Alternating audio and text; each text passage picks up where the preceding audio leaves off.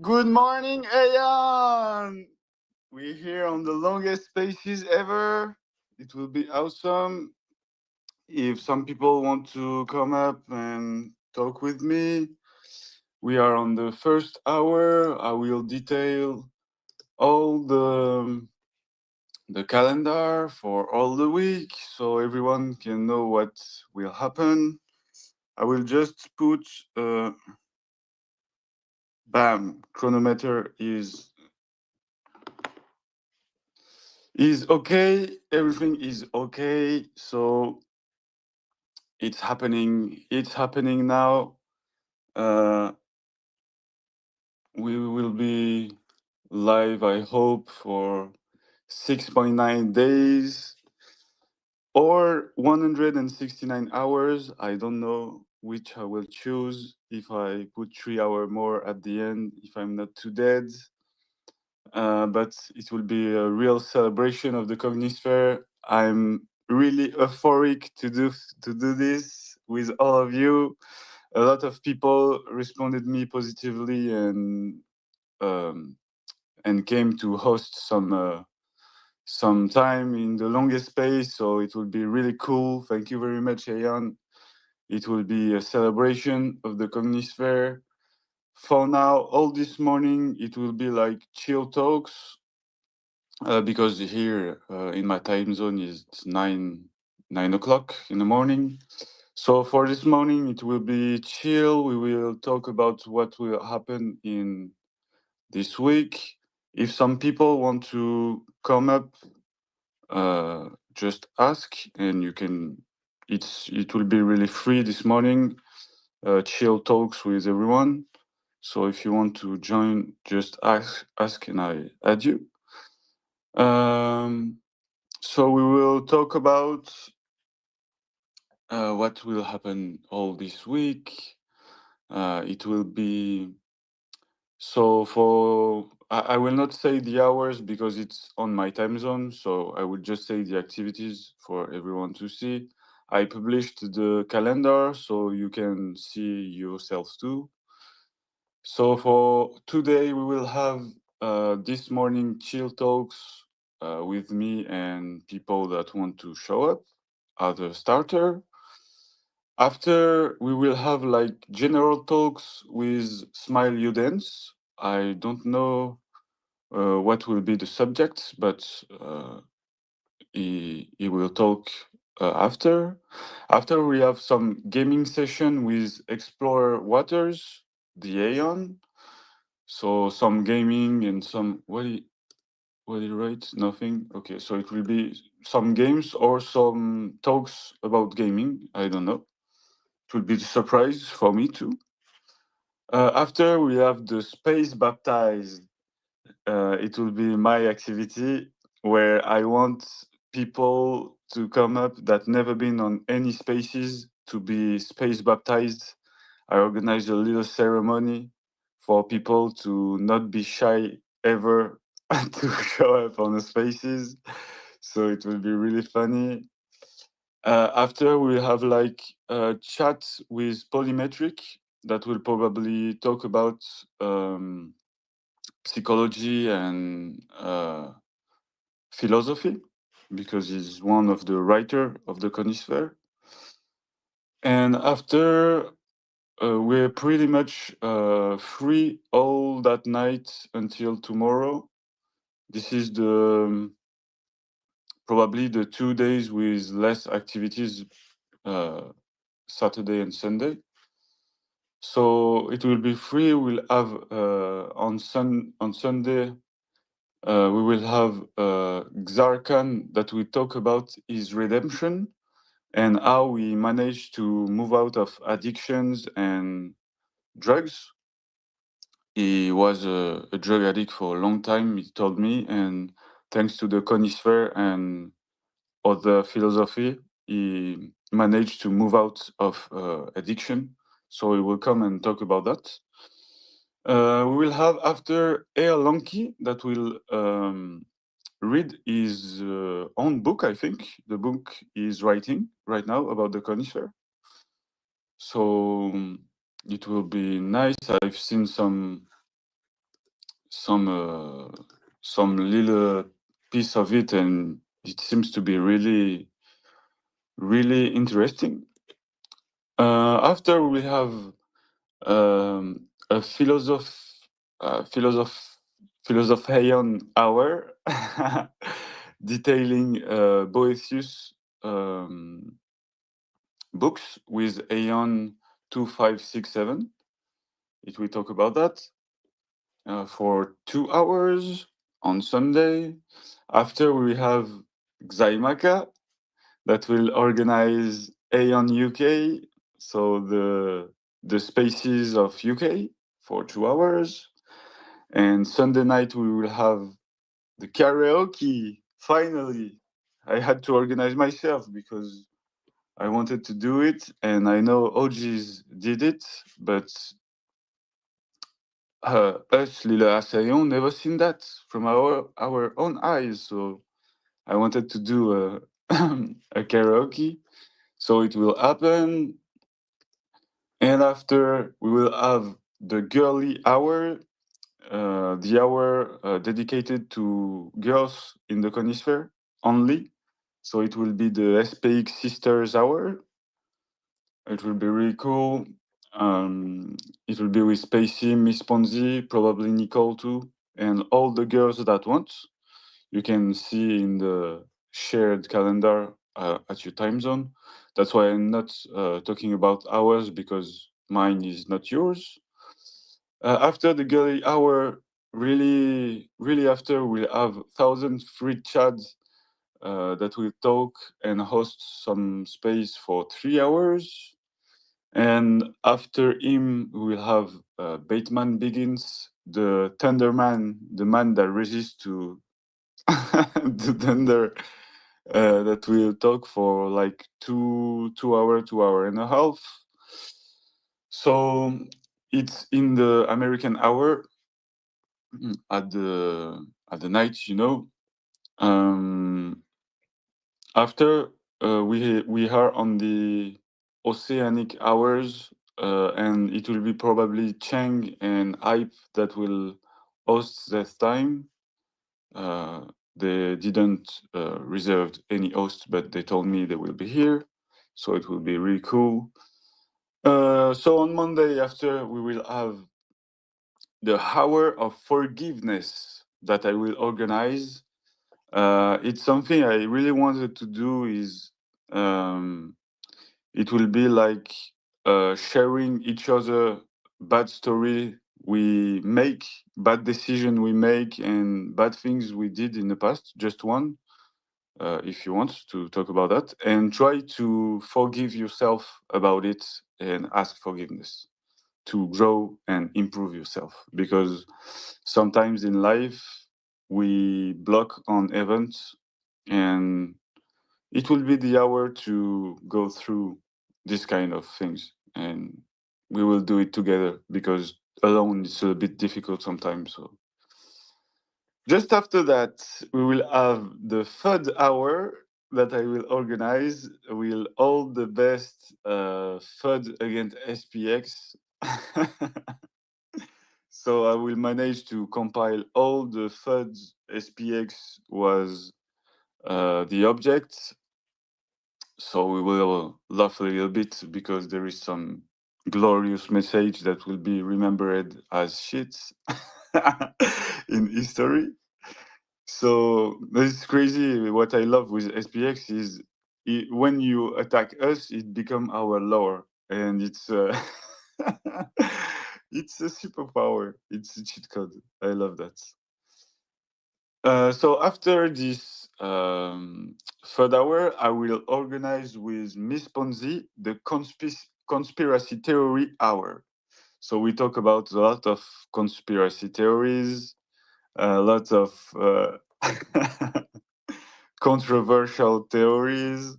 I love this subject, so we will freely discuss about that. After that, we will have on Monday night. Probably it will not be night for me. At UTC 0 at 7, it will be the French Spaces for 2 hours with T-Dog, and it will be an interview of Pierre Mortefond, the world champion of windsurf, that will come to the French Spaces to talk about his sponsorship. So it will be really nice. I'm really happy it happened. After that, we will have a chat with Seb that we'll organize every Monday with Xaimaka. So every time it's a cool time. I love the spaces we do every Monday. So it will be 2 hours of this. In fact, the calendar is really filled well. I'm really happy that everyone choose some hour to organize and everything. So it's really cool. We'll have so for me it will be on Tuesday morning at midnight, but it's like 5 hour less for United States, so it will be like at uh, 7 p.m. for United States. On Monday, we will have talks with Tiff, a girl Aeon, about collective consciousness and energy and things like that, vibration. She's specialized in yoga, meditation, and activities like that. So she will make a talk for 2 hours around collective consciousness and consciousness generally. So it will be really interesting. I'm really curious about that, about this discussion. After, we will have the auto heal hour with my man Dajus. So Dajus will host 2 hours on the Monday night for United States and Tuesday morning for me. After, we come again in oceanic hours, so it will be free until some hours, like 5-6 hours of free discussion of Aeon with Hype and Cheng and Unji probably and all these guys. After, so we will have a meditation session with Tiff, the same Tiff that made the talks around collective consciousness.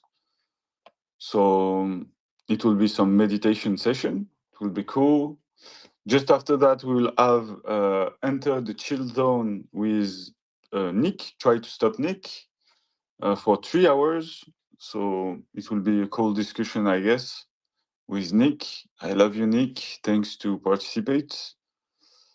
After this, and the last activities of the Tuesday will be a talk about aliens and AI with Seb, Xaimaka, Aeon Girls, and probably me with them. So we talk about a lot of alien theory and things like that. I love this subject, and I didn't know there were like Xaimaka loving this. You hide me this. You So it will be a cool discussion. After, we will have Aeon broadcast with Ifti. So Ifti is a little bit in vibration, energy, probably maybe Buddhism or things like that, and we'll host 2 hours. So the calendar is really well filled. There will be a lot of activities. After, we'll have SPX Tuesday night spaces. It will be Nicole. Nicole will host the SPX spaces on Tuesday at 2 a.m. for my time zone, which is UTC 0. You do -5 for United States. After, we come in oceanic hours, probably with Hype, Cheng, and everything, and all these people. So after, we'll have a conversation, extroverted Aeon, and how to speak in public with specialists of city shouts with Seb, Nick, and Hector. So they will probably teach you how to not fear the public and how to not be shy when there is a lot of people around you and you have to shout SPX. So it will be nice. 2 hours after that, we have 2 hours of free discussion. After there will be the hour of hate against the 500. It's like something. It's something I will organize. It's based on 1984, the books from Orwell, when you have the 2 minutes of hate and everyone is shouting against the enemy. And it will be the same for us. We will all shout against the 500. It will be like an healing session for us all. After we have like an hour of free time chilling, and after that there is a yoga session with Tiff again. So it will be relaxing and yoga session. I never did yoga. It will be a first time for me. So it's cool. It will be really cool. After that, we have Aeonces that will read the book of Audacious for an hour.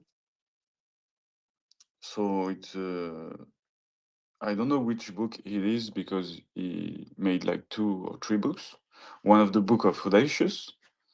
After we have a free session for like 4 hours, but I think probably a lot of the slots will be filled until then because some people did not respond to me, and I know it's because they have a lot of DM. Like Blue Apu was up to do some things and not responded already, but he will organize something, I know, and other people. So it will be filled, I think. After this 4 hours, we will have a brief work session again with Tiff, the yoga specialist. So she will she will teach you how to breathe, how to breathe well, and how to probably meditate, being focused on your respiration and breath. So it will be nice. After that, we will have the auto heal hour again with Mr. Dagius for 2 hours. We are on Thursday now. And after him, 2 hours of Bateman that will told us the lightning story. So how we managed to escape to thunder and to and to just just biting him, not biting, fighting him. So after we again in Oceanic Hours with Hype, Chang, and another bunch of people for like 6 hours or something like that. After that, on Thursday, sorry, I'm a little bit. It's the morning and I'm a tiny IQ. It's accumulating problem in my head. So we'll have a discussion with T-Dog, which is an ex TradeFire. He worked like 10 years, something like that, in TradeFi. So he will explain his story and what it was doing before, how we see TradeFi, and why he moved from TradeFi too, probably. So it will be really nice. T-Dog is a legend. He will told us about many things. It will be really cool. After that, we have, I think this time that will be filled, but we have like 4 or 5 hours of either free discussions or either someone that will reserve something from now. And after that, we will have a divine timing. I don't know who put that, and I even don't know what it is, but we'll have a divine timing on on Thursday night. So I don't know what it's about, but it will be divine, so it's okay for me. It's perfect. After that, we'll have on Friday morning for me UTC 0 at midnight. So at 9 p.m. for no 7 p.m. sorry for United States. We'll have on Friday morning or Tuesday night Aeon broadcast with Ifty for 2 hours. I don't know what Ifty will talk about, but is a lot in spirituality, vibration, and finance too, because he had a financial background, I guess. He told me once. After, we'll have a session with Ilya and Raiden for like probably 2 hours called Aeon Activation, Cult Labor Launchpad brainstorming session. So they will probably brainstorm new ideas to expand the conisphere and find new idea to promote our tiny coin. So it should be really interesting. I know Ilya loves to brainstorm and find new ideas, so it will be really cool. We are on Friday, so we again in Oceanic hours, which are the last field of all the calendar, for like 4 hours. After this 4 hours, we have Krishna that will be live 4 hours and talk about probably spirituality because there's a lot in this field.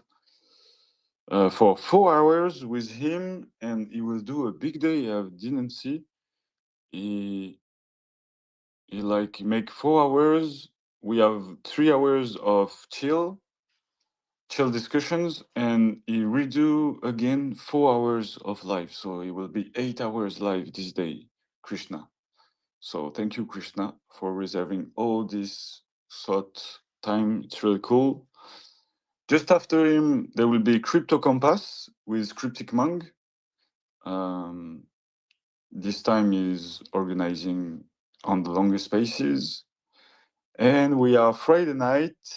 We arrive slowly to Saturday 13, which is the end of the longest spaces. And I have nothing planned for Saturday. So Saturday will probably be just free time with all the people that want. I will probably not sleep this time until the end to ensure the end of the spaces. So we have a really good moment and activities to fill all this time. It will be really cool, and that's all for the calendar. So I'm really happy it's happening. I'm just a bit worried about physical and hardware problem because I made some tests and spaces crashes for 2 or 3 times for no reason or reason that I don't understand. Well, I have some ideas, but I don't know for sure. And another thing I didn't know is the previous record was made by XAI, so it is the team of Elon Musk, in fact, that have the previous record in 2023. So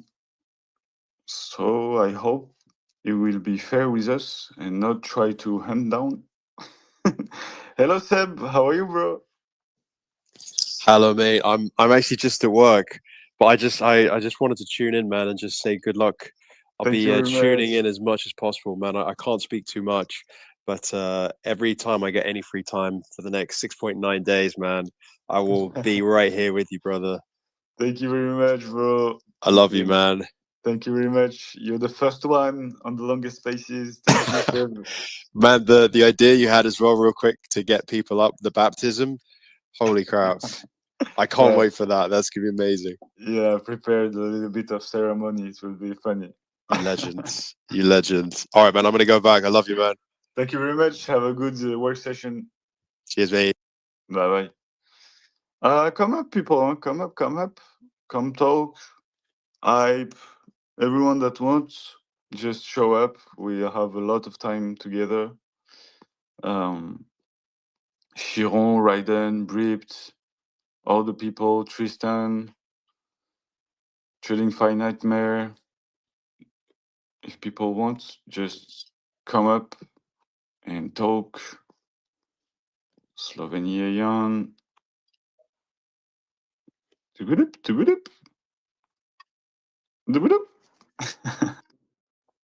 Just wanted to say hello to everybody, to the whole team, to the whole everybody, Aeons. Hello, Kudos bro. to Lil Mike and everybody hosting this. Hello, bro. Everything good for Hello. you? Yeah, everything is good for me. It's one of my rare Saturdays off. Okay. So I'm gonna be tuning in when I can, but I have also plans to go with my wife and my baby and my sister to a like a we're going to a street workout competition to watch. Whoa, nice. Yeah, I'm not competing, even though I do workout, but I'm these guys Like do like 20 muscle ups, but I'm too heavy to even do like 5. Sorry, yeah, So you're just going to like watch the yeah. guys. Wait, sorry guys, my baby. You can hear my. I need to calm my baby. So enjoy, guys, and I will be tuning in when I can. Bye Thank you bye. very much, bro. Have a good day. Good See luck, you Yeah, have you later. too, fun. guys. Bye bye. Bye bye, bro. How are you, Hype? Everything good? Yeah.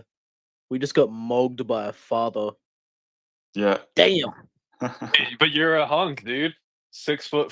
6'4", father of Yeah, 3. amazing. Sorry, I gotta go. I have a wife and a kid that I have to take care of. Oh, that's my wife. Sorry, guys. I mean my kids.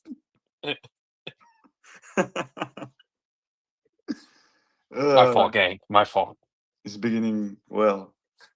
I know, right? Yeah, no. Now the fact that I'm up here, it means nothing could possibly go wrong, right? Yeah, it will be.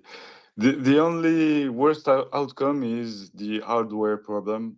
Otherwise, everything will be okay. You know, it's because Aeon are unbelievable. So it would be nice. True. Tristan, you want to show? Yeah, just talk. People don't ask. Hey, Just come you and talk. know, I was talking to you, and I don't know if I'm gonna do it, but if there is some downtime, I think it would be funny to do the my where I just doom scroll for like 30 minutes. There's no one, like, it's like dead, and everyone's like, "Whoa, what are we gonna do?" Listen, I'll like live stream or whatever, and I'll just pull my phone and just doom scroll. Yeah, it will. Because listen, because it's there's like all of this like spirituality and all this yoga stuff, and I'm too retarded to do any of that, but what I can talk about is how funny my brain rot is. And I will say I've curated my Instagram reels to just be primed. So yeah, I could I'll Yeah, sure.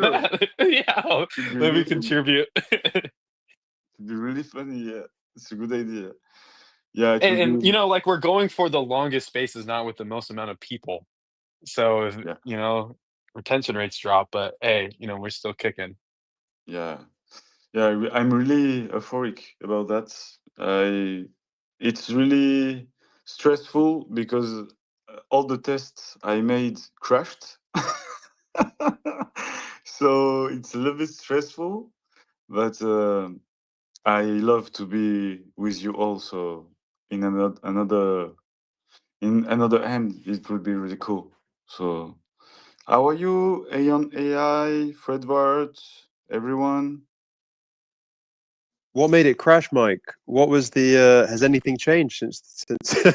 I think I ran a test this night, but I think it was because I kept the microphone of the two accounts, and there was no activity for too long time, I think, and it shut down the You thing.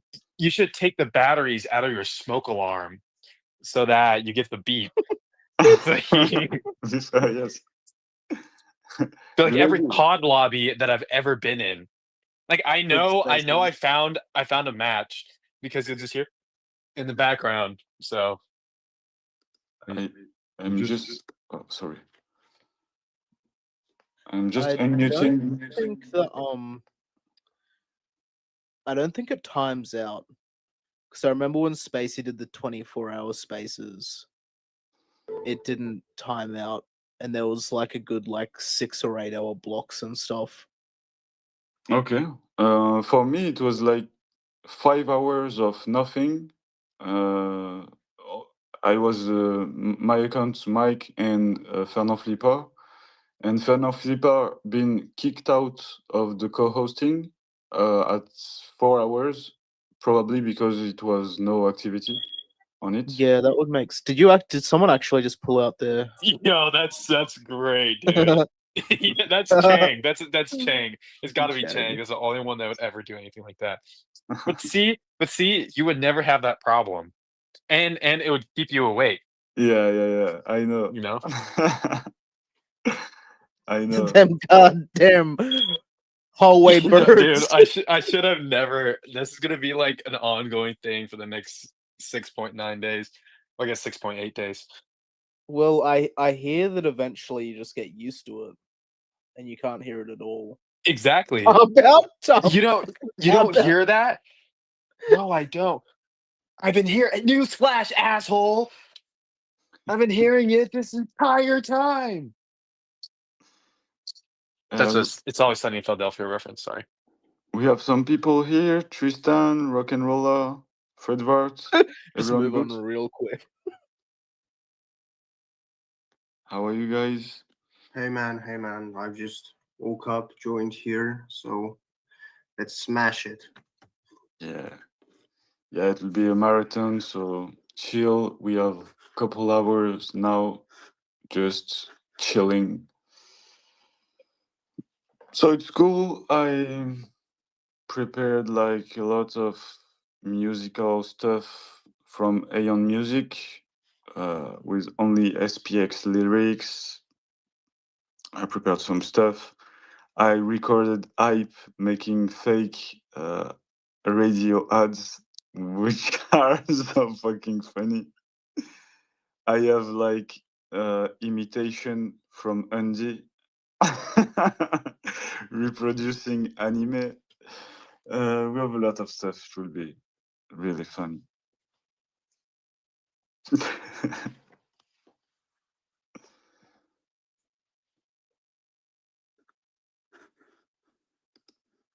Tristan, I miss you. I miss you so much. Please talk to me. I haven't heard that beautiful voice of yours in at least like 2 or 3 months, I want to say. What's up, bros? Dude, yes. It's Dude, 4:30 oh my a.m. here. I just woke up. gosh. Dude, So I could join the yes. space. Thank you. Congrats, man. I'm humbled. So what's new with you, man? It's been so long. I thought you left me for good. No, nothing. I've been grinding. I don't have any job anymore, so I'm just Damn. I'm trying to figure everything out. I've been good without a job, but I've never been, I guess, unemployed my whole life. Right. Yeah. It's I've been grinding though. I gotta make some new videos soon. Good. Good. Yeah, get Yeah, I was on it, gonna bro. say, you What the have a flip? job, dude. It's called you're a slave for the cognosphere. Yeah, dude. Yeah, You're an exactly. SPX slave. Exactly. I Yes. mean, you like the fact that you haven't made videos in so long is just like, what are you doing? By the way, I'm dissing myself here. I I'm made two dissing this myself last here. since I came back on the Twitter and started posting. It's crazy. You left for so long and you came back and you've made more videos than I have made since you left. Which is I made 0. Which is cooked, but life gets in the way. So Yeah, Ripped. When new video? I love your video. We have 3 of Thank you. the best video maker here. Hype, Ripped, and Tristan. Listen, Arcane was here for a little bit and I would peg him Yeah, Arcane above is me. insane too. But New video? It's funny. I have a video that's like 80% done, and the extra 20% is just like some bullshit. But um, I just haven't been getting on it. But I have a really cool concept for a new video, and I don't want to jinx it Nice. because it's funny because every video I've made um has been kind of just spontaneous, and I just do it like that day. Maybe I'll spend like the next day like touching up some stuff, but usually I just it's just like a flood, and I just get locked in for like 4 or 5 hours, Yes. and I just crank it out. But there's like this old video that I had in my head, and then now it's like coming back. So, but I've just been really busy. I got just a lot of like life stuff I got to do. But I was considering coming back and probably finishing a couple this month. So Yeah. maybe be on the lookout. Nice. Nice. I hope, because I love your video. They are really Thank you. Thank you. always beautiful. So you're working a little bit different than Hype. Hype is like rushing a video for like 20, 30 hours, and he just stopped and let the thing like a wine for some times and come again to it. So you're more working at intuition, do it and publish it, or are you waiting after? Well, it's the thing about it is that, the way that I guess my approach is usually what I will do, and this is just like any creative thing that I've done in life, has been I get an idea for something, and I just let the idea kind of take me to where I want to go. And eventually, and not to equate myself to him, but to take his advice from Da Vinci, is that art is never finished, it's abandoned. And that's what I do, is I have an idea, I have all this input, all these video clips and whatever, and I have an idea, and I'll just trail along with it and kind of just like fit the puzzle together, Yeah, I in a way, and make it emotionally and logically make sense. yeah, And at a certain point, I look at it, and it's usually the first day, is I'm like, well, this is pretty much done. I don't really have anything else I can do. Yeah, I could change things out or whatever, but yeah, I is the understand. audience gonna really care? Because they're not gonna see the old version and compare. They're just like, well, we saw the old version of it. It's like, no, they see the version that you publish, right? And Yeah, so I see whatever that is, and I'm like, well, does this if will this move people and will this move me? yeah, And it's like, okay, if it does, then it works. And it usually gets done in a day, and then maybe the next day I'll go and touch up some stuff. But yeah. I yeah, that's basically it. I really share this view and the quote of Da Vinci. For me, it's the same. I have an idea. I'm making music, and I have like an idea, and I'm like being obsessive about it for a period of time. I can do nothing else, just being focused on it. And after quite some time, I just when I think, because you have always to choose the first idea, the first energy, or working the idea. And sometimes working too much the idea is killing a little bit the first energy you had, and it's like a relation like that. So Yeah, it's the same for me. yeah. It's I equate it to this thing called the fog, which is Yeah. this concept where you stare or you listen, and like I produced music for a long time, so I just and this happens when you're even practicing and performing, is that Yeah. you do something over and over and over again, and the fog Yeah. of it just kind of sets in, and because of that you start tweaking stuff that you don't need to tweak and makes no difference, but your brain kind of, it's like minusing the dB by -1 and be like, yeah, I hear it. It's like, no, you don't hear it. You don't hear the compression. Like, you Yeah. don't, Yeah. no one Exactly. no one's hearing it. It's all in your head. And it's Exactly. the same thing, visually or anything, Yeah. even just a grain concept. That's why I say it's like I just take the idea and I just let it lead me to wherever, because that's why I also get it done in a day, is because if I don't get it done in the day, then I let the fog sit in Yeah. and this or that. And yeah, that's why I think that because it's kind of like this concept, 80/20, 20% of what you do accounts for 80% of what gets done, Yeah. and so that little block of impulse, where you have all this high energy because you're going with the idea or whatever, just ride that, and most of it's going to get done. And there's like this concept that I think a lot of producers can attest to. Um, it's like the 3-day rule. It's like if you don't complete something and finish the mastering in 3 days, you will never finish it. And it's funny, I have this thing where like there's songs that are like so close to being done, that were close to being done. And because I didn't finish it in 3 days, I set the hard line, and I was like, oh, it wasn't done in 3 days. So, I will never touch it. And some of it was really good. But Yeah. because I never did that, I never did it in 3 days, I stick to that rule. And it's made me abandon songs that I really liked, but it's also stopped me from trailing a shit idea, you know? Yeah, that's a very good rule. I didn't know, but yeah, in fact, it's really the same for me. I have my computer filled with I don't know how much hundreds of sounds, and I know 80 to 90% will never go out because I took too much time to finish it.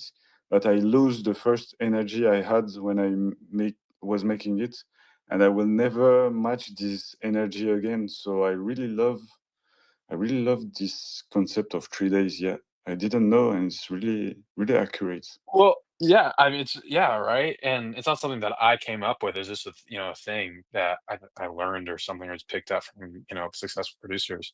Yeah, it's like, my you like how many files do you have where or just, where it's just like, I'm gonna come back to that later. I'm gonna put this as needs work, right?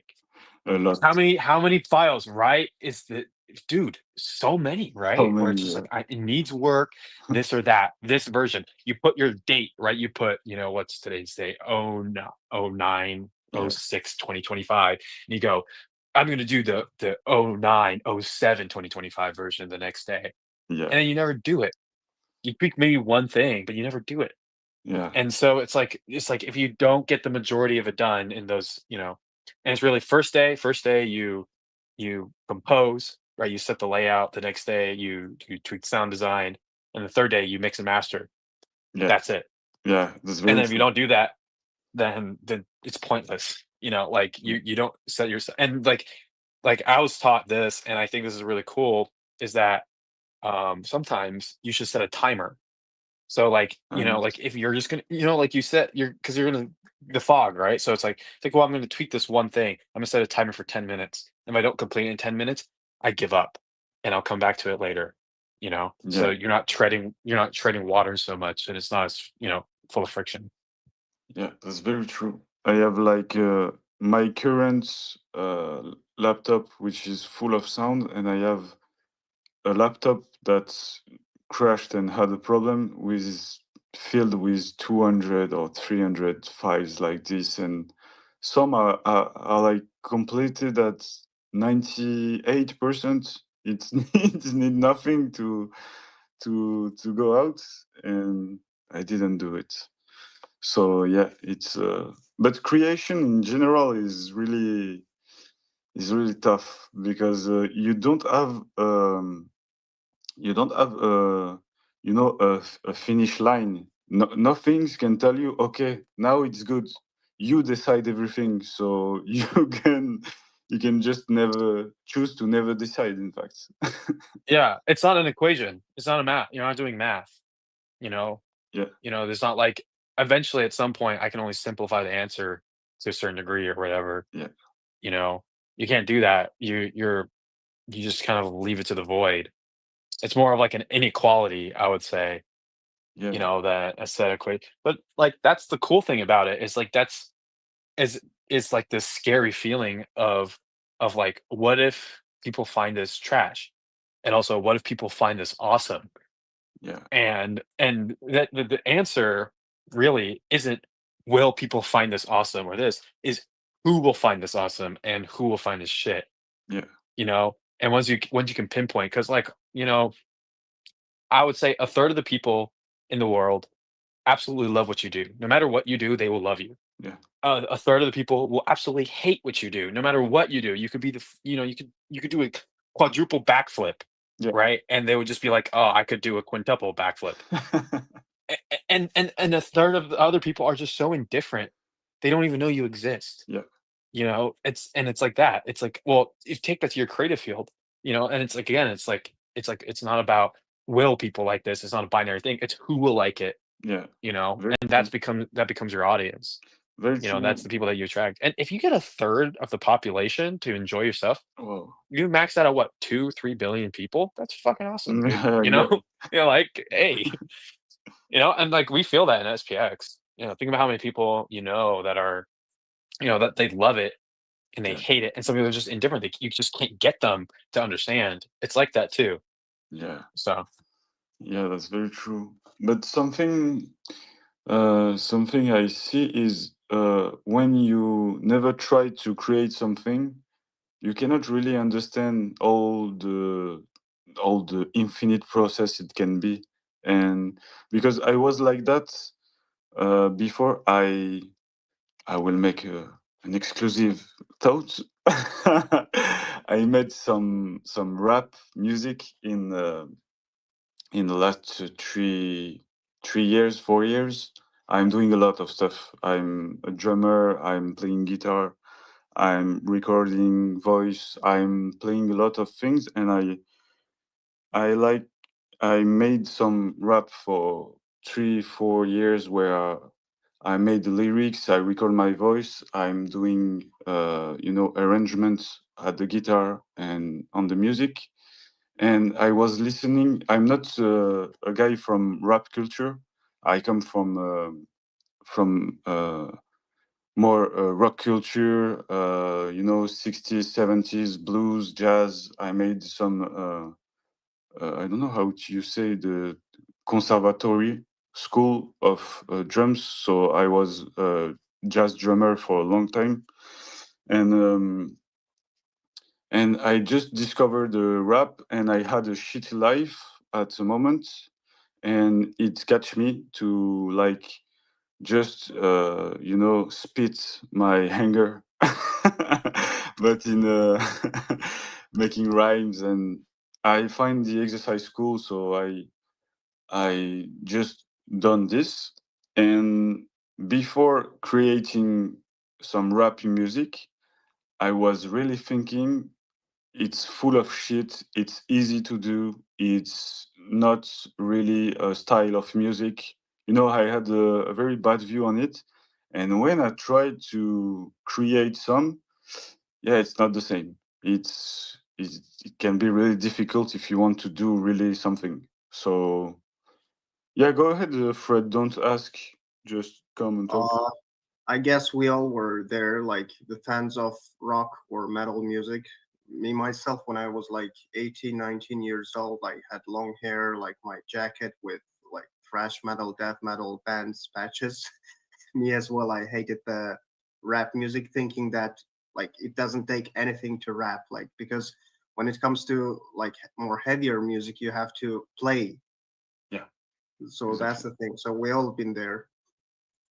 Yeah, yeah, and these days I'm listening more music of uh, when I was younger, like 2K, like Linkin Park and Limp Bizkit, and music from 2K. And fuck, this guy was awesome. I didn't realize because I was young, but the quality of the music that were released was really really really good. In fact, they had a high standard at the time. pre Max Martin, you know, like lyrics and style. Man, that guy did a number on lyrics, eh? Right. If you don't know, these are for people who don't know who Max Martin is. No. But yeah, if you're in music and you produce, you probably know who Max Martin is. But Max Martin is you could he is in pretty much any like mid mid 2000s to like, to like mid 2010s pop songs. Okay. He wrote all of it. Like Okay. I'm not he's so crazy that if you just go on Spotify and you look up Max Martin, Okay. I don't know. he is, and you just look at his record, right, of what all he's done, you'd be like, no freaking way. And then you realize that it's like, oh, that style of like the 2000s pop and whatever, it came from that freaking guy. And here's the thing about it. Okay. Here's the thing about it is all those lyrics, Max Martin, that he made, he doesn't speak English that well. He actually came to America. He's like, I don't really speak English. He's a Swede, and he just came in and he's just like, well, I know enough, and I know it sounds good, and he just wrote, and he just nailed it. And you see this trend of like you listen to songs and you're like, you listen to like you listen to these American pop songs from this time, and you're like, Yeah. these lyrics just feel really lame, but it's catchy and it Yeah. makes sense, and it's all the same formula. It's because of Max Martin. And any person who kind of spawned outside of it and was also like a background lyricist. I think even someone like um Benny Blanco was taught under Max Martin. Um, And it's the yeah, it's Swedish guy. I'm just checking now. It's a Swedish guy. Swedish guy. Yeah. Okay. Yeah. Backstreet Yeah. Boys. Backstreet Vaping, Boys. Britney Spears, Celine Dion, That, yeah. I mean, Pink, like, don't like Katy you, Perry. come on, right? Yeah. Like, and it's like these songs aren't just he didn't write the B side of these songs. He wrote the fucking Crazy. he wrote the ones, yeah, he wrote the platinum records. Okay, that's crazy. I didn't know him. Okay. Okay. It's crazy, right? But it's just this fascinating aspect of music creation. It's just like that, the music side, Yeah. where you never realize it, but then now that you're like, oh, Yeah. listen, if I'm looking at this playlist called Max Martin's Greatest Hits, Okay. and I'm just looking at them. But yeah, you could actually, this one's pretty mid, but yeah, just look at Max Martin and Yeah. and there- look around. there's always a guy like this. In fact, in every big hit or big generation of artists, there always one guy more crazier than all the other. That's working for Yeah. everyone. Well, it's that concept. It's like that 95% of success in a group is caused by 5% of the people. Yeah. Like Very 5 true. to 10% of people, and it's like, yeah, that's pretty accurate. Very true. And like I even want to say it's here in SPX where like the small group of people, they do kind of push the needle in certain ways. But what's awesome about it though is that like someone like Max Martin, right? You can't just talk to him. You Yeah. can't just like be like, "Hey, Max Martin, how did you do this?" You can't be like, you can't interact with them. You don't see them every day in Yeah. multiple. You don't have that, but here, you totally can. Yeah. And Very true. these people that you look up to or whatever, Yeah. you can just DM them, and they are so kind Yeah. and so you know they're so accommodating, and they want to see you succeed. Yeah. And that right there is massive, and like leading with that love, and not to say that someone like Next is like, oh, I don't have time for you, peasant, but like, you don't feel that way when you're talking to people here, Yeah. no matter any sort of skill level, or if they're an OG, they've been around since August of 2023, or if they just bought yesterday. Yeah, that's very true. You know, That's very true. Everyone is in the same boat and talking horizontally, There's not a yeah, hierarchy when you talk to people, and it's pretty much very rare, I think it's really of the SPX ethos, because in every other project I've seen in life, even in business or other companies, you every time have the boss that is talking in a way to people that are employees, and we don't have this kind of hierarchy here, and it's really refreshing, in fact, to make Yeah. a project where everyone is one aeon equal one aeon. I love this. True. Yeah, for sure. Yeah, and it's cool because it's there's I want to say there's like two types of humble, and I think I've made a post about this once, but there's like two types of humility. The first one is someone who downplays their talents. It's like the person's like, it's like, hey, you're awesome, and they just go, no, I'm not, whatever. Yeah. And then there's this second form of humility, which is someone who recognizes their talents and they only use it as a force of good, and they don't use it to click themselves with better people, Yeah. and only stay there. Yeah. They use it to reach out to the sick person, right? The physician only goes and treats sick people. It's like that. Yeah. Very true. And I think, you know, just I don't know if it's design, happenstance, just the people it attracts, but whatever it is, that SPX has that second form of humility, and Yes. you can't find that anywhere. And they don't, these people aren't here to just ride coattails or get fame. There's no real fame in this. Let's be honest. No one here is like, I'm gonna leverage this position and make and get like 10 million followers and whatever. Like, no, Yeah. no one's like that. Yeah. But they're here to help out other people. Yeah, that's very true, and I think it's because we are a lot lead by examples. The OGs are like this, and they attracted people like this that themselves attract people like this, and it's like the virtuous cycle beginning, something like that. Yeah. Yeah, definitely. Mm. Definitely. And we have like Murad, that is the example for newcomer. A lot of, and myself, discover SPX with Murad conference and everything, and the guy is exactly like that. He could flex all day, and he choose to be humble and just work his ass off for SPX every day, making videos, and so he led by example, and that's very powerful to make a community, and I don't know how you say in English. Um, fuck. A truck. I would That's say truck. I don't think that's the word. But yeah, I get what you mean. It's like sane. A sane community. Sane of yeah. good values. Yeah. It's the hierarchy is a flat circle here.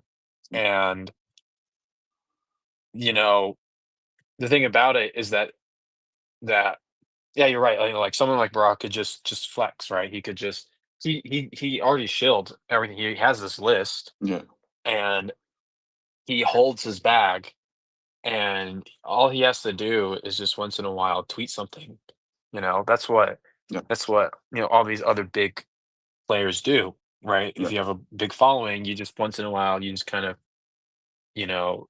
tweet about it, and you go, look how awesome this community is. But for him, here's this thesis that is livable and breathable, Yeah. and I'm now stretched out to different parts of the community, and I'm going to be actively involved. And he treats himself like a 100-follower Aeon Yeah. that just who just like found this, what is he at, like 700,000 follower, Twitter, and he's just like, well, shit, dude, we might as well use this for an advantage, but yeah, and that's what's awesome is that you bring yourself back down to the 100-follower Aeon, but you use your talents to be whatever, and then that's how you kind of lead things. Yeah. Exactly. You know? Exactly. It's I think we have something very special to welcome new Ayan here, because you feel immediately integrate, and as you always have always been here. It's crazy. I remember when I came at the beginning, everyone was so welcome and so so chill with me and welcoming and saying I love you, and you don't see this anywhere else. It's pretty crazy. Just Cheng, I don't know if you're here. I just asked you to be co-host just for connection. If you can accept and if you're here, or if you're gunning, it's okay. Thank you very much, Cheng. I was waiting for him to do the beep, but I think he's listening to some opera right now, to Yeah, an aria or recitative. well, yeah, I still remember that. I got a degree in music, and I remember learning doing opera. Oh my gosh, that was so bad. It was interesting just to kind of see, because that was like the concert back then, right? That was the festival that you'd go to, yeah, and like everything led to the opera. Every symphony, anything led to the opera. yeah, But learning the opera was so boring. Oh yes. my goodness. I found it was like it's fascinating for the time period. But oh my gosh, it's like it's just insane what these people would do back then. Yeah, yeah. Especially like the castrati. Dude, what the hell? And then here's the thing about the castrati, right? I'll go on, let me ramble for a little bit at 2 a.m. So the castrati, right? They would basically chop off, not chop off. They would basically prevent a male from going through puberty, right? Yeah, And so the reason behind it was that in the medieval age, and I guess the post Renaissance, they had this idea of male and female energies, and like this male energy was like fire, yeah, and like I guess women were just not fire, they were like water or whatever, feminine sort of thing. But what it was they believed that after you gone through puberty, you were basically like you were burnt to ashes. I can't remember the exact word, but you were burnt to ashes as a male. And so the vibe you gave off and what you looked like and everything, you were just burnt ashes of that energy. okay. And so when they wanted um male leads for operas that in stories that specifically meant for like more romantic, you were the romantic lead, Yeah, you needed to play these melodies that were in that register, yeah, the soprano lines, right? Because that's where the melody was. You couldn't be a tenor and sing, love songs. And so in order to get men in order so they can get both people that could sing in that register that looked male, but not too manly, yeah, but like manly, like manly enough, or I should say womanly enough that they look soft and can be romantic, yeah. not hard and brutal. They Crazy, just were like, well, we'll just do that to these people. crazy. And it's just insane. Yeah, It's just insane. Like, and these people got paid the most or whatever. But it's just this crazy concept because they were chosen to do this. yeah, You had some sort of special talent, and you just gave off that vibe. And there's also a weird thing too, because um, when you block a man from going through puberty, their chest and their lungs grow like crazy. They grow like okay. 1.5 times the size. And if you look at the castrati, we all have these massive barrel chests because just something happens with the lack of testosterone, and I guess just spike in estrogen, where they have these big massive chests. And so they could sing and they could have all this oxygen to breathe. Okay, I didn't know. Yeah. Okay. Yeah, isn't that crazy? Isn't that just Yeah, a wild thing? But yeah, yeah, like that's what crazy. they did, and that was normal. And everyone was like, "Yeah, just do this." Yeah, it's So, crazy. Who had the idea first? I think it was a thing back during the Gregorian chant era Okay. in the medieval times, because well, so Gregorian chant started out as tenors. It was only tenors. You all sing one line. And then when they started branching out into 4-part. It was not really 4-part. It was more like 2-part. But it became 2-part and then 4-part harmonies. Okay. Soprano, alto, tenor, baritone. They wanted people to sing the soprano parts, but the only people that could sing were males because it was I think it was just priests, or people in the clergy, and the Catholic Church. Yeah, that would sing. they say it's And so in Byzantine Empire, we in like 100 and 1550 year. Sorry, my English is the 1500s. yeah, the 1500s. Yeah, it was Really? like Not anything before. in the churches. Guillaume de Gonzague, yeah, in France. Fuck. Again, French And doing you this wonder why I weird hate the thing. French. Just kidding. French Just kidding. and Italian, probably, and Spanish too. Of course. Yeah. It would be French and Italian. Well, Spain wasn't really well, I mean, they were Catholic, but they weren't actively involved in music as much as the French and the Italians.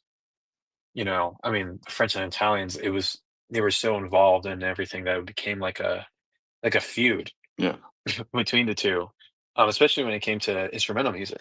Yeah. They would there was the French way of doing things, especially in the string section. Oh my god, I remember learning about just like how particular you would do articulation. So like how you would style a note was Okay. like the French way of doing it, and the best way to put it is like it was like powdered, it's Okay. like very Crazy. very short and everything because it led to the dance. But in Italy, it was more of you led to the song, and so you had to style it a little bit different. Yeah, So I don't know why I'm half both. I'm half French and Italian, and I find we say French are romantic and everything, but I find the Italian more romantic than French. I don't know why, because they are it's a different kind of romance, I yeah, would say. probably yeah. Like Italians, they're romantic, but they're so abrupt, and they have like the way that you speak Italian. You interrupt each other, and it's like that, right? Yeah, probably. But like French, it's more reserved and more elegant in a way. It's still romantic. It's just just because of how the language you interact in the language and the culture. You're both it's both romantic. Yeah, that's true. It's not like Germans, dude, where it's just like language is not the phlegm does not help, and then the precision. They need their train at exactly 5:57. Yeah, Or whatever. So. Exactly. Spacey, how are you? I've seen you here. Hi, my love. It's really How are good to you? see you. Thank you for hosting this. I'm really excited. I set an alarm and I got here a little bit late because I didn't wake up at 4 a.m. So sorry about that. Don't worry, Spacey. Thank you to be here. I tried. How's it going so far? Yeah, very nice. We are warming up, chill, and it's the morning for me too, so chill. I will go and make a coffee soon. Nice. I'm like debating if I should make coffee and just stay up now or like go back to sleep for a few minutes. Yeah, you can. It's like the warm up, and we don't have too much activities this morning. It's pretty much chill, so Yeah. You can sleep. Don't worry. Wait, Mike, you're part Italian? I didn't know that. Yeah, I'm half French, half Italian. Yeah. Nice. Okay, that's cool. It's lowering my French part, so it's cool. No, what are you talking about? I'm like fully Italian, so. Okay, nice. And you're New York Italian, right? So it's like yeah, exactly. That's a whole like I think they should make a specific ethnicity class just for Italian, like New York Italians. Like it's insane. Yeah. Like they are not from the motherland at all. And then there's like stories of like they go back and they like pretend like they understand, and it's like nothing at all. But it's like so. Yeah. Cool. Yeah, there's Italian everywhere. That's crazy.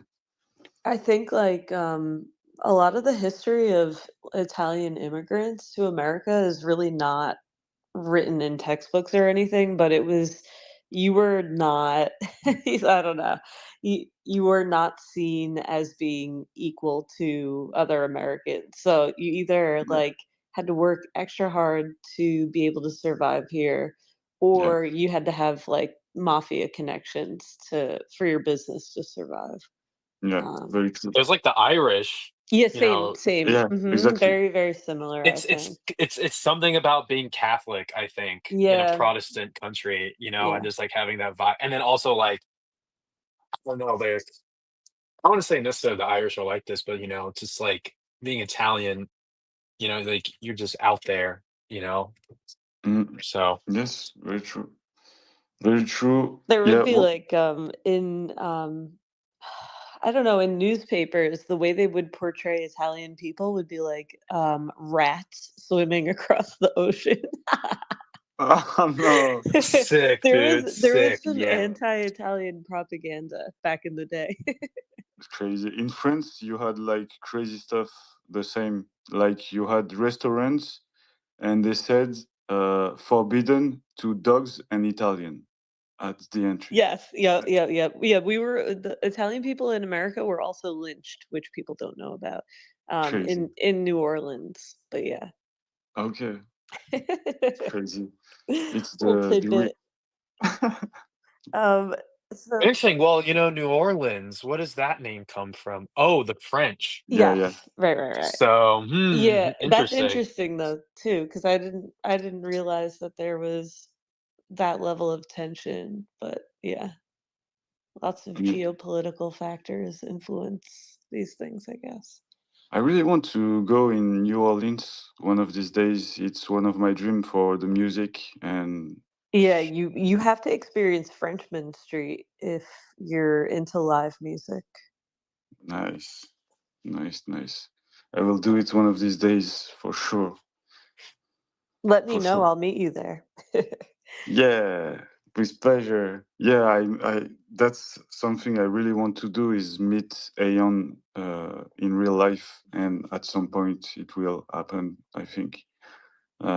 We have like meetings in countries, and I think soon we will have meetup worldwide, like events where everyone from every country come, and it will be a real celebration. It's like an in real life things that we are doing here in the spaces. The spaces is like a meetup, digital meetup, in fact. And one of these days we will have the same in real life for a week, doing stuff together, and it will be awesome.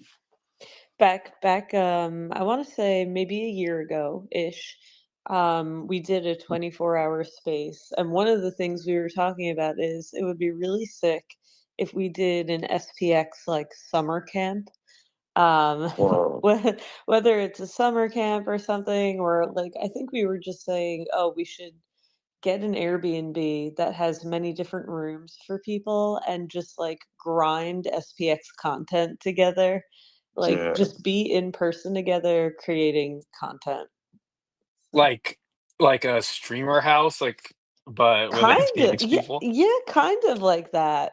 I think we were just thinking like all of the different things. Like some people would be streaming, some people would be making memes, some people would be writing long form stuff, but like just collaborating on it and like kind of just having like a sweat house. Wow, sick.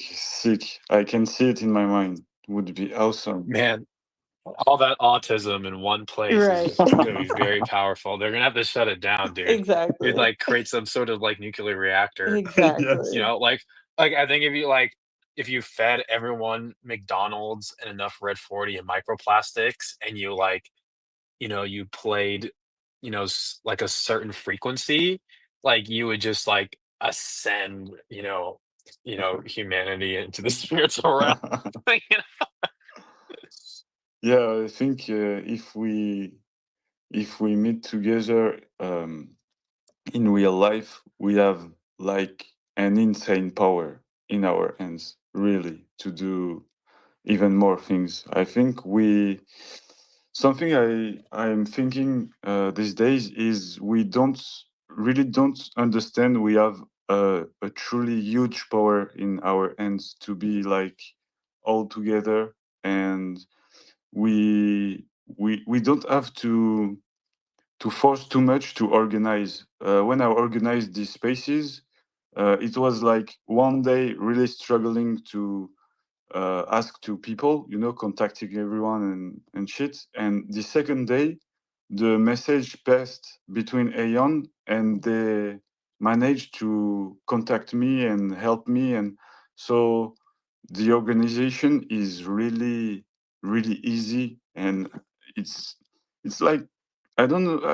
I never seen something like that. When you have something this big to organize, normally it's like a mess. It's impossible. I do it in 3 days because this community is like no other.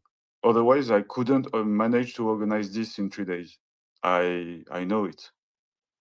It's really special. Aeon are special.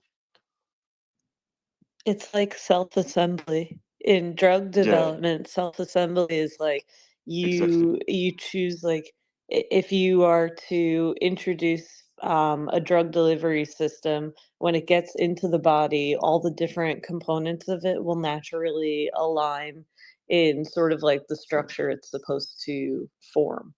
So sometimes it's like nanotubes or something like this, but yeah, it's like a self-assembling organism, aeons. What's that protein? It's like I think it was a meme where it's like it looks like a caterpillar and it's like got like I don't it's got something know. attached.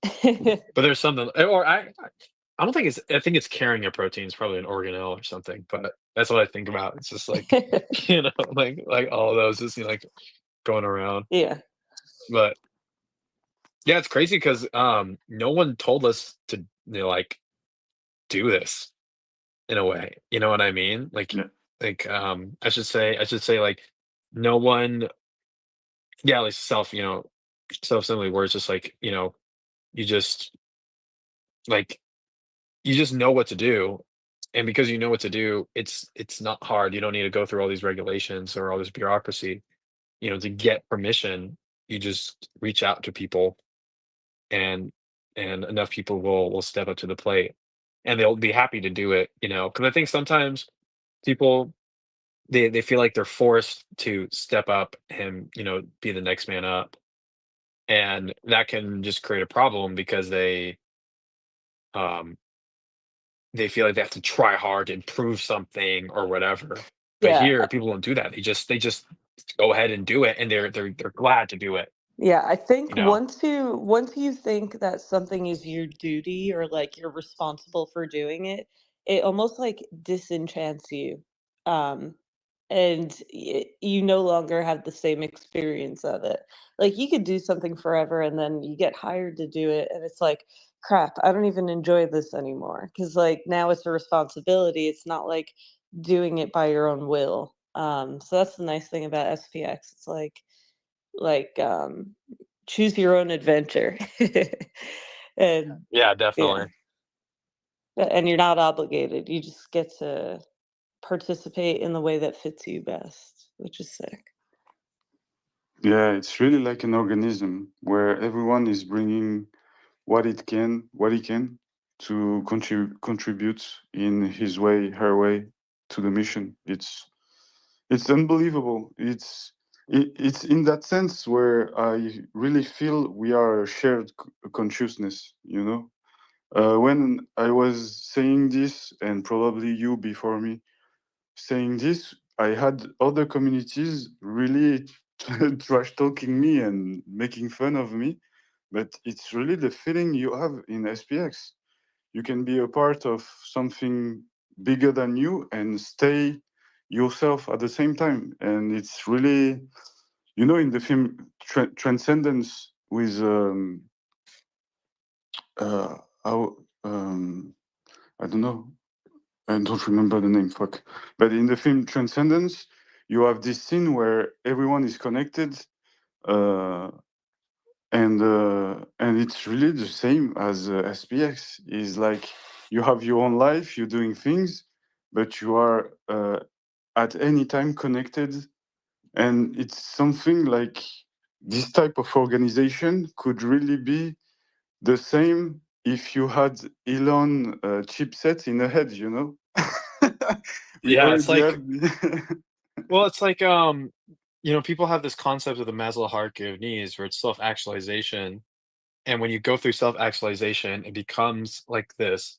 You're the first thing you go to is hyper individualism, where it's just like it's only me and myself and my farm and maybe a wife and kids or whatever, you know. But then I'm just doing my own thing, and that's stuff like actualization. But this is something different, where instead of the vector pointing towards hyper individualism, it points to the collective, and you both self-actualize within the collective, and so you get the best of both worlds, and it breaks this false dichotomy of self-actualization and also, you know like catering to the group. And it's interesting because it's like, so bees, right, they're hive mind, and they have specific roles and they're born into that role. You know what I mean? Like you're worker bee and you go out and you find flower or whatever, or you mate with the queen, or you're the queen or whatever, right? Yeah. But here it is choose your own adventure, and you still get to protect the comb, right? You still get to protect the hive, and you still get to build it and everything. And I think that is so huge because all these systems of society or whatever is always like, well, is it this paradox of being just the individuals and libertarianism, or the collective and this and that? But it's like, well, it's neither. In the fact that it's both, that you need to do both at the same time, and here you can do that. And it's weird because it's like, how the fuck, you know what I mean? And it just happens. I, And it's like, it's funny because it's like I don't even want to question it, yeah. like I don't want to look deep because it's like if the mystery is solved, then cool, let's move on. And I, and if you want to be that person, totally fine. But if it just means that I can, just do my own shit and help others and do all this, and lead both at the same time, then that's awesome. I think probably it's because of in fact the token, the cryptographic token, because previously when we hadn't crypto to be a vehicle of this kind of movement, people had personal needs. And I think sometimes if you struggle with your personal needs, it can overcome your feeling to be in something bigger.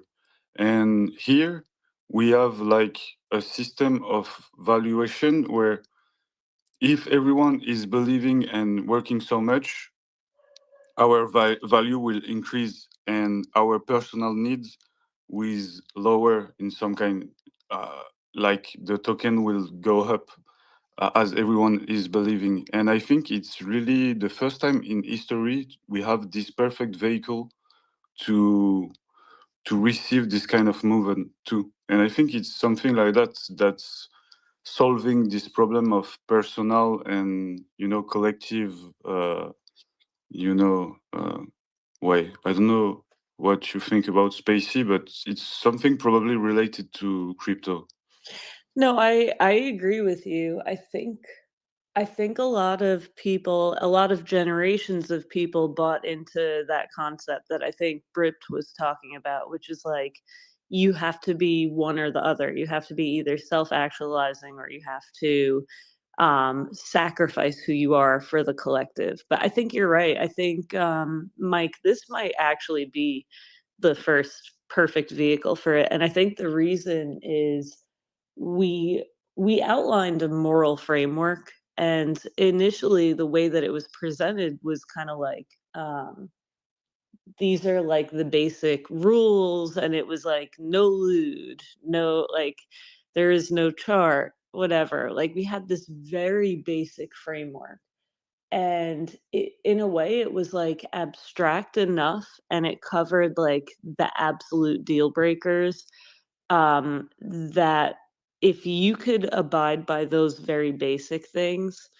um, it meant that you had some sort of a moral compass, like, and that extends to other things. Like, it's not, then it becomes like, if you're accepting of those basics, then you probably have another sort of internal framework that you operate under.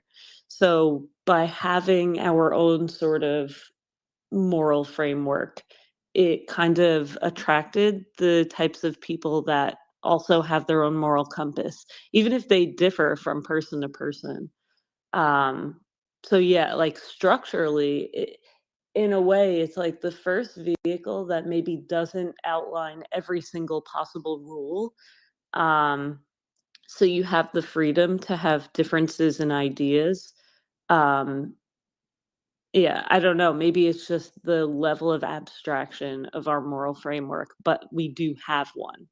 And so, and by having one, it's like a framework that is also meant to be protective of people. No lewd is like, oh, we're even going to protect this like non-existent character from a game, Marie Rose. Like, we're going to protect the image of this. But that also extends into like how we view other people and how we sort of like show respect for other people. So it became like a girl friendly coin and so on. So I think like those just really abstract initial moral frameworks were really important in allowing this to become uh, kind of, I don't know, a structure that can function where people can coexist safely but differently, if that makes sense. Yeah. Sorry, Spacey, to make you wake up at 4 and Oh, don't be thinking sorry. Don't be sorry. I'm like half awake. I'll probably close my eyes. Actually, I was going to say I might drop back down, I'm- but I don't want to abandon you guys. But I'll be back like all the time. Yeah, don't worry. Don't worry. Do what you have to do. Don't worry. Thank you very much, Spacey, to talk. And yeah, it's really something I agree with. This no lewds rule is like how we treat women, and it's really symptomatic of how we will treat people generally. And it's the 10 rules are in fact really well shaped because they are time tested and they stay in time, and we know every rule are good to develop a community. And I made a lot with Fernand Flipper talking about these rules because I think it's something really underrated, and we have more rules adding with time, like be the change you want to see, like believe and you will achieve. You know, this kind of rule can be added for me.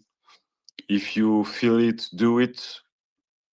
These kind of things, and yeah, in fact, they are like time tested advice, and it's really insane to have this in SPX. It's like a good philosophy that make his proof their proof. Sorry. So yeah, it's very important. Yeah, Brips. Yeah, I mean, I think I've said this before, but I'll reiterate again. I'll say it a million times. Is that the cool thing about SPX is that when you look at the framework, right? Is that no matter the financial vehicle and whatever you plaster this on, is that is that these are the absolute necessary tenants to make any coin succeed. Any coin, any asset, anything that you can assign a numerical value on, these things need to happen. You know, you can't goon over charts. You can't Exactly. be doing weird shit like lewd and all this crap. You know, you gotta have a insanely high price target, you know, an actual goal that is definable. And ways of expanding community while keeping the financial side, that ball rolling. Like Yeah. this is why people are like, oh, it's reminiscent of Bitcoin.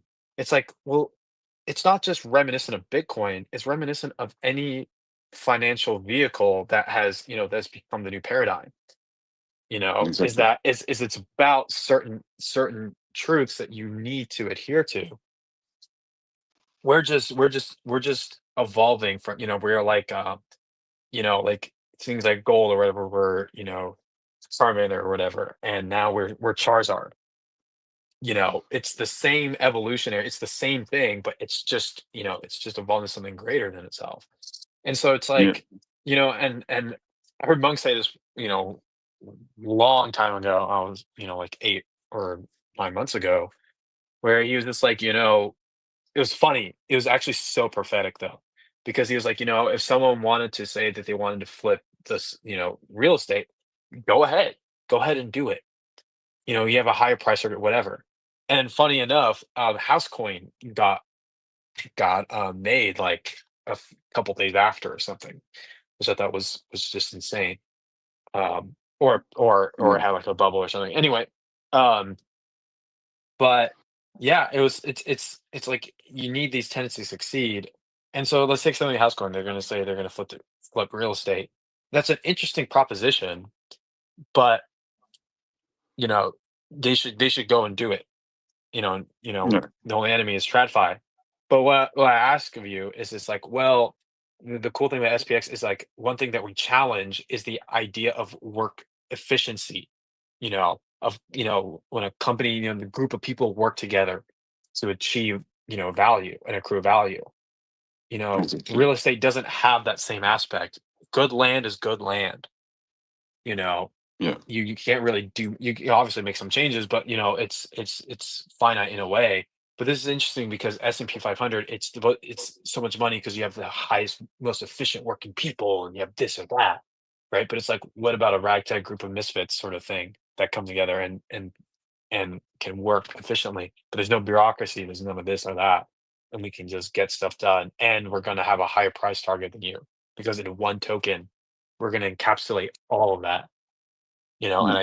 I think that's where the difference lies, Yeah. between that and other coins. Is not only is the framework there, but also the question that it's trying to answer.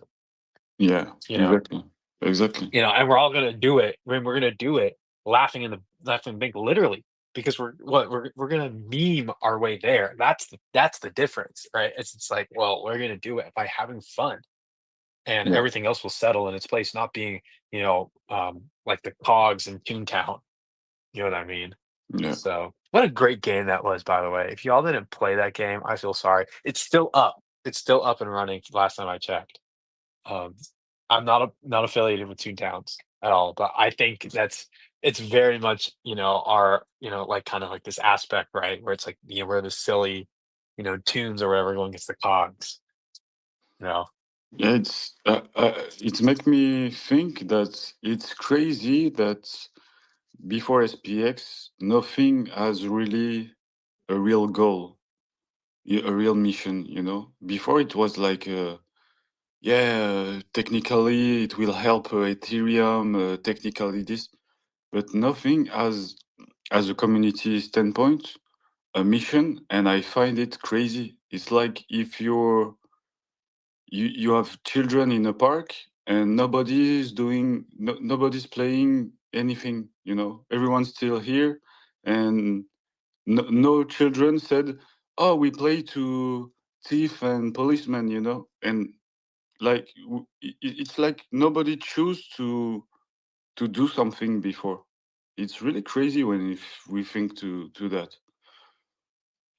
Like the last time something had a real goal, it was only technically, uh, probably Ethereum, Bitcoin, and probably Ethereum was the only two things that had a real goal before.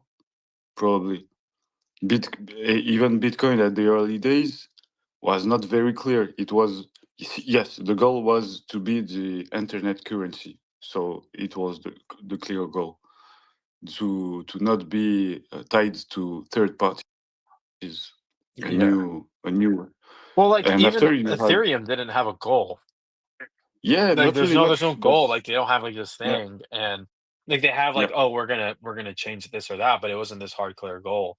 And like even with exactly. Bitcoin, they have this goal, like we're gonna flip gold, and that was like this thing from the beginning.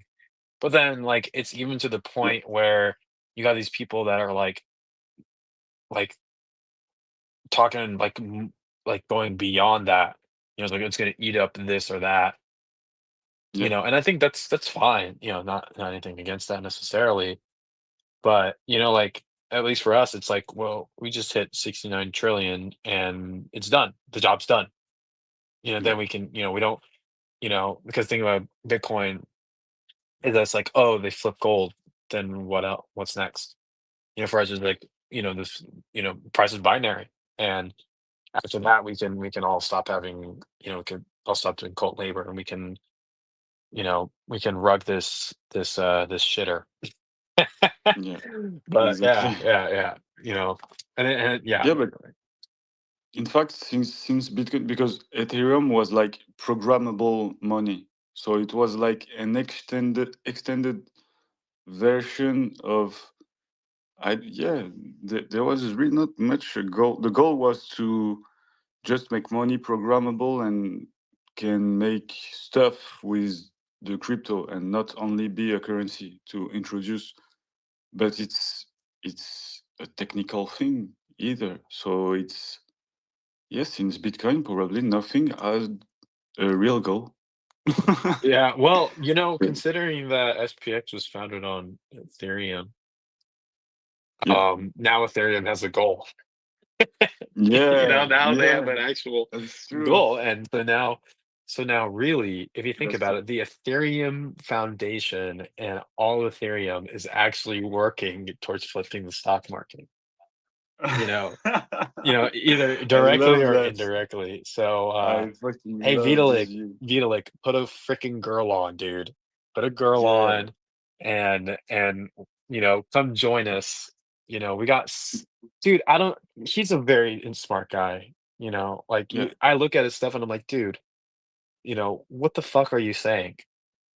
But But he can was he not involved in. understand? Honestly, it's like he can understand all this technical stuff, but he can't understand that we have 6,400 more SNPs than the original version. Like I just don't understand that. Like that blows my mind. That blows my mind. Yeah, but Vitalik was involved in Milady, no? At some point, he Yeah, he had. put a lady on, and he was like, Okay, yeah, he promoted it. I forgot the okay. exact reason. I think because he saw the meme coin stuff and he was like, yeah, we should support like communities that It, have been around it for a while. it And was recent. It's like a year ago or something like that, yeah, no? yeah, something like that. Yeah. I want to say a year ago. And so like it was even at the point, I think at that point SPX was was was pretty big. It was like post Murad or something. I want to say, I don't quote me on this, but like regardless, um, I think it was just like at a time where it's just like, dude, like SPX was just too young Yeah. for him to even like point to it and be like, yes, he's probably aware. I'm not too sure actually It, of that time. I don't know if an OG can correct me on that, but like it's just things that just don't fly under his radar or whatever, and he's probably got that's something a whole galaxy in his head. that can be really cool to discuss is at the beginning of SPX, and it's something I don't really know. Um, I've heard a lot of time that it was like the Sprotos, like Bitcoin, ticker Bitcoin, and Miladies, and probably one or two other communities that were at the core base of SPX at the beginning, but we probably need hype or someone that was there at this time. I don't really know the beginning of it, but I heard this kind of thing multiple times. So some of these days it can be cool to discuss about that. I will manage a discussion with OGs, and yeah, I like to see it like Vitalik is trying to flip the stock market. He doesn't even know. True. Dude, he has no idea. Maybe he does. Maybe he he built a time machine and he he was like, oh, I see. He just can't say it yet, you know? That's cool. That's really cool. Oh my That's really goodness. cool. Uh, And yeah, it's you have a lot of superpower in SPX and so much angle to see it that it's almost impossible to not onboard the world, because you will always find a narrative we have that will fit with you, and every day there is more and more. I've seen like a girl that was cosplaying Mary, so it's another thing to onboard people. We have a lot of, me personally, it was the mission first to flip the stock market and being counterculture and this kind of thing that really catch me at the beginning. And after I discovered the communities, the community, the Aeon, and it's just fixed me forever to the communist sphere. But for you, for example, Brips, how you discover it? What was the angle that clicked with you it was a at the first lot. time? It was a lot. Yeah, it was a lot, dude. It was a lot of angles because it's like it's I'm the ape and I sing the monolith, right? But Okay. it was like I discovered it around the time Murad was shilling it. Yeah. And Same. so I was originally in the Giga community. I still am, but I was in it for a Okay. long time. And so like it's funny because I would see Murad like pop up once in a while during that time because he put us on the list and it was just like, okay, I don't know who this guy is, but it was interesting because like I'm the ape with the monolith, right? And I'm poking it and I'm trying to figure out what the flip this thing is, right? And you look you from the outside, right? You see all the like yeah, you see all these different angles. And back then there wasn't this established thing of spirituality or whatever, right? It was just a meme coin that um that had a real funny um intellectual schizo vibe to it, that it was like this Okay. cyberpunk thing, that Yeah. encapsulated it. What it was that it was like this, if you've been around in crypto for a while, like I have, like first started investing in 2019, but Okay. um, like like there's this energy of this 4chan, this like the cool 4channer, you're the Yeah. cyberpunk 4channer kind of guy, Yeah. and Ticker It's Bitcoin had that, yeah. but like like you look at SPX and it felt like a more elevated version of that. So like this is Okay. cool. And as someone who like who like I'm a creative guy, and it's like it's what I do. Like I always wanted to create videos and stuff, and I just never found like a good outlet for it.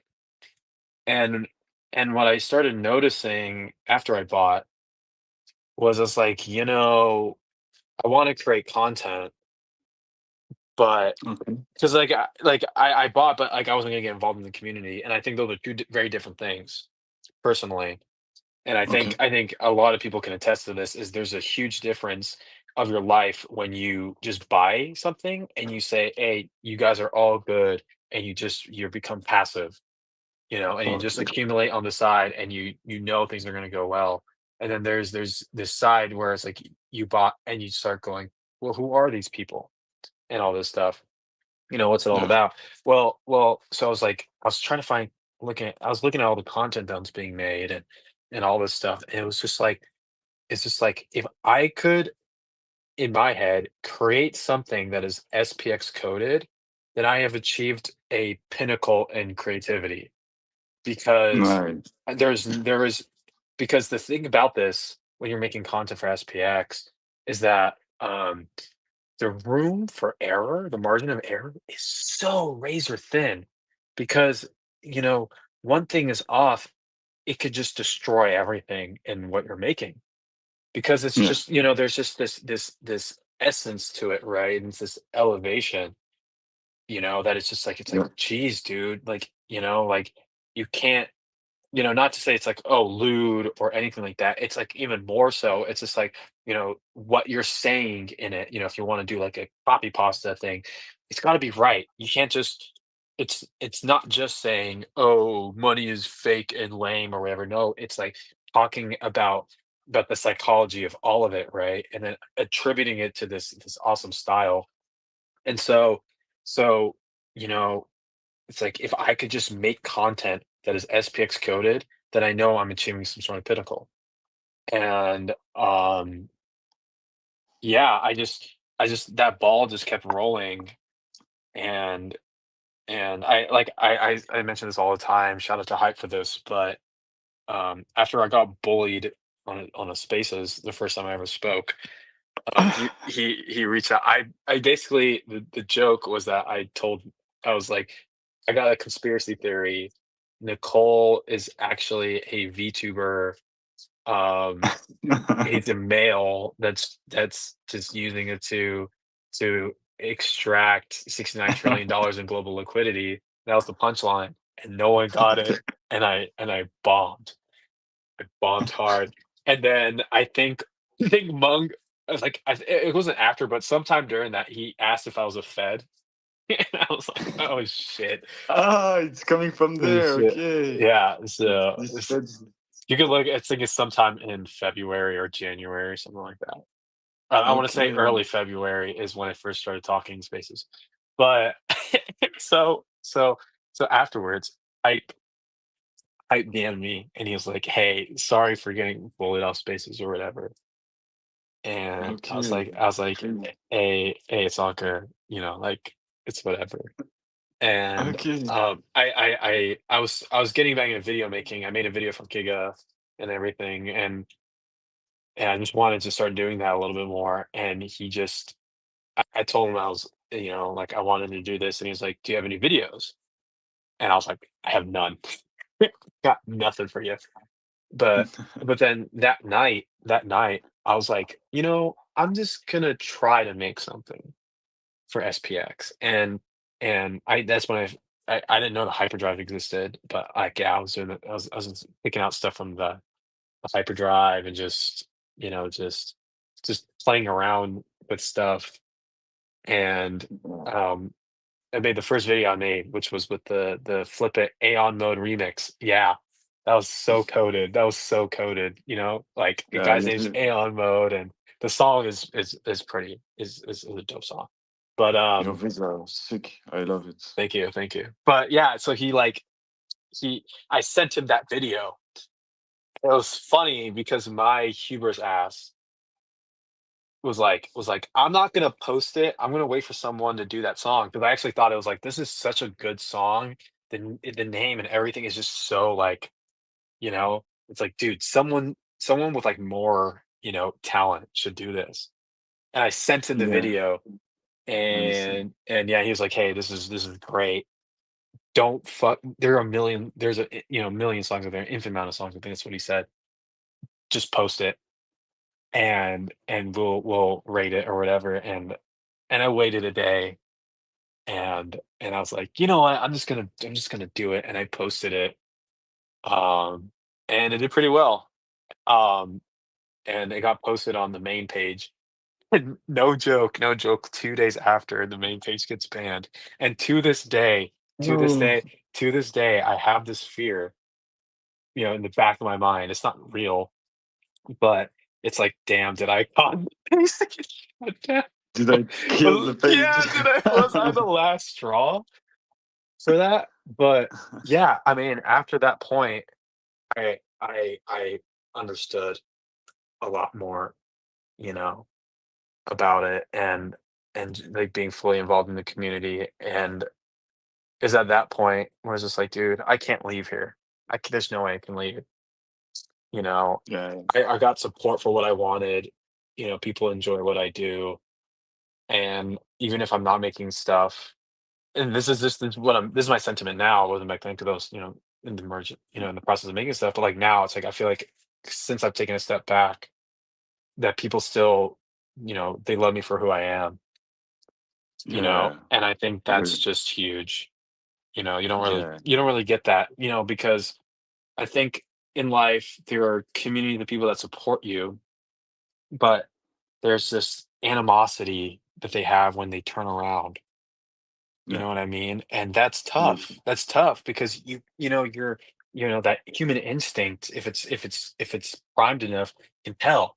It's like, oh, these people, like, something about it, but like they're you know they're not smiling with their eyes. You know what I mean? They're smiling with their mouth, Yeah, yeah, and that's huge, and you feel that, like, in your soul. And yeah, so it's just, but to have that here, it felt great. And so, just like now I'll never leave, and now I'm here to persist forever, and I will keep DCing and doing all this stuff, and sticking around. So yeah. so you came initially what we was talking, yeah, how you been onboarded, so it was like more like create content and the people bullying you. Well, I mean, that was kind of the angle that, like, kept the momentum going. But like the intellectual side, and the financial side is Yeah, also very interesting. Like, just one angle, at least for me, because it's like, because there are coins out there that I look at and I go, I like your content, I like this stuff about you, yeah, but you don't. There's also like this intellectual side that's not there. Or some coins, it's like you're this intellectual side, and that's awesome. Not just meme coins, just in general. yeah, You don't got the content and all this stuff, but this feels like um, it's like just the best of all worlds, and sometimes it feels like too good to be true in a way. yeah, But then, like, the ape at the monolith, you're just like, no matter where, it's leading to something new. yeah, And yeah, I mean, because like intellectually there was stuff that I was, skeptical about, uh, but you let it prime in your body, or not in your body, I guess, but like in your brain, really, and you go, oh, okay. And it was interesting because in around January this year, I went to Japan with some friends, and it was interesting. There's this moment where I was listening to SPX Spaces, and we get off and we're at Shibuya Crossing, which is like this, like, if it's like the biggest crosswalk in the entire world, I think, or it's huge, right? yeah, And you look around, and you just see all these people, right? They're walking and doing all this stuff, in yeah. this densely populated area. And I'm listening to Spaces. I'm actually listening to Lil B, or Lil B. If you know who that is, that legend. I haven't heard from him in a while, but Mm, that legend, dude, he's so funny. But okay. but Lil B was just on Spaces, and the ball gets rolling. I think Mung and whoever are talking, and I'm looking around. I got one AirPod in, and I'm looking around. I'm with my friends, and there's this sense of collectivism in a way that my American mind has sort of thought about but couldn't, like, understand. Yeah, That I saw that, and it clicked, and I was like, "Oh shit, I get it." And it's hard to put into words what I experienced, yeah, but I was like, "Oh shit, oh shit." And then, it was funny because when I went up for that Spaces that first time, that was what I wanted to talk about. It's like, "Hey, like, I just came from and, like, I just had this, experience, being on Spaces, and I just wanted to say that." But my opener was gonna be this dumb joke about Nicole. you know, but I eventually said it at some spaces, you know, one time or another. But yeah, I mean, yeah, all these angles just kind of they kind of hit you, Yeah. and I think if you're around here long enough, all of them you will interact with them at some point. Yes. Very true. As in you will participate in it, not just you'll just see cool memes or you'll read a interesting, you know, tidbit on it. You will sit down and you'll try to type something out, Mm. or you will try to make a meme, or you'll try to talk to somebody in here, or whatever it is, right? And Exactly. you will nourish yourself in it, and the more you just allow it to kind of just happen, the more you realize just how bullish things really are, and that there's literally no reason to worry. Like I don't have any doubts. Like I legitimately don't have any doubts. Yeah. You know, like I can't because I can't see a reason why. Why not? The only way they would be is if they somehow if the if you know they held every holder, all 200 plus thousand holders at gunpoint and force them to sell their tokens. Yeah. That this thing isn't gonna, you know, Yeah. isn't gonna flip the stock market. The only thing that can kill us is lack of belief at some point. If people just stop to believe, but at some point it's True. impossible. Well, you know, it was interesting because Mung actually kind of tweeted this, and it was something I've been noticing is that, you know, there was this because, you know, like at the early days, it was like stop trading and believe in something. We're on this power of belief, Yeah. right? Belief really is this sort of hazy precursor to knowing, Yeah. you Exactly. know? And It's knowing in the past is what it and is. it's even more, it's the first thing you do before inventing something. You have to believe in something before inventing it. You know, every you know, inventor in history just believed in something like Da Vinci before making something that flying or whatever. He just believed it could happen, and it's really the first step of a lot of action in this world. Yeah, definitely. Yeah. And I mean, like if you look at the word confidence, right? On fide, with fide, which means with belief, Mm, you know? yeah, And so if you want to talk about confidence or whatever, it's building to this point and to this point of knowledge. And exactly. so like, you know, it used to be is like stop trading and believe in something, and that's still the mantra, but it's becoming more of this like persist forever. And what's happening is that is it's like it's changing from the point of belief itself to knowing. It's Yeah, like it's just knowledge. yeah, It's just knowledge in the past. yeah, It's just like, well, we know we've already done it. We're just everything that we're doing now is just, you know, we're building the garden to allow the butterflies to come in. yeah, And and so and so it's very much like that. And I think that's really awesome because it's about persist forever now. mm, Because it's like we know we got this. w- It's just you know if you can't kill us, we're gonna we, if you're we never be a stop. rat. If Yeah, you know, yeah, yeah, be a rat. If you know, you know. exactly. But yeah, and I think that's something very interesting and you know something I think would be s- something to look out for is it's like when people they don't even want to worry about belief anymore. They're worried about not I shouldn't say worried. I should say they're focused on what comes after you truly believe in something, and it becomes and it filters from belief into knowledge, and how you interact with that. And I think SPX is just so cool because it can do that, you know, and it's as if nothing really happened, you Exactly, know. exactly. And I think if Persist Forever is growing that way, is because we already seen from a good amount of time now that the principle of stop trading and believe in something applied during a long period of time is working. So, and all our principle in SPX. So at some point, if we have like all the rules to sustain and to that are working, the only thing we have to do is to persist, to keep doing this in that way, you know. And just 69 cents. If you want to talk, just talk, brother. It's open. You don't have to How you going, ask guys? anything. How are you, bro?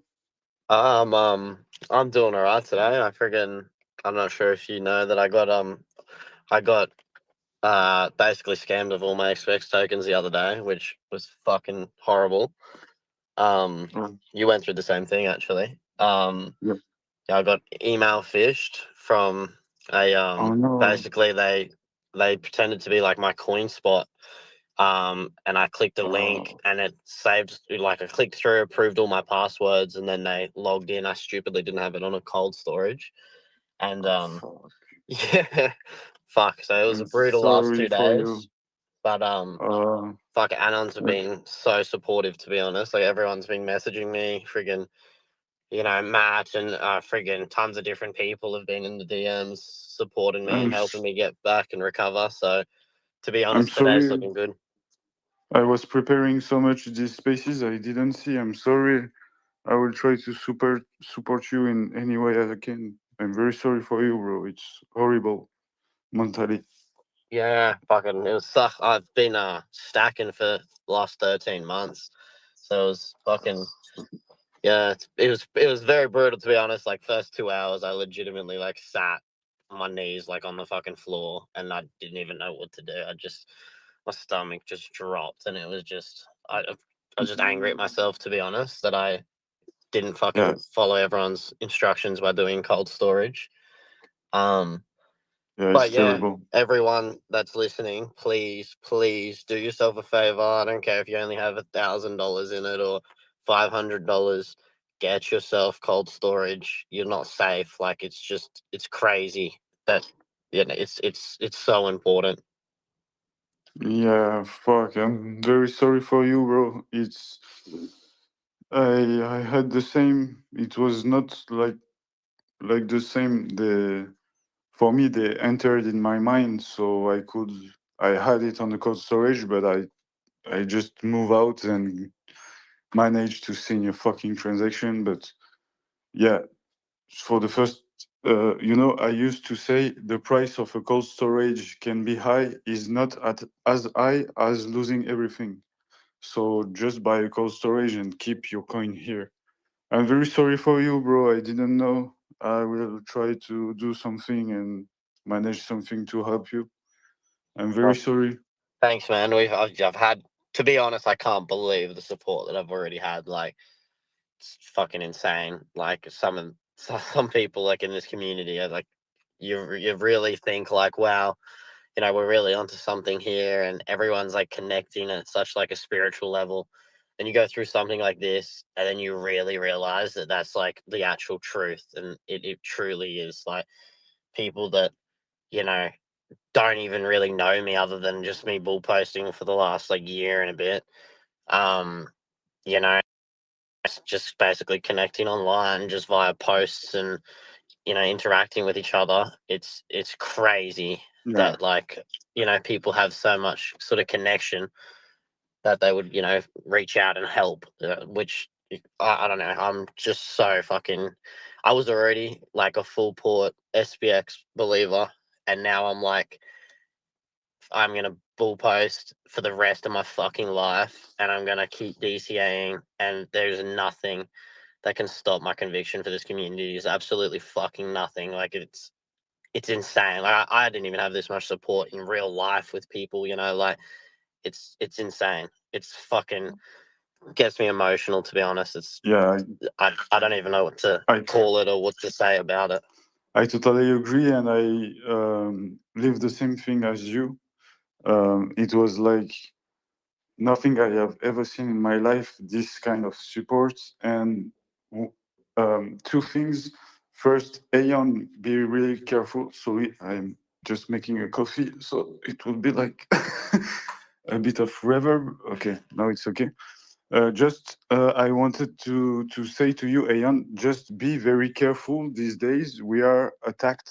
A lot of people know SPX will be big, and they're attacking now a lot of Ayan, impersonating and making scams. So be careful.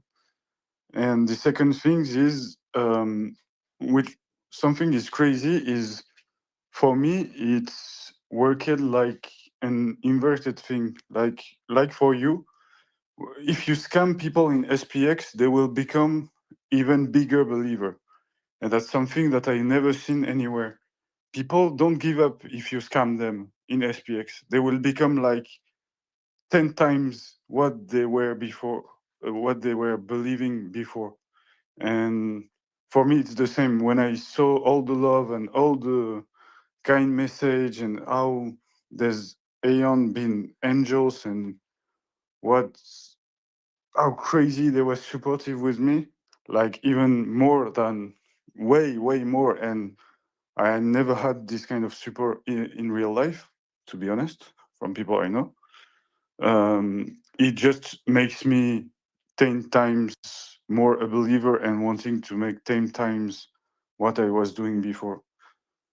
So cold storage, Aeon, be careful these days. And even if you have a problem, we are a family. We are here, all for the others.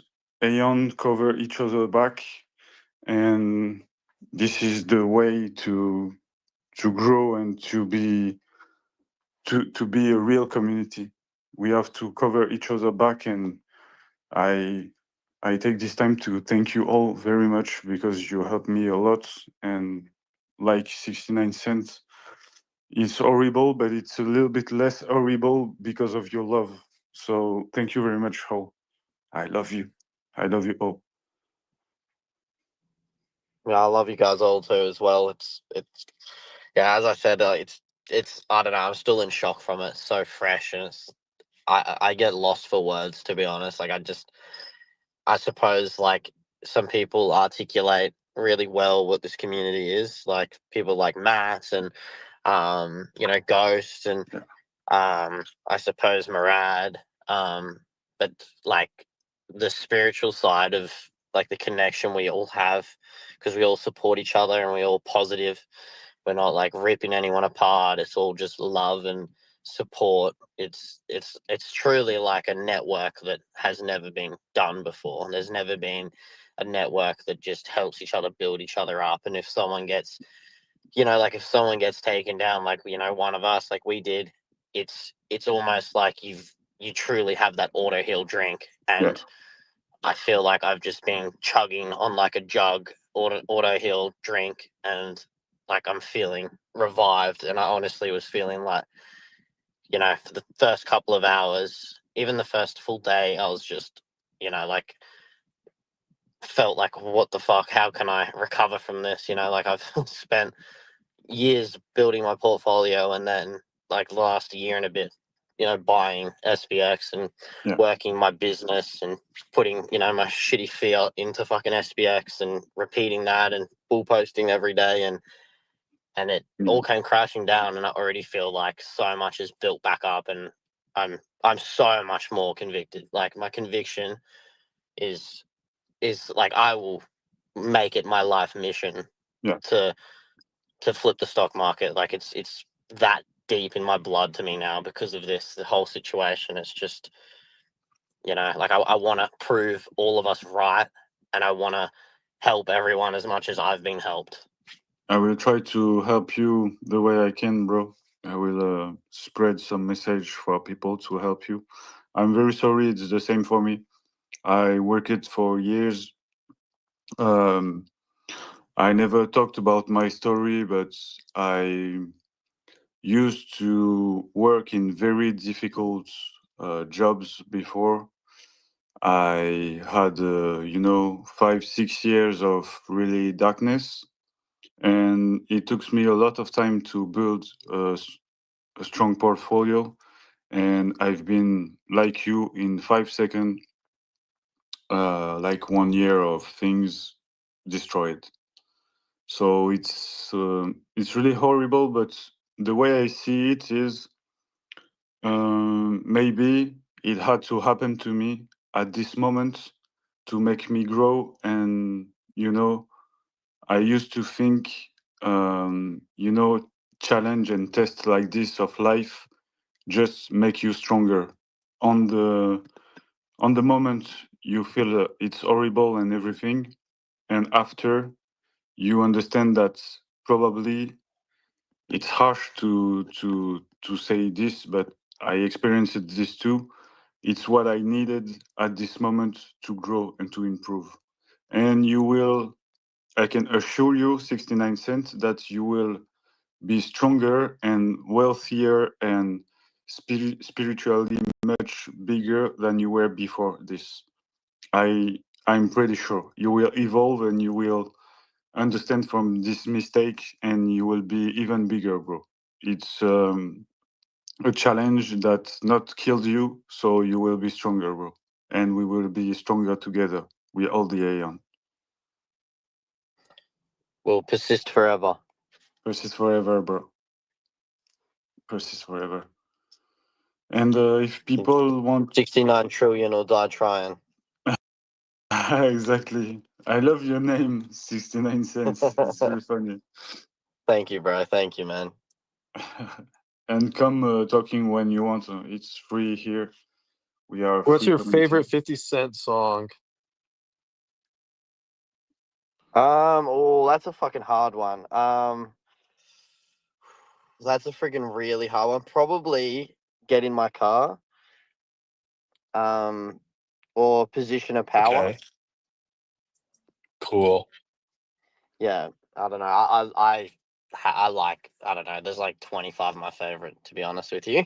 I grew up on this shit. My brother he's like 32 at the moment, and like growing up, we just like I'm 27, and we just bumped this shit all the time. We thought we were like proper gangsters when we were just like little white boys, friggin' from Australia. But Yeah, I was gonna say, dude, you do not sound like you're from where Fitty grew nah, up, dude. bro, nah, definitely not. I grew up on that rap stuff, but no, I'm as white as chalk, bro. But yeah, yeah, I love it. I love 50 Cent. I've been to like 2 of his concerts.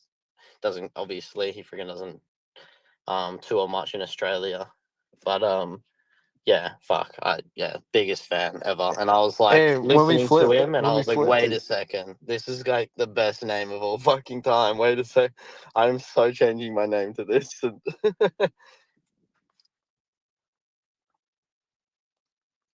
Cheng, yeah, you've heard? we'll get him to change his name to 69 Cent when we flip the stock market. We'll pay him. Cheng, Man, you have We'll get to. all his masters. Cheng, you have to make a picture to say SPX is a 50 cent coin. You have to make an image now. Like it's it's and it just coded for goes him. so well with like the Get Rich or Die Trying album, like 69 trillion or Die Trying. Like it's just fucking so golden.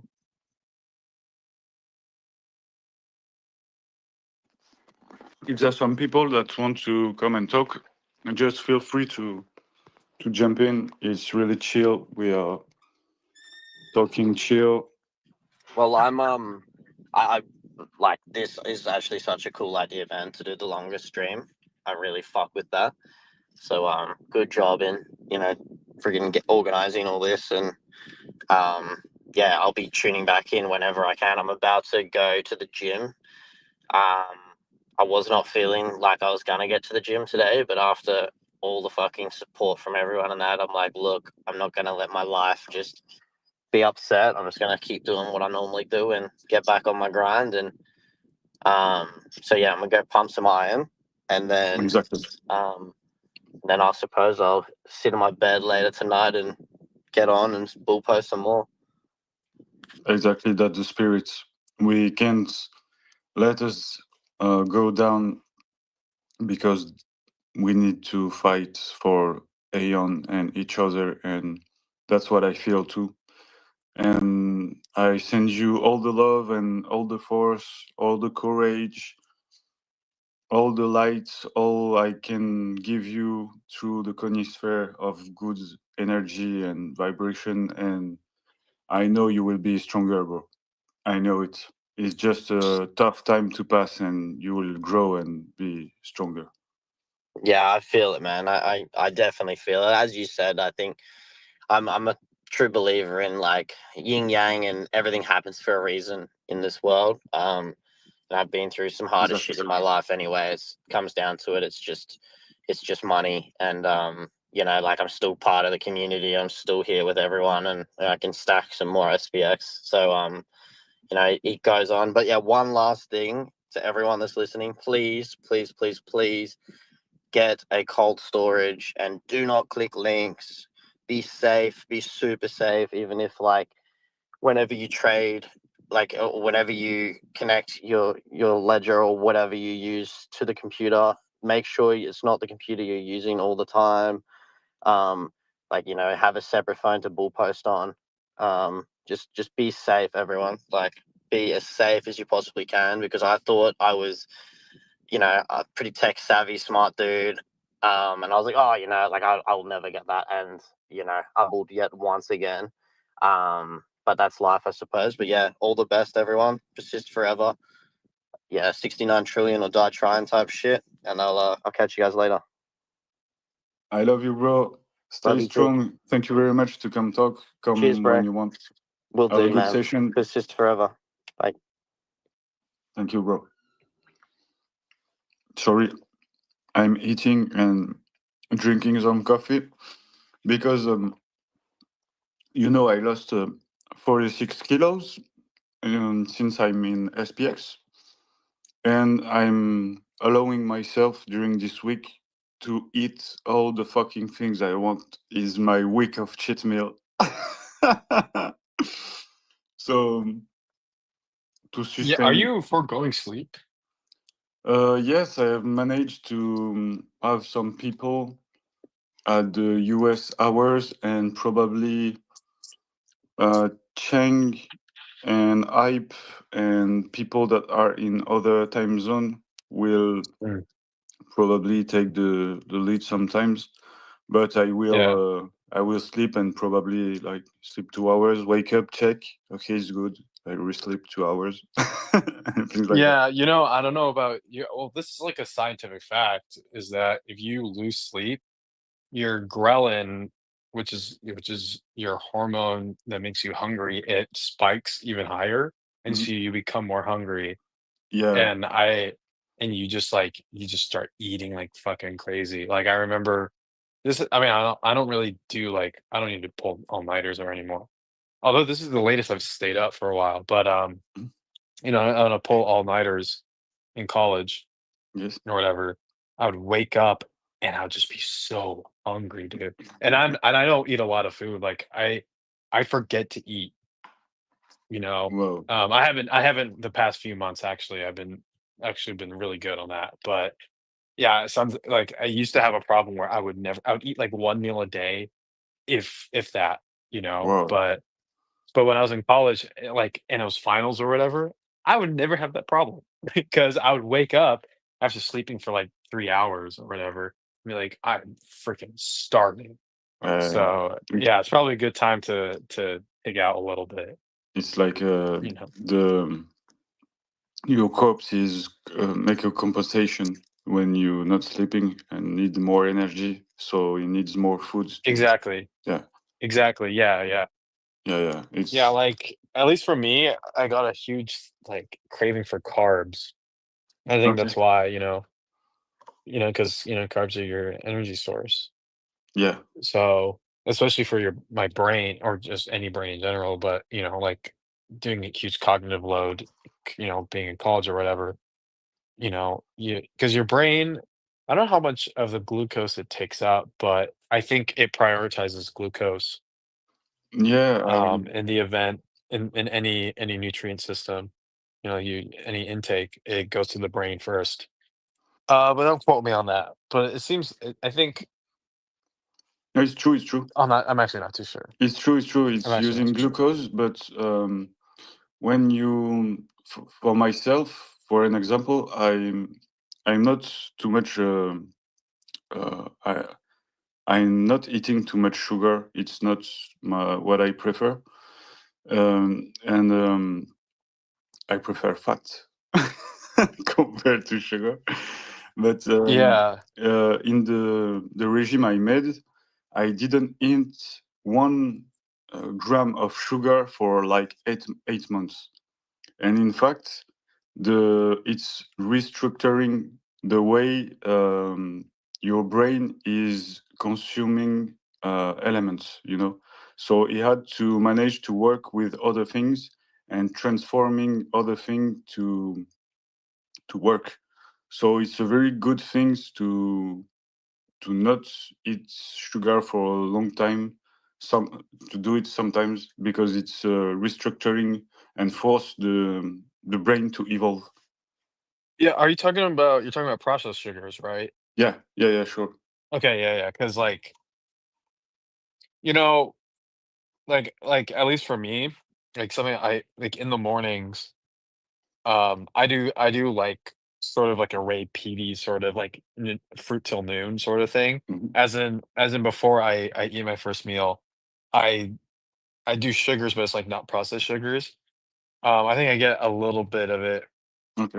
with the drink that I have, but like it's just a bunch of fruit. But I've noticed it's because like when you do fats only, because I'm a fat guy. Okay. I'm as in I like fat. I'm not fat, but You, I like fat. oh, you like me? Yeah. Yeah, Okay. yeah. So like I always put like way more fucking butter or whatever than you're supposed to do. But I use good butter. Like I use like ghee Okay. and clarified butter, beef tallow, or whatever. Okay. Nice. Um, but um, yeah, I mean, like having like good sugars like fruits and stuff in the morning has been really awesome because I'll do that and then I'll go work out and I noticed that I used to have energy problems. Also been taking supplements to help with the mitochondrial function, but at the same time, I've noticed that like I don't feel fucking exhausted when I come back from the gym. I think it's a testament to that. That and honey. Honey, dude, honey is so awesome. Yeah. Like, isn't it's just like this perfect food. It literally is perfect in so many ways, and it's like it's a miracle how it's made and everything. Yeah. But yeah, like doing a lot of that, I think is pretty nice. And I think, you know, if people like they're like not necessarily for you, but I think some people when they're like they have a sweet tooth and they like sugary things, like I'm not a nutritionist or anything. But if I was one, I would say first thing you should do is just every single time you want to eat a candy bar or whatever, eat a piece of fruit. Yeah. And I promise you, your brain's gonna start liking the fruit more than candy bars. Because you are designed to eat that. You know what I Yeah. mean? It's a. Like the fruit was designed for you to eat it, and you were designed to eat it. You're gonna enjoy it more. I think it's a And different. and once in a while, I'll have your own shit, but yeah. It's a different kind of glucose. It's like fructose in fruits, so it's Mhm. better designed for us. But I like Yeah. to. Well, it's like a primer. It's like it's the balance of glucose and fructose. Okay. Same thing with honey. Yeah. It's because you need a good balance of both for your body to intake. But when we are talking about that, I'm literally eating some chocolate in my coffee. Some transformed Eh, sugar, horrible Kinder fucking shit in my coffee. And it's really cool sometimes. I mean, are you eating like a full? Are you sticking a whole like Hershey's chocolate bar or Yes. Kinder or whatever into it? Like, if you're not doing that, I think you're chilling. You know, that now Starbucks, listen up. Okay, I just gave you a brilliant idea. Okay, stick a Hershey's bar. You know, in the man. That just got me thinking. So, like, I have a thing where I hate plastics, like heated plastics. Okay. I find the whole thing just to be like so scary. Yeah. But Yeah. Actually, I don't know where I'm going with this. It's 3:30 in the morning. Okay. But yeah, I was just gonna say like coffees that do that. Mm, You know, like why would you make a heated coffee and then put it in a plastic? It just yeah. and then there's this thing in Japan where the coffees at the kombini they're like heated, and also in the vending machines they can be heated, but they're made of plastic, and it like I think it's supposed to be like those non-harmful plastic. It was like, dude, you're heating plastic, and it can like flake off, and then the microplastics. It's just like it just seems like a recipe for disaster. Yeah, I've seen studies where in fact it's already over with plastics. We are e- everyone is infected with plastic. They are everywhere. It's our generation's lead. Yeah, it's modifying our Well, DNA and everything. even the boomers that have the lead poisoning or whatever, Yeah, they got plastics in them too. They got both. yeah, You know, there's a sector of the population that has both, that has asbestos, lead, and microplastics all swimming around in yeah. their body. And I shouldn't laugh because it's like that's It's fucked up, horrible. Yeah, but it's just like astounding that as humans and we create like new systems, like materials, and we go, this new age thing is going to be awesome for us, and it just turns into be a yeah, disaster, and it will just it's like almost like this never ending thing, and and I I don't know if it'd be Gen Alpha or Gen Beta or whatever, but they're gonna have their own thing. I think it's gonna be like NEMF, like electromagnetic frequency stuff. You know, like they're like in the future they're gonna be like, "Hey, idiots, why didn't you Faraday cage all your shit and you slept with, your phone next to your face and you just microwaved yourself, yeah. with all this, you know, EM EMF, um, I've waves and s- stuff." yeah, and I can bet that um a lot of these companies that are doing this plastic stuff and all the shit are in the 500s.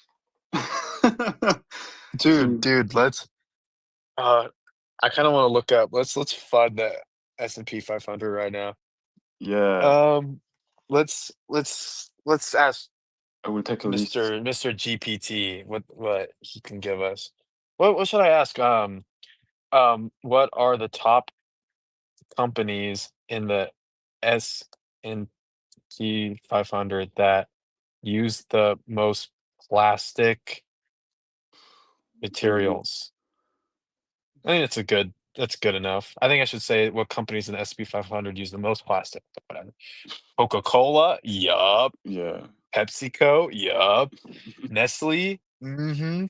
Oh, Danone, Danone. yeah, making all I the don't know. yogurts and things like that. Oh, really? Yeah, Do they do Yoplait and stuff? yeah, there are a lot in milk business and things like that. Mm, interesting. Then there's Altria. I don't know what the fuck that is. Primarily in tobacco. Oh yeah, tobacco. Yeah, Cool. yeah. Yeah. I made a post about all the like a week or 2 weeks ago about all the sectors in the SP 500 that are literally against the regular people, using um, using controversial way to make business, like don't giving a shit about norms for health or destroying nature or and it's crazy the number of sectors. I think there is 20 or 25 different sectors that are totally killing everything just to make money and that are related to a lot of other companies. They have like they invest in other companies that are doing even worse than them. And it's really crazy how the SP 500 is the real enemy. If you really study it, you have a lot of these companies that are evil on earth that in a in a capitalism way, it's what the capitalism do of worse. It's crazy. All the you have all the foods. I can maybe find the post again so we can fud properly these guys. This. Yeah, we'll say they all fucking suck. Yeah. Like you can't like you just gotta be like a certain kind of psychopath Yeah.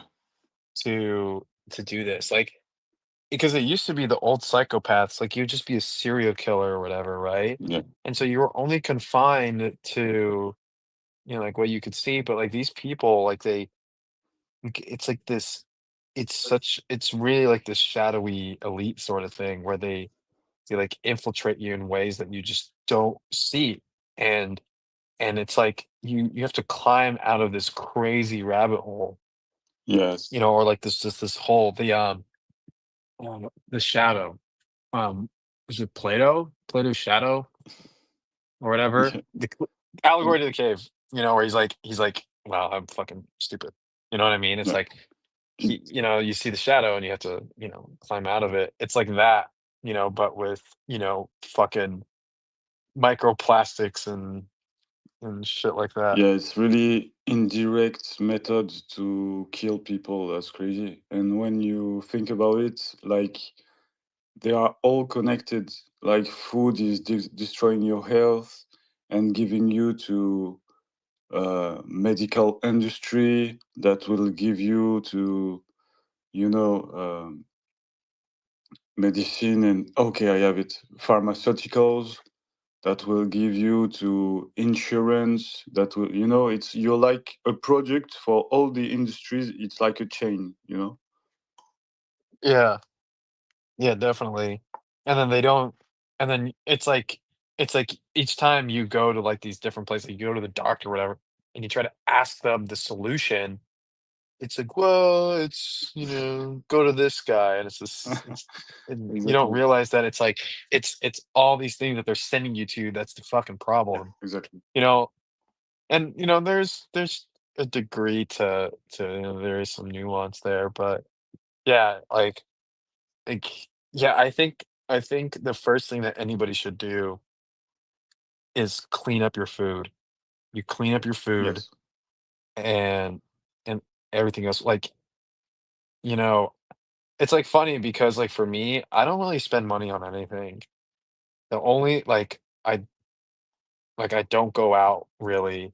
If I go out, I'm getting good food. Mm, It's almost entirely on food and on cooking or whatever. yeah.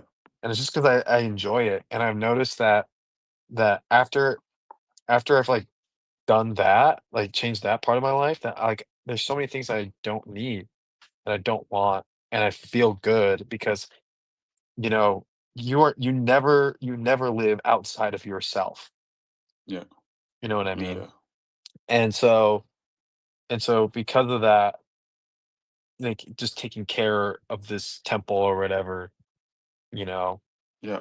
But it's it's like like you have to everything else kind of like falls into place. understand that you have to clean your body. It's like you have to clean your head before or something like that. To Yeah, right. understand But that. it's like a catch-22. How the hell do you clean your head if you're getting poisoned or whatever by your food Yeah. It's and all this stuff? yeah. It's like a simultaneous process. You understand Yeah. in your mind and you stop it physically, and you have better thoughts after cleaning your food, and it's the virtuous cycle that is initiating. I find the thing I wrote. There is like a lot of you have. I will just announce all the domains so you can really, if you're not already convinced that the 500 is the enemy. So we have the pharmaceuticals developing drugs and vaccines, inflate prices, limit access with patents, push aggressive marketing and exaggerating benefits. We have the famous one, Pfizer, Moderna, Johnson & Johnson, and we have other. So only this is responsible for I don't know how many deaths in United States and other countries. Even only, I don't want to, it's not the, it's not the conspiracy theory hours. It will be Monday, but we'll learn Miss Fonzie. But the COVID was really a big mess, and I think a lot of people lose faith. A lot of regular people and people that were not that way before. I see it with my parents. My parents was not so much counterculture and against the system, not that much. And when they saw what happened with the COVID and how everything was faked and how a lot of things were not seems to be and not what the government told us, they became like full counterculture after. And I think it's one of the things that is fueling SPX2. People are slowly waking up of old ideas, and that's why this counterculture thing is coming back, make a comeback, because it was a little bit, at least sleeping or disappearing from like the 15 last years or something like that, since probably Bitcoin and open source movement. I didn't see so much there's counterculture because it was really, really famous at the time of our parents. You had all these punk movements, all these, even the EP movement was in a way really counterculture against Vietnam, against governments. And in the past, it was really famous, this kind of movement that SPX is, inheriting. We are like, in fact, is really something that was always in history. But I think probably because of technology and people massively becoming all the same because of technology, interacting with phones and algorithm, this lose a little bit of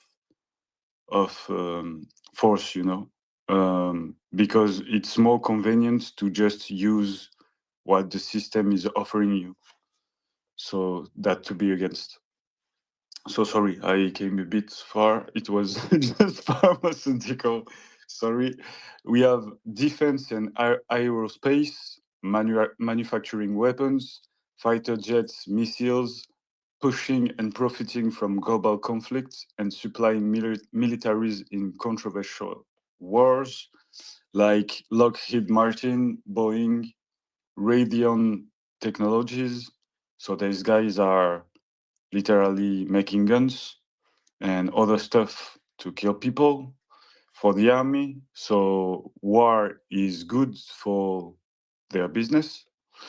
So for them, a good war is good amount of money to make. So we have the oil and gas industry extracting and sell fossil fuels, driving climate change, pollution, and environmental damage through drilling and spills. We have ExxonMobil, Chevron, ConocoPhillips for the biggest, and a lot more. We have big techs, our friends, building digital platform and devices and collecting massively user data, enabling surveillance for government, and a lot of them are dodging tax, like Meta, Amazon, and Alphabet, which is the home mother of Google. It's only four of a lot. We have all the I will not make all the description. I will just list it because it will be too long. We have like financial service, like investment banking, TradeFi, offering risky financial products, organizing market manipulation, and that I've been caught for, I don't remember the number, but I have made researches that I've been caught for a lot, like I don't remember the number, like 500 500 or 600 or maybe more corruption case in the last 15 years. We have tobacco industry producing cigarettes linked to cancer and targeting vulnerable groups in marketing. We have fast food and beverage and food industry in general, selling cheap, unhealthy foods, contributing to obesity, diabetes, and environmental waste. We have mining, extracting minerals and metals. We have chemical, manufacturing pesticides and industrial chemicals, leading to soil and water pollution. We have all the agribusiness, agriculture for farming, pesticides and causing deforestation, and doing monoculture that is killing the soil. We have all the retail sell mass produced goods like Walmart and all the chains like this. We have alcohol industry that are promoting brewing, distributing, and promoting alcohol. We have all the gambling industries with casino and betting platform, encouraging addictions and final ruin for vulnerable individuals. Sorry. We have something I didn't know is private prison that seems to be a good business too for them, running detention facilities, profiting from incarceration, and offering poor condition of detention. You have all the waste management, where people are saying they're recycling and they're just putting on the ground and taking the money. You have all the real estates that are inflating price for nothing for regular people. We have all the insurance that are unfairly practicing some various strategies to make money. You have all the media domain producing content and spreading misinformation and sensationalism, news, polarizing society. You have, I will stop because there is a lot more, but you understand that these guys are not good for you, for your children, for our future globally, and the 500 is the real enemy. In fact, they put all the devilish company together, packed them into an old index, and say, hey, you can make 10% a year on this. That's cool. Are you listening me? Is everything okay? No, you're good, dude. Yeah, no, that Okay, was. okay. Sorry, no, because Is this so true? No, you're good. You're good. Was there no, more? no, because Andy sent me. Sorry, that sounded like I sound like an asshole saying No, that. No, no, but don't worry. Because Andy sent me a message like asking if the space gone, but no, okay, okay. no, no, Okay. no. You're good. You're I good. just had a panic heart attack, and it's okay. Yeah, so I don't know what you think about this Bript, but I think it's really, you cannot deny that it's the real enemy. Everything is there. Yeah, yeah. No, like it just to be in these, for the most part, in these top companies, it's like you are selling out humanity Yeah, for a I don't know. It seems like you're selling out humanity for a massive fucking headache yeah, because, with a fancy car and house or whatever. and and it's funny because it's like these people, regardless of the quality of what they're making or whatever, let's give them the benefit of the doubt. They work hard for sure.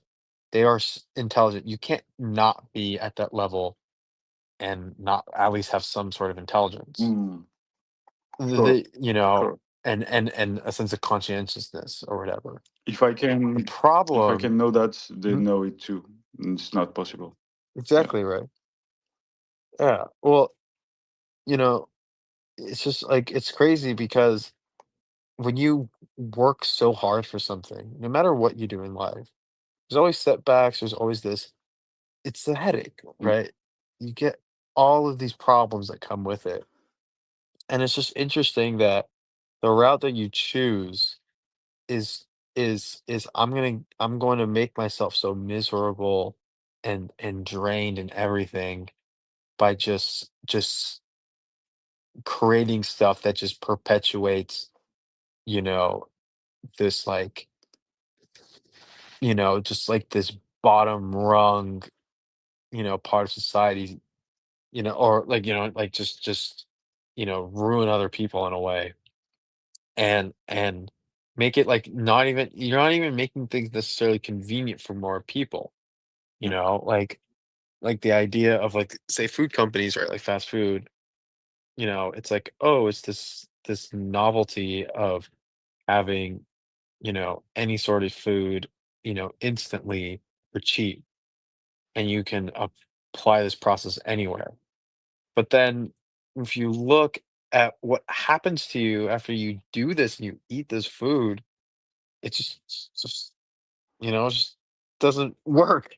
It's Mm. like you make people less productive, you make people do less of that, and it's just disappointing. Yeah, And it's and sorry. y- that's okay. It's just like, but like you're doing this just to get what though? Like I get like you get, the fancy car and all this stuff, but like you're miserable, dude. Like, like I grew up in a pretty wealthy area. Not like I wasn't, like posh or anything, but like I knew people whose parents were freaking loaded. Yeah. And you talk to them and you see them and they look so defeated all the time because, they have all they got so much shit to worry about, Yeah, you yeah. know, and everything. And they do like they never did a blood soul selling contract, but if there were it, but they're doing like an analog to it and you see it and it's just like, dude, someone needs to give you a hug. Yeah, it's You know, but it's just it's like there's you're talking about counterculture earlier, right? yeah. And it used to be that counterculture, it was a weak thing because all these people that were a part of the counterculture, they really didn't have a moral backbone. And Yeah. what you saw that they were fighting for they weren't really fighting for anything. You know what I mean? There wasn't this like it just didn't feel like it. It's just like dude, like look at the 60s. It's like, well, yeah, you were counterculture, but it's like what did you make of yourself? Yeah, yeah, yeah. It felt like they were making nothing of themselves, Yeah. right? And it became evident and you see like this lack of this moral backbone in society as generations went on.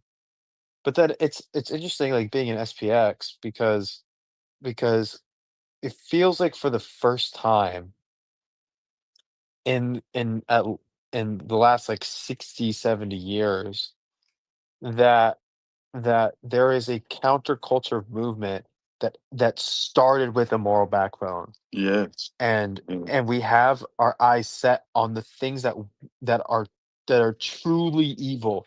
These old countercultures, it was like, well, what are you really fighting against that's evil here? I don't really know. Like I still can pinpoint like, yeah, there's things on war and everything. And yeah, but that's every isn't like couldn't you say that about any sort of society, ever, that there was people that were against war? Like people, like it wasn't like people just woke up in the 60s, and after World War II and were like, oh, war is bad, like people dying Yeah, and all this is like, no, like obviously even before then, for thousands of years, people understand the concept exactly. of the problems with violence. But it just felt like even it was just weak on every other basis. But now it feels like it's like we've clearly defined the problems here. We've clearly defined all this stuff, and now we have and we've defined not only the problem but also the solution, and we're going to build towards that. Yeah, And and yeah, like we're going to do this thing, and we just have power of the cognitive spirit to lead us. exactly. I really agree with what you said, and it was just make me think that at some point I used to read some writings about um, I don't know how to say this how secret services and things like that used to kill movements, and something we really need to be careful of is as our power is in the community and in the people, the weakness can only come from this side too, because what they used to do is like sabotage and making dissensions, like provoking fight against people inside the community. And I think this is the only aspect we really have to take care, is to stay united, and if we have problems we have to discuss it. We don't have to put the problem uh, you know um, to hide it, because it will just grow in the dark and be uh, worse after. So sometimes we have to talk difficult discussions, but it's good for us. And I don't know, your discussion just make me think to this, and how the kill movement and the only danger we could face. Yeah. I mean, if you look at the names of the devil, one of them is the scatterer. And one thing that, like this, even if you don't believe in it, just let's just take the metaphor here, that one of the things that evil truly does is it takes these aspects, these little weaknesses, and they tell you they it uses that, and it tries to spread a gossip or something like that. It's like, did you hear what this person says about this person? Blah blah blah blah blah, and you just start a little, you know you know this like little gossip thing, and it just spreads, and it eventually becomes a cancer, and Yeah, and it's divide everybody, and everyone lives in their own island. yeah, And at the end of the day, and it's the island of belief and of goals and whatever, yeah, right? exactly. Thank And you. the thing to be cognizant about is, when you hear someone speak about someone else in this space, is you gotta be really discerning on whether that person is saying that because they want to see that person become better, and they're giving like fair judgment, or they're just saying this so that it becomes like this game of enemy of my enemy becomes my friend. Yes. And that is really, you know important. And the thing is, one thing that that in the past that they had that you can't do now, at least say in SPX, is that's like, it was like these small communities of people, but they were all together in the same physical location. It was all in the United States, blah, blah, blah, blah. They all spoke English, and they all have this one culture. Yes. In SPX, though, we don't have, it's not like that. Yeah. Look at the map. Who does the map again? Ilya, maybe? I think it's Ilya. Whoever does the map. Yeah, the map of Aeon on. Yeah, yeah. Well, if you look at the map, look how vast it is, and those are people that input their stuff, not even the people that don't, right? Yeah. And so how are they going to do that on a global scale and hit all these different places? Yeah. But that's very true. But not to get overly confident, you got to stay vigilant and all this stuff, regardless. Yeah. But being the fact that we're decentralized and truly decentralized and everything, they're gonna have to work 10 times as harder to get half the results. Yeah. And so so long as we keep doing what we're doing, then things will work itself out, and it will self-regulate. And yeah, just regardless of SPX or not, you know, be charitable with what you say about other people. And it's like this concept of the like this. So there's like this master, and he has his followers, and they're walking down the street, and they see this dead rotting dog, and one of the followers just goes, What's that smell? You smell that from the dog?" Another one was like, "Look at its rotting body," and all this. Another one mentions there are all these flies everywhere. Yeah. And the master turns to them and says, "Look how white their teeth are." And they all stop, and they try to wonder. And really the moral of the story here is that it's like you can find all these things, the smell, the rottingness, and everything. Yeah.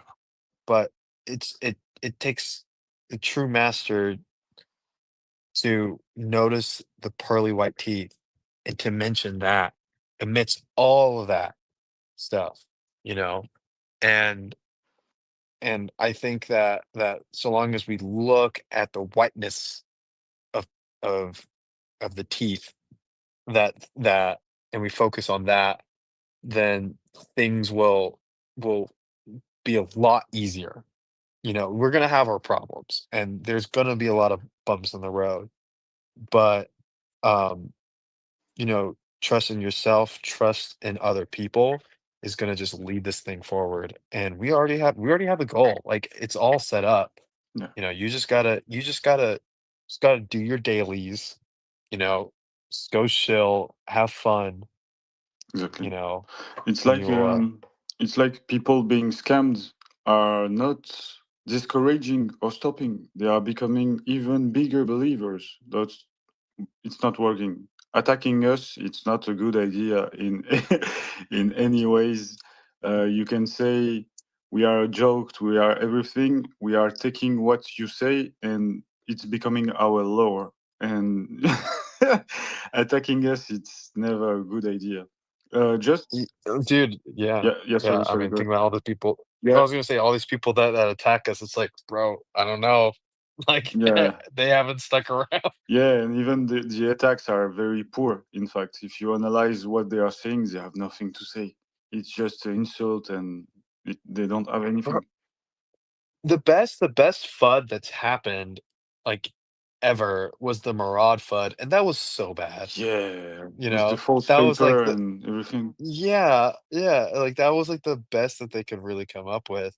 Maybe. And it's funny because, like, it's like, dude, even if Murad sold, it's like that doesn't matter. Like, Yeah, he could sell at any point. yeah, And it's like, dude, if you're here and you sell because Murad sold, then You were then never a believer. you weren't. Yeah, You never you missed the mark. yeah, It's like you're here because you see $69 trillion, yeah. and it doesn't matter. You see him sell what is it, 3% supply or whatever. It's like you see that and you go, more for me, and you buy that. You buy it up. You say, hey Murad, give me that money. Like let's do the over kind of deal, me and you. More supply for Right? me. Like that's exactly like that's what you gotta have. And then you go, haha, you're an idiot. You sold when you could have stuck around for 69 trillion, Yeah, exactly. you know. Cheng, you want But It's to funny. talk? I was gonna add on to that, Murad FUD. It's funny because they added like a fake Anne Hathaway Telegram account into our group, and that account was the first to FUD it, like saying that, oh, Murad is selling. I have insider sources, and then that account posted a screenshot of a group chat called Jews Insider, and then it's like people sharing images of Murad selling on a contract. Yeah, And it was funny because we were, what's it called, shilling SPX by saying that Anne Hathaway joined the Telegram group. even the contract thing was very poor and bad. If you used to contracts and everything, it was clearly looking that it was fake. Yeah, yeah, it was like funny because it was like a crumpled piece of paper, and it was like this like and a badge weirdly formatted and a email. fake badge. Like they it, did it it. was a crumpled Yeah, piece well, of paper. They laminated it. yeah, dude, it was just and yeah, they had the fucking the galaxy what am I trying to say? Name card or Yeah, whatever. Like the badge, the galaxy badge. But it's like dude, like you couldn't even take the time to like look up like a Google Doc template for the email. Like you look like they like typed it all out. I would. And they it's I just found the crumpled part of it so funny. Like the guy who took the photo was like, it's like, we gotta make this believable. It's gotta look like it's got passed down from people. Let's just crumple it a little bit, And it felt like, if you ever done this as a kid, like I attribute to like when like it used if you wanted to like make paper look old, like old timey paper or whatever, like from like the 1700s or whatever, like you'd spill the ink on it, and it got burned a little bit from the candle, and so like you would, you did. It's what it felt like. It was like some school projects that, but it was like from modern day. I would. How much But do you think they need Cook and Link to FUD it too? Because they actually FUDed it too. dude, I don't know. Probably way less money than we think. Yeah, it was. It's probably like like I, I don't know. It just seems like when it comes to like people that do this kind of shit, like they get paid promotions or they pay for FUD. It's like if you really looked at how much money they made, it would just be so depressing. Yo, Like you'd be like, wow, like you're doing this for peanuts, dude. probably people making this to short leverages, probably. And Yeah, well, I guess you entered a short position Yeah. before that. rock and roller, hi bro. If you want to talk, just join the conversation. Hey, Jamin. I'm actually here with my dog, chilling, and also listening to you guys. But yeah, really nice what you're saying, and I fully agree. I mean, I joined quite late actually. SPX. I joined like in I think it was May, so now it's like 4 months. Okay. And yeah, I mean, I've been following SPX for many months, for a year almost, and then I really just like the energy. I think the positivity, the vision, and yeah, and I think it's also really something I was a bit missing out there, like just like forgetting about always this like daily checking the prices, whether it goes 10% up or not, but just like hanging out together, building stuff, amazing videos. When I see these videos, I sometimes download them and I send them to my friends on like WhatsApp because I just think it's like they're so good. and it's really just like I mean, sometimes also I just listen to the music and the words of a video without looking at the video, because it just like makes me so kind of locked in with SPX. And yeah, I think this whole I think new world where I think technologies, like my vision, like long term, is that we hoped that technologies would like unite people, but if we look like the last 20 years, I think technologies actually led people to get separated. So we were hoping that technologies would lead people to get together and to have communities. But what has happened the last like 20 years, over the last 2 decades, especially also with the pandemic accelerating that, it I think has separated people. So people are now not going to restaurants, but they order food on Uber Eats. People are not dating live, but they date on Tinder. People don't have meetings anymore in person, but they have meetings on Teams, online. And I think all this has kind of led to people getting apart from each other. So we are sometimes you're physically close with people, and then they are on their mobile phone, which is like it's like a bit scary and crazy. And I think really like long term, I think for the good of the world and for the good of like development of societies and of humanity, I think you need strong communities. I mean, if you look out throughout history, all great things happened thanks to strong communities, united communities. You think about the Romans, you think about the Greeks, you think about the Egyptians, you think about the Aztec. Those were simply communities that really brought humanity forward because they were united and they built a lot together. And I think nowadays this has gone lost a bit. And I have a feeling with SPX6900, I think this is exactly kind of these digital communities that is bringing all this back together. So really having this sense of being part of something, being part of a movement, and more than just like obviously flipping the stock market, and this is going to happen, but it's really having this like sense of we are part of something, we are in this together, we help each other. A good example is when I see like on Twitter when somebody perhaps wrote like a tweet about his like tokens being stolen.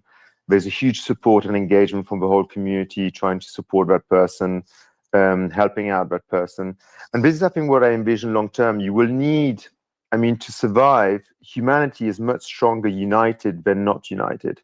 And the world currently is completely losing this unity we used to have. I mean, apart from all the political stress we have in Europe, in the United States, China, Russia, you name it, I think really humanity has simply is kind of falling apart in all different parts of the world. And it's really having this unity that is going to bring humanity forward. And I think blockchain is a technology that can help that. And I think really SPX6900 being on Ethereum, on the most efficient long-term blockchain that there will ever be, blockchain that has survived for over 10 years, never had to stop during over 10 years. It is the blockchain that is going to stay long-term. Ethereum is going to be the base of financial services.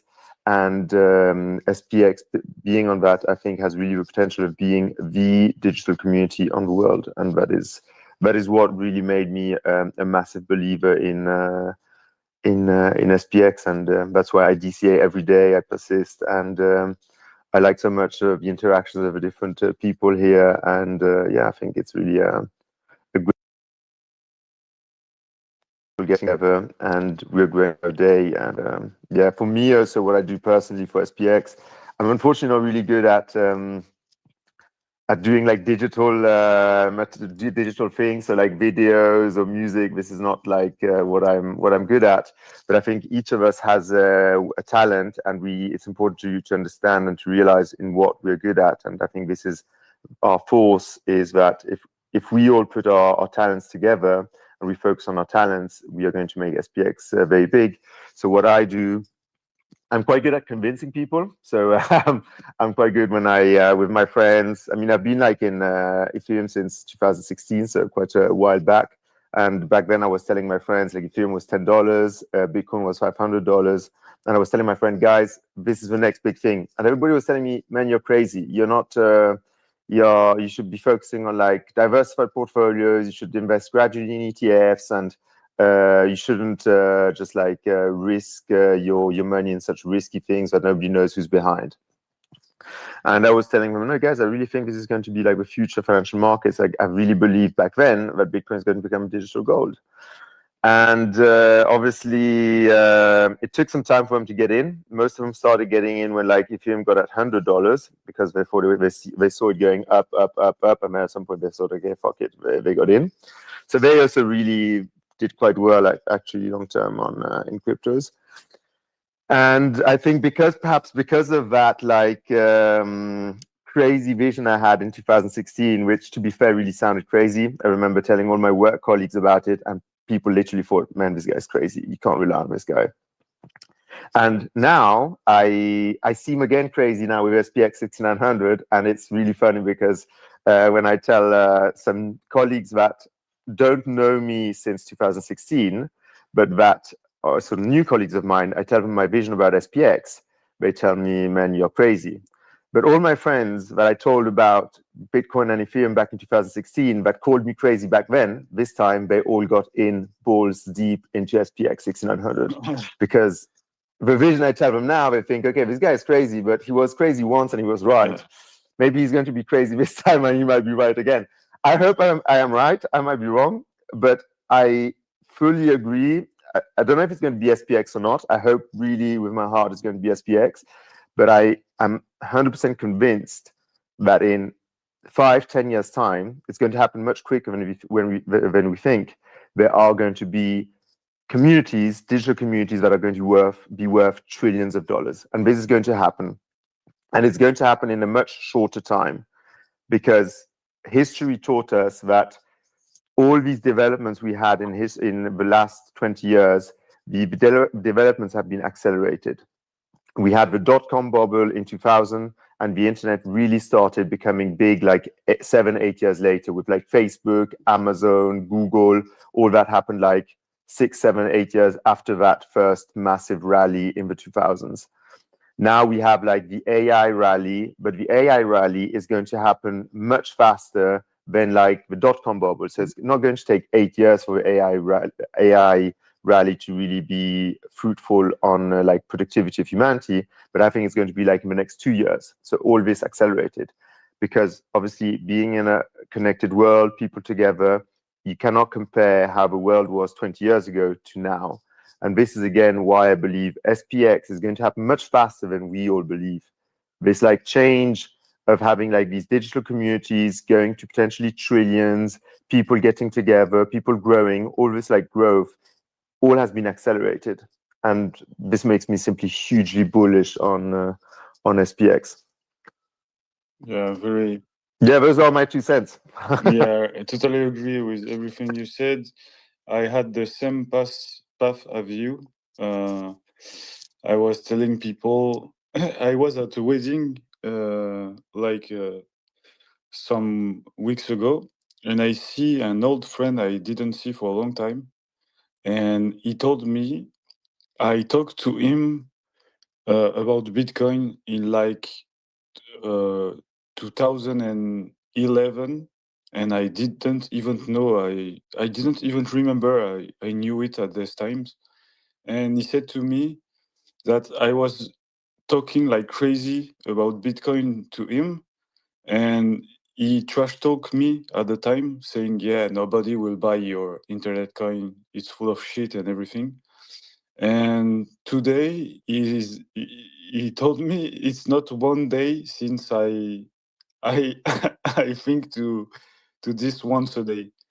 So it's the same path for me. The people I used to say it's the future that once thought I was crazy, now are really listening to me when I talk about SPX 6900.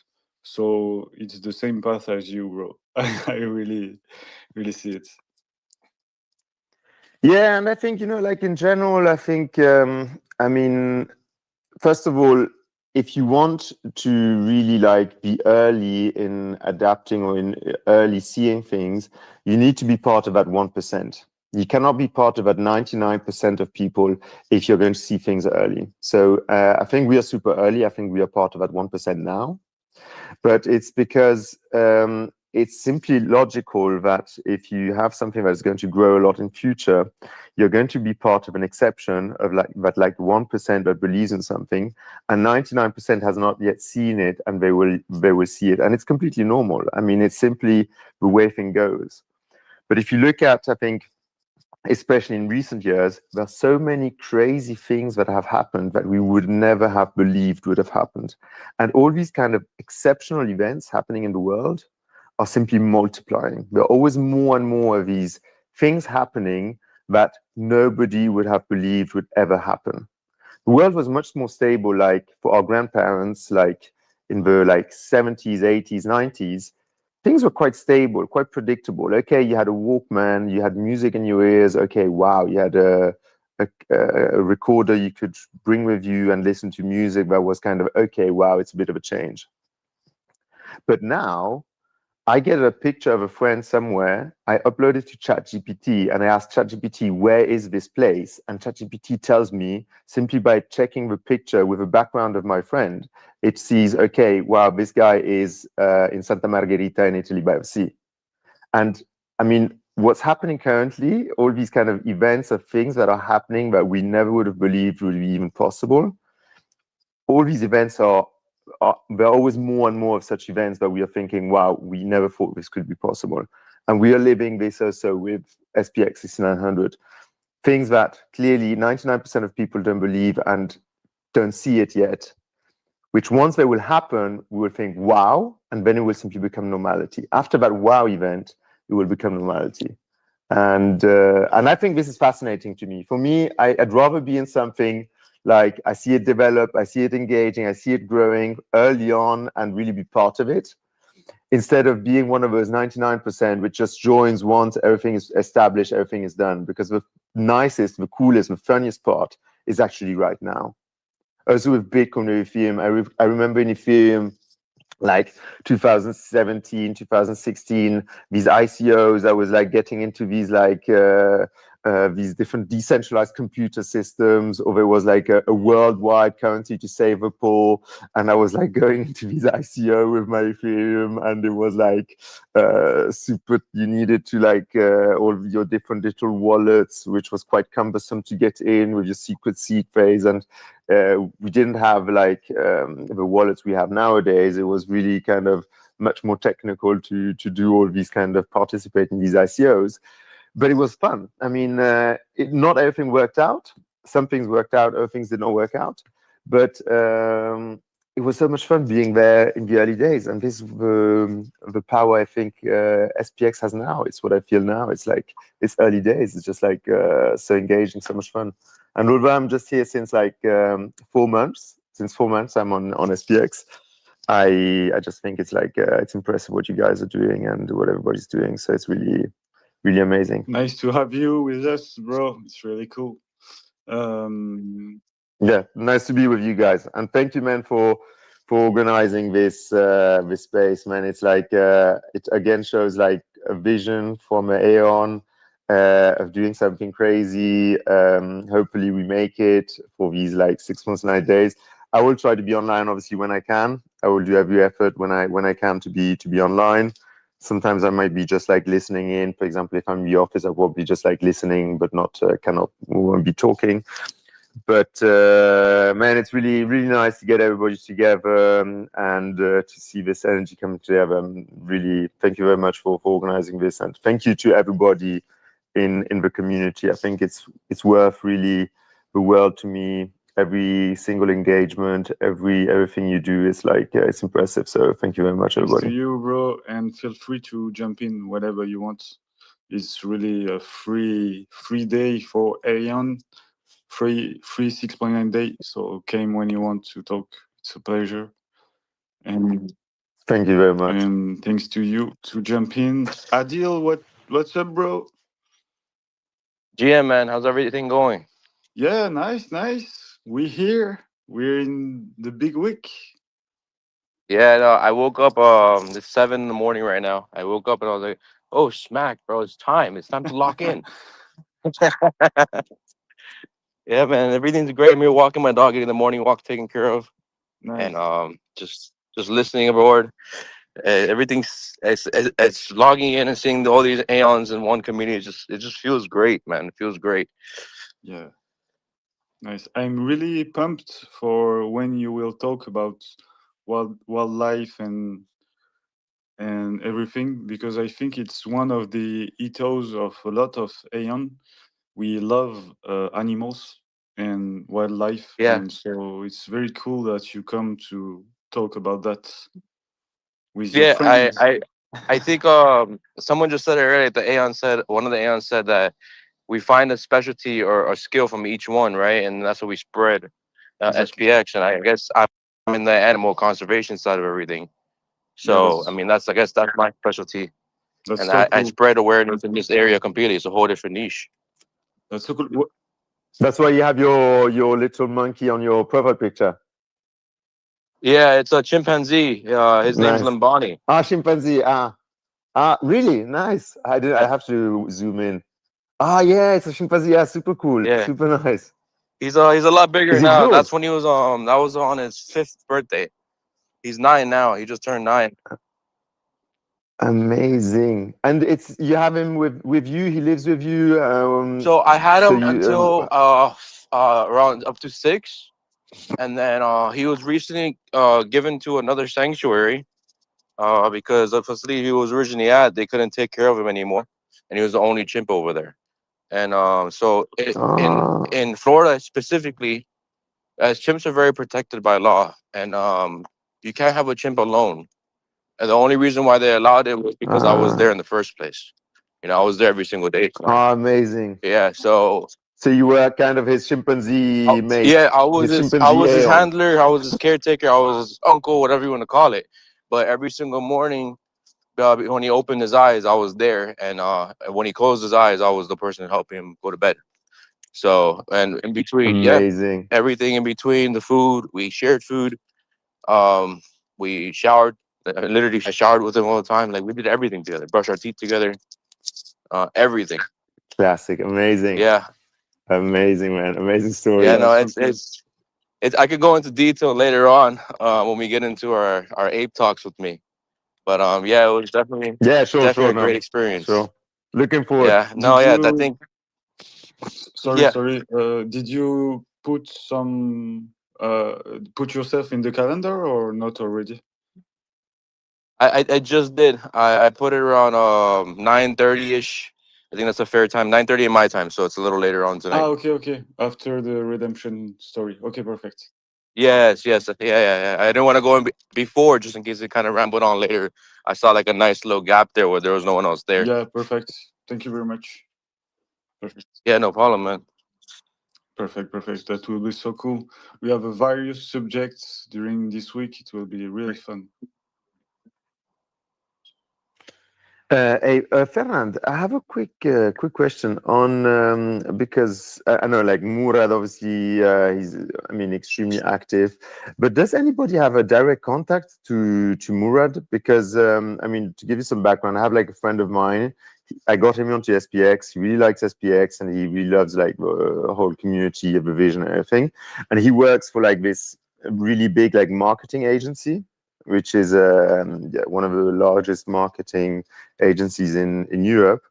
And he wanted because obviously they talk to a lot of like companies from a marketing aspect, and he potentially wanted to have like a chat with Murad, perhaps like organizing some like material for SPX and so on from a like marketing agency perspective.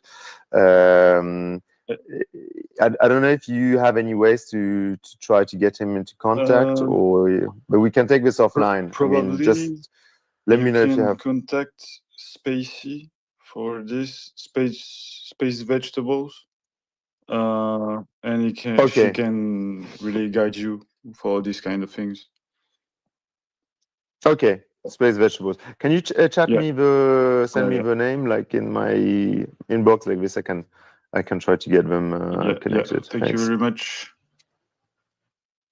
Sure. Okay, guys, I'm going to hit the gym. It was super nice to be here. I will log on whenever I can, and yeah, really fantastic group Thank you here. very much, bro. Feel free to jump in when you want. It's a pleasure. I will do. Looking forward. Take care, guys. Have Cheers. a good Thanks. session. Bye bye. Thanks. Ciao. I'm just searching to send Spacey, but in like 30 minutes we will have our first talk with my students. That will be the first activity ever on this space organized. We are a 3 hour and a half of space. It's the beginning, and everything going well. Hardware is working. Aeon are amazing. Everything's fine. Everything's green. So that's very cool. And feel free to talk if people want to come up. Here I see a lot of people I love. Arcan, Sub Chicago, 1000, Munchies, Hype. Everyone, if you just want to come and talk, it's really free. You just ask the microphone, and I give you you can talk. And if you're too shy, I will organize in few hours the space baptism. If if you're too shy to I come like and that. talk, and I will ask to people that never been on spaces to just jump, just present themselves for like 1 minute, and after I will make a little benediction for you, and you will never be feared to jump on a space ever. Yeah, I think it's very important that anyone who's never been on it just kind of just speaks up when it's time. It's no pressure. But Yeah, when you do, especially with the SPX community, no one's here to judge you. We all actually were here to listen and pay attention to whatever you have to say. exactly. Just for you to know, 1 month ago, I never been on a spaces ever in my life. Ideazar just told me to jump in on at the beach Wednesday, so I jump in, and I was like surrounded by all the legends in SPX, like Nicole, Mung, every OGs that just came in, and I just could talk to anyone. So I've been baptized that way. So 1 month ago, I never been on any spaces, and 1 month after, I'm organizing the longest. So don't be shy, guys. It's really nobody will judge you. We only just talk. We are humans like you. I'm retarded, so it could it will make you in confidence because I'm always the lowest IQ. Don't worry, you will not be. So if someone want to jump in and talk, feel free to jump. It's It could literally be about anything. Like if you have a question or an idea you want to share, exactly. your daily experience, like what you experienced today, how was your Saturday, anything. If you need just to How was talk your about, sorry. Nothing. I was just being stupid. So yeah, anything if you need just to talk, to not be alone, if you just struggling with something, we have someone. There we go. Hello DK, how are you, brother? You connecting? You can talk. Hey, good morning, everyone. I just woke up, so kind of tired, but Yeah. it's nice to see this space going. Thank you for being here. Yeah, I'll be working on a video today, so I'll put together some Nice. pictures, and I'm gonna put together a little artificial intelligence video. Nice. I'll post that this afternoon. And I'll be Nice, listening to thanks. this space. And like I said, I'm just waking up, so I got stuff to do. So everyone have a good day. And yeah. Thank you very much, bro. And feel free to jump in and come when you want, whether you have time. Yes, for sure. I will. Thank you for doing the cult labor and making video for SPX. Thank you, bro. It's really nice. We have like 30 minutes before small Udens begin his session. I've prepared a bunch of subjects in a note. Just have to find it. I'm like non-stop checking the hardware if everything is working, but everything is good. So it will be okay. Oh, I wanted to make an OG, an OG time with the OGs talking stories of the early days of SPX, but I haven't been able to manage something. I hope we will manage to organize this during this week. Like, the parents talking to the little assaillant before going to bed, the stories for them to sleep well. Something, that kind of energy I wanted to do. And so I couldn't organize this for now. What I have? AMA. Oh, I have to organize an hour of the future too, with all the people building tech for SPX, like websites and coding things, and like Chiron, like all the people coding to see what they are cooking for SPX.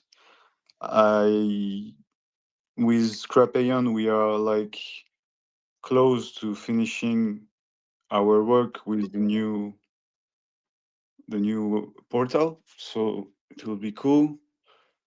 Ozyman, hello, bro. Hello, bro. What are you doing here in this space? Sorry? What about you doing here in this space? We are for now just talking chill, and we will have various activities all along this week to be the longest space ever happened on X. Okay, I understand. So we are talking about SPX6900, the crypto, and yeah, just having chill talks with the big community, with everyone, and it's pretty cool. And I love the fact that we, Adele, I really love the fact that we will have a talks with animals, really, because Oh yeah, stay tuned for that, man. We're gonna have a nice conversation about that. I have a dog. I really love animal, and a lot of people in SPX love animals, so it's really cool. Yeah, I think in XPX, I wouldn't be surprised because we're just so pure, you know. That's probably why I got drawn into it too. The energy kind of let me feel like myself. Yeah, exactly. And So, we have what kind of animals do you work with? So I currently work with dogs now, but my various history was current. I still do it, but I prefer dogs as of right now. But I worked with the chimp, the orangutan, lions, jaguars, hyenas, and I brought them all to my house as babies and grew and made them grow up, become the bigger animals they are today. But Crazy. monkeys, capuchins, pocket monkeys. Dude, I can go on a list. I can actually tell you what's easier for me not to find out what I didn't work with is to tell you what I haven't worked with. because I worked with more animals than I haven't worked with. And the animals that I haven't worked with would be probably a gorilla, and probably just a smaller handful that I can't think about the top of my head right now.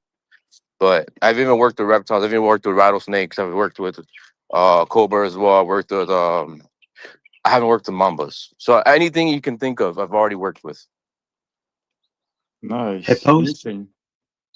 Yeah, yeah, and it's definitely an interesting experience. It's I wouldn't recommend working with just any snake. They're kind of dangerous, but I still did it when I had a caretaker kind of telling me what to do, and I kind of went my way through there. Yeah, snakes are kind of scary. I was actually in South Sudan once because I was a peacekeeper troop there, Okay. and there were a lot of black mambas, and Oh yeah, mambas unfortunately, yeah, 3 people died during my time there. Yeah. So yeah, they're kind of very scary. Like they mambas. hide everywhere. They're dangerous reptiles. They're very fast. They're very they can blend through anything. You know, even the rhino viper is another one that people don't tend to underestimate. It's an animal that tends to blend itself out very well. I've actually worked with them too. I think that's actually one of my favorite snakes, even though they are venomous.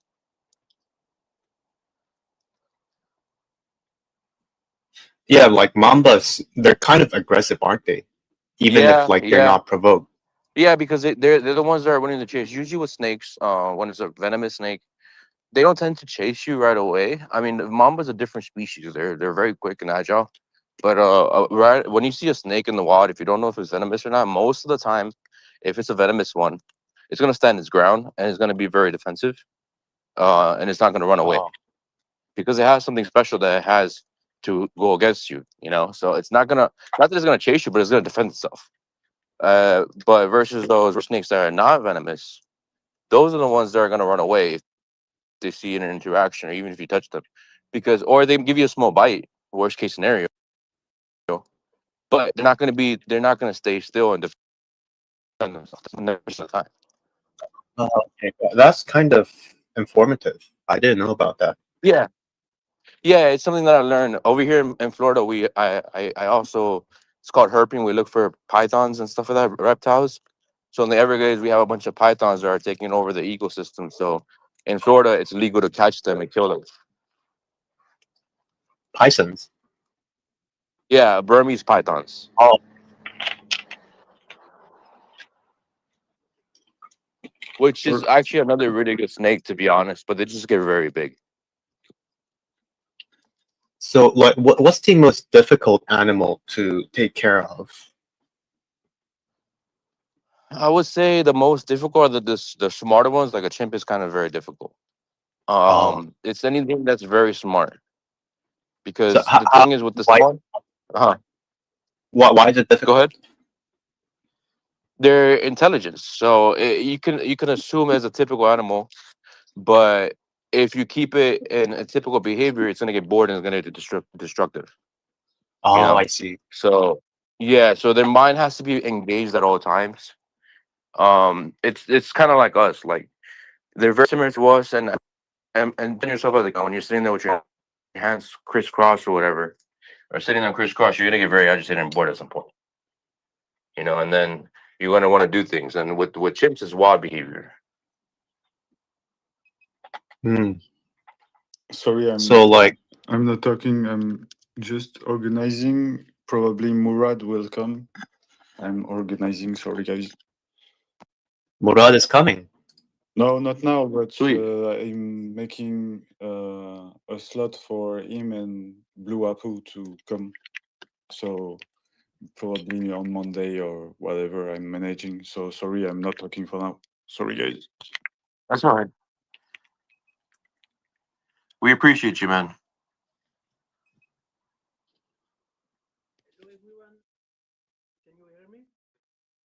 Hey, what's up, guys? Murad here. What are we talking about here? No, the fake Murad again.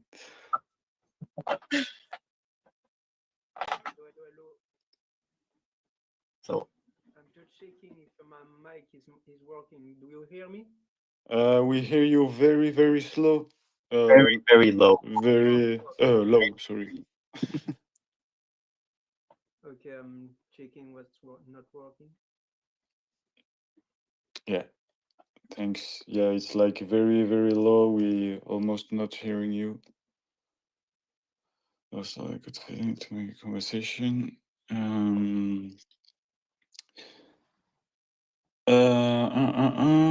Yeah, so we will have an activity in 20 minutes.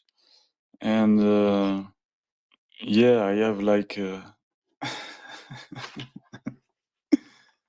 I have like I don't know when I will put them, but I have like gem from Hype, and I don't know if he's here. Andy is not here. Okay, I will put Andy. you.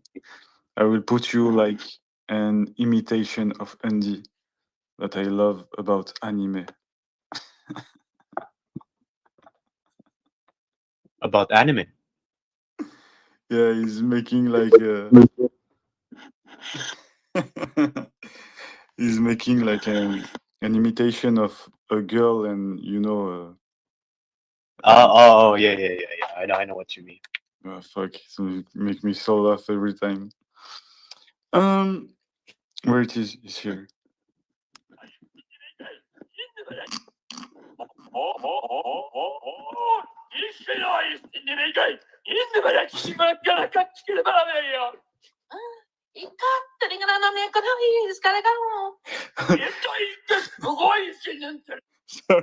Sorry, I stopped it. I will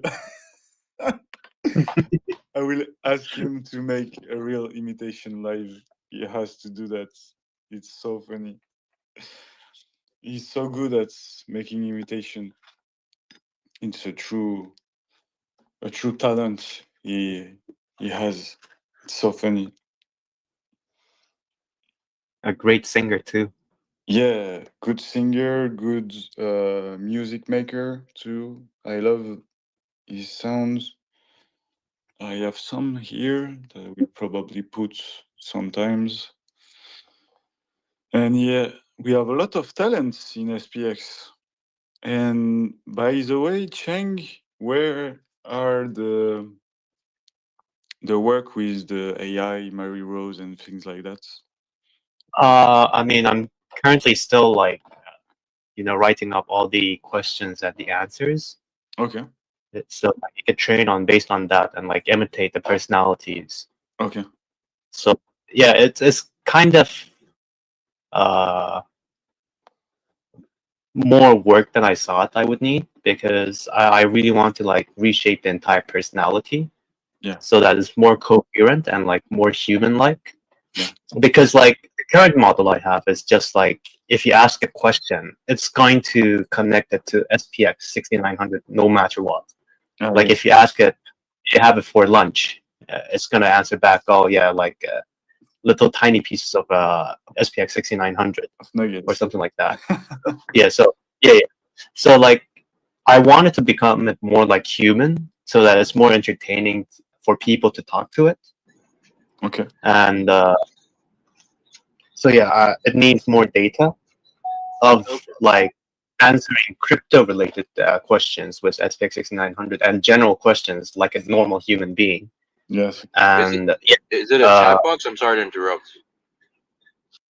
yeah, it's a chatbot or LLM, but I connected it to a voice AI, so TTS, it's a text to speech, so you can literally talk to it too and type to it. That's cool. Yeah, and I'm planning to make two versions, one for conversational uses, so like people can talk to it, and other like a serious AI, so that it's going to be trained on a lot of information, so that it could give accurate information as possible. Because nice.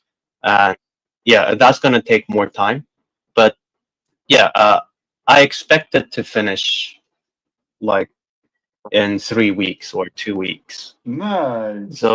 So cool. And yeah, and I don't know if you guys know this. streamer called Vido. He actually have an AI, what's it called? An AI assistant as a mascot called Neuro, and No. they have a a stream of them both interacting with each other, and it's really popular. So I'm trying to recreate that, and Hype will be using it on his stream. So after it's done, and if you're curious about it, you could go watch Hype stream later on. Okay, nice. And yeah, and hopefully we'll get it more advanced than what Vidal has. So it's gonna be like officially, probably, hopefully the funniest and like the most entertaining AI streamer Yeah, on that's the super cool, platform. man. I actually would love to be part of that, just to learn the skill because I was planning on doing something similar with the Save the Chimps Foundation that I'm working under with volunteering, because a lot of people they want to get to know more about apes, but the thing is they don't talk, so you can build a personality off of that of an AI bot. So yeah, if you want like a friendlier tone or anything like different personality than the current AI model that exists, you need to fine tune it with your own personality. So you put the question as answers.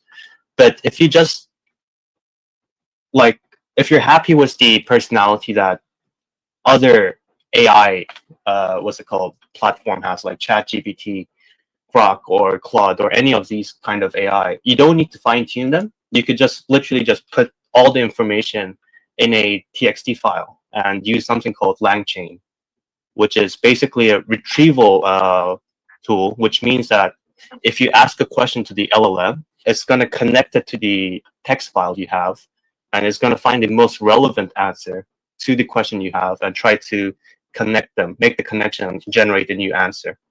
So these kind of ways are how most companies make their what's it called, question answering bot, Okay, nice. and it's quite easy to use. So if you're curious about it, you could message me and I'll provide you with the resources and how to make them. Yeah, I'll definitely message you. I'll probably send you. I've actually worked on a bot myself. I could send you mine as well, so you can kind of give me an input on it as well. Yeah, Chang. Yeah, I'll be more than happy to help you. Yeah. Hi, Dub. Hey, How are you, bro? hey, yeah, GM. I just wanted to dip in on that conversation. So recently, one of the little things that I did on the side was I took all the podcasts on Persist Forever and Flip the Stocks. Flip the Stock Market, and put them into Notebook LM, and you can extract all the transcripts from that basically. So you can get all the source material. So that's Aeons talking about SPX. I think that would be a good bit of source data if you haven't already thought about that or done that.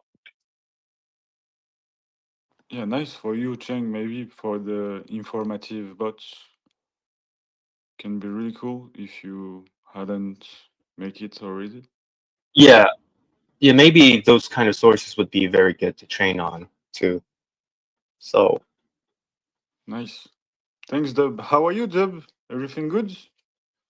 I'm good. I've just come out of the gym and I'm in a busy coffee shop, so I might jump on and say a bit more when I'm sat outside some of my choir. But yeah, I'm glad to pop in whilst we're still just into this process. We started how long ago now? 3.5 hours ago? Is it that kind of time? 4 hours ago? it's been a couple of hours. That we started? You talking? Yeah, what time you guys started? We started 3 hours and 47 minutes ago. Almost 4 hours ago. So the longest spaces I tested was 7 hour and sometimes, and he shut down because I think it was no activity enough, and he shut all the thing off. But I don't know. I think we will not have problems. The setup is strong. What's the actual record? I didn't see that anywhere. In fact, the apparently. actual record is 125 hours, and I just figured out yesterday that it was XAI. that made it in 2023. So it's Elon Musk team, and so we're fighting XAI, we're fighting Grok, in fact. So it's cool. Yeah, I mean, I guess if they can't do it, nobody can do it for that long. Yeah, I think we will succeed. And if it's aborted, frankly, my hardware. So sorry. What you said, Cheng? Sorry.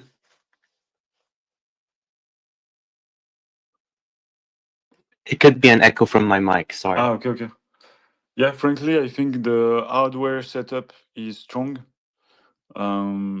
So if we're not just purely cut off by X for no reason, we will succeed. There is no other way than success. No plan B, just the records. Smile, you dance. Do you have your micro fixed? Yeah. Is it better? Yeah, way better. Yes, way better. Okay, perfect. Hurts. How are you? Fine, and you, bro? Cool. What do you mean? I'm the first. Yeah, you're the first of all. activities on the calendar that is registered. Okay. Yeah, I don't know how it will go, but I have some subjects to talk about, but nothing prepared really, so it will be a Oh, chat. It's chill. Don't worry. Yeah. It's chill. So everyone is okay to speak and chat and ask questions or give his perspective. So yeah. Yeah. Everyone. If there's some people that want to come and talk, Tristan, whatever, Krishna, Connect, Aliantidus, I will call you out until you go up. How about we look for them in their own house and then like force them to join? Yeah, Askara, if you want. And Mike. you, Jasper, come here. You're laughing and you're not talking. Come here, bro. Mike, one question I had was, do you have anything in the calendar that's going to be like creator focused, like people who do content for SPX? We have like Ilya that's making an hour to find new ideas for SPX, to make cult labor in new ways, to expand. We have like Nick, Seb, and Hector that will explain how to infiltrate everything in public. We have like sorry, I'm just checking.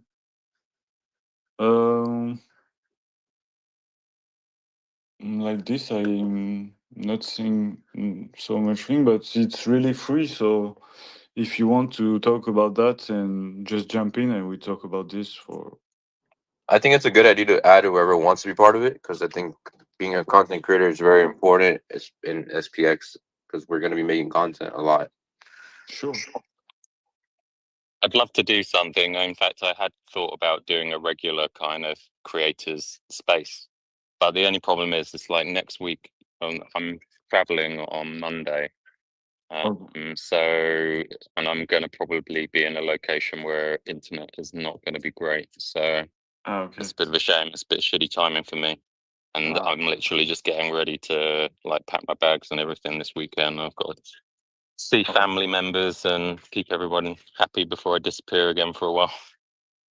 Okay. But feel free if you have some time to just jump in and we manage something like spontaneously.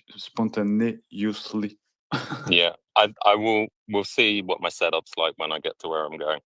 But I'd love to do something like that. I'd love to hear from other.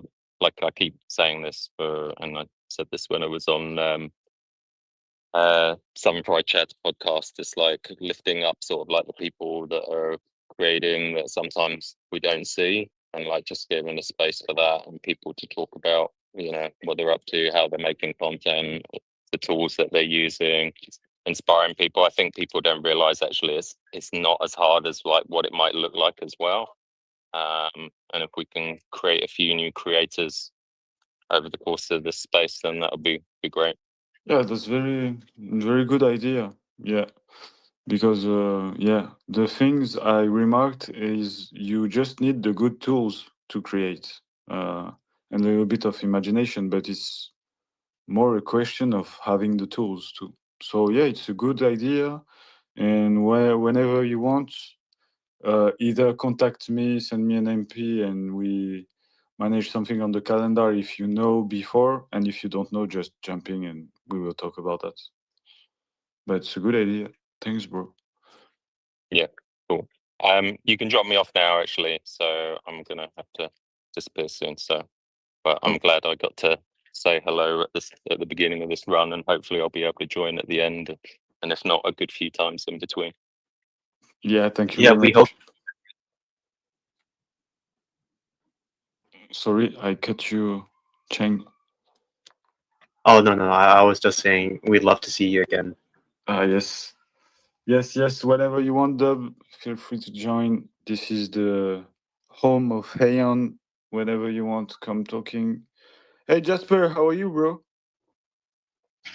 Hey man, I'm just in the elevator. I just got to pick up some groceries, so I didn't want to talk, while I was outside because I was worried that the mic would be kind of messed up.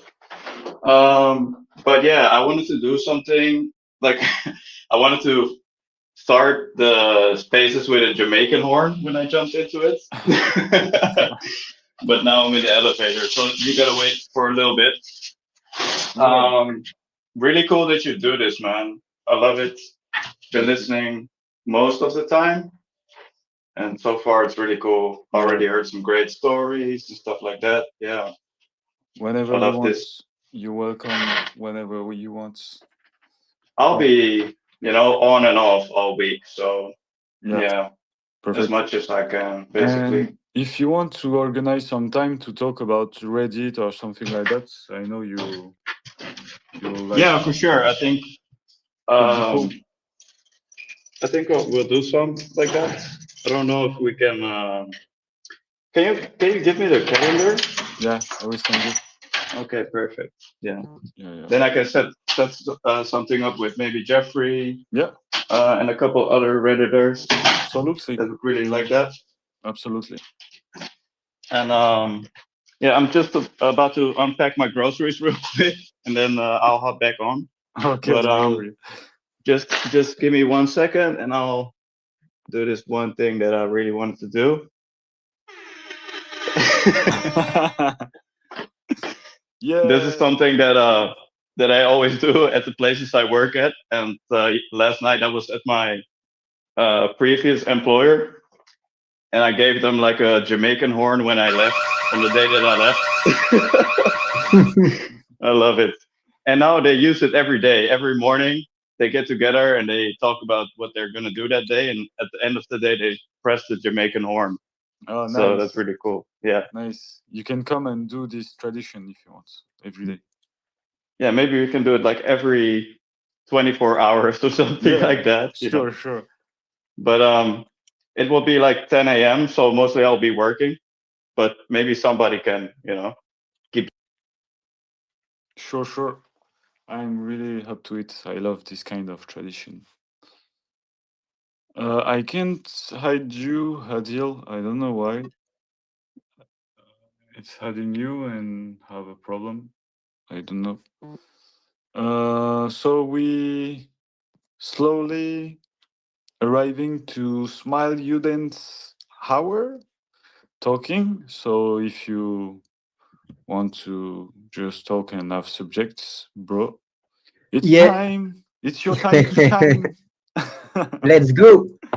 Yeah, so what I in mind was to talk about spirituality, my journey with it, and also I was thinking just giving some small life hacks, some some things to do for people at home or to practice, but really simple practice for people that don't have time or that are working every day, is mostly why people don't start, because they feel they are more preoccupied than occupied, but they don't have time, So I was thinking just giving some tips and talk maybe also about nutrition, because I have a diploma in nutrition and I was a cook, so I cook also. So Nice. yeah, that was the plan. Nice, very nice. Okay. I will make food. I will eat when listening to you, bro. Okay, so I will speak about my journey first. So I started drinking alcohol and marijuana, like a lot of young kids. It was probably the biggest mistakes of my life, when you think about it. But yeah, I was I 15 think we years were old. talking about it last night about a cook. That's awesome. Trying to get to see a cookie. That's awesome. Okay, we can chat sometime. So yeah, it was when I was 21 years old. I was like, why am I drinking? I hate it. Same thing with smoking. It's stupid. So I literally stopped everything. I stopped seeing my friends at that time. So yeah, it was really from inside. It was like a calling. I don't know what happened that day, but I really cut everything. And I started researching about spirituality, meditation. That's when I found Sadhguru on YouTube. So I don't know if people know him, but I started binge watching his videos on YouTube, and it was a phrase he said that really, it was like a slap in my face, because when I was smoking and drinking, I was really feeling bad because it's toxic for your body, So I was suffering from some stress sometimes. So when he said this phrase, saying everything you experience inside, it's you creating it, it was like, damn, I'm doing that to myself. It's stupid. And in what he was saying that if you want to choose happiness or suffering, do you want to create misery or joy for yourself? And I was like, damn, I want to know how this body works, or how this man works, because I want to choose joy and happiness. Everyone want to do, but when you're 21 years old, nobody is teaching you that, it's you're in the world, you don't know what to do.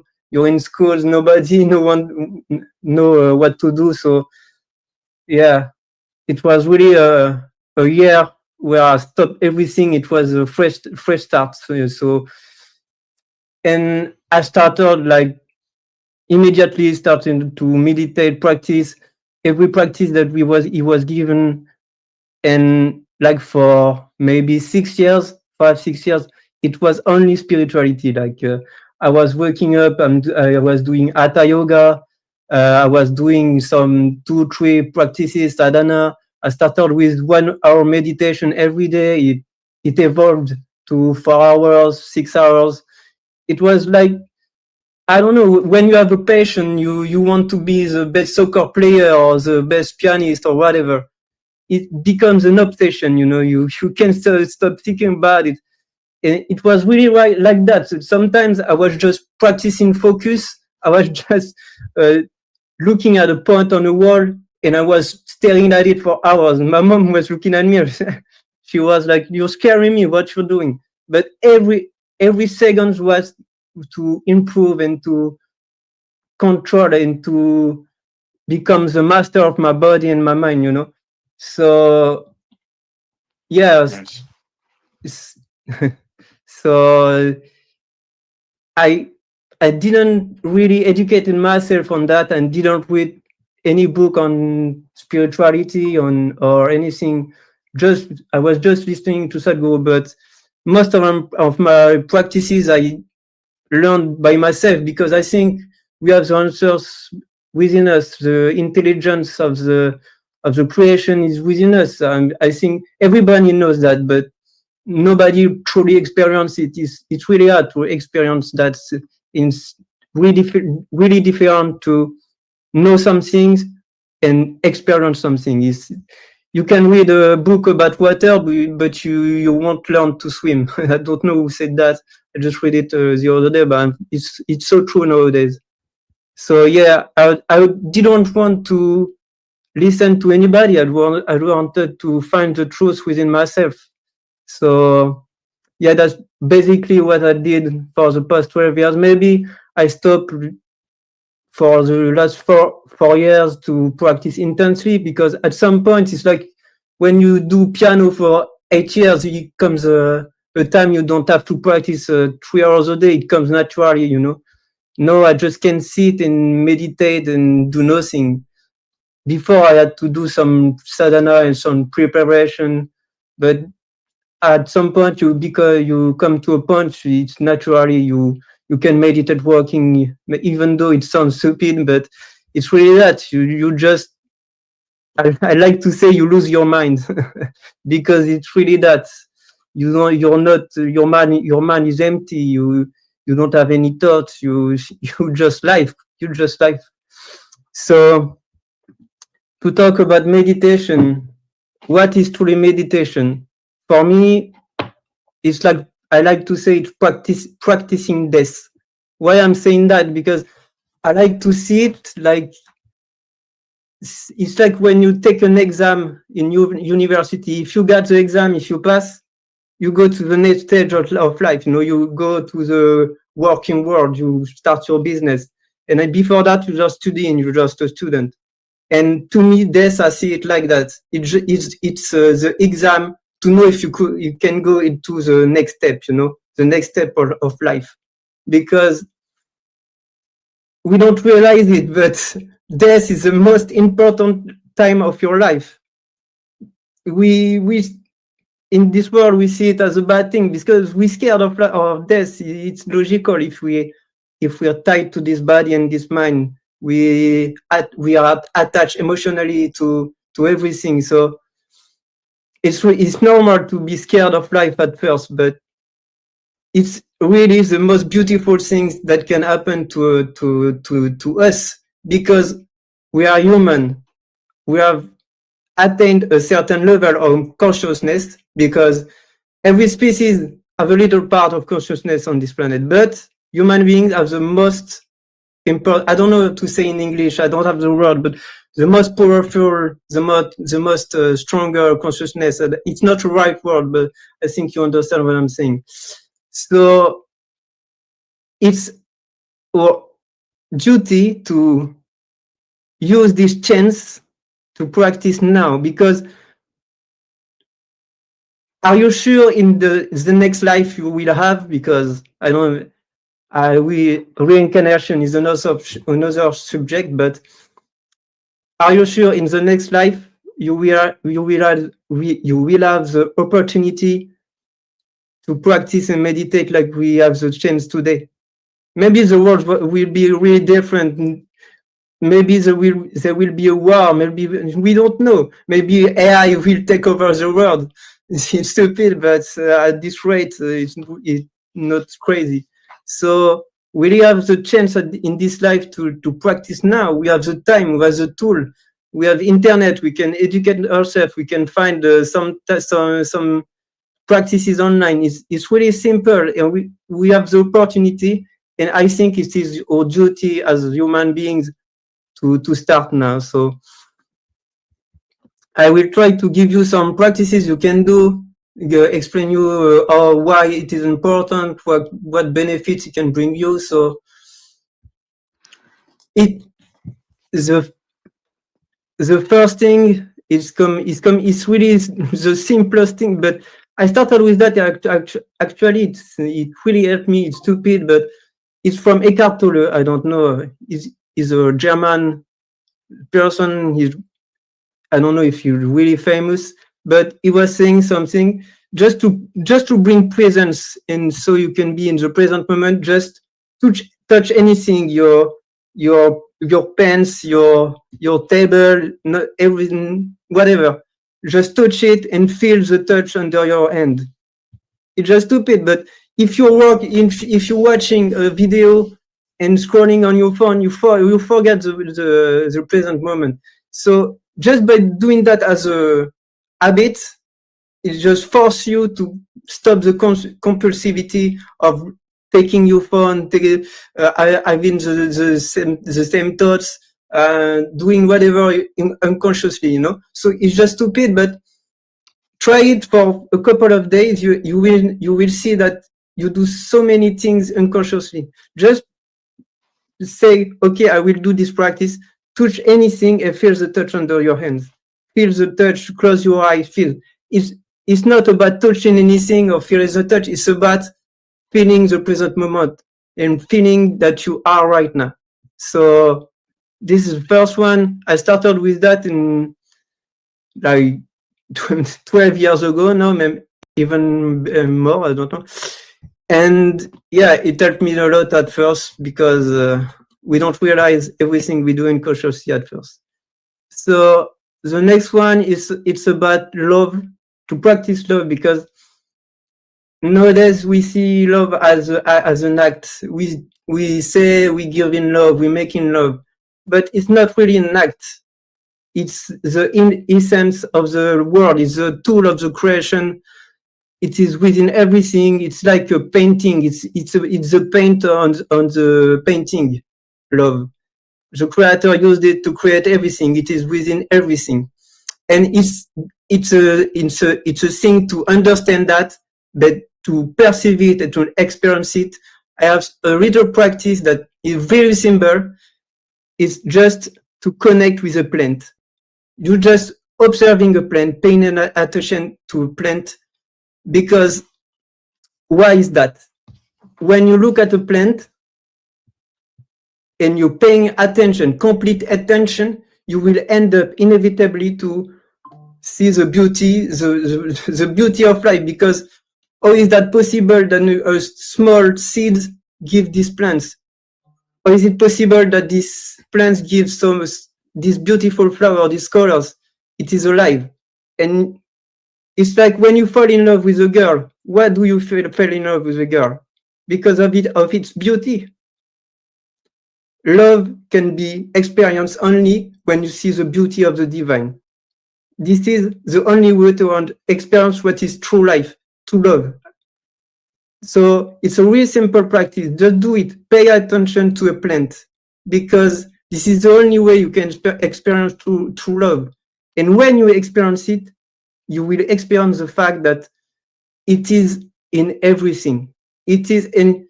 You will experience the fact that you like everything on this planet. You like the tree, you like the grass, you like the bee. And really, you just have to do that for months. Just pay attention to a plant like 10 minutes a day. You have a plant at your home, just look at it. But really pay attention. You can't really know anything without paying attention, because this is when you see the details. This is where you see the beauty. So really do it. It's really, really, really important. And once you do that, you will love everything. And this is when you become, I like to say, a superhuman, because you're really impacting other people's life.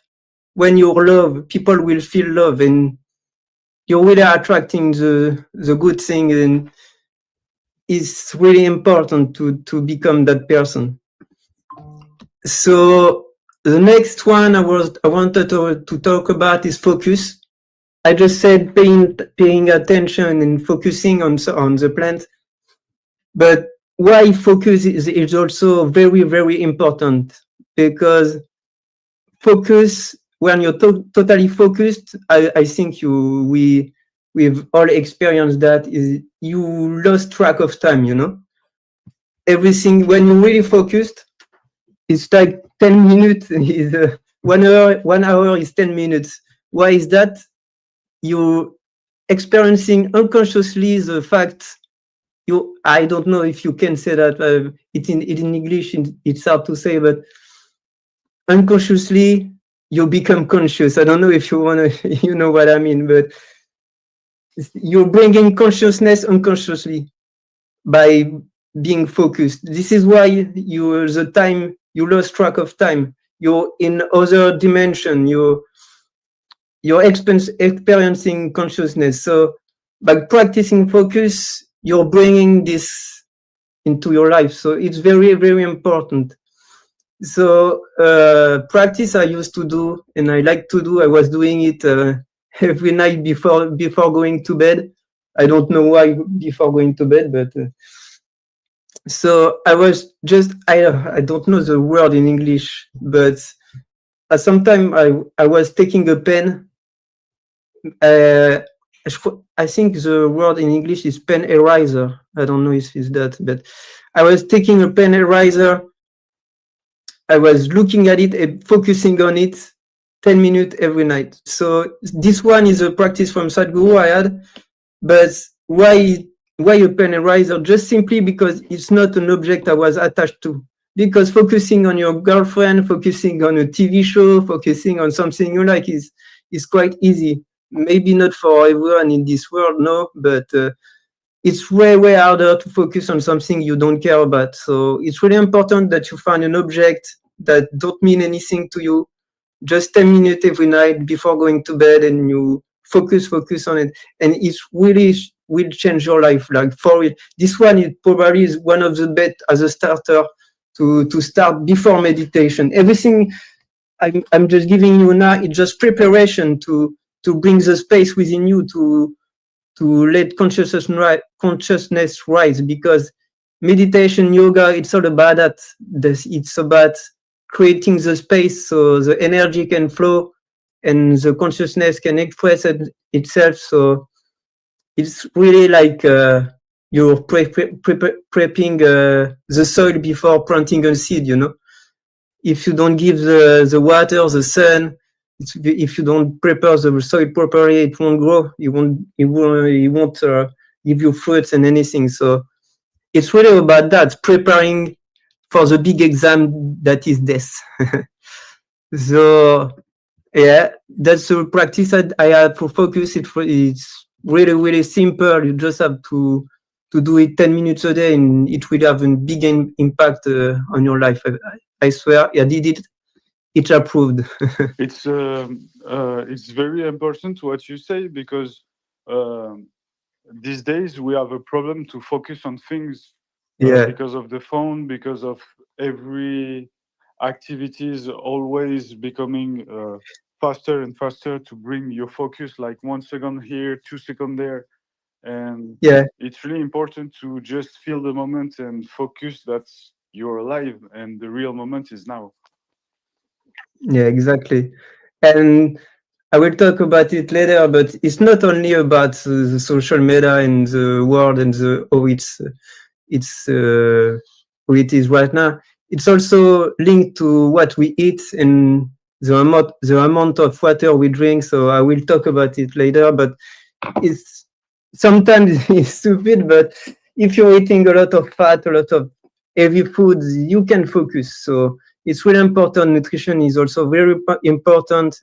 Your body is a vehicle. So if it's not working properly, it's like nowadays, if you eat 5 times a day, it's like you have your iPhone and you're charging it every 3 hours because the battery is always dying. You know your iPhone is not working well. You just want to change it and buy another iPhone. Your body is the same. People are eating every 3 hours, 5 times a day, and they wonder why they don't feel well. They're always tired. It's like the iPhone. If you're charging every time, your battery is dead and you can't repair it. You have to buy another one. So it's really important to take care of your body.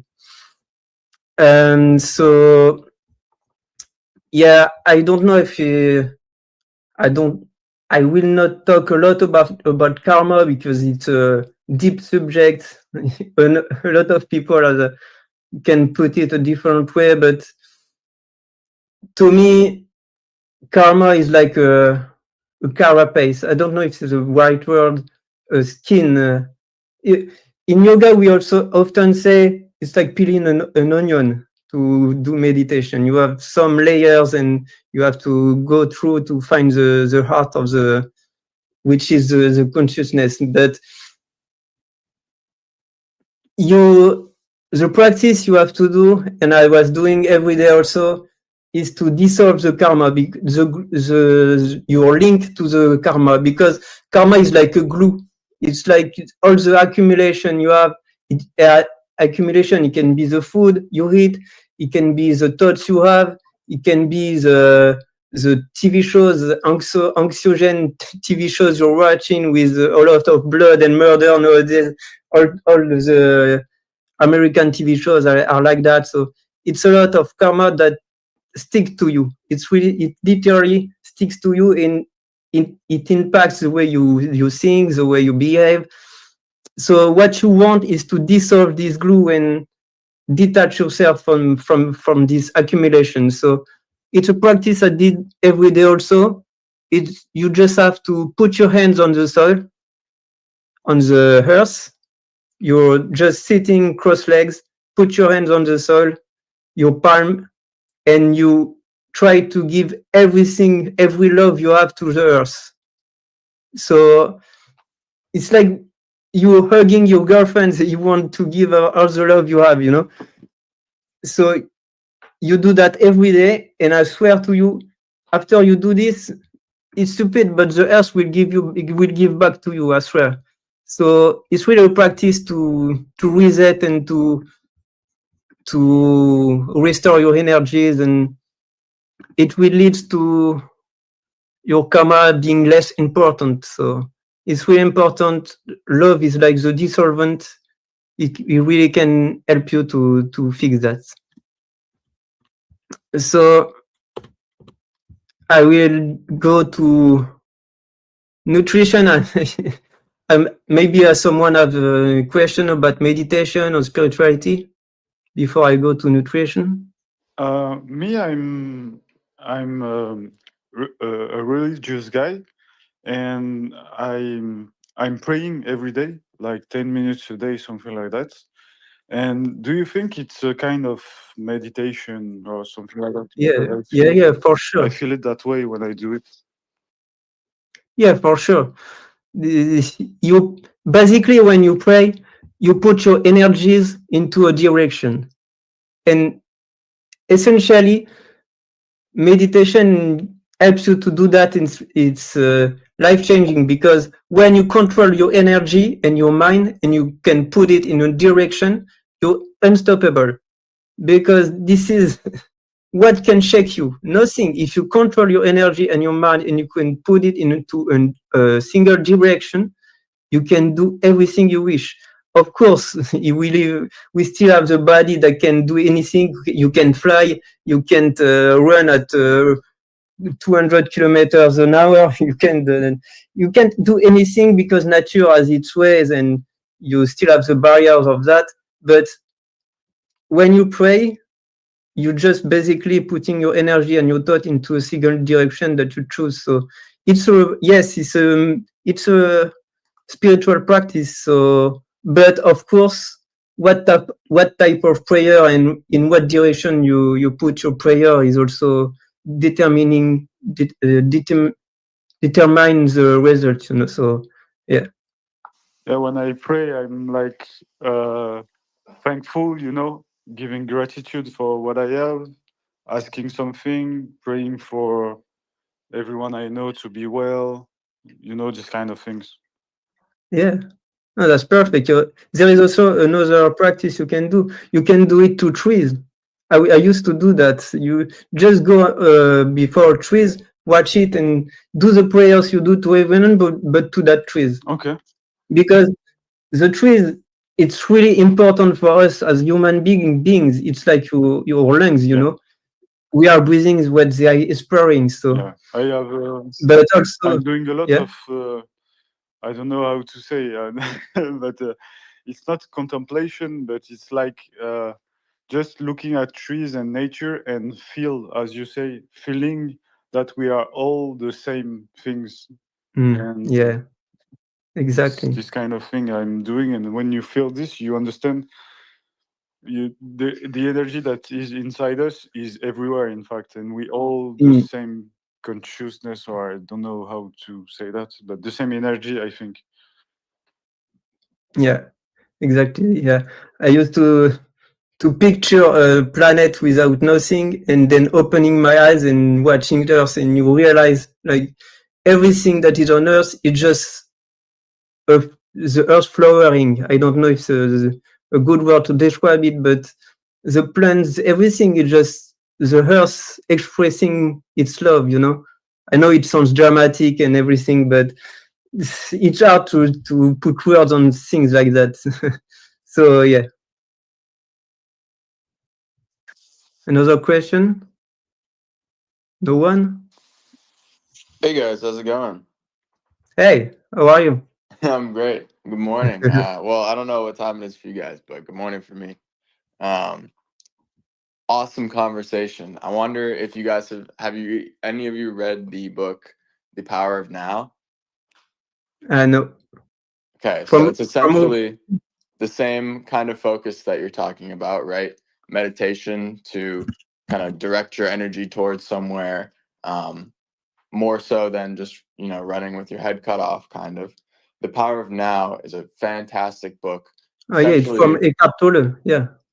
Yeah, essentially, it's about how you can take your mind, right, your thoughts and everything that's going on, completely shut them down, and not even through a route of meditation, but more through a route of just inner peace, turning your mind off, shutting your thoughts down and not putting any importance on them, and really feeling the energy flow through your body, right? The tingling in your fingertips and the temperature in your toes, right?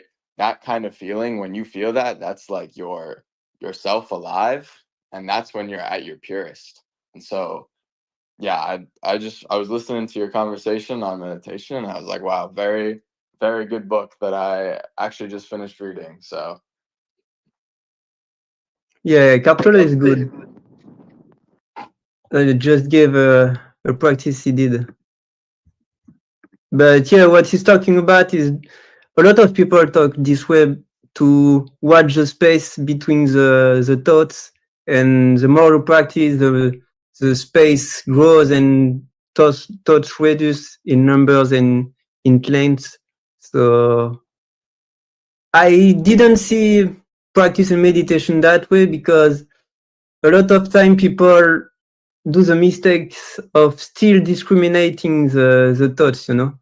But if people watch the thoughts, often what they do is they keep saying this thought is a bad thought, this thought is a good one, and they still discriminate and put a label on thoughts. And when you do that, it means you still give an importance to the thoughts. So that's why I really recommend the Isha Kriya from Sadhguru, because this practice has been made carefully just to fix that, because it's not very known, but a lot of people hurt themselves by meditating because they try to stop thoughts, they try to control it, but we had the person, I don't remember his name. He was talking about snakes and gorillas and everything, but it's like snakes. Your thoughts are like snakes. If you don't want the snakes to bite you, you have to remain really calm, and it's not for everyone. You put someone in front of a snake, most of people will freak out, and it's not really to everyone to have this at first. So I really recommend Isha Kriya from Sadhguru, because it's a practice that has been made just for that, to really detach yourself from the thoughts, but without hurting yourself, and really fuck this up, you know.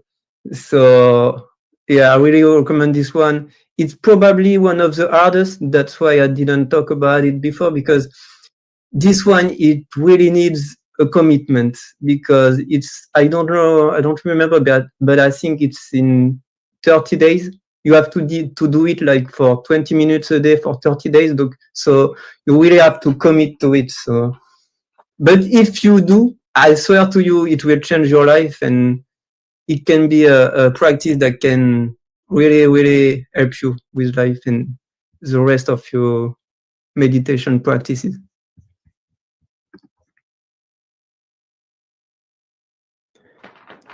If we don't have another question, I will just go to nutrition then. And when I talk about nutrition, I also put hydration and maybe fasting to the equation. So yeah. So my journey in food and nutrition is kind of the same that I had with spirituality. It was like I didn't want to listen to anybody because I was paying attention to the birds, to the ants, to the squirrel, whatever. And I was these animals don't talk about nutrition. They just know what they have to eat. But us human beings, everyone has a different opinions. You have to eat that. You have to eat this. You need to fast. You need to eat 1 meal a day. You need to do this, and you need to eat this nutrient. You need. I was like, no. I will try to learn by myself. I will try to develop something so I can eat the optimal diet, not what these people is saying, but the optimal diet for this body, you know. So it was not for me; it was for this body, and literally for like 4 or 5 years. Before every meal, I was making sure that in my mind I was repeating this phrase. I was saying to myself, this food is not for me, but for this body. And I was not eating anything until I was clear in my mind that I had no pleasure attachment to any food. So I really tried for years and years and years to find the optimal diet.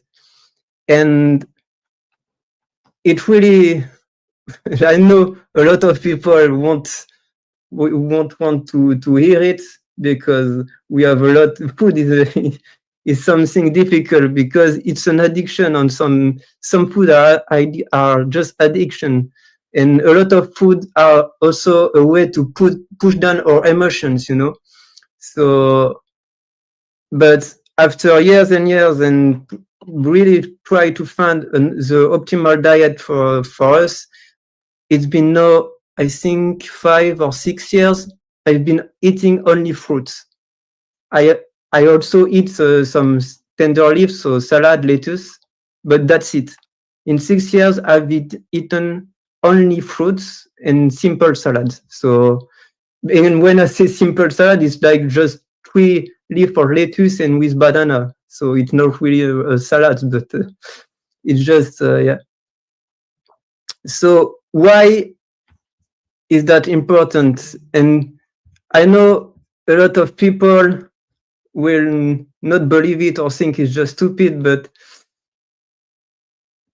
when you start eating only McDonald's and then you improve your diet and you start to eating maybe a couple of vegetables on the side, of course you're gonna improve your health, you know. You're just improving, but these people are gonna make the conclusion that, okay, I found the best diet, I'm feeling so super fine. And it's the same thing. If you're eating 3 times a day and you evolve to eating 1 time a day, of course you're gonna feel better because you're improving your diet. But it doesn't mean you have the optimal diet. It's just improving. Also, you feel better, but it's not the optimal diet. You can't experience the optimal diet and know it is until you actually find it. So I just will give some example why is fruit is our optimal diet. One thing first is most carnivore produce vitamin C into their stomach. We don't. Why? Because there is vitamin C into fruits. Why are we seeing colors? To see ripe fruit on the tree. Okay? why can I think if you have a cat or a dog, you can see they drink their water with their tongue, you know. It's funny when they do that. But why can we aspirate? Have you ever eaten a juicy peaches, a juicy watermelon? You have to aspirate because we have to eat fruit. Carnivore, omnivores, they can't do that. Why we have the canine like this? People say we have the canine or carnivore, but it's just to go through the skin of a peach, of an apple. It's not really big as a carnivore. Nothing like that. Also, the length of our stomach.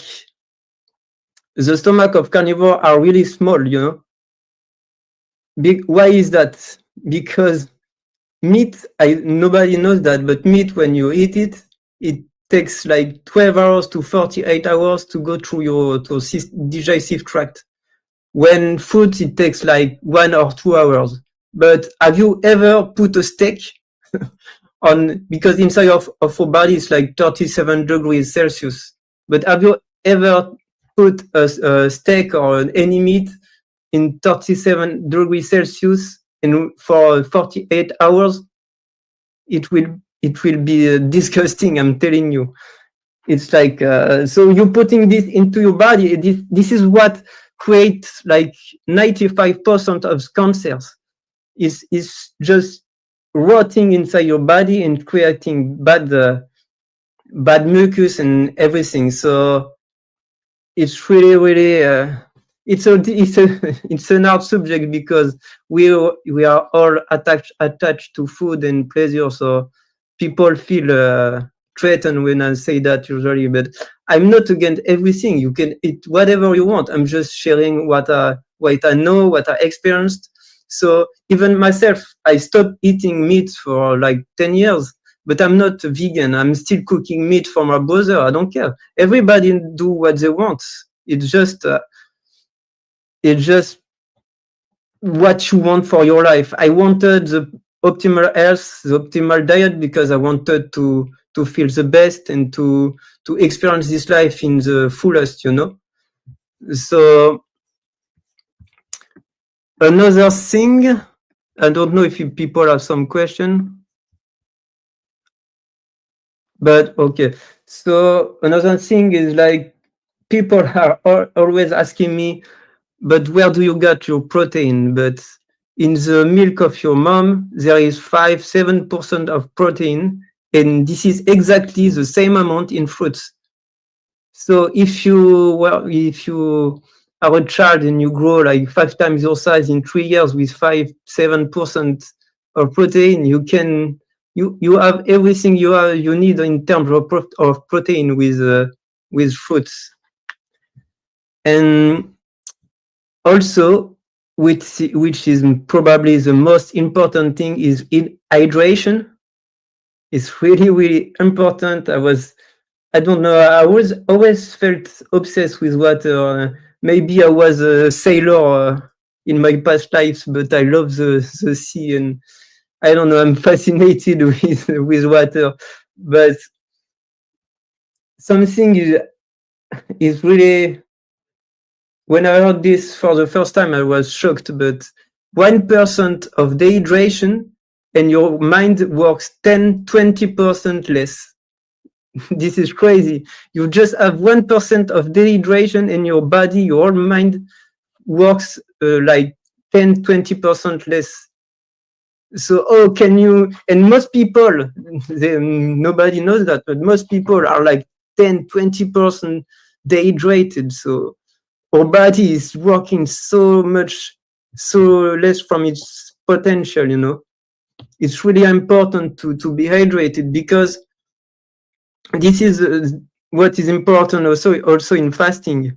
By giving water, you're just giving your body what it needs to get rid of all the bad things into the body. It's like purging. You need water. You need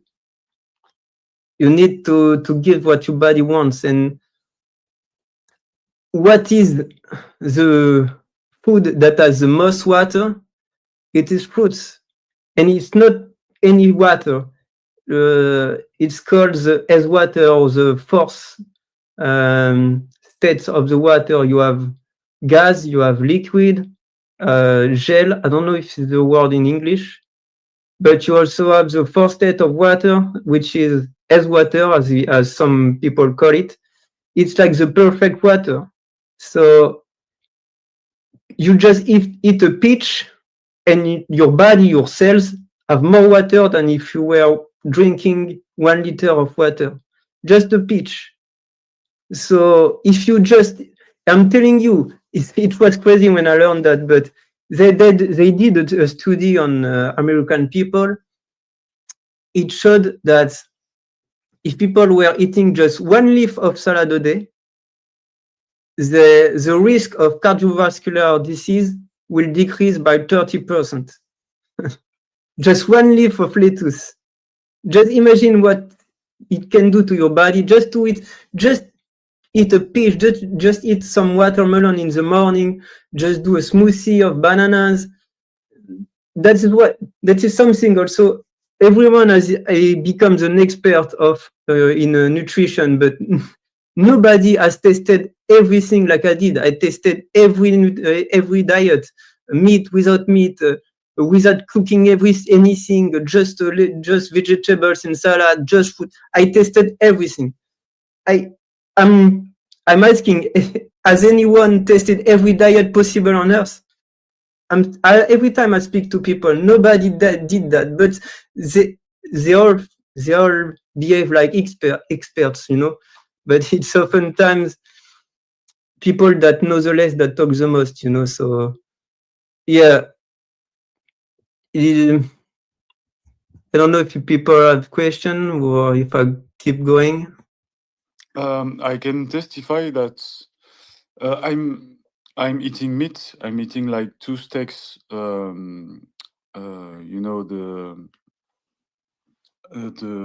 at 12 hours, but I'm eating a lot of only vegetables and fruits, and I lost like 46 kilo like this, and I never felt that's good in my life.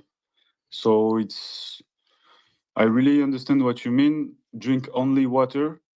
That's what I'm doing. Eating a lot of lettuce, tomato, That's perfect. mushroom, and fruits like green apple and bananas and things like that. And it really transformed all my life, really. Nice. So I very agree of what you mean, but I'm still eating steaks, and I didn't know what you said about meat. So very interesting. Thank you. It's okay. So yeah, people recommend their diet. I actually never recommend to people to eat only fruits. When people ask me what they should eat or do, I always say starts with implementing 50% of your diet into raw foods. It can be fruit, it can be salads, anything that is raw and alive and not cooked. If you just do that, I swear to you, your life will improve by, I don't know, it will be life changing. And why I'm saying that and I'm recommending that is because I know that if people do that, the 50% will evolve to 60, then 70%, then they will never go back to meat or anything cooked. It's just natural. So, but I always say recommend at first, just try it for 2 weeks to eat 50% of your diet into raw food. It can be a salad with avocado, tomatoes, lettuce, or anything, even nuts if you want. So yeah, I have a question for you. What you say about I've seen some experts and people, archaeologists and things like that, saying it's because we cooked meat and we find fire that cooked We meat evolved. absorb better the protein in it than Yeah. not cooked meat. What you thought about that? Yeah, a lot of people are saying even that we evolved because we started cooking our food, but actually we cooked our food because we migrate and we didn't add any fruit. If you go to France or anything, you don't have food for the whole winter, so we have to find a solution. But of course, yeah, there is people say we digest better some nutrients, for example, through cooking or carrots or some vegetables, and it might be true, but you have to understand that they did a study with kale. I don't know if it's a word in English, but it's a green vegetables like broccoli, cruciferous vegetables, and they compared to papaya, and they essentially they try to understand how we were. It was vitamin A, I think. So there was 5 times the vitamin A into the kale than in the papaya. Then they gave the papaya and the kale to eat to people, and in the end, they absorbed more vitamin A by eating papayas. So they were more vitamin A into the kale, but we get more vitamin A into the fresh fruits. So of course, people will say we have more protein, it's more digestible, but it's not true. In the end, we will have always more nutrients by eating raw foods and fruit especially. So, and it's essentially why people become obese and they gain weight is because you don't give nutrients to your body, so it will crave to fill the gap, you know. We don't need a lot of calories. Actually, it's been 5 years I'm eating like 1,000, 1,200 calories. 1,200 calories the last time I checked, because I know I eat always the same amount. I know I will eat 5 or 7 bananas depending of the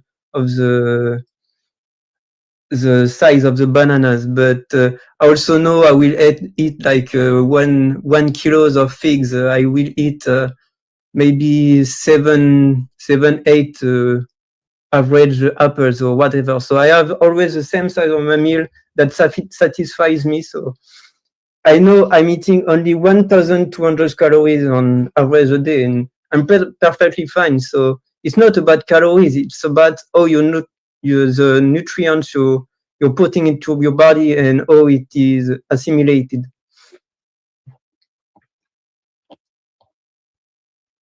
Another question or?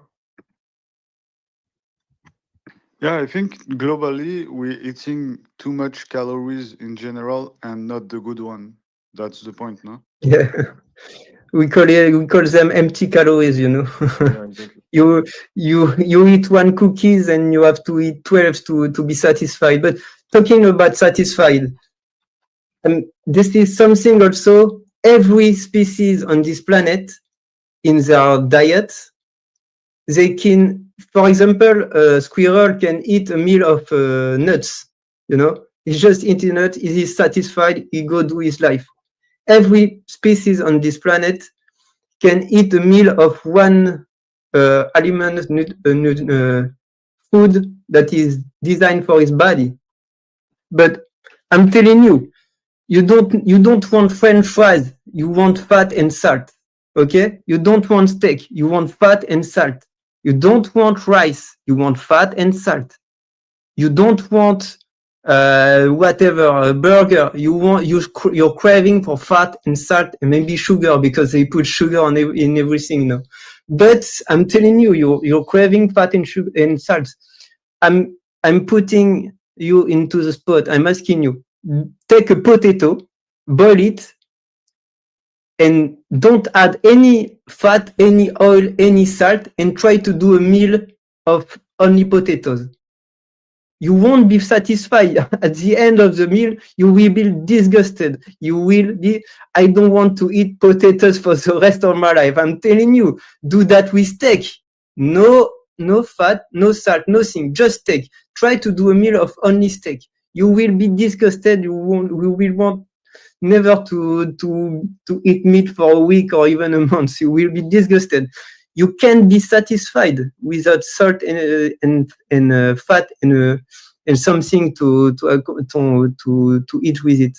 But try to do a meal of banana. I'm telling you, every meal I eat is the best meal I ever had. It's been 5 years I'm eating only fruit, and every meal is the best meal. You are satisfied. This is what you want to give to your body, satisfaction, what you want.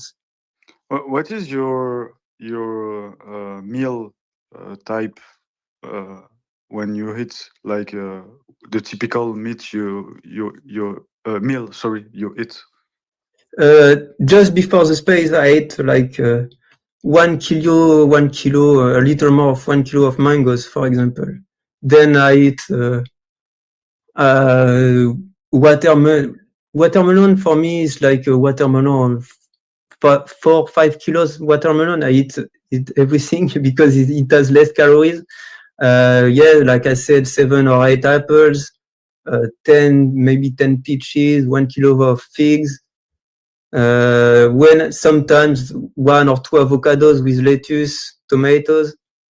Yeah, that's pretty it. There is a lot of fruit, dragon fruit. I eat like 2 medium-sized dragon fruit.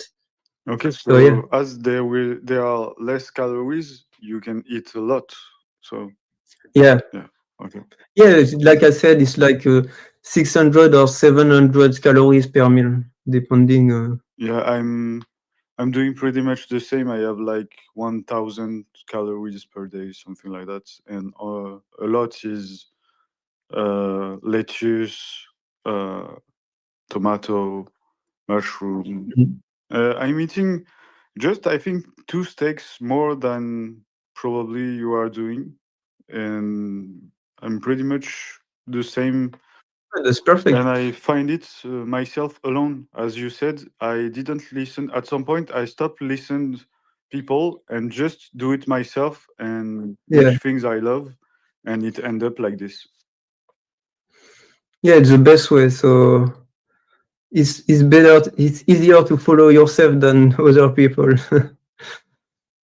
So yeah. Very true. And Ideazar, you have some question or something? You just Yeah, you know, all this talk of diet gets me thinking, because like I've always experimented with this stuff. I was vegan for like 5 or 6 years at one point in my life, and I think I felt pretty good during that. I was like whole food vegan, like no honey, you know what I mean, Yeah. like the whole full thing, very like militant. And then like one day at Thanksgiving, there was a turkey leg. I think I'd just gotten out of a relationship or something, and I just devoured the turkey leg like an animal, and I never went back. But then, Yeah. But after that, I started getting even more like weird with my diet. Like at one point, I was eating primarily raw meat and like carrot salads and like drinking weird Chinese like herbal remedy shots every day, and that's all I was eating. And I think that was when I felt the best, frankly. Yeah, currently I'm experiencing some like strange stuff with my diet because like first of all, for the last I don't know, for the last month or so I've been on like a fast food diet because I've totally fallen off the diet wagon. I've been eating McDonald's at 3 a.m., you know, doing the whole thing, pastries, etc. I'm trying to recover from that, but yeah, I always question what is truly sustainable in terms of diet. Like one thing I always Yeah. disliked about being vegan was that like at every holiday party or like celebration, my like family or friends would like bake a treat or cook something, and I would become like anal about the ingredients in it and trying to ascertain whether it was truly vegan or it never was. But you know, so then I became the person that was like never eating cake at the party, or you know, would say no thanks to like a love cooked meal. So like taking that all into account. Also, for some reason, it might just be old age. I might have some issue. I don't know. I think I've developed an allergy to like almost every food on the planet. Because like almost everything I eat gives me some sort of inflammatory response at this point. Probably some other issue. Probably have some like autoimmune bullshit going on or something. But yeah, I'm curious if you've ever experienced like I don't know how old you are, but have you ever experienced like not newborn, but born Yeah. new like sensitivities to food that like previously were Yeah. like fine for you? I know what you mean. So I'm 32 years old, so so you know. Yeah, actually, the craving for food, I'm 100% sure it's 100% related to how hydrated you are. So if you drink enough water, you will see immediately your craving will reduce dramatically, like in a couple of weeks. So I often sometimes myself when I don't have time to drink enough, so I can sometimes smell something cooked, and I'm not attracted, but I feel a difference. You know, I'm personally not attracted to any cooked meat, or I'm past that. But when I don't drink enough, I kind of feel the difference. So try to drink more water, like maybe 3 liters a day. I know it's a lot for some people, but it will be a huge difference for you. So Do you find so yeah. yourself? I agree. Actually, you know, it's lifelong advice that I've been given but never taken until recently. But water certainly reduces cravings, not just like in the stomach, but in the mind as well. I feel like, Yeah, it's simple. like it's really your body. It wants water and it thinks the water is in the food, Yeah. but it's actually in the tap or whatever, or Yeah. like in the filtration system. I don't But, know. But because how are we supposed to eat to get water with fruits? So our body is completely lost because we think we crave for foods, but we just need waters. But we eat food that don't have any water, so it's really a circle, a bad circle for us. But yeah, essentially, if you give water to your body, you allow it to get these toxins from the bad food out of your body. And essentially, when you crave a food, it's just the bad things of the food, I don't know how to say it, that goes through to your blood, so your body can expel it. So you're craving it because your body is trying to get rid of it. It's like it's like an addiction with any drugs. If you don't have your drugs, you will crave it because your body is trying to expel it and it's going to your blood, and it's all related. So it goes to your mind and you're like, I want a burger, but you don't want a burger. And most of the time people are not hungry, they just want to drink or have a fruit. so I guess my question is, when it comes to drinking 3 liters of water a day, as you say, do you find that you're forcing yourself to drink that amount of water? Because personally, Yeah. I find it very hard to like just be constantly ingesting water. Like my stomach Same. gets full. I feel very full, right? Like after drinking water. So then like I almost get like turned off to the thought of drinking it. So yeah, that's my first question. Are you like forcing yourself to drink that much? Yeah, it's like when people say you become hungry when you start to eat. It's like the same thing. The more you drink, the more you'll be thirsty. But I have to force myself at first. Yeah, 100%. And to be honest, I'm not yet into perfect, optimal health and diet, because there is someone, Lauren Lockman, he has the biggest fasting center in Costa Rica. He's saying, so what I'm saying now, I haven't experienced it, so it's not for me. But I believe him. It's worth nothing to believe him because I haven't experienced it myself. But he says that because we ate so many cooked food and dehydrated food, there are some parts of the food that sticks to your stomach, and and the intestines, the small intestines. So when you eat and when you drink, it acts like a sponge, you know. So you're drinking, but your body don't get all the water, you know, because you have the sponge of all the crackers and everything, the chips you ate. Every time you ate that, a little part just sticks to your small intestine, so it absorbs the food. So you drink a lot, you feel like you drink enough, but you actually didn't. So it's really, really hard. Yes. So 100%, I have to force myself. Sometimes I'm lazy and I don't drink enough. And so yeah, and I feel the difference 100%. So, and how to get rid of this mucus? This person says in Costa Rica that you have to fast the proper way for at least 21 days. So I'm not there yet. I plan to do it someday when I have time and I have the courage to do this. But yeah. Interesting. Yeah, fasting. I've done like intermittent fasting and like 24 to 48 hour like water fast before. I found it was pretty beneficial for like mental stuff. But I was doing it at a time when physically I felt like so good. So like I don't know what the marginal increase in like comfort or like well-being really was for like the stomach and things of that sort. I guess I also question, like, do you consume caffeinated beverages at all? Like, do you drink tea or coffee or anything of that sort? No, just water.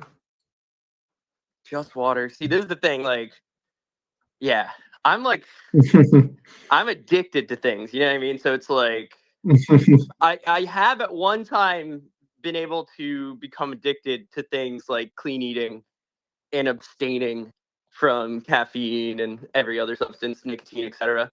But yeah, I don't know. Coffee for me is often like the reason I can get out of bed.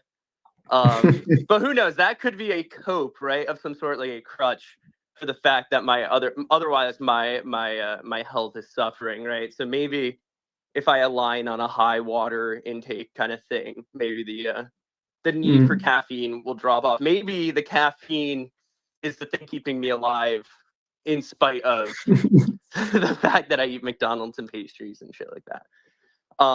But okay, yeah, super interesting stuff. Yeah. SPX, the health revolution. Who would have thought?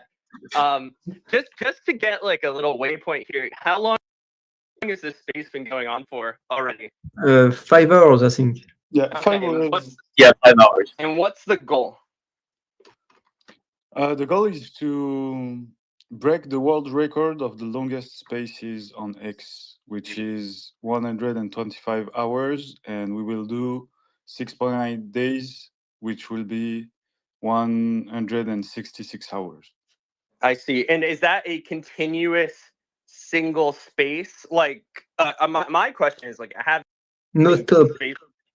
Oh, go ahead. Yeah, it will be one spaces. Are for we all the concerned about the recording being so long that Spaces crashes? And also, did the previous space like record like involve only a single space? Yeah, I've seen things like that. I don't know how it will last. I know the previous record worked. They have like a record of 125 hours straight. So it already worked once. But for now, I have like two different configuration, not on the same power, not on the same connection, and that are hosting and another co-host. But yeah, I don't know how it will play out. It can happen, I guess. We'll keep trying. Of one, if anything, I'm sure of is that the Aeons will keep trying, regardless. Persist. But yeah, persist forever. I also just realized that you're Mike. Like there's Little Mike and then there's Fernand, and you're both the same person. Yeah, that's me. That's me. So does having the co-host allow you to like if your phone dies on the Little Mike account, does that allow you to like keep the space open? Like Yeah, that's what. exactly. Okay, interesting. Exactly. I have like my phone with Fernand Flipper, which I interact with, and I have like my computer with a Starlink connection that's hosting Lilo Mike, and Lilo Mike is like the backup. So Awesome. and I have like another co-host, which is now Cheng, and that will every time we have a slot organized by someone, I will put him co-host. So to sustain, we have three sources, different sources of hosting. So I hope it will work, but we will keep trying. If not, Yes, persist forever. Anyways, I have to go to church now, but it's been a blast joining. I'll join other times as well. So I hope to see this alive for the next 6 days or so. I'll keep dropping in. thank you, Azar. When See you. See you guys. Nice meeting you, Charlie. Yeah, good talk. All right. Peace. Nice to meet you also. Have a nice one. So yeah, it's pretty. We got to the time. So what's next now? Now we have like an hour before the next thing. So if you want to continue to talk a bit, it's okay. I used to do that between things. So Yeah, I can. But if someone has question or maybe do you have a subject or? Yeah, I have to go in like 15 minutes. 15 minutes, I think. Oula. So yeah, Jasper, come in.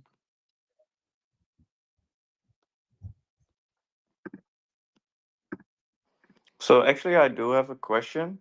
What do you think about fruit smoothies? Is that okay, or do you think like? Oh yeah, it's perfect. I started with that. I was eating like banana smoothies with spinach, like every day for like a year or two.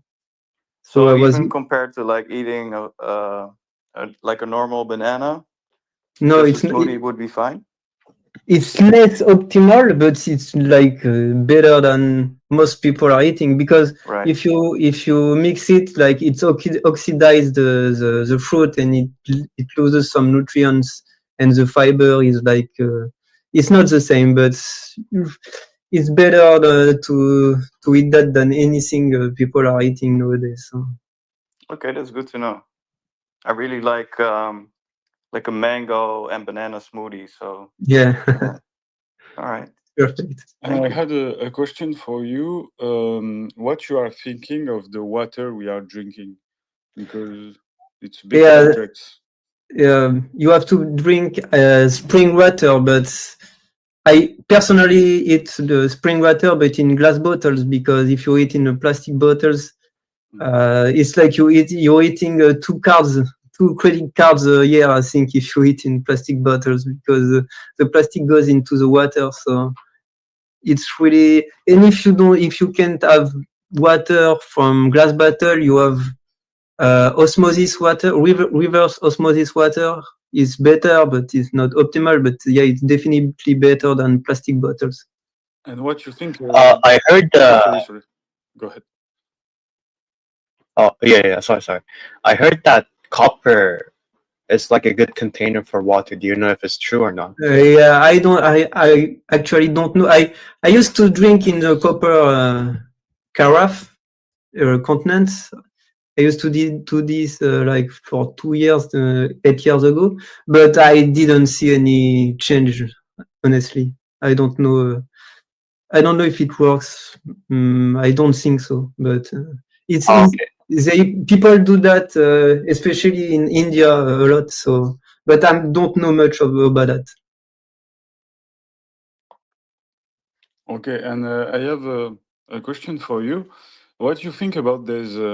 I think probably it's marketing, but they have now like machines to purify water and make this and what you think about these things? Yeah, but reverse osmosis is the best. Purified water is like distilled water. You shouldn't drink that. Like 100% don't drink that.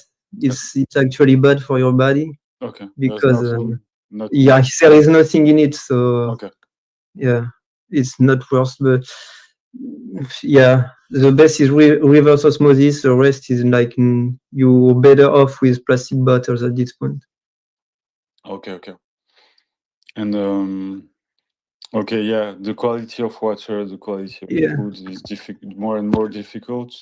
Even the fruits we're eating are not sometimes really often Yeah, not biologic, yeah, but organic. yeah, organic. We cannot control everything. Yeah, nothing is perfect. You shouldn't be like obsessing with food. Like it has to stay a pleasure, you know. Yeah. Some people are too restricted, and they're often the one that crave and lose it all and go all in on burgers and everything after 7 days of diet. You know, Yeah. you don't have to make it a pain in the ass. You know, Yeah. just try eat fruits for 2 days and try to eat some more raw food for a week. Just try. Yeah. Just try. Don't listen to anybody. Listen to your body. It knows what you want. So just try and experiment. Yeah, that's. I love the fact it's very true what you say about hydration. I think a lot of the problem we have to eat well is due to bad hydration and not Yeah. enough water. I really agree with that. And I think it's not necessarily difficult to drink a lot of water. I drink like 2-3 liters a day, but I'm walking like 15 kilometers every day. So I think maybe if you have a little bit of activity, Yeah, sure. it's more easy to drink all the water every day, probably, no? Yeah, and also the best, but it's the hardest part. You have to drink slowly in small sips. If you drink like 1 liter in one sip, the most part goes through your body and you don't assimilate it because what's the part of the body in English? Not the lungs. What's treating the water in your body in English? The kidney. I think it's Kidney. yeah. The kidney is like can treat 500 milliliters or 1 liters maximum per hour. Okay. So it's better to stick to 500 milliliters per hour, and you will get way more hydrated. Okay, thank you. Hey guys, Hey, Xarmaka! Hey. How are you, bro? I'm on Hello. lunch break and I thought I'd just come and bomb your session. Are you eating meat or not? Be careful. Of course. Be careful. A lot of. You know what? I wanted to chime in just really quickly because I've had a bit of not angst, but I think like many people, when you really uncover the benefits of things like organic food just in general, it can kind of bring a dampener on you when you think about your economics, you know, your finances and maybe not being able to afford it. And something I really enjoy doing is, I don't know if you guys have seen like those famous water studies, you know, where they speak to the water and then the water is the nutrient profile or whatever is changing. And I don't know if this is science, but I believe it as much as I believe in anything. 100%. It's the memory of water, no? Yeah. Yeah. So I do that with like my food as often as I can, just to, and I do think that you know, like there are those cool studies with Italians eating pasta and how they're able to digest it differently from people who are anxious about their pasta. And I just have the belief, again, whether this is founded in any sort of research is beyond me. I'm just coming in as the dummy, but just the idea that if you sort of say a prayer and you speak well to it, that your intention is of it being the highest quality going into you. I do believe that we can what's the word, alchemize it. What? You can even do the inverse, like you can poison people to put some bad energy to water. It's crazy. what is the things on Italian? Oh, so I remember there was a study like back in the day, like of like I think it was just a random group of people, or however, whatever group of people, and they were measured against Italians in terms of their anxiety, food anxiety, around eating it. And then the results, I don't know what they were like based on their weight after a certain amount of time, Okay. but how they gained weight as a result of stress, of their relationship with how they perceive the pasta. Or I don't know if this one is a study, but just like the kind of the common, what do you call it, anecdotes of people going away, and I don't know, going to places like Italy, and they're like, oh my god, I went to Italy and I lost weight on holiday.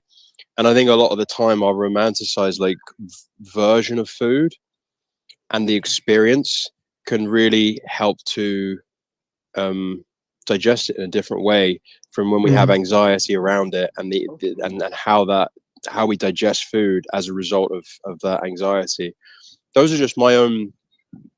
Again, I'm just sharing my own little anecdotal feelings, not necessarily mainstream consensus. But I thought I had to chime in because I don't have the money necessarily for organic, and I like to feel like I can still be impactful.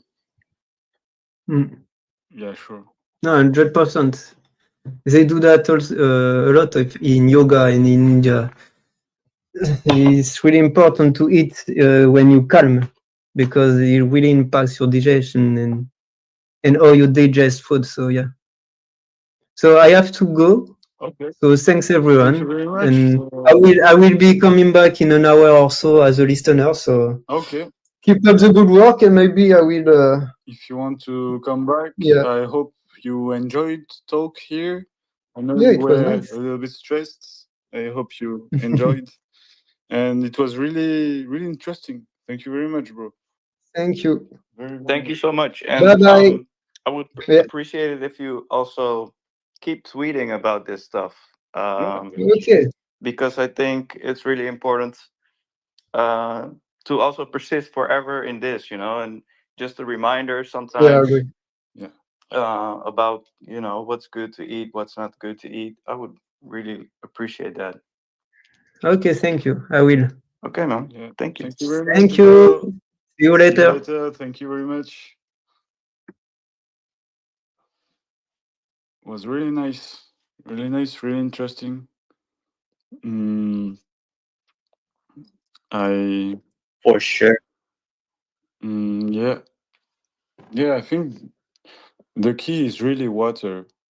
I don't know why, but I think as we have a lot of drinks and made drinks and industrial drinks, there's all these shits are not, hydrating you, I think, And a lot of people are just not drinking water. They're drinking Coca-Cola or everything and other stuff, but a lot of people are just not drinking water.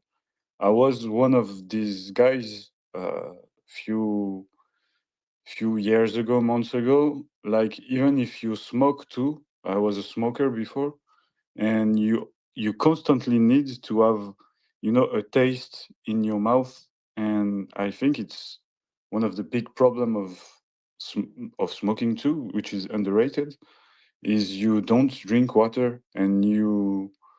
But there is a lot of problem of smoking, but it's one of the problem I had. I didn't drink water, always wanting to drink a Coca-Cola or shit, I don't know if there are people feeling that way. Cheng, are you drinking water? Yeah, I mean, I need to drink more water. I mean, I don't drink much. It's a huge problem. Yeah, I do. And it's also a huge problem that I'm drinking more Diet Coke than water. Yeah, So I have yeah. the same problem. So I should really stop drinking those soft drinks and drink more water instead. Yeah, I drink a lot of water, but I drink some Diet Coke too. But But yeah, that's evil. That's they know how to trap our mind. It's crazy. And you know, the brain it's a little crackhead, you know. He crave for sugar, for fat, for sweet taste, for so yeah. That's like the. Sorry, Mike. I didn't mean to cut in. No, go ahead, go ahead. That's like the mechanism of slavery, isn't it? Like, I really reckon the first job that the slave masters do is to keep us tired, and then through fatigue, we have to buy their produce. So when we're tired, we have to get the crack. And I genuinely think that caffeine and sugar are the two most insidious ones in like just accepted society. Like coffee houses are the biggest drug dens, and the amount of people who wouldn't be able to sustain their work without that level of caffeine or sugar. Like where I work, I work in a leisure center, so we have like swimming pool and the lifeguards. These are like 20-year-old kids, and one of them said to me earlier, "Oh, Seb, can I go get a Red Bull?" And they're always asking this. They're always asking if they can go to the shops, and they're so young, but my energy levels outperform them. And I think that they're, and this is just an entry level job. This isn't like high performing city slickers, you know. But I think that once the responsibility adds up and you get more indebted to the system, especially if you rise up with the drugs, like if you rise to the top and do longer days and your performance is entangled with the drugs, then letting go of the drugs is really difficult, especially if you've got like kids and a mortgage and all of those things. Now you wouldn't even dream of giving up the caffeine or the sugar, because you realize that all of a sudden, once you stop the sugar, that your job is a piece of shit and you can't actually function in your job, because you've only been able to get this far because of the drugs that have helped you. And I think a lot of people would be far better if if we could like go back a few steps and just experience like what we're actually capable of without the drugs in our lives. Yeah, they trap us with responsibility too. When you have kids and you have a job and a wife, and it's not the same as being alone and just doing for yourself. And it's very difficult in that way. And yeah, but it's definitely crazy how the work is done by the industries on young people now. It's crazy. It's even like I have a little nephew and things like that. And sorry, hi, can you hear me? Can you hear me or? Yeah, yes, we can hear you. Okay, sorry. Someone just it's you, Cheng. You had something in the space or not? No, that was me No, actually, but I made a mistake because Okay. I wanted to post a link under a comment, and then, Okay. if you're in a space, then it automatically asks you if you want to Okay. post it. Sorry, And because yeah. it's make bugging. I had a little heart attack, but it's okay. Oh my god, I'm so sorry. Don't worry. Oh yeah, I was just being active. Okay. And so what we were saying, yeah, they are doing the marketing thing on people younger and younger, and that's terrible. My little nephews at like 2 are addicted to phones, and they know McDonald's, and they know it's crazy. It's crazy. It's the work is done on. That's crazy. That's because of the parents too, but the industry is a big part on young people, and it's both responsibility, I guess. But Cryptic, if you want to join.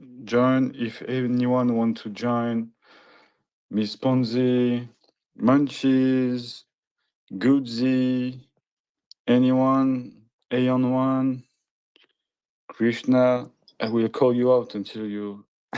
Do you know what? I also think like if even do you ever hear people say like I've got no vices apart from this? Like I don't drink, I don't do drugs, I don't do this. All I do is I smoke. That's my one thing.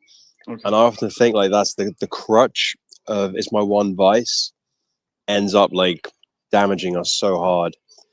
As in, excuse me. Yeah, go ahead. Don't worry. I had to sneeze. Just like, and what happens if you take away all of your vices? And then I have this feeling that the last thing that's left is energy balance, because now you only have to balance. So say you've got an abundance of energy, like when you're a kid, when you didn't have drugs or all of these things, you're just playing outside with your friends. So you've got like natural, whatever, endorphins, neurotransmitters coming through you. Yeah. But now you just have to manage your energy balance. Like then the real drug is, do I really believe I can do all the things I say I can do in my time? Have I like time scarcity, or am I time abundant? And I think that's the last drug. That's kind of like the last stronghold that we face, is that a lot of the time, once we abolish all of the stimulants from the media, the drugs, soft drugs, hard drugs, once we get rid of all of those, it just comes down to like time management. And if we, like going to bed late, stuff like that, like getting into a really good cycle, and then you end up meeting up with the ex who's no good for you, and then you go into a while, and now your whole week's thrown off. And time management.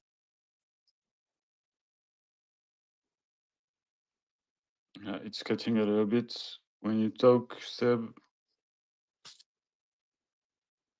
You have connection issues. We can hear you. Yeah, it was cutting for me too. Hey, on one. How are you, bro? I'm good. I'm Like, resonating with that what you guys ends are up saying being- right now. Oh, yeah. Seb, Yeah, you had just like your feedback. connection just cut. We can't hear you, Seb. We didn't hear what you said. Oh, from the sorry. last minute. Sorry. Oh, apologies, guys. No, it's I okay. got bad it's okay. connection then. Now we can hear you. Loud and clear. Now. Oh, well, yeah. I was just me finishing up. I was just saying, I think like once all the vices are gone, that it comes down to like time management basically. And I find that, I don't know if anyone else experiences that, but that's my last, not that I'm vice free, but that once I get it down, that's my real fear is how do I actually manage my time? And often the fear is that it's boring and it doesn't have all these wild stimulus. It's just way slower paced. But yeah, does anyone else have? Yeah. Do you want to? Okay. Yeah. Do you want to react, guys? Aeon. Yeah. Aeon Hi. girl, hello. Hi guys. Good morning. The Good first morning. girl. Oh, we have On girls. the longest Wow. spaces. We're here to invade. No, I have a few points to chime in on. I know Idea Hazard's gone, but what he was saying about the inflammatory problems he's struggling with, and also what Seb was saying about how people will leave their country, and I think the story he was referring to, if I'm thinking of the same one, a lot of Americans will leave and go to Europe and eat the same foods that they eat in America, and they don't have any of the side effects that they have when they eat the exact same foods here. And it's just that our Side food, effects. yeah, like Like getting fat? bloating, tiredness, like just the food here weighs you down really, and there's a huge inflammatory problem happening. Like it's increased like 125% or something like that over the past few years. And it's just because we have, like, this is statistical, like we have way more additives to our food that are literally like illegal to have in foods in other countries.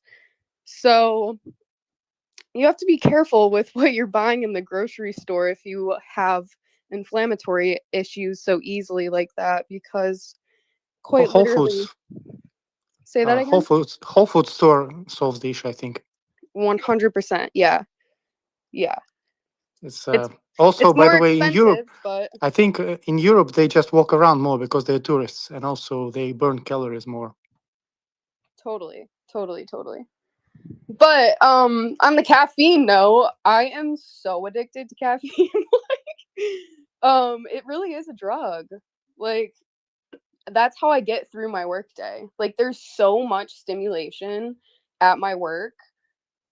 Like, I definitely lean on it similarly to a drug to get through the day. I will literally make a cup of coffee to now. Thank you for the idea. I Yeah. will make a big pot of coffee in the morning and fill up the biggest cup I have and just sip on it throughout the entire day. Yeah, same. A young one. I'm a big coffee drinker as well, and sometimes, I just drink like 5 Nespressos and then nothing else. So drinking more water and stuff like that is definitely on my list, and maybe I just gotta cut down on it. Yeah.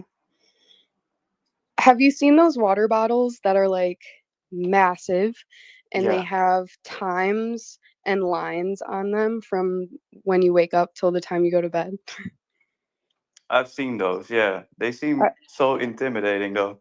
I had one and that was the best.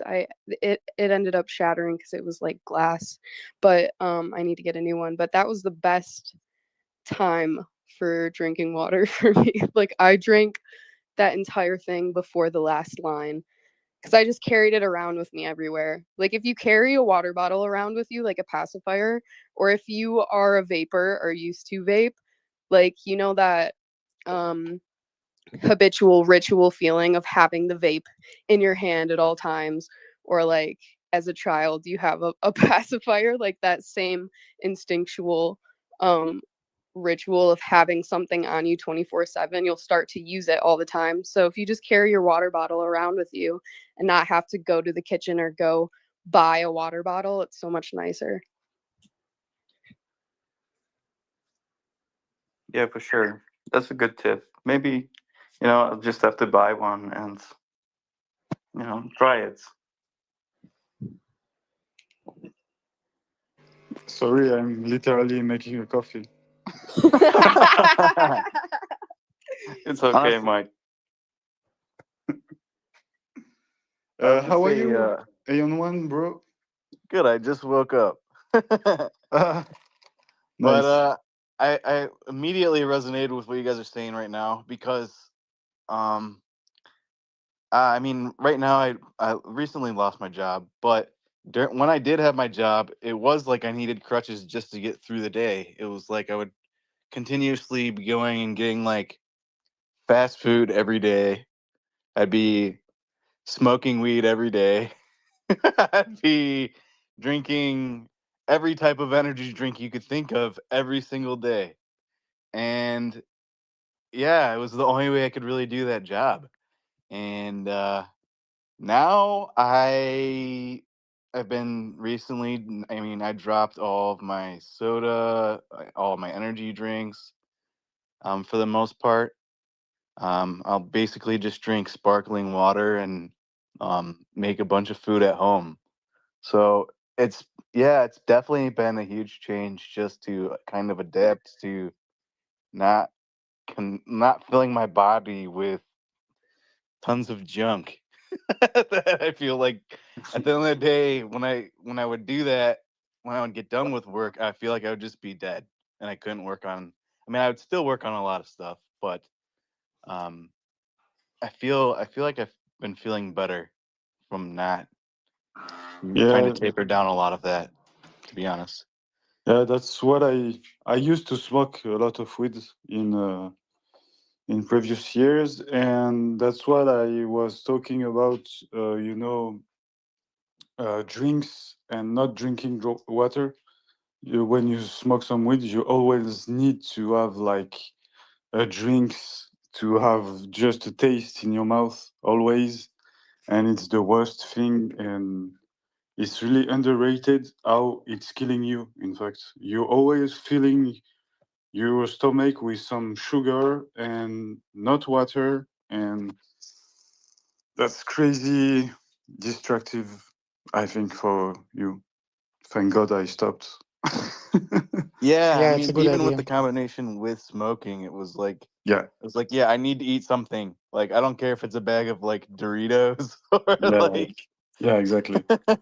like it would only enhance the my appetite for like anything really. Like, Exactly. I would still be pretty good about drinking water pretty regularly. But I mean, I was drinking like Celsius, like pre-workout energy drinks and like stuff like that, where it's like I would be sitting at a desk making like I'd be doing graphic and product design and advertising and marketing. That's what my background was in. So I'd be literally sitting at a desk drinking all these energy drinks, not running or anything, like probably just literally making myself like cooked. Like, but By the yeah, way, I'm definitely great alternative to soda is to buy some good juice like apple or cherry and mix it with San Pellegrino. Ah, yeah, yes. I've been drinking a lot of San Pellegrino, just the sparkling waters. I don't know what you guys think about sparkling waters. You think that's I mean, it's probably No, it's safer okay. than soda, but I'm still trying to figure out if it's like hydrating or not. I've just been Yeah, drinking a ton of those instead. it's obviously better than soda, but I don't know. Some people told me um, as there is bubble, it's making your stomach bigger, and I don't know. I don't remember, in fact, but they told me like because of the bubbles, they're making problem with your stomach, and but it's obviously better to drink than soda, obviously. Yeah, Mm. or energy drinks, I feel. Yeah, I was doing the same before, like dressed like to do sports, drinking sports soda, but just sitting here doing music, smoking weed. Real sportsman. I was like, I have everything to do sports, but not doing it. Yeah, that's like I feel like, man, I'd be like shaking in my chair, like I'd be like, I just want to like run around right now. I'm just sitting at a desk. Yeah, I definitely recognize, you're sitting at the office and you're just shaking your foot because you're all jittery from caffeine and stuff. It's And not then healthy for you I would smoke weed to like maybe taper it down, but still have energy. to calm down. Exactly, but I stopped because of SPX too to smoke. I stopped everything because of SPX. I lost weight, stopped smoking, came back to church. Like really life changing for me. Really, I I always started to stop smoking and never succeed. And now it's been 1 year I didn't smoke, and it's the first time of my life. So I'm really happy, and I think it's a big part of SPX that have done this. It's make me believe again in something and see a future of something. So I couldn't say to myself, okay, I have things in the future to do, so I have to stop to keep sustain doing these things. And it's really I was the guy that couldn't see after tomorrow, and it gave me like a better long vision, and I think it's happening to a lot of Heian. Maybe I don't know what you think about that. It's definitely Yeah, been instead of something buying for me. cigarettes, you just DCA SPX. Yep, exactly. Like I don't need to be buying. I mean, I'm trying. I still have bought a vape, and I keep kicking myself about it. But yeah, that's like the biggest thing for me for weed. It's just like I don't need to spend money on this anymore. Like I can just DCA, and I'll be happier with that long term than if I keep smoking weed. Like I'd much rather better myself than keep buying all this unnecessary stuff. Like I don't need like now I have the time to like just cook myself healthier foods. I mean, I still make grilled cheese all the time, but I think that's better than at least going to McDonald's or Taco Bell and trying every single one of their new menu items when they come out, or Definitely. getting their $5 meals that are just literally garbage food. Like Sure. it's good enough. It's nice for like convenience, but literally when it was something that like my lunch break would be like 30 minutes, like unless I was literally packing food every single day, like it would be hard to like do. It's like they don't really make the options here for you to just be able to go and get something quick as much as I mean, I still would try like healthier stuff. Like it wasn't just McDonald's, but like still, like it's just so expensive.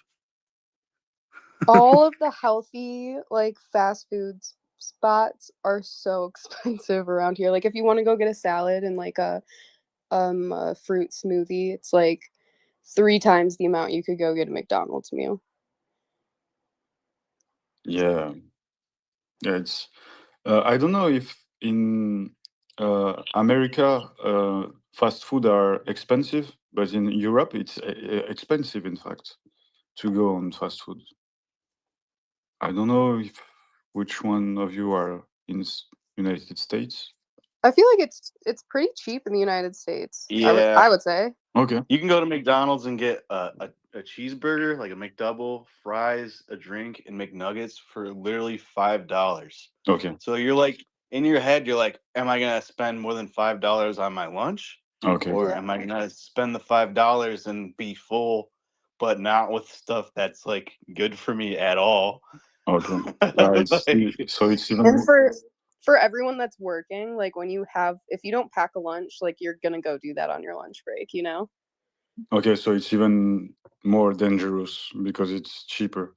In France, it's like 7, 8, 9 euros the menu. So it's kind of not as cheap as it seems, and even more. But yeah, okay. Yeah, Yeah. Sorry. Go ahead. I feel like they're making like unhealthy food cheaper on purpose or something. I don't know. It feels weird that all those healthy food cost much more in certain countries than healthy food. Yeah, that's for sure. No, it's everywhere. That's one for sure. And maybe we don't have the same laws and everything as a young girl was talking about, like in United States. Yeah, I've heard like from my friend in the UK, at certain point it's gonna be cheaper to buy a bottle of Coke than a bottle of water from the store. Wow. This is crazy. So like, this is crazy. Fuck. Yeah, you cooked when it's that way. You cooked. Crazy. We have like in 15 minutes, we will have gaming talks with Explorer Waters, which is already here. You can come and talk with us if you want to warm you up. And you know that to that point of like cheaper Coke than cheaper water, I do think like the solution often lies in like still like going back to an older way in terms of preparation, like having water bottles like you guys are talking about takes more time and effort. But I think that all the things that we've like moved away from for convenience end up being like superior when they're slower. You know, like even the cooking methods, when we cook things like cast iron pans and having like a ritual around it, the whole process of like how do you clean your pan, how do you season your pan, you know, like coating it with whatever fat you use, and I think the rush like diminishes our own nourishment. You know, I think that like every time we're able to slow down, it's such a richer experience for all parts of like of how we nourish, and also I might point out that I don't know if it's the same in France, Mike, but I was living in Spain for a while, and the amount of McDonald's there is hardly any. Like they're so blessed because it's so traditional, even in like they're more modern places like Barcelona. Like McDonald's is so infrequent. Like the Spanish people are not. I don't know if there's any Spaniards in the place, but Spaniards are not dealing with McDonald's. They've got their own like local like tapas is way bigger. Okay, sorry, my live just cut on Infernal Flipper. I just had a heart attack. Can you hear me? Mike, we can't hear you. I can hear you, man. Yeah, Okay, can hear you. I will. Your voice is coming through, but it's so quiet. Like I have my volume all the way up and it's very quiet. Yeah, it's because of the microphone, but I will come back with Infernal Flipper. Just 1 second. Oh, look. Okay. I think it's because you're using your main account and the mic is very far away from you.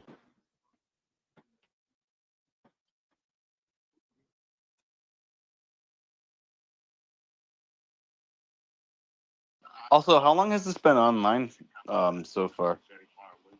5 hours and 45 minutes. Good shit. I thought it was, but I think I went to bed right before it started.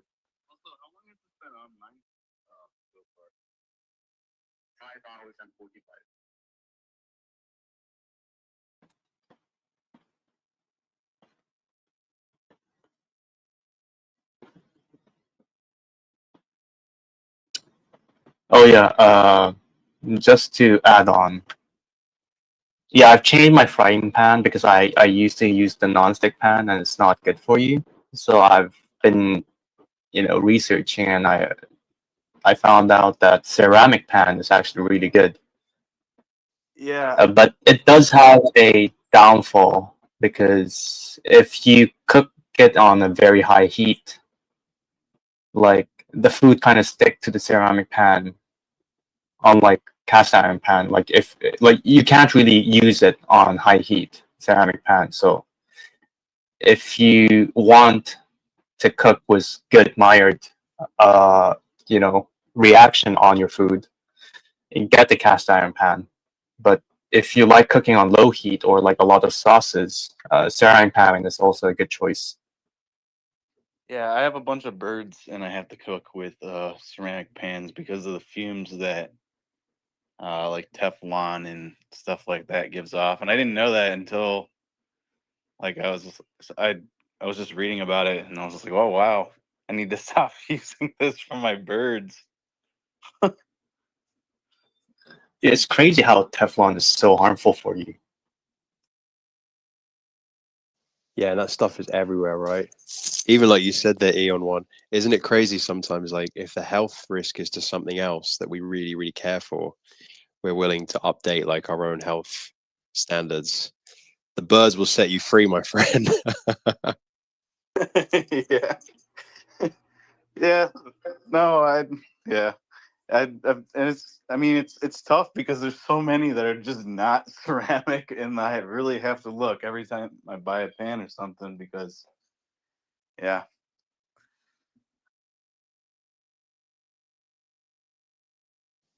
Yeah, it's all like I feel like it's all made to like all those things don't they all go back to the same thing again, where they all glue together in like how much quicker because Teflon is so fast and so convenient.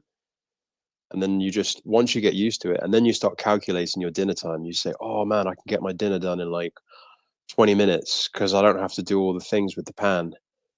And then your whole life is based off of like poor habits. And then if you really go back to like the great habits, you don't even have time to like wake up and do anything. You're just you're calculating how little time you actually have to live. It's a pretty tricky situation to unfuck ourselves from. The pace at which convenience is leaving us right now. Can you hear me now? Yeah, I can hear you, mate. Oh, perfect. SPX6900. Cue Mortal Kombat music. Oh, Andy, what happened?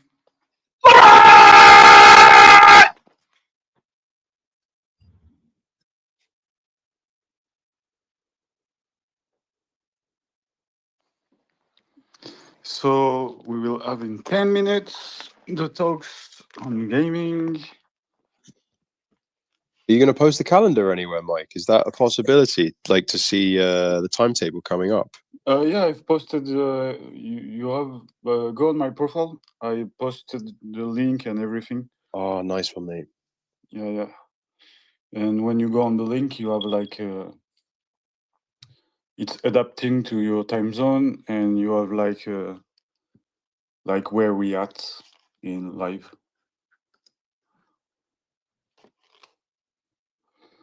So yeah, it was a very nice idea Andy told me to do, to host on my computer and to interact with my phone, because it just crashed on my phone and the live was safe on my computer. So great idea. Great idea. Thank you, Andy.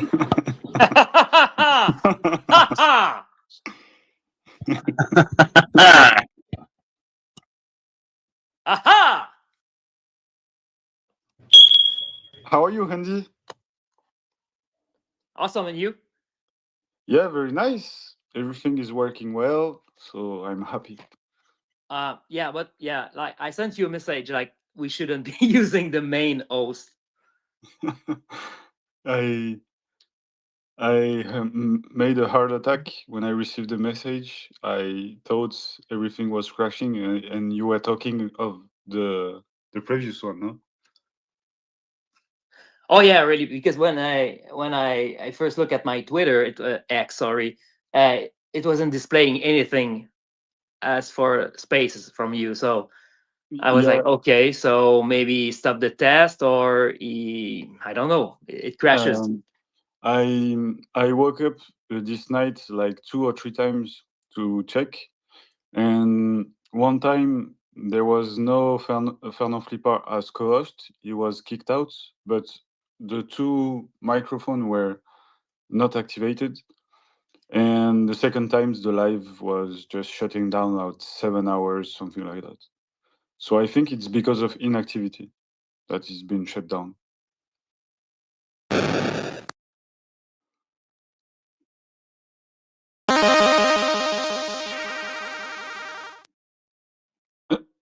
Sorry, I'm a boomer. I need to click stuff. The Bluetooth device is connected successfully. Como si The fuera. Bluetooth.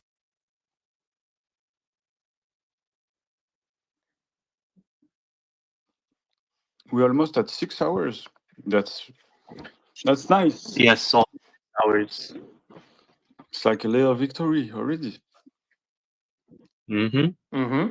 Mm-hmm. Mm-hmm. Mm-hmm. Mm-hmm. Uh-huh.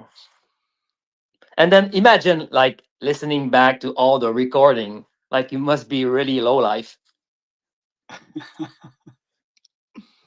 I guess what you could do, sorry, but what you could do is like split it in section, like nutrition stuff and then retarded stuff, and I don't know, like me screaming and Yeah, exactly. Sorry, I had a.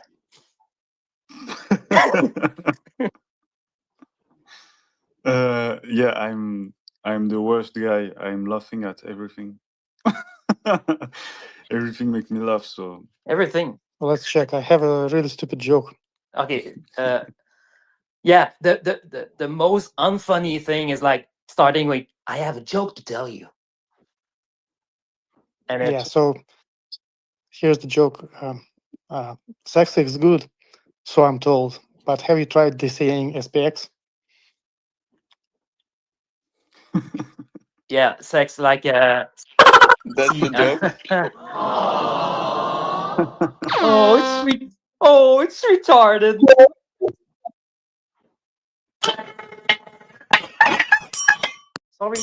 Sorry, sir, sir, sir, sir, sir.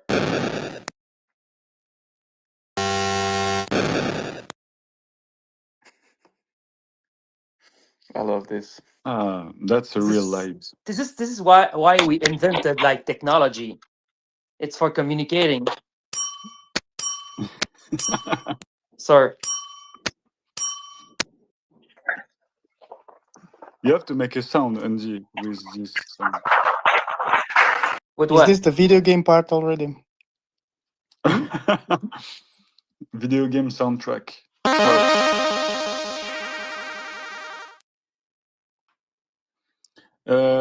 Explore water. How are you, bro? You can already talk. I know maybe it's pressuring you, all these soundtracks, but you can talk if you want.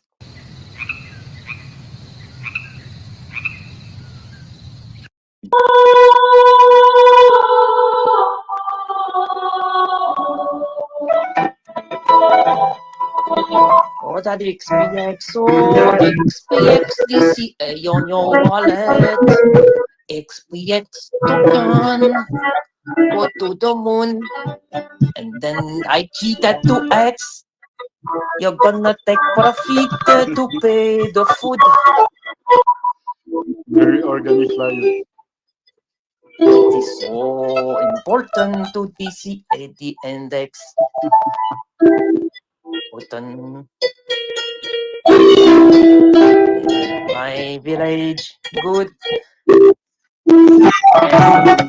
So, XPX token.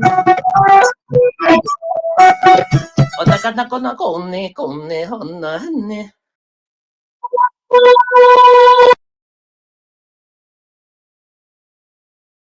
Thank you.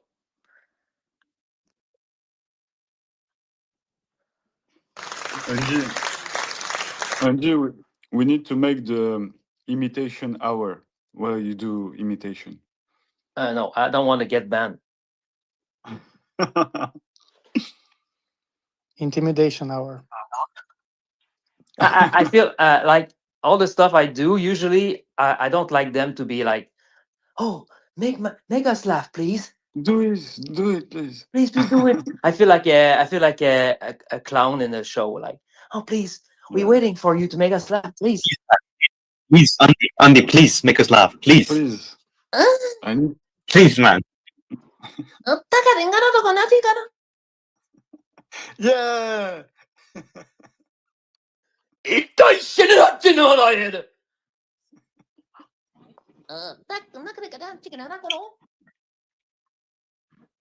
Doesn't make any sense. It's perfect. Explore water.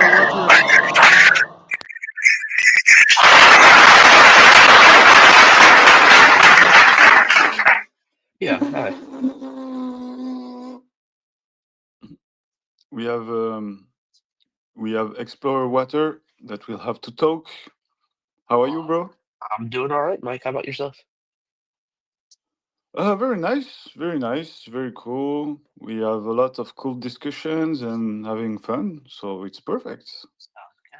I just sent a post out and tagged you in it with a link to a Gartic phone. Do you know what Gartic phone is? I can explain Nope. it. Okay. So Gartic phone is you start off. Everybody gets like a prompt. I think you write a prompt first. It's been a while since I've played, I'm but sorry, did you everybody say writes out a like prompt. Gartic phone? Gartic, yes. Gartic? Gartic. Okay, it's not a Gartic phone. Yeah. But everybody Oh, I've writes a seen prompt, YouTubers play it. It's a good game. and that prompt then gets sent to other players. They draw that prompt, and then it sends their drawing to other players, and then they have to draw what they think it is. I think I explained it right. I don't understand all the thing. My tiny IQ don't allow me. But It's okay. It's basically a yeah. game of telephone, Oh, but okay, with okay. drawing. Okay. It doesn't have anything to do like with Gartic. No, it's just pure your artistic takes, essentially. So we send a prompt to other, is that? Yeah. Okay, and I put it in like Grok or ChatGPT? No. Did they have a good way to describe? Okay, so I'm gonna read off their how to play. Okay. Each player must write a quirky sentence. Then you're gonna receive a bizarre sentence to draw. Try to describe one of the crazy drawings, and then watch the hilarious results of the telephone game. Okay. That's what they have as their how to play. And where's the part where I make money? I'm sure there's probably a certain community that pays people. It's, You have to I'm buy going to one send you- SPX each time, It's each round. It's garticphone.com or I'm gonna send you the link, and then I believe you're able to put that on like the shared post. the Sorry, board sorry. within the space. Sorry. Okay. I was on the good one. Okay. You're good. I have it. Okay. And it's got a max of 50 players within it. Okay, I've tabbed in.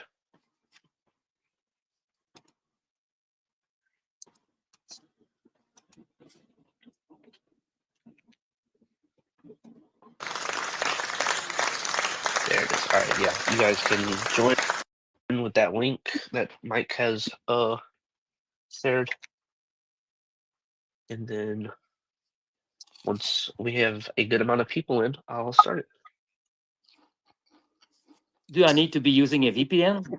Oh wait, it wasn't Gartic phone, it's Gartic. Yeah, sorry.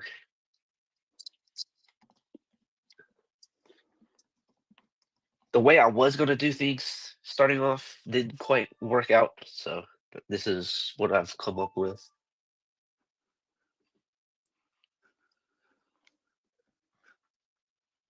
Also, this doesn't require any downloading or anything like that.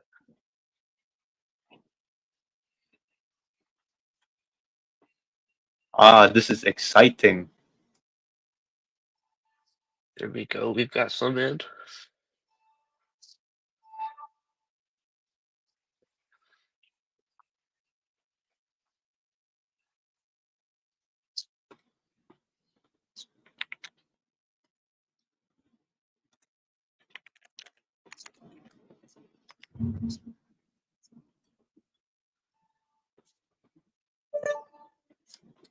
Come on, guys, join. This is open to everyone in the space.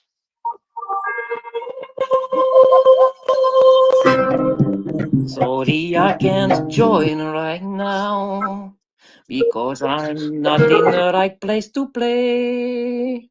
Sorry.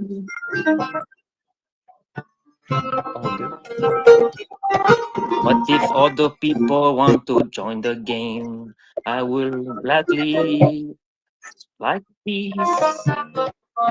It makes the space so much organic. Seems like someone left. I think I need to quit. Like, sorry, I'm just fucking annoyance. No worries.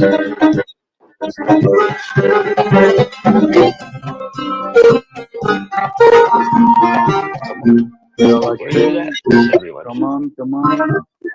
Join us. Join us. Join us.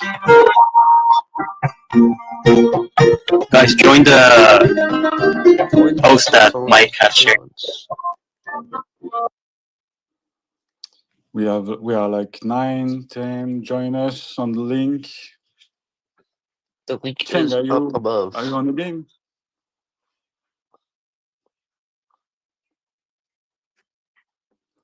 Oh, no left. We get back to 10, I'll start, and then some of y'all can see how it works and understand it. Oh, there's 11. Okay, I'm going to start with this 11, this 12, and then the one in here can get a grasp. It's beginning. It's loud. Okay, so this is where you draw our attentions.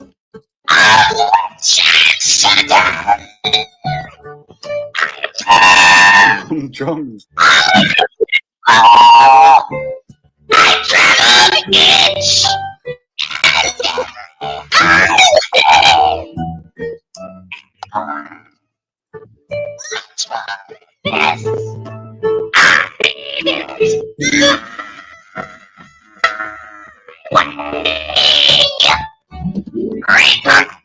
I don't know if I understand the game well, but I will try.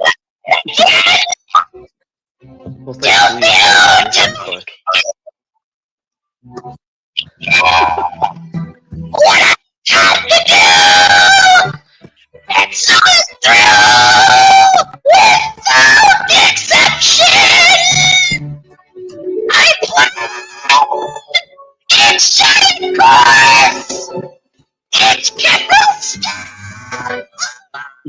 Chong.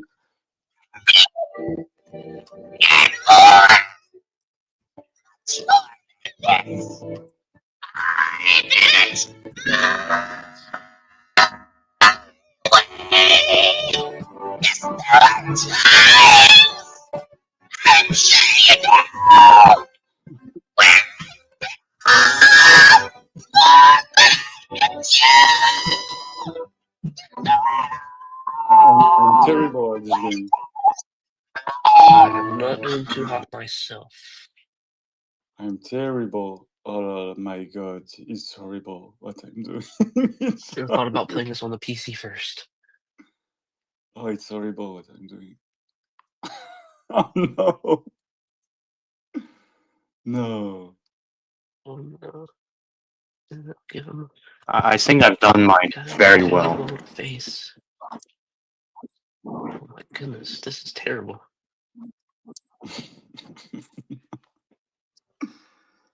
Oh my god. Why?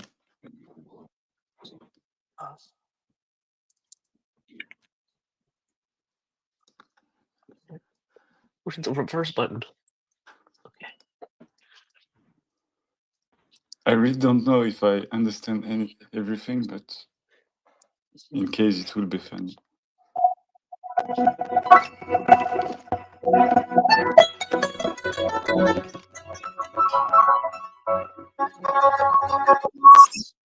We're running out of time. Okay, I think I'm done.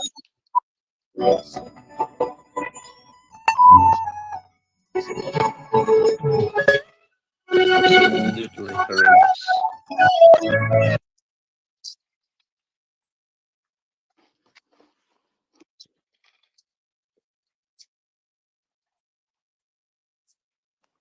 It's funny. We had this conversation about nutrition and everything because since I'm live, I'm eating like nothing I need to eat, like chocolate, only shit. Crazy. I hit too bad. I'm drinking a Coca-Cola myself, and I am already feeling the repercussions.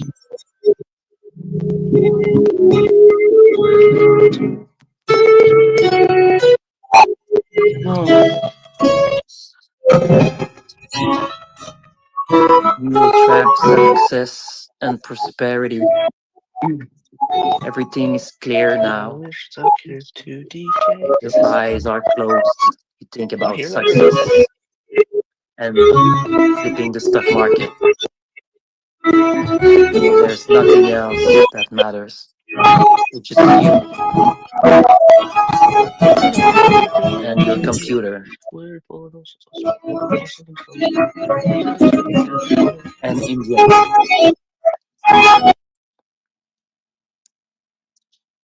Thank you. This game is really make me think my IQ is even lower than I was thinking before. It's terrible.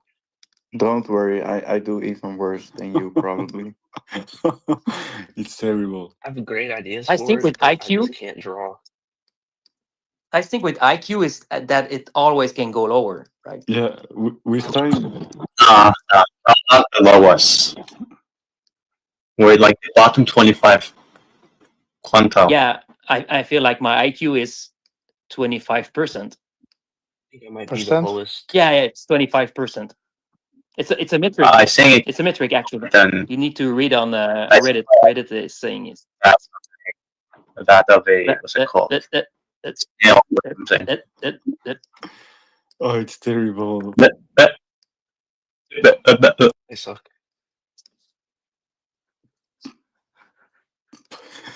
Yeah, so these guys, they ran the longest space ever, but all the content is retarded.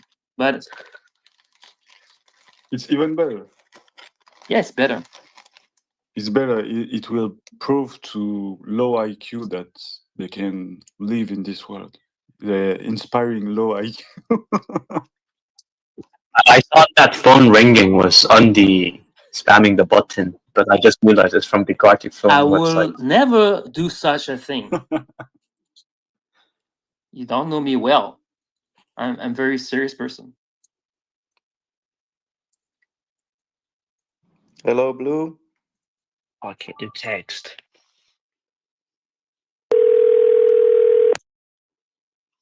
Hello? Hello? Yo, dans le pizza? Is a pizza delivery?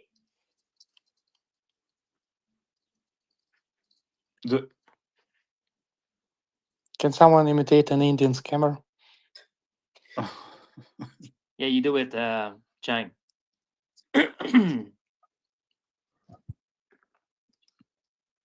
Yeah, sure. And don't use AI. Ta-da! Impossible mission. Hello, sir. I'm from Microsoft Technical Support. Oh, do you want my computer access? Yes, sir. Oh, great! That's what I was waiting for. But before we proceed with the application, I need your banking details. Your computer. What's the fastest way? Do not break the Oh, it's computer. Skip Boga. Okay, This guy is awesome. I love that guy. Now, you know anything that you are gonna lose and you are gonna listen to me. You need to turn on the computer. You will lose the money which is there in the bank. Okay? What? Turn on the computer, I said. Turn on the computer. I can't hear you. You're not. Turn the damn computer. Turn the damn computer on. Turn your computer on. Relax a little bit because after an episode like this, I Do not redeem.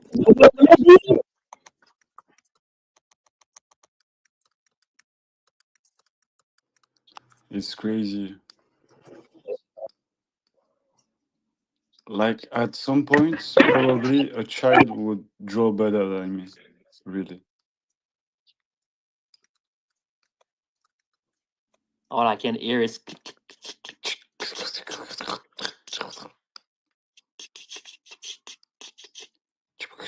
This one is really good, actually. I only produce Potentially. piece of art. That's crazy.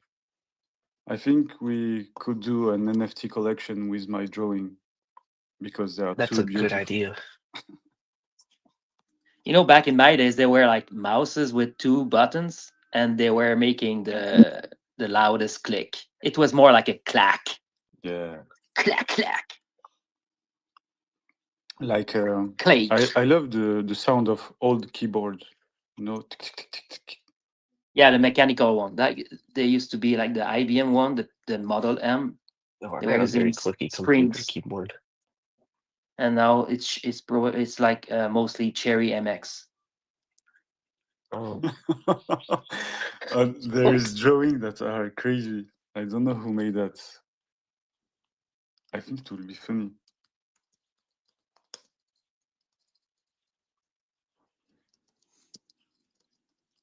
Someone that has something interesting to say. We're right here. Talk.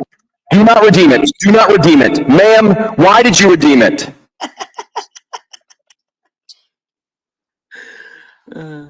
I remember when I had to wash my mouse balls. Bro, no load. No, mouse. I mean, computer mouse. Yeah, right. I know what you're doing. For those who just joined and do not know the context, we're playing a video game on a website, Gartic Phone. So yeah, if something does not make sense, just assume something's going on there. Or it's just me talking. I'll open up another one. That way more people can get in for the new people that just joined. Every people. How do I do this?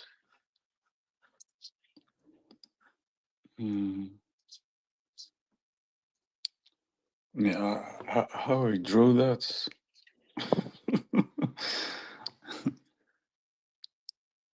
Oh, Pound is here. You want to talk? Yeah, if you want to join. Oh, Pound. Yeah, we need to be looking more at people that joined the space. Yeah, I was Probably have something they want to I share. was just say. drawing terrible things on the game. Terrible. Terrible. How are you, Pons? Blue Hapu? Hello. Good morning. I'm doing well. How are you guys? Yeah, nice. Doing good. Doing good. Flipping the excellent. stock market as usual, bro. Right, one A on at a time, one day at a time. I saw the post. I'm very excited. I just retweeted the space, and I don't know if this is going to sound a little silly, but I feel like Fernand and Lil Mike one and the same, right? Or am I crazy? Yeah, Fernand Flippy No, and Lil Mike. Fernand is like a really good impersonator. Two different people? No, it's me. Okay. It's just that I suggested that he use like the main account to just host the space to be That's sure wise. nothing crashes. Yeah. So for hardware consideration. That makes a lot of sense. SPX is also a tech coin. I responded to you, Blue. I don't know if you've seen. It's okay for the time slots. You tell me. Right, I just responded to you a few minutes ago. Sorry. No, it's okay. It's okay. And so what I said is I will do the rest. He probably can't stay that long, but I will do the rest. Okay, with pleasure. And I actually just made an announcement. I didn't know if you wanted me to. I didn't know if you wanted me to talk about it before, but I just made a post about it. Okay, nice. I will share. Nice. I didn't see. Everything good for you, Blue? Oh. Otherwise? Yeah. I have a stream later today. I wish I could do it on this, but we're doing it as a stream, and so not on a space. But with the CEO of Kraken, Nice. so we're doing that later today. and then yeah, I'm still not sure how we did that. But we're doing that later, and so I'm just getting ready for that now. Nice. Really cool. Kraken was my first platform when I came to crypto first. And it's a platform I love, in fact, compared to other. Yeah, they seem to really love us. You know, they seem to really understand us and really love us as people in crypto, and that feels special. You know. Yeah, they're here for a long time now. I think 2015, something like that, maybe even before. Like I've seen last time that Coinbase was here from a long time ago, like 2013 or something like that. I was thinking later, but it's been a long time. And Kraken too. I remember they were the only platform at the time, like in 2018 or something like that, that were really choosing projects they were proposing to people on their platform, and I really loved that they were protecting kinda people in that way.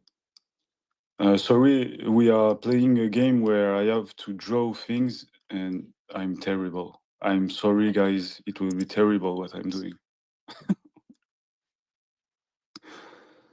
It's terrible. I don't know if you've answered this question already, and I don't know if now's a good time to ask it. But what made you want to do this? In fact, I made a joke about it on Spaces we organized on Monday, and Aeon after came to me and said to me, "You really should do it for real." And I just like think for 5 minutes, and I said to myself, "It's really a good idea. In fact, it's proving all the ethos of SPX, like persist forever, having a big goals, like kind of delusional. It will be like a quest for the community and everyone, a celebration for everyone, and I just thought it could be cool. In fact, I just loved the idea."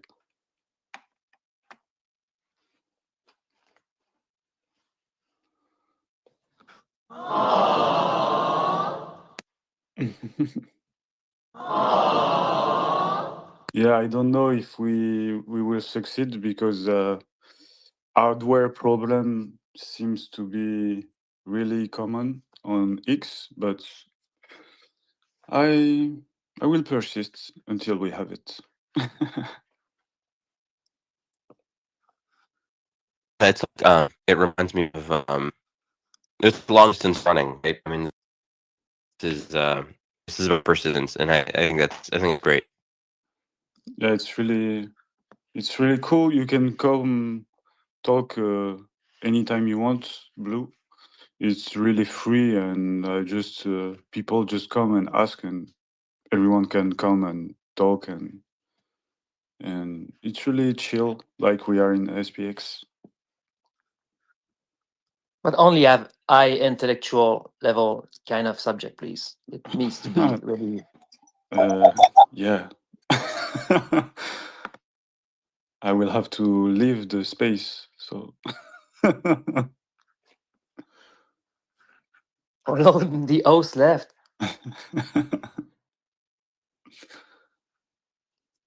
But I think we need to be sharing it everywhere, and I think it's going to get more traction. Like maybe after 1 day or 2. Yeah. I expect some. Yeah, maybe my expectations are too high, but at some point, having thousands of people here. Yeah, I have no expectation. In fact, I just came and do it, and we will see what happens. But yeah, probably as long as it lasts, it will attract some people, I guess. All the greatest things started with an experimentation, and Yeah. Can you guys hear me now? Yeah, perfect. No, we There we can't. go. Okay, I lost connection there for a bit, and I was talking to myself, and I felt Oh, stupid. sorry. No, it's not your fault. It's my fault. myself. I was just gonna say that it's like long distance running, you Yeah. know, and it's about persistence. I think that's awesome. And then when I think it was undefined or Undie. I don't know what you go by. Sorry. Yeah. Yeah. It's fine. Okay. It's not my real name. Yeah. I promise you. Okay. That said. No, I know it's Undi. Sorry, it's Undi. Undi. It's an indie. That said only high IQ, and so I was like, oh no. I was like, maybe I'll have to like teach a class on evidence or criminal defense or something, do like a law class. I mean, that's the only thing I know how to do. That's not just ridiculous. That's something. But that would be really cool. Sorry, go ahead. Who talked? Oh, it was me. I was just going to say, like, that would be pretty cool to know. Yeah, for real. You had this kind of class, Blue, when you became a lawyer? So I am a lawyer, but I'm all of course I had to go through it. But I'm an assistant to an adjunct professor at the law school at the College of Law. Whoa, so every winter I teach law school students about trial and how trials actually work and everything. Whoa, so cool. Are we safe? That's very cool. I think the host wanted to explore water, so to continue the game, I guess. Yeah, so right now this is the portion where it'll show us the prompt and what drawing came from it. No, So please I was gonna stop. run that It's terrible. right now. It's terrible. This is gonna be really embarrassing. Yeah. It would be terrible, but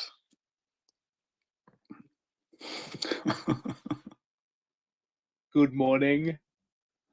Oh no! Oh, hi. How are you, bro? Oh man, I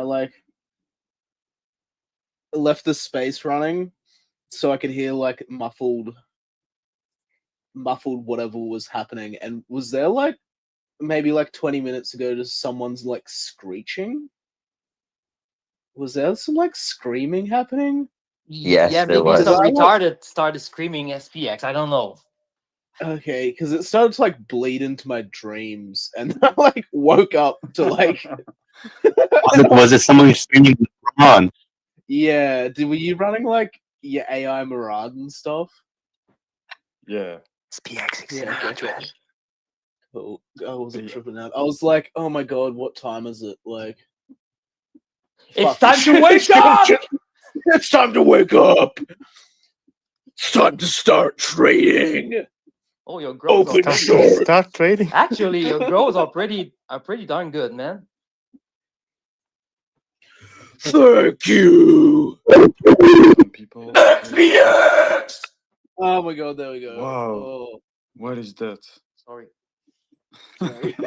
Yeah, I was like, is it oceanic hours? Like, shouldn't the Americans be controlling this? It's the middle of the night. Murad!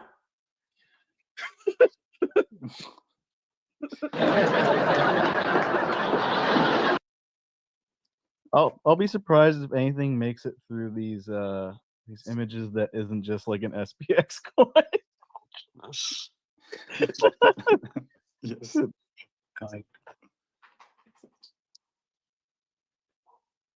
Murad, it's time to flip the stock market. We will have like which hour it is? Okay. In like 1 hour and a half, I will make the baptism hour where I welcome people that never been on spaces ever, and I will make a little ceremony for them to join and feeling good on their first spaces. And after we will have Polymetric and Pizzicato that will talk about some philosophy, I think. So we have various activities. It's really coming from the most serious to the most retarded. It's beautiful. What does life? It's beautiful. Fredvart, I add you, but seems to. We need to run PSAs, about cold storage and all that, because people are really stupid, especially newcomers to crypto. Yeah. Hey, they're not stupid. They're just Good idea. you know. They're just Yeah. not informed. They're not informed yet. But it's a long time I'm in crypto and I'm still stupid. I can I can testify.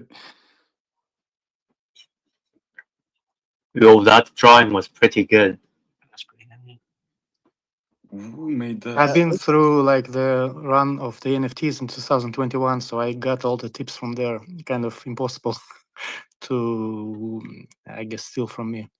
But yeah, newer people need to learn how to protect those coins and NFTs. Yeah, the most dangerous thing is social engineering. It's really crazy. Can you also store NFTs on a cold wallet? I've never bought an NFT course. or nothing like that. So Yes, sure. okay, cool. Sure. Yeah, it's same. All right. NFTs are just another, like tokens are ERC20, and just NFTs are another kind of ERC. It's 721, I think, and it's like a token. It's like meme coins with pictures, basically. Yeah, exactly. So yeah, you can store in a cold storage. There is a lot of. I mean, I think the hardest thing is to figure out how to store your seed phrase, because, I mean, there is no such thing as cold storage. Eventually, you just have a wallet, which is basically a key. Yeah. But all the assets are still on blockchain, so you need to figure out how to store your seed phrase more. Yeah, but it's kind of the easiest thing. In fact, you just wrote on a paper and you fucking hide Lose this it. paper. Hide this paper. Where do you hide it? Where? Oh, I did figure it out, but I cannot tell you, unfortunately. I bet I could actually consult people, but I'm not good at tell. Yeah, I'm hiding it under my bed. I forgot.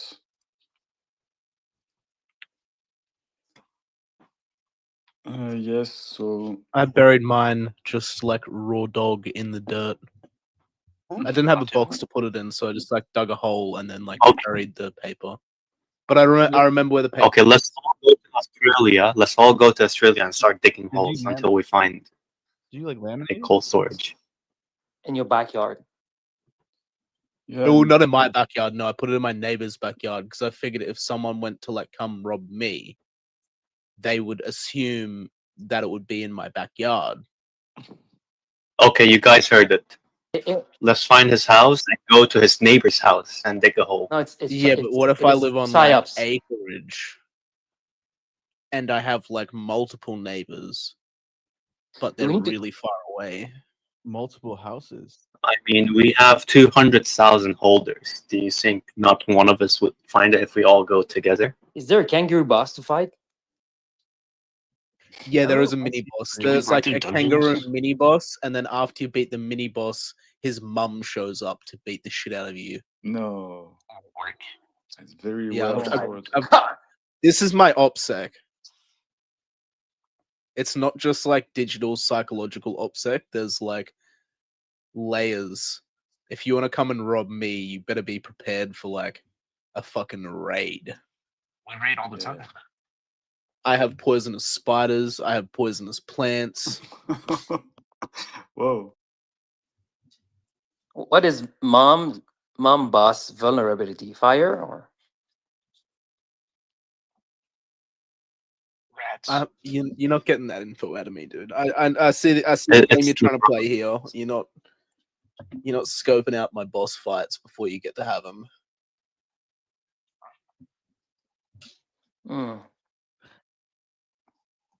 I wrote my seed phrase in the sand at the beach.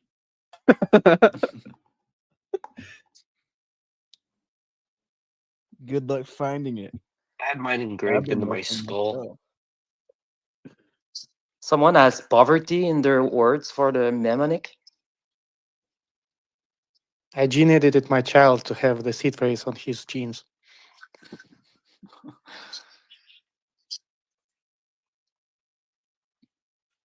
I have 21 kids, and all of the kids' names are one word. The seed phrase. I run a daycare with all Ipes kids. That's your entire scheme is like trying to like figure out what combination of like 21 they are. Bicycle, come here. It's actually 24. Desk, put that down. I need to go. It's a good thing though. I'll be back later. Take care. All right, take care. See ya. Whoa. See ya. Oh my god, thank god he's gone, dude. Holy shit. Now we're gonna have some peace now. You guys made let me play some Angry Birds. crazy drawing. Yeah, some of them are actually quite good. Yeah. I'm impressed. How did you guys make those? On mobile or desktop? I was using It's pretty good. I wasn't using that long. But I haven't had any good ones really. Angry Birds?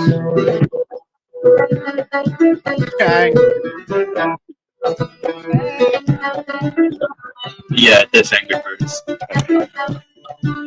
Why did you make him co-host? You can't mute him now.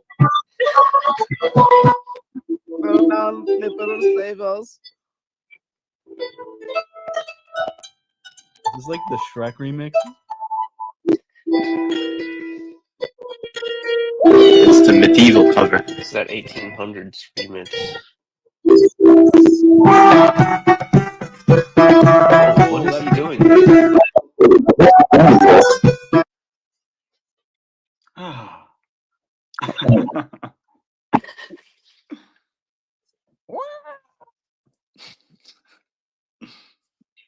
Flower Monster Eats. Oh yeah. I have to. This is where that one came from. It's like we are the chat GTP or chat GPT. Chat PDG. This is like the Aeon version. Chat SPX. It's like you type in a prompt and it gives you exactly what you didn't ask for. Exactly. Guys, make sure to retweet Blue's post about Mike's about the interview with Murad on Monday, because he only has 8 retweets and we're with like 50 people in this chat. So let's push that. Yeah. I will do it to my main account. Let's raid hard. All right. Pin that shit into the Does jumbotron. the same link work? I reckon. Let me see real quick. All right, did we save those gifts? Explore? Yeah. Sweet. Let's see. Free airdrop. Someone say free airdrop? All I have to do is input my seed phrase into this website. Yeah, you draw. Each one of us has to draw our seed phrase. Someone say free airdrop? Okay, the same link works. So no, anybody feedback. that wants to play, use the link up above that Mike has pinned, and it'll toss you in. Come on, playing, because my drawing are awful. Help me. They're all masterpieces. Join the link. That's why you left. I'm just Vegeta. sending to Cryptic Monk something.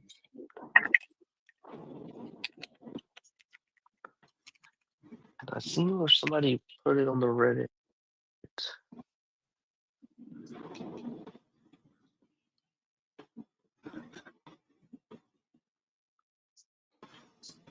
Hop. Alright, we're down. We're up to 9. 9 There's 10. players. What do I do? I'm in the menu. Oh, we're just waiting for 50 players. Yeah. Who's called Hype's Shed, dude? They call themselves Hype Shed. That's not me.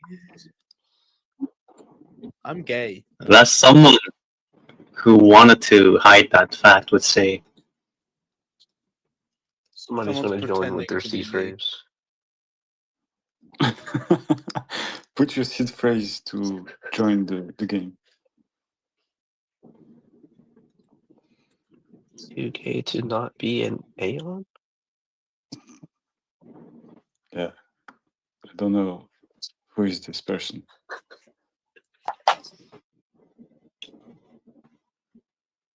Oh, I can do different modes.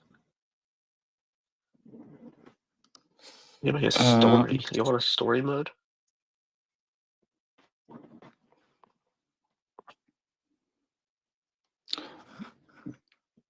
People can see the if they're not registered on the game and they click on the links, they can see or not? Only us. They should be able to. Okay. Try. I'm too regarded. I couldn't even Yeah, join. it tosses you in.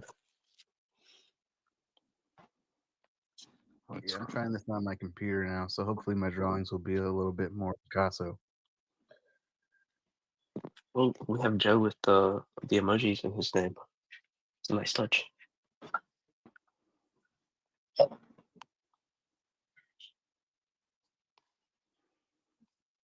Okay, so we made an update on the Aeon6900.com. We put all the program on the live of the live on the first page, so people can follow and join. I have to promote this. Awesome. I'll retweet it once you get that live. I look like I might have to start it with 10 again.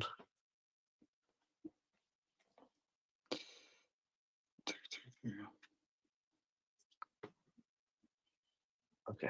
I guess 10 is the magic number.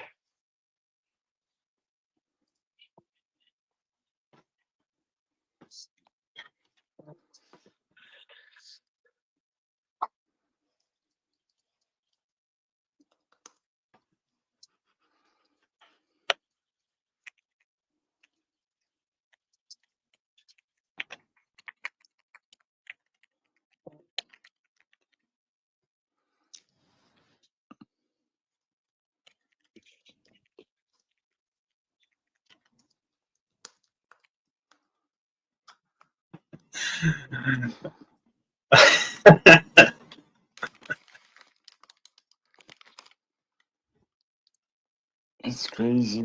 hello? Ben? Hello. Ben? Ben? Ben? No.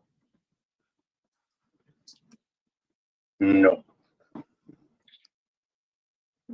Yes. No. No.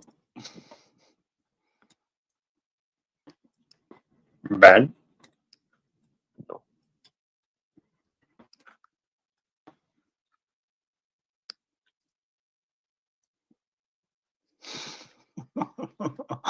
My drawing are worse and worse during time.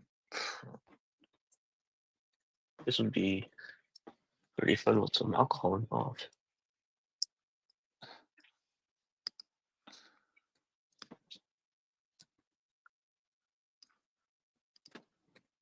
Weird tree thing I just drew.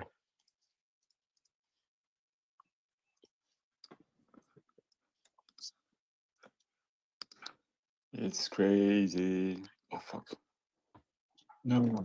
Ben? No.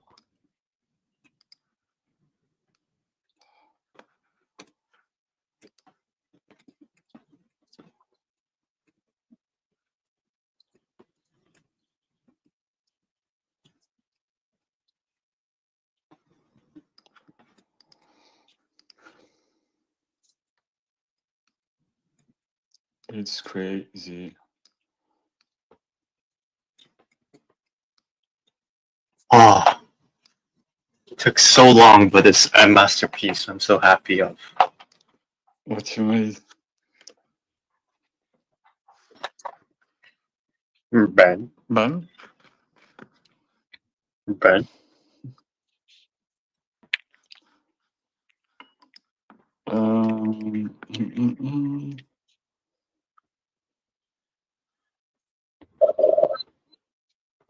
Bang.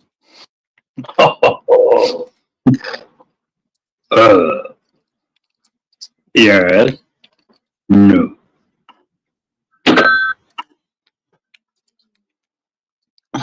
I'm like not understanding sometimes well the sentence, so I'm I don't even know if I'm enjoying the good things, but it will be funny.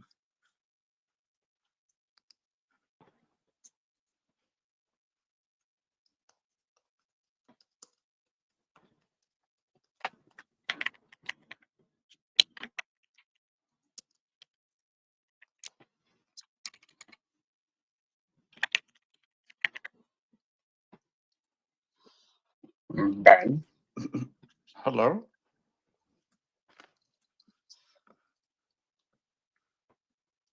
Ben. Ben who?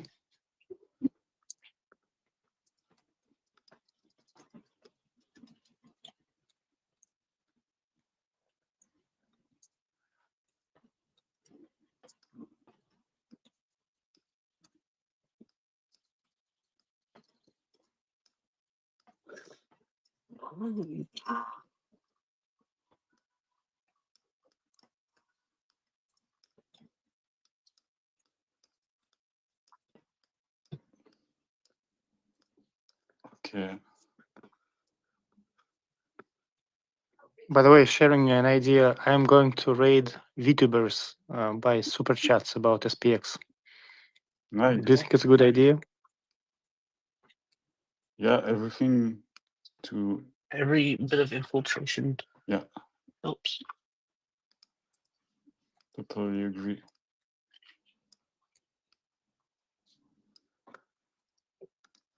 And like, But the problem is that like one of the biggest problems that I face now that every other community except crypto actually hates crypto, hates NFTs, hates everything, and I don't still know how to break this barrier because people really are avoiding it. And while it's maybe their only hope, they're still very much afraid of it. And like I mean, the larger population, and how to break this barrier, I don't know yet. Ben. Calling Ben could help. Yeah, it's really good question. That's a bit of what I was talking in the Reddit spaces like yesterday or 2 days ago. I think maybe just testify of what in which way SPX help you and just testify your experience can maybe be better than raiding the token if they don't like that, you know. I don't know, in a kind of this way. It's not about token. I mean, it's about crypto in general. Like for instance, I'm sometimes commissioning artists to some fun art of VTubers, and they don't even accept USDT because they are afraid of crypto. Okay.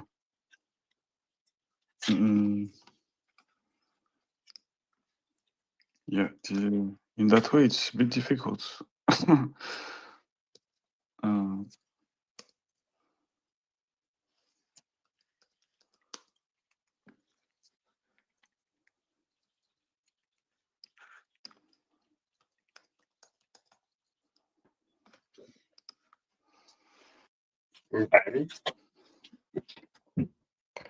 Hey, I realized I was talking to myself for a long time there, and that was my fault. It's not on you guys; it's me because my connection was just bad.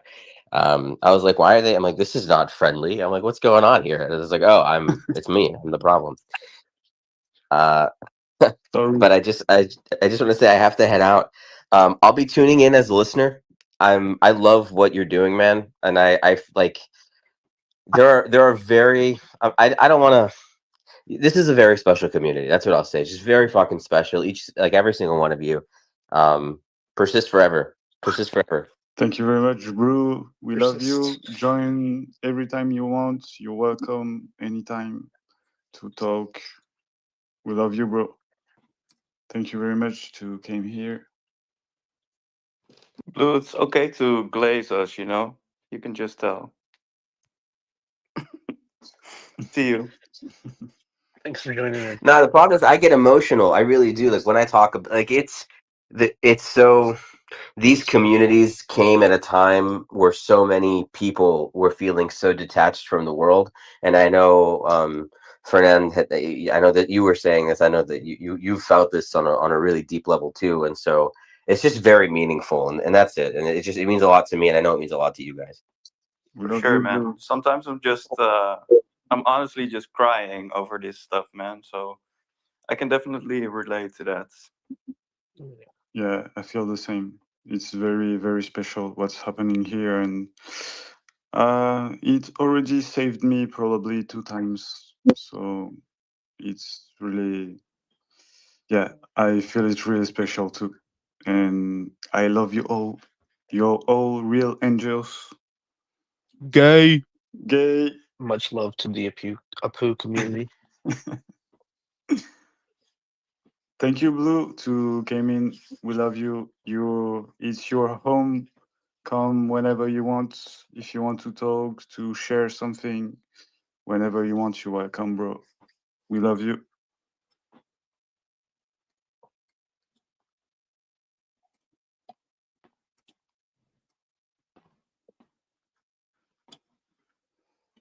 Sorry, oh fuck. I missed the drawing. Sorry. I was.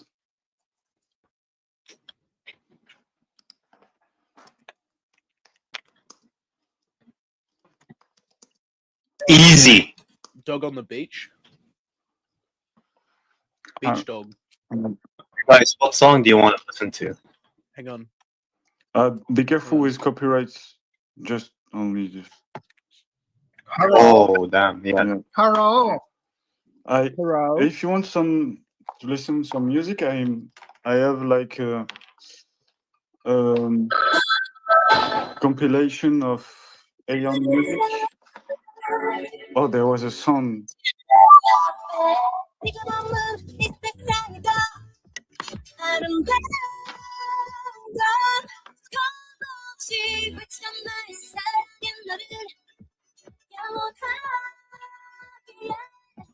You and I 터지는 눈물이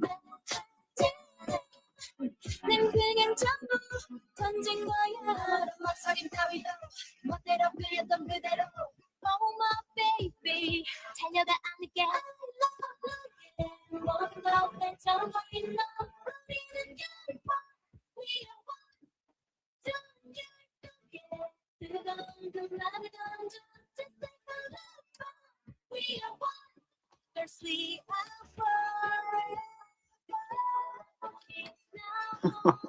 I found the game for next hour of gaming.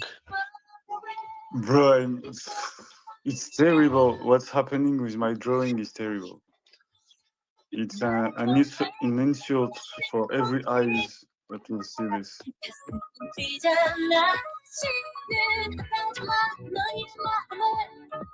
우린 다 알아 내 곁에 있어줘 이 순간도 마지막처럼 You know your love is crazy Oh my baby Is it in Chinese? Easy. It's Chinese or Japanese, I believe. Sounds like. What This is Korean. Oh my god, sorry, was I open micing that whole time? Yes. You're singing good, Hype. You liked it? Hype, you're amazing. Good voice. Chang, is it your music? Huh? Is it your music? No, it's Hype. Hype. Ben? Hype. Hype, hype, hype, hype, hype, hype. Hype, hype, hype, hype. Yeah. Hype. Put some Indian music. Yeah, okay. Actually, the banger. Hype, hype, hype, hype. Let me turn on. Hype. Ben? No. Oh, what the world? Hello, and welcome to the Composphere.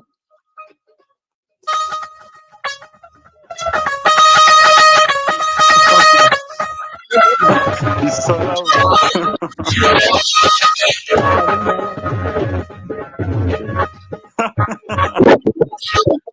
You're your host. Hype. Do not cheat the coins. Please do not Continue, cheat. hype. I liked it. Continue. Let me get something good. Keeping me focused.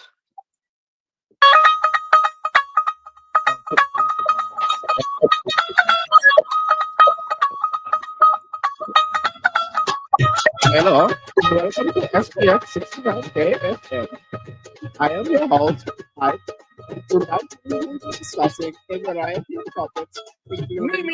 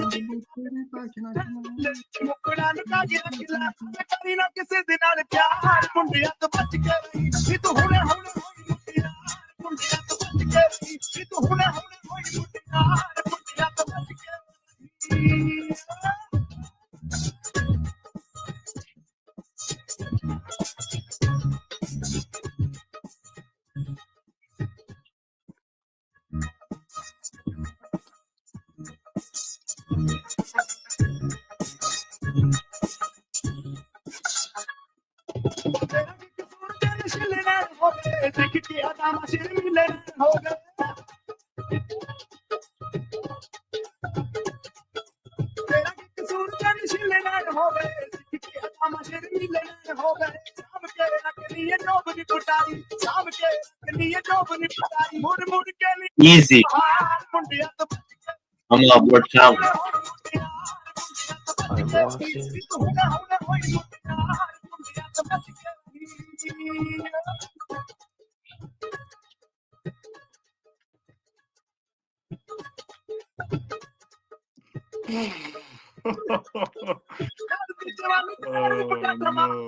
Oh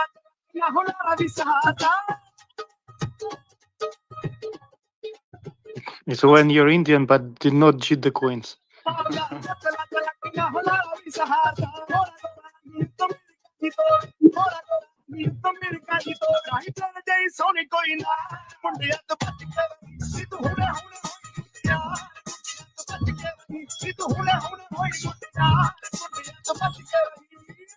Alright. Okay, nobody left this time.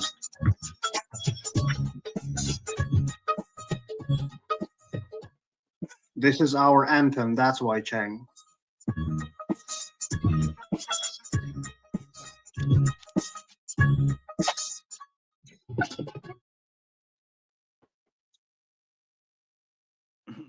Okay, we have the results of the drawings. Murad's the chart.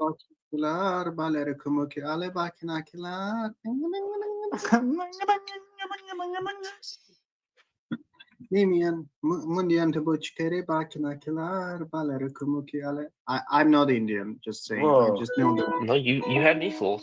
No, you are. See. Oh. I'm away downtown, watching sights, faces pass, and I'm homebound. Just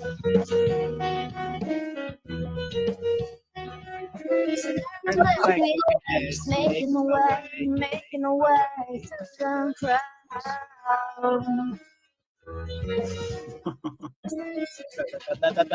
Not need you. Not need SPX. you. And now I wonder It's hard to fall into the space. You think time would pass me. The karaoke is tomorrow. There's karaoke for tomorrow, isn't there? Wait, I don't think anyone told Mike he can mute people. What?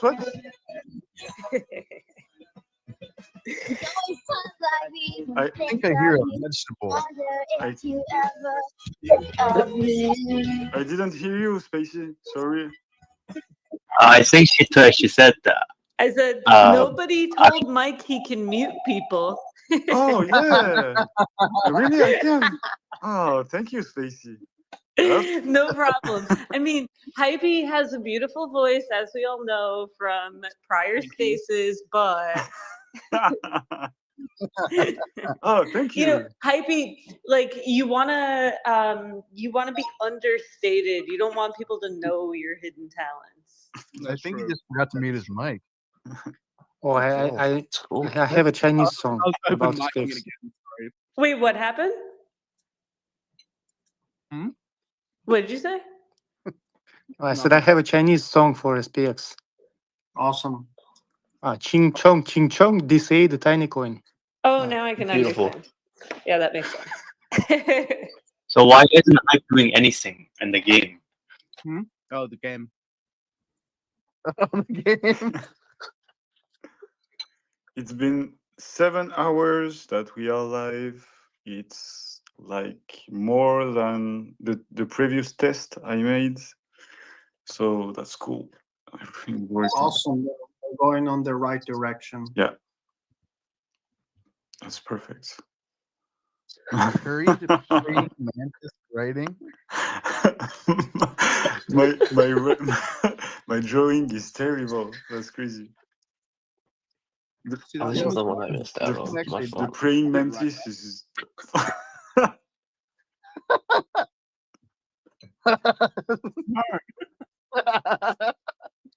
A smart bug. Wait, I have a video of a cardinal like fighting with a praying mantis, and the praying mantis is like winning. yeah. That's crazy. I see this. They're crazy. Yeah. It like picks fights too. It like throws punches. It's crazy. Because she believes in something. Exactly. Exactly. I'm gonna edit a video for SPX. It's literally like a home video taken of like this battle between this tiny little praying mantis Nice. and this massive red bird.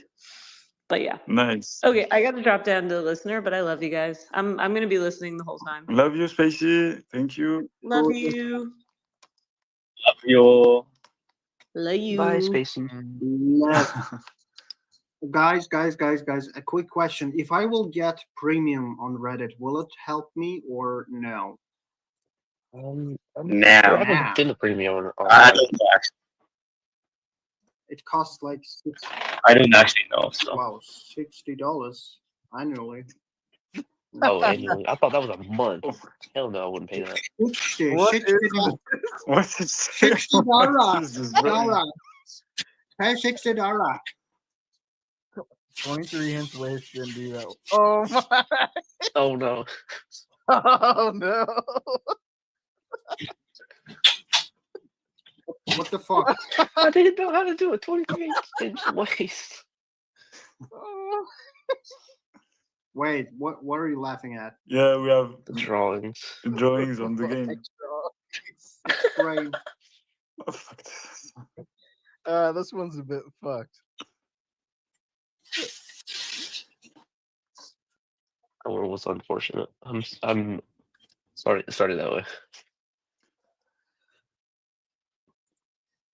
Hello. Hello. Banana phone and sphere.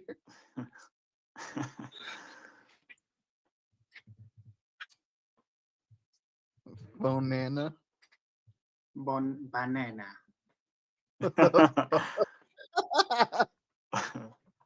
Crack the banana. Banana. Whoa. I couldn't finish the 500. This duck is aggressive.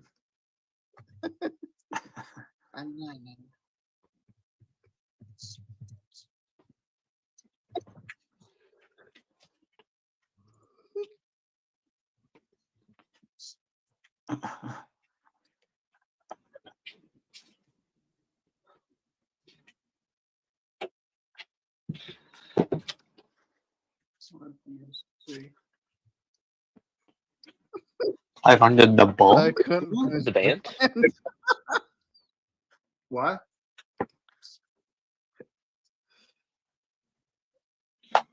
Hello? Okay. Holy shit. Hello. Is that Sproto?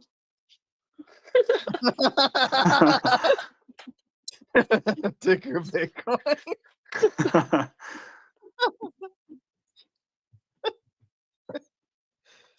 What the fuck, guys? Like, are you on Twitch or something? Like, No. what are you laughing No, at? there- It's we're laughing. up. I We're don't know laughing if at can you, do it. Fred Vart, in the beginning.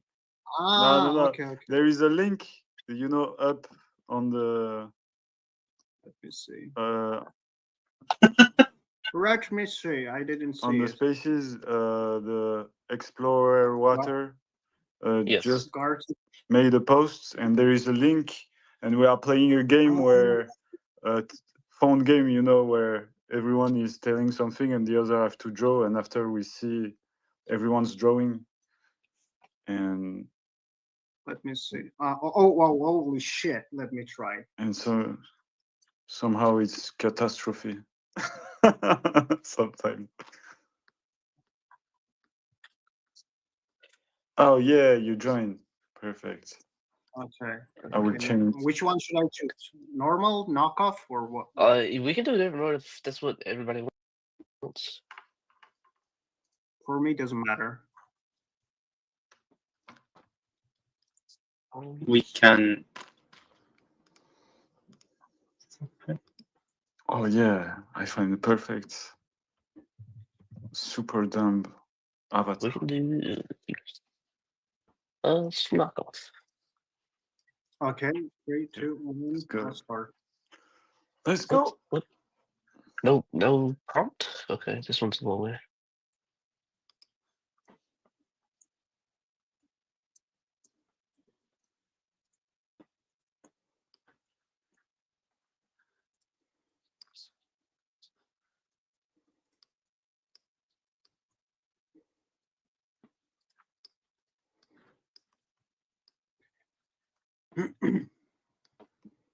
You will never find out what I drew. Never. There.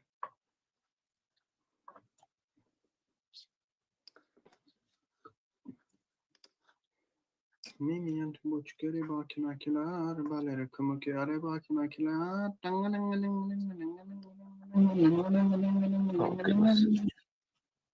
Minion buçkeri bakinakiler, balere kumukere bakinakiler.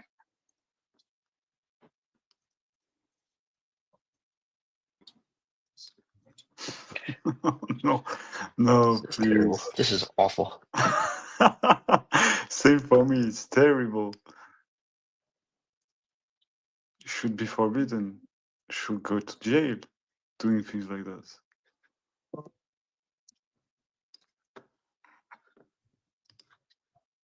Okay, guys, I'm done. So. You're done? Yeah, I'm done. Done? I'm done. You're done. Done. It's like Cowboy Bebop. No, it's done. Oh, I'm done. I'm done. Done. Done. Done.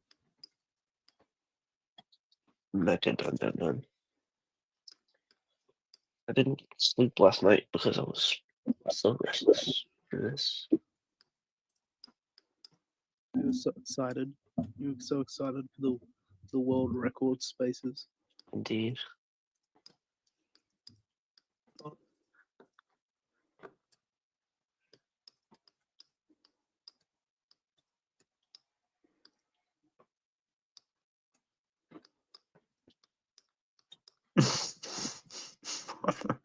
That's terrible.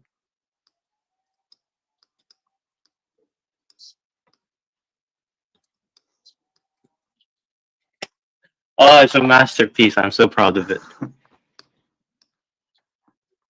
It's a masterpiece.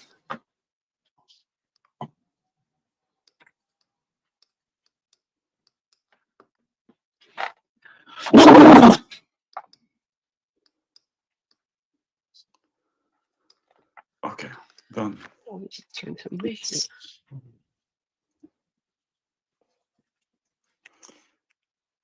Hello. So. Hello. Hello. Hello. Hello. Hello. Hello. Hooray! Hello. So nice to see you here. I'm Key Opinion Raider. I'm KOR. Go to the bathroom 2 minutes, come back. It's fine. Come on, come on. Come on, come on. Up. That's Fast, too. fast, fast. More passion, more energy.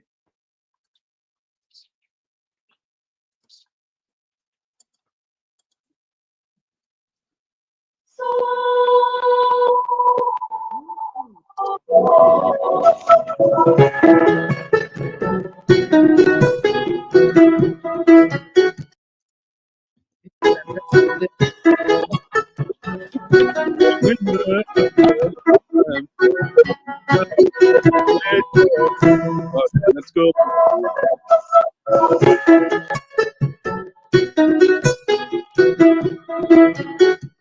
That what is a jubilant banger? This is a right road. This is Chinese Barbie. Crikey, mate.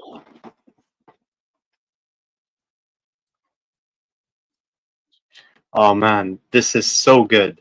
My drawing is so good. Mine is better. Mine's the best.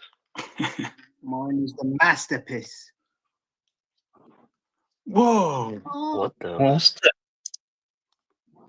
Wow, what the hell? What the hell? Whoa, What the hell? guys! I have to replicate a masterpiece. How I do that? I have to, like, honestly, I don't know. You drilled the boo boo.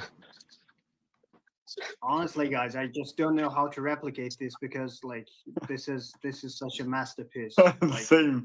It's like trying crazy to man. replicate the Mona Lisa. as if Da Vinci himself did this. What's the drawing about? You will see. You will see later. It will be a catastrophe for me, but that's okay.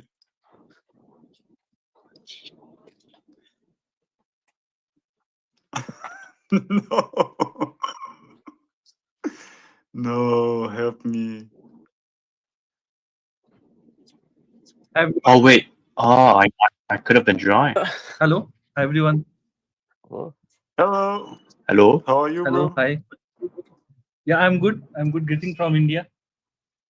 Hello, bro. Welcome. Hey, Yeah, bro. Thank you so much. And this is the first time I'm speaking over X. I mean, this is the very first time for me. Oh, Happy to connect. beautiful. Awesome. Okay. That's And good.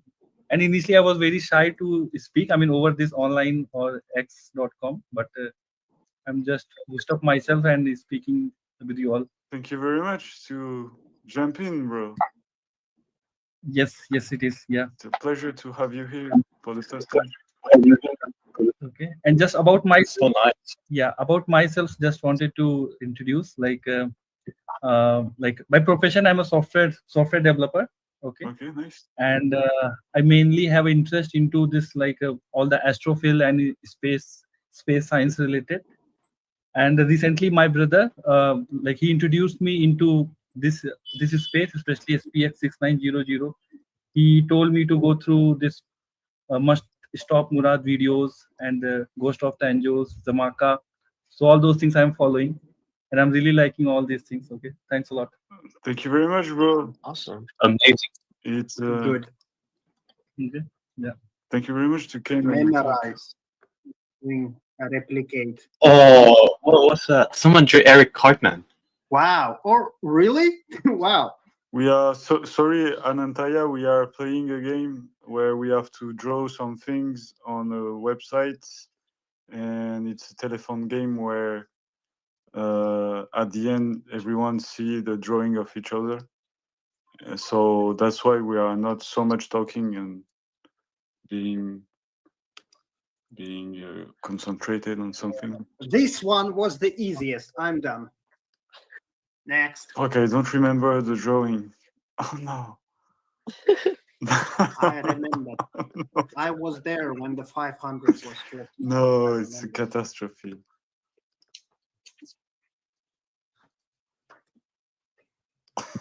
No. Worst case scenario. I'm a Barbie girl in a Barbie world. Life is plastic. It's fantastic. Indeed. You can touch my hair. Na na na na na na na. na. Imagination. Where's Andy when you need him to be like? What the fuck is this? This one is easy. Perfect. Guys, I don't know who did this, but this is some kind of like curvy hair guy. And I do have a guess who did this. Perhaps I'm not sure. I don't know, but this is weird. Let me try. That's what it Kirby hair. was.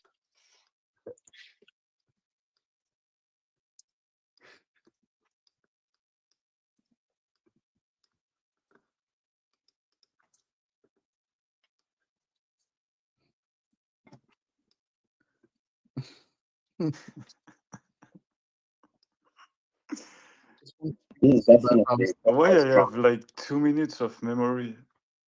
It's crazy.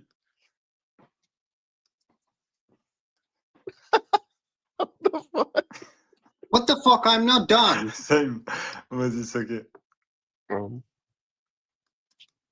This is bullshit. This is bullshit. Okay, the timing is really fast.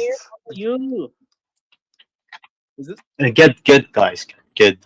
Fuck you. It's more than I nailed everything. Nothing. Not right at all. I nailed everything. You guys need to draw faster. It's because you delegated your work to AI. I know. Oh. AI cheat codes.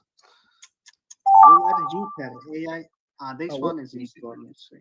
Okay, let's quickly. Quick. Okay, I'll be done. I believe in myself. Some kind of like. Even when drawing are easy, mine are awful. It's crazy. Using a touchpad is not good for this. Mouse use. What the world? Oh, this one is easy. That's hype. This one is hypes.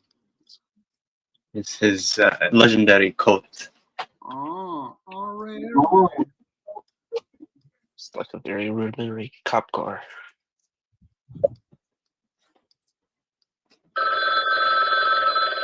Hello? Hello. Oh, this one is piece of cake.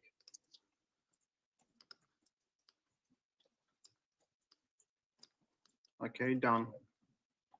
Done, motherfuckers. Motherfucker.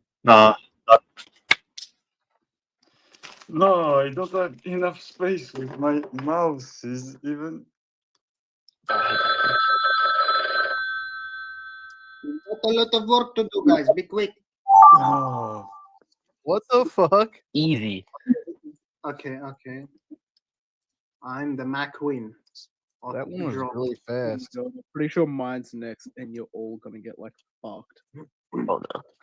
Easy. Easy peasy. Yippee, lemon done. squeezy. I missed.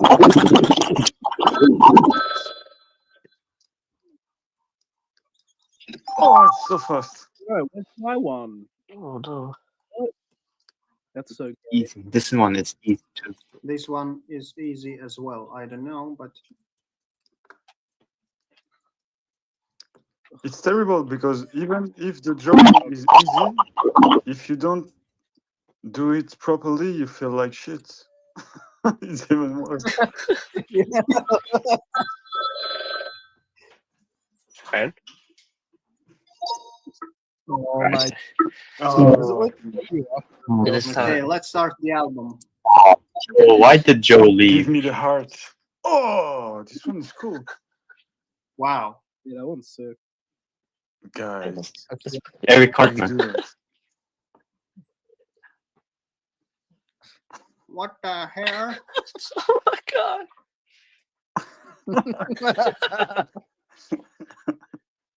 Oh no, Joe. Okay. Oh, Joe, why did you leave? Joe, why? There's gonna be repercussions for that, Joe. Yeah. It's gonna cost you one word. One teeny tiny coin.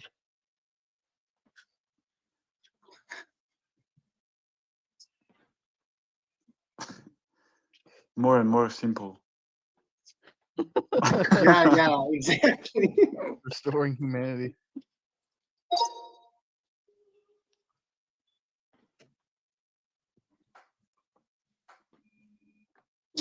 Oh, Joe. Come on, Joe. How dare you, Joe? No response. It's gonna feel terrible when he watches this back. Sorry, I'm just tapping on the mic with my profile. It's fine. Oh, Mike, why did you make the heart black? It's supposed to be Yeah, red. but I thought it was red, and in fact, it was black, so I finish it like this. Fredbar put the heart wrong. Yeah. Yeah, that's what I was saying. Even if That's the hot.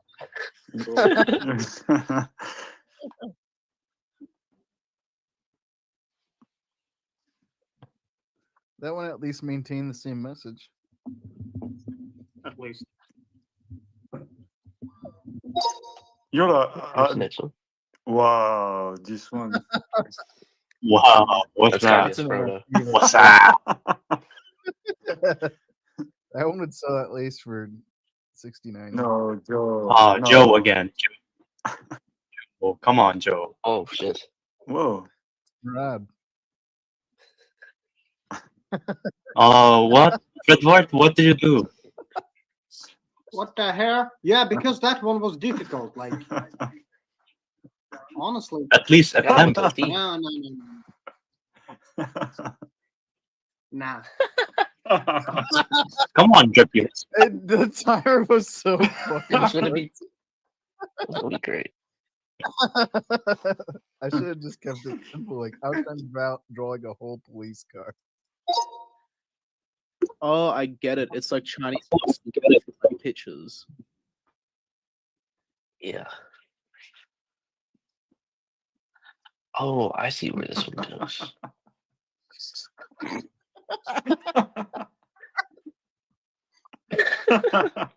The degradation is crazy.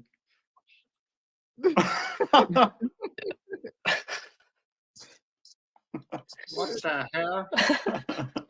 I got the colors backwards. It's just got more abstract. Ah, Joe. Come on, Joe. No, that's an Oh, NFT right there.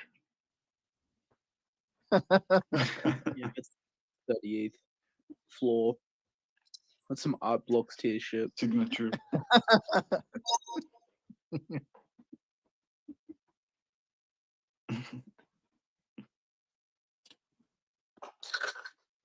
Me boy.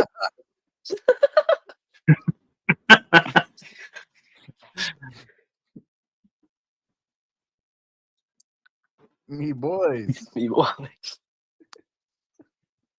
Me bots. What's Mebots? Lever trailer.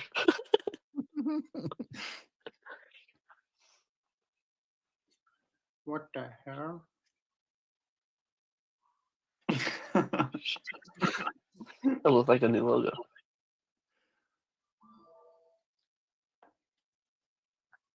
Joe. Ah, Joe again. Puns.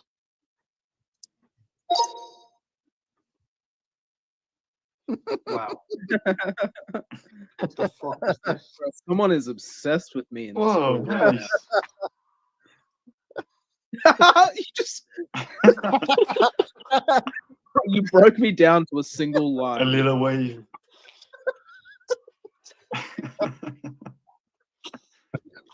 Wait, what's written on the top? Should? Nice. Yep, that looks like hype. Yeah. Yep. I am SPX. Joe. Ah, Joe. Come on. This is fantastic content for everybody listening. Whoa. That's great. Come on. She has yellow hair. Fuck the face, dude. That's a lot of hands, motherfucker. That's an Old Mary Rose.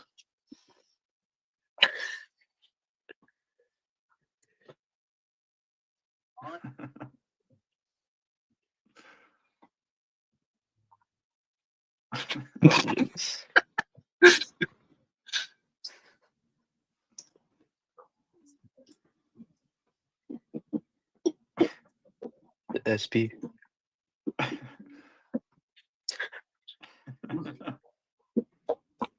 Now look, it's Joe's turn, and it's gotta be nothing. No. It's a blank slate for everyone to work with. It's artsy. Oh, there you go. Okay. Is that a fried egg at the top? I believe so. Terrible.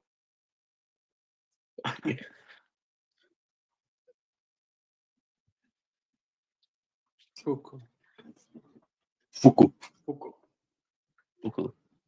Fuku. The Fuku energy. Track.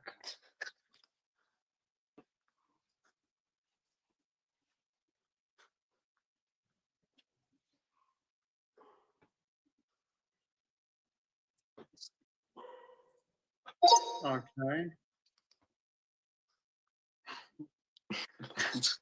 Is that Fred Krueger? Yeah. What is this?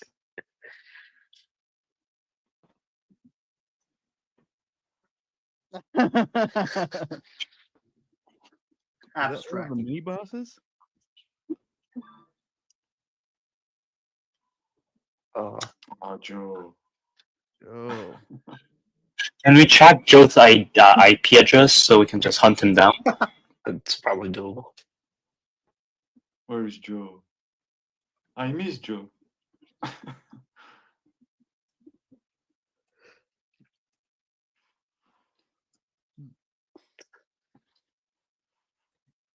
Okay, mine is next. Mine is next. Let's see. Okay. Probably the worst one. It's the You're the Labu. It's mine. Labubu.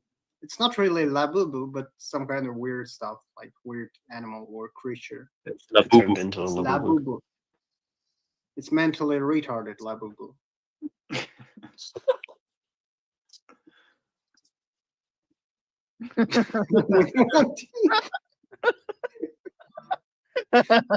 What the fuck? You lost a fucking tooth. Okay, Joe. That looks so retarded. SPX. Oh, he's sad. Why is he not happy? Because we. There Why is we he sad go. with SPX? This one is We accurate. hasn't flipped the stock market. Not happy. Next. This one was funny. We're gonna go with Exquisite Corpse. Also, now is a good time. Anyone can join. We're back in the lobby. Yep, if you guys want to play the Yeah. game. Join. There's a max of 50 players that can join. We're only at 9. Join. Everyone. The Join, more the join, better. join. Click on the... Click on the post that I shared on this space and join the link. We are playing an art game. Raid Murad. Raid little ass Eon right now. Raid him hard. All right. Raid I'll raid Murad. Kill him. Somebody join as Murad. Let me post it on Telegram. I didn't think about telling him now. Crystal clear. Egeri. I'm gonna put it in one of the chats. Raid Murad hard. Kill him. With love. Join, guys. Join.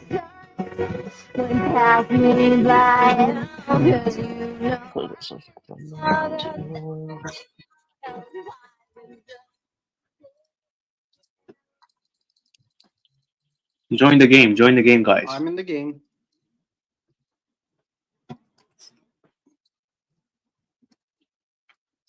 Click on the post that Mike shared and join the link. Come on, guys. Join the fun. Join the game, Colero. You know, this game really reminds me of Scribble.io. Yeah. Yeah. It's like this. I feel like it's like the same type of thing. You know what? Exquisite corpse. Okay. What's the max amount of players in that? We'd have 20 on Scribble.io. Okay, I just understood we had like the rules in the first page. Okay. Got some sense. Ain't gonna get up there and shake his ass. What we talking about? Don't get out there playing it, okay? I do every night. That's all I know how to do, man. You know, I ain't flew all the way overseas in the middle seat for us to get over here. I might just Thank you, again. Got some sense. Might a little bit of this here. Not money. This is hope money. I hope you get out there and do your thing. And check it out. Hey. Yeah. You know what I'm saying? All right. You can fold that. Send it again. Don't mess it up for everybody. Greyhound don't float on water.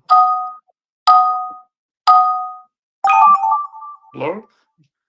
Okay, this one we're making characters.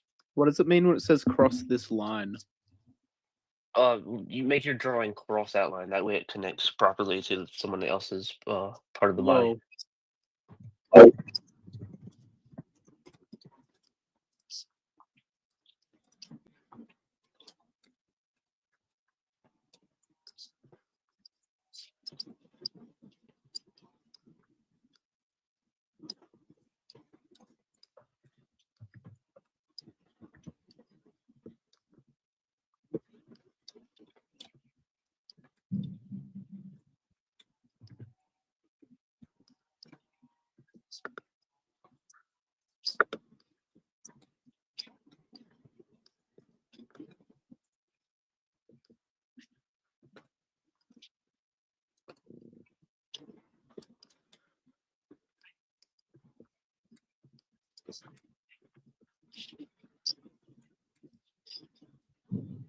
We're also locked in. I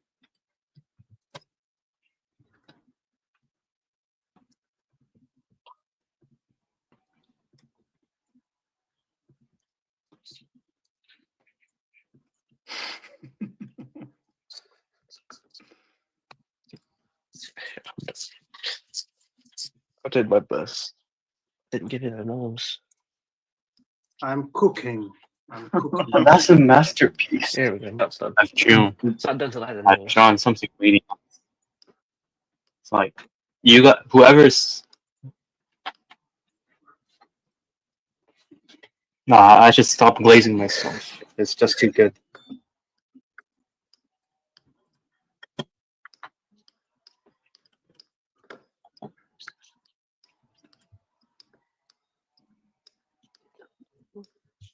Oh no! So this is a scam account using a poo.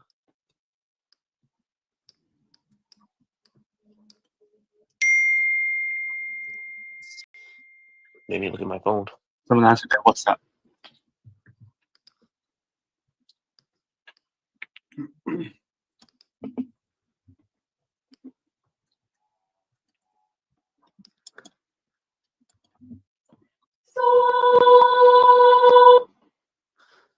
What the hell?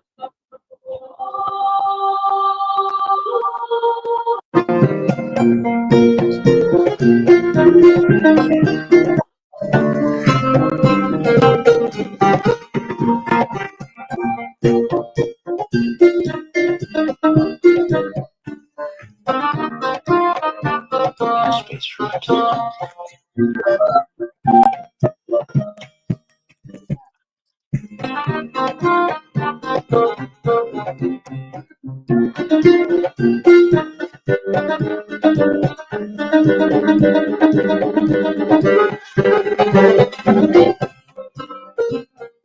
This is fire.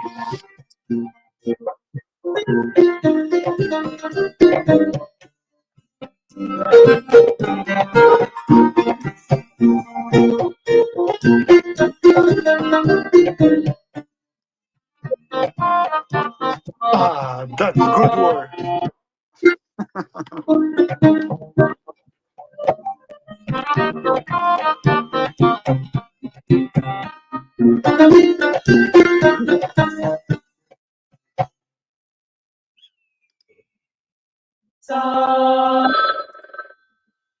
Time is almost up.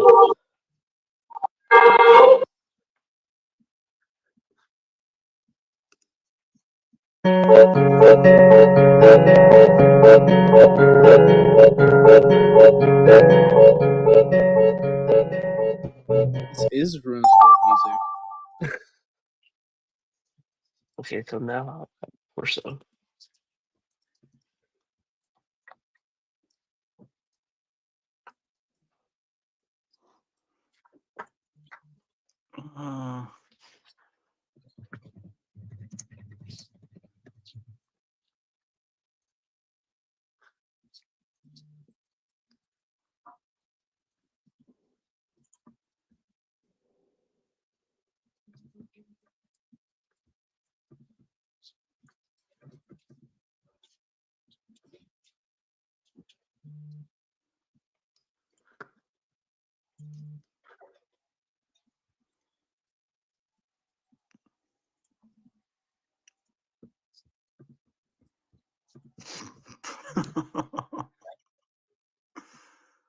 Catastrophe.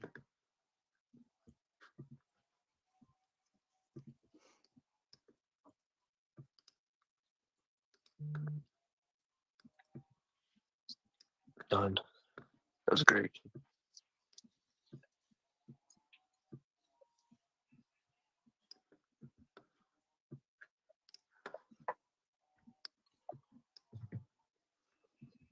You can look at rabbits today.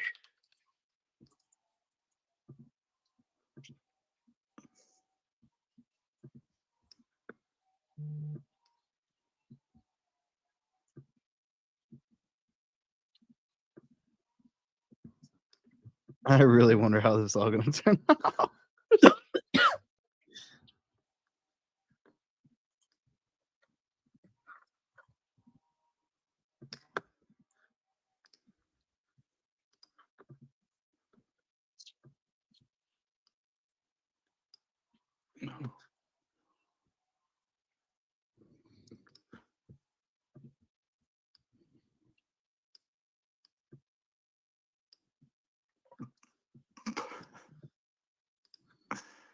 No. Have we all done our DCA today? I'm locked in. I'm locked the fuck in. What's that?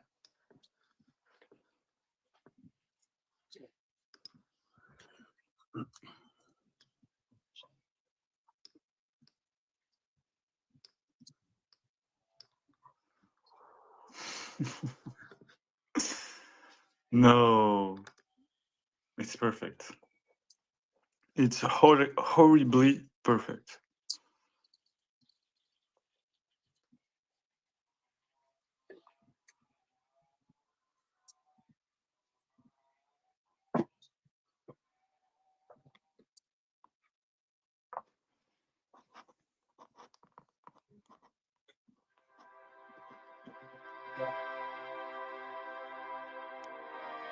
Among Us?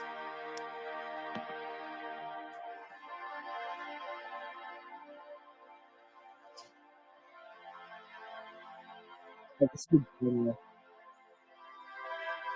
Believe in the power Believe of in something. freedom. Imagine the whole world interconnected.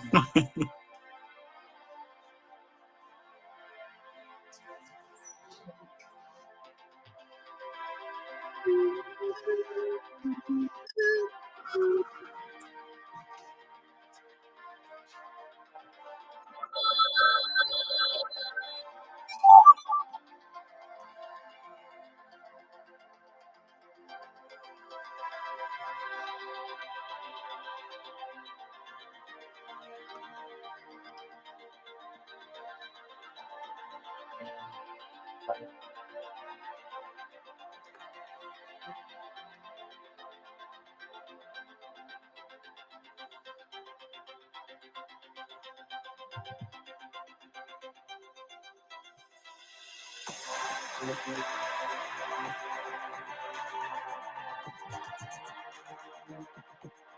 feel like these are going to be some NFTs for sure. Yeah, no one sleeps.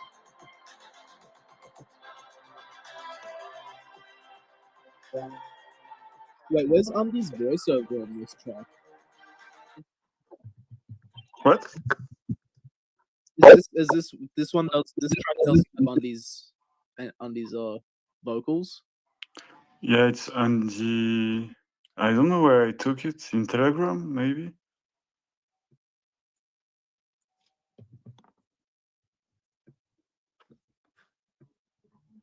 I have with voice and without voice. Oh, you gotta do the with voice one. 69 trillion. The average cumulative market cap that ANS will achieve to flip the stock market. A goal so big and bold that very few believe it to be truly possible. So if I paid $15 for this voiceover. Many believe it is our clarion call. Others are great. No, great. Though we've lost many friends along the way, their sacrifices fertilizes the ground we stand on today. We will persist forever into the unknown on this foundation. Now listed on the leading decks at the bleeding edge of blockchain innovation. To bridge the chasm between blockchains by utilizing Ethereum science technologies, omni-chain wormhole structures, and 6,400 more S's and P's, hyperliquid. SPX6900 aims to bring hope to where there is none, to bring faith to the faithless, to usurp the throne from the corrupt who sit upon it. Utilizing the blistering fast speeds of hyperliquid and their robust network state of decentralized informational nodes, SPX6900 and hyperliquid together create havens in hostile environments. Decentralized network states that aim to cleanse corruption from centralized worlds, placing the power back into the hands of the people to engage and maintain robust and censorship-resistant financial structures and use them to organize. Flipping the stock market is a long journey, yet we persist forever into a region of uncharted possibilities. Amidst the chaos of the frontier, we shall build, protect, fight, and push forward into the deepest ends of decentralization where true hope may be found. We believe hyperliquid is a key piece to the success of SPX6900. We are Project AM. Yeah. Fire. Yeah. Yeah, I'm somewhat of a god tier scriptwriter, guys. You can save the compliments. I don't need to hear them. It's awesome.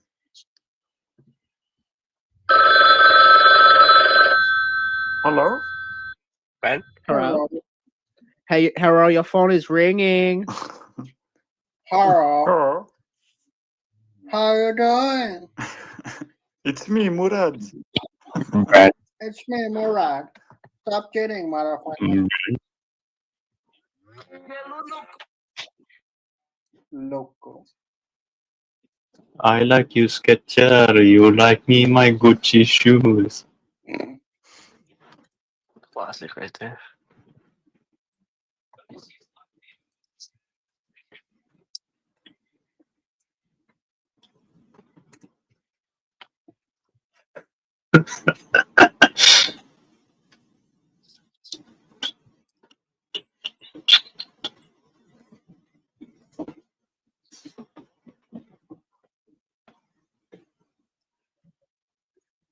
Okay. All right, here we go. Hey, Mike, when is the first speaker? What? Okay. Oh. What? Belly button. Oh God. Oh boy.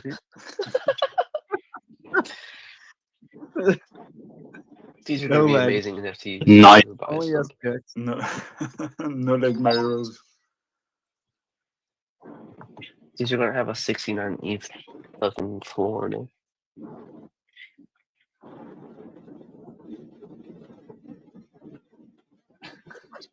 Oh, we like Tiny legs. tiny leg. Cats. This one's Alright, that one's insane.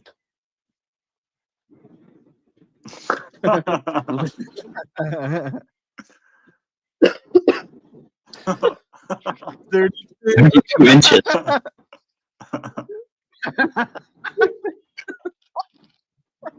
What the fuck? How's the toes for leg?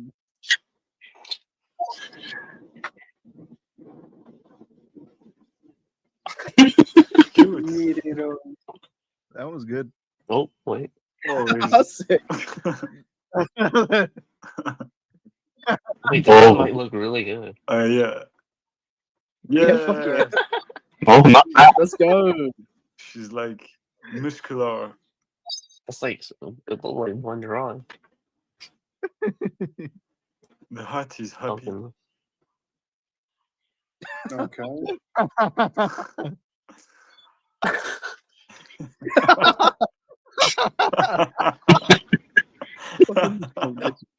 That one's gonna have to be edited. Sit the head on there. Oh, what's this masterpiece? Okay. Oh.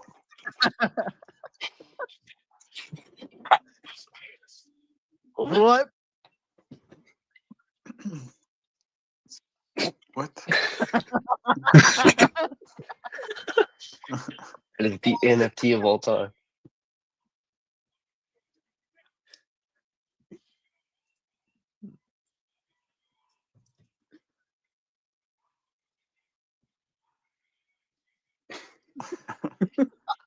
Oh, this is pretty. I know. Nice.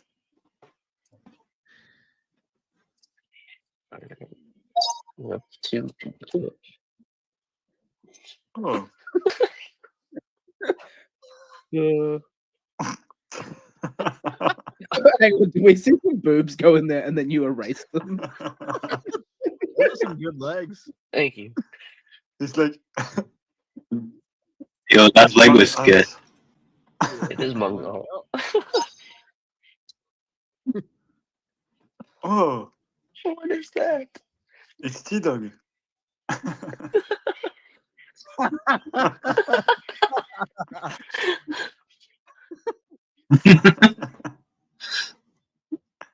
Whoa. Oh, those are all gonna be good. Masterpiece. All right. I don't think we'd have time for another one. So I guess we can just have a general chat the last 12 minutes of my time. Right, it's space baptized, but I can move from 1 hour. It's no problem. If you want to continue to play. Yeah. Our Indian boy explorer came up at the wrong time.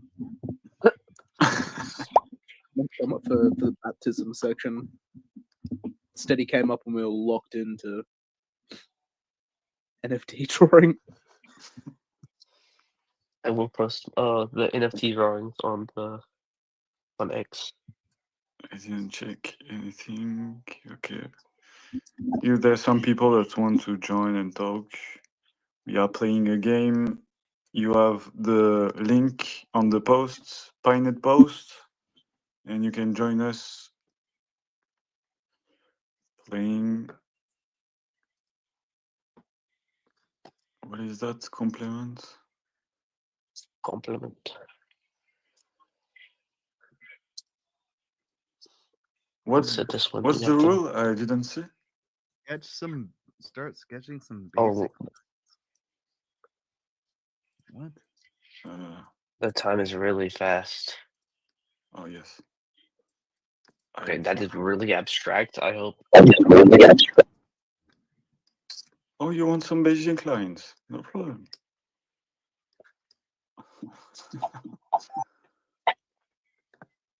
Oh.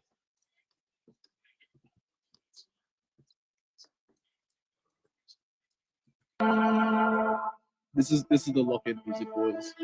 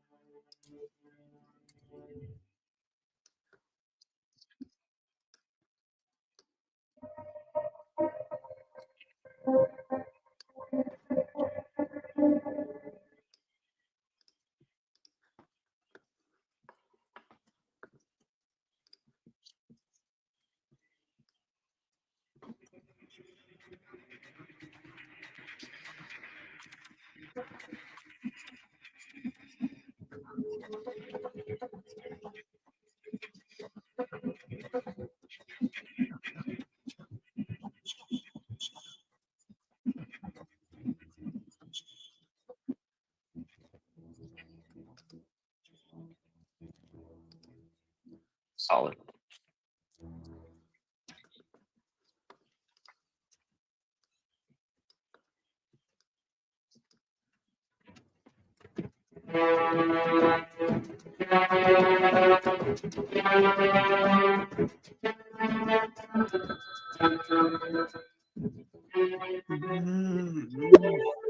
One of my favorite soundtrack ever.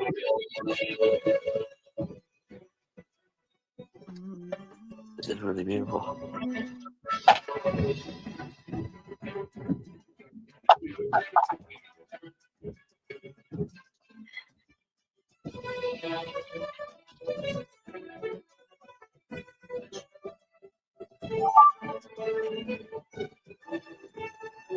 Ooh, I thought it was just the one.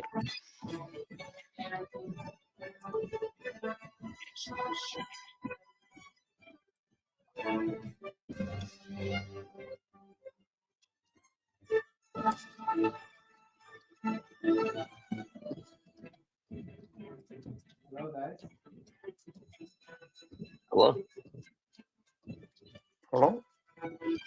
Hello. Hello. How's everyone doing?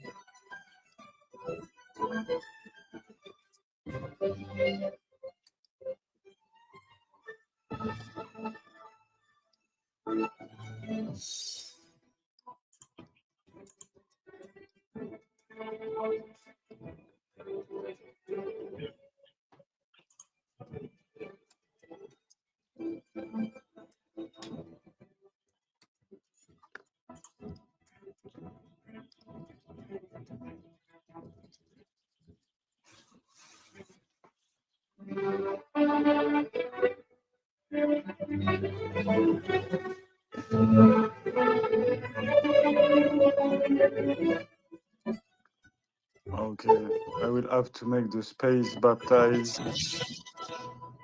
We finish this one, and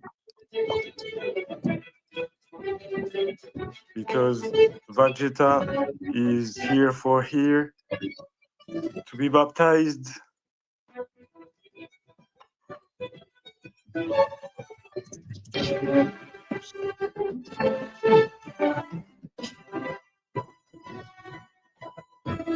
Oh, we have 7 more drawings. I just seen your message, Vegeta. Sorry, we are finishing just this game in like 5-10 minutes max, and I'm doing the baptize. Baptism. The digital church, the digital cypherpunk church. The only church you will ever need to join. Exactly. Done. Okay.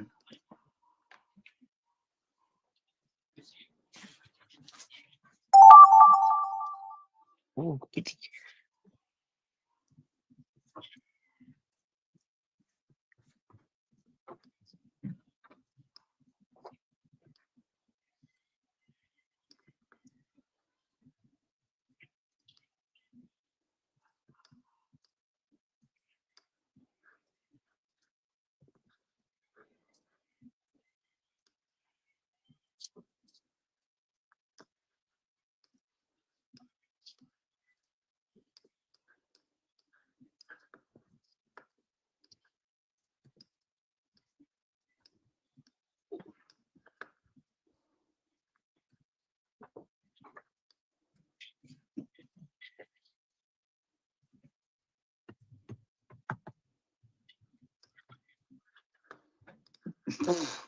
Try to make something. I will stop.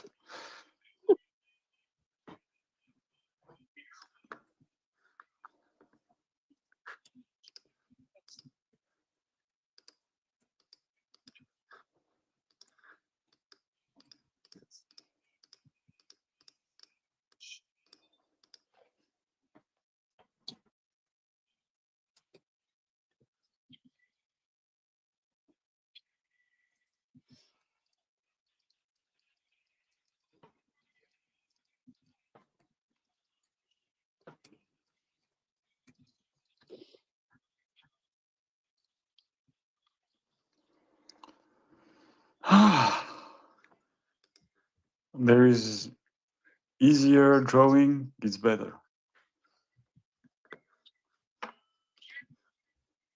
See, I'm being a tyrant, and I'm like, I'm like erasing everyone else's drawing. Drawing over the top of it. Hello. I think mine. I think I did a pretty good job. Dude, there's another 6 to go. Oh shit.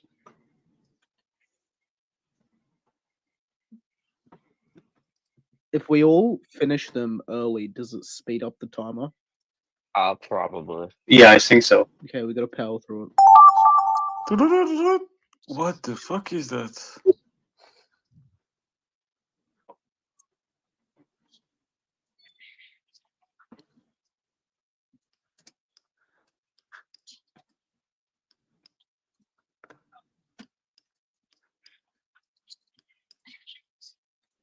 All right, lock in, boys. We gotta speed run this shit.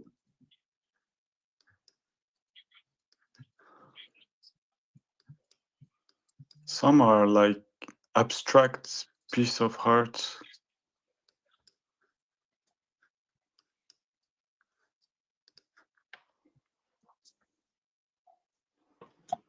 All right, more lock-in music. More lock-in music for the speed run.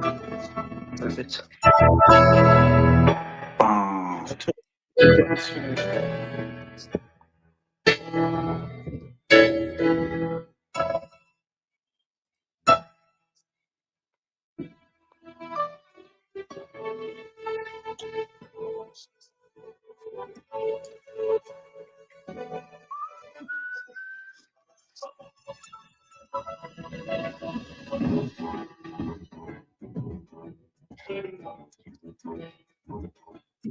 You done? Come on, come on.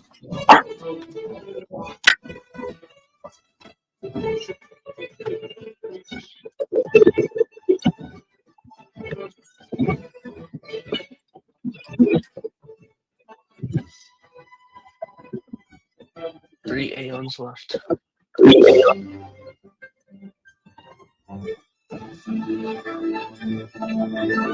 on, guys. Stop. Oh, sorry.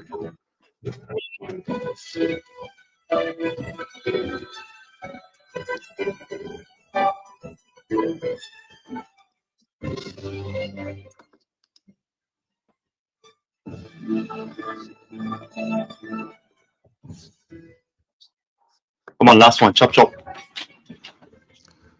I don't know if it's lowering the time when we finish. Everyone finished? There's one. No, one person left. Time's over, anyways. Sorry guys, I just Watch. joined this place. What are we doing? And just like that, done.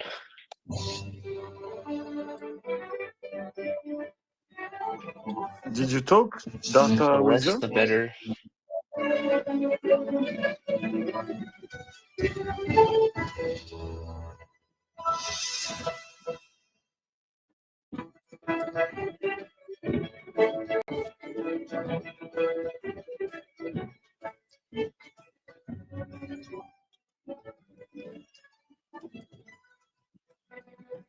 Oh man, did put the Aeon on.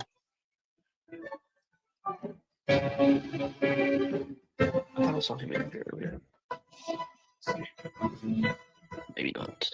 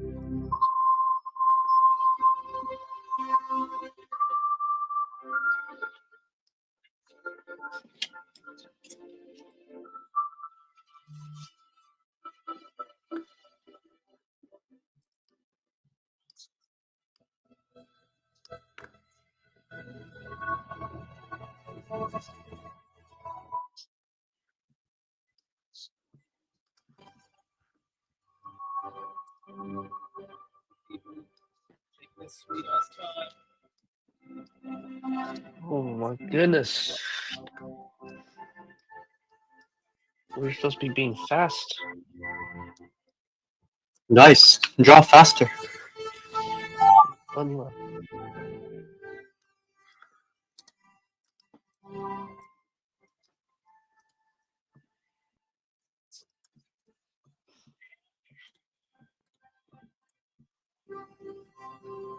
Here we go. We got two done already.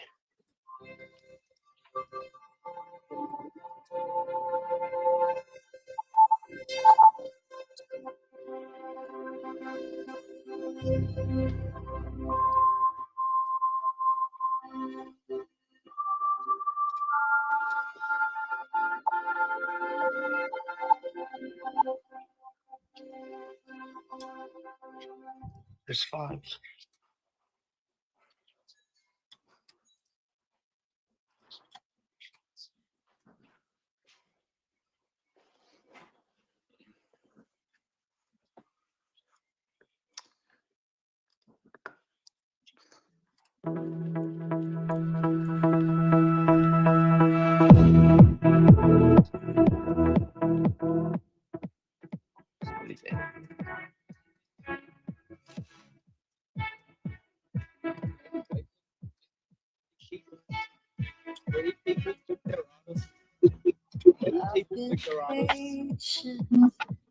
Faster, guys, faster. We're so close, guys.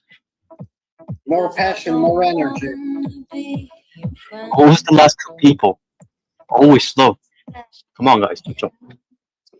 There's always been one that hasn't responded. The number keeps decreasing. You know, it was 10 people, now 9, then 8, then 7. This love's so hard.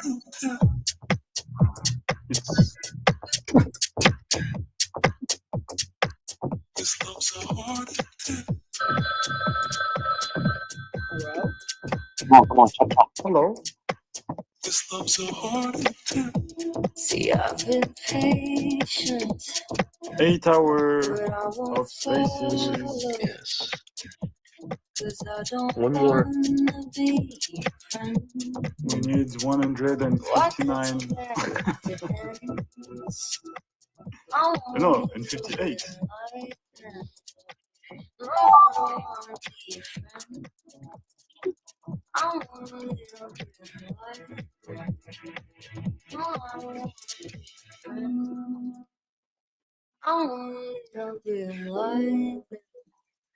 What does it matter if it ends? But I don't wanna live in silence. What does it matter in the end? I want a little bit of lightning. No, I don't wanna be a friend. Because these feelings are violent. What does it matter in the end? This love's so hard. This love's so hard. This love's so hard. This love's so hard.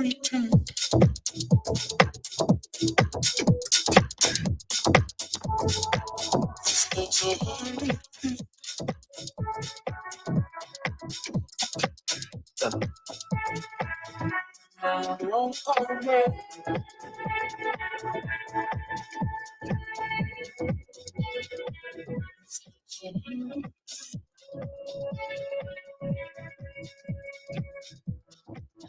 Come on, chop, chop.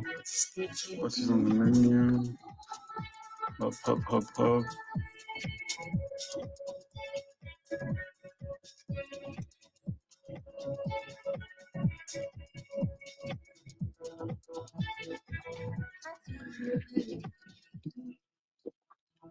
What doesn't matter? What doesn't matter in the end?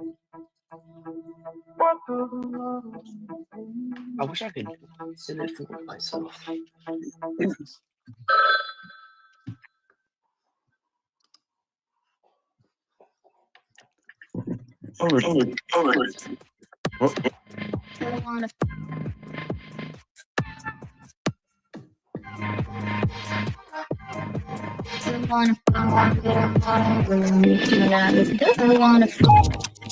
My computer, cause no one in the world knows me better.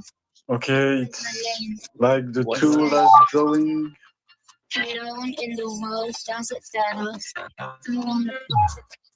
My computer, cause no one in the world knows me better. It says my name. No one in the world does it better. No one.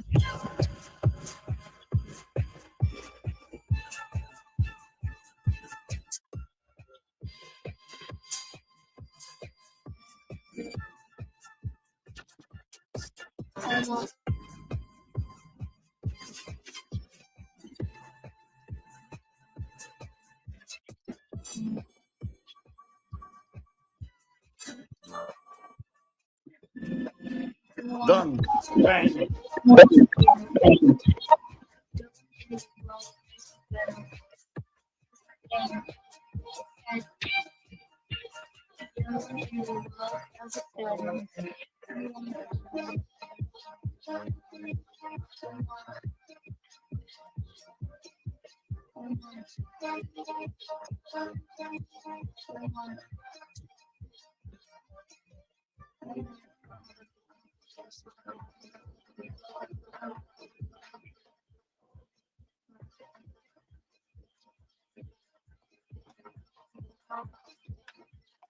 Come on, guys. Chop, chop. Last one. After this. Yeah. We need to baptize someone. We'll take this time to say, if you haven't already, check out the LinkedIn page. Join Reddit. We're gonna infiltrate every single outlet.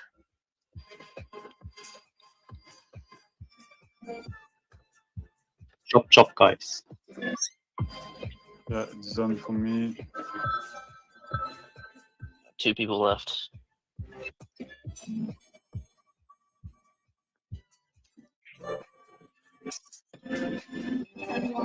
I think these 2 people left. More than likely. Like, the game. So they're not really playing. Never mind. 1 person left. I'm here, but I'm not playing. Yo! Yeah. Can you just do something, click a dot and, like, you know, make it quick. So it goes out quickly.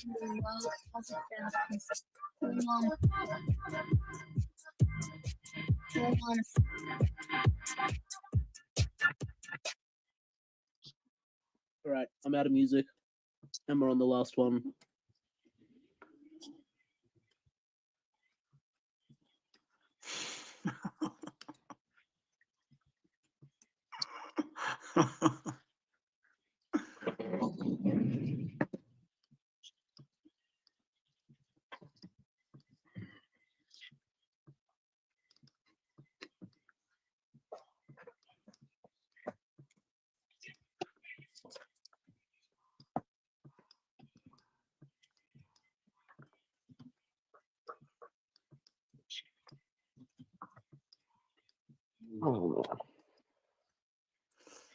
Okay, it's good for me. This is the last drawing, Vegeta. After we just seeing the drawing and we baptize you. And if there is other Aeon that never been on the spaces, I encourage you to show up in the next 10-20 minutes to be baptized, and you will never be shy and will never fear to show up on the spaces again. Mike is threatening you guys, huh? If you don't do it, he'll find you. And your seed phrase. Come on, guys. Faster. Fredvard, can you just click on done so like we can move on faster? Bro, I've clicked on done for real. Oh, I saw you left the game entirely. Oh, my bad. Man.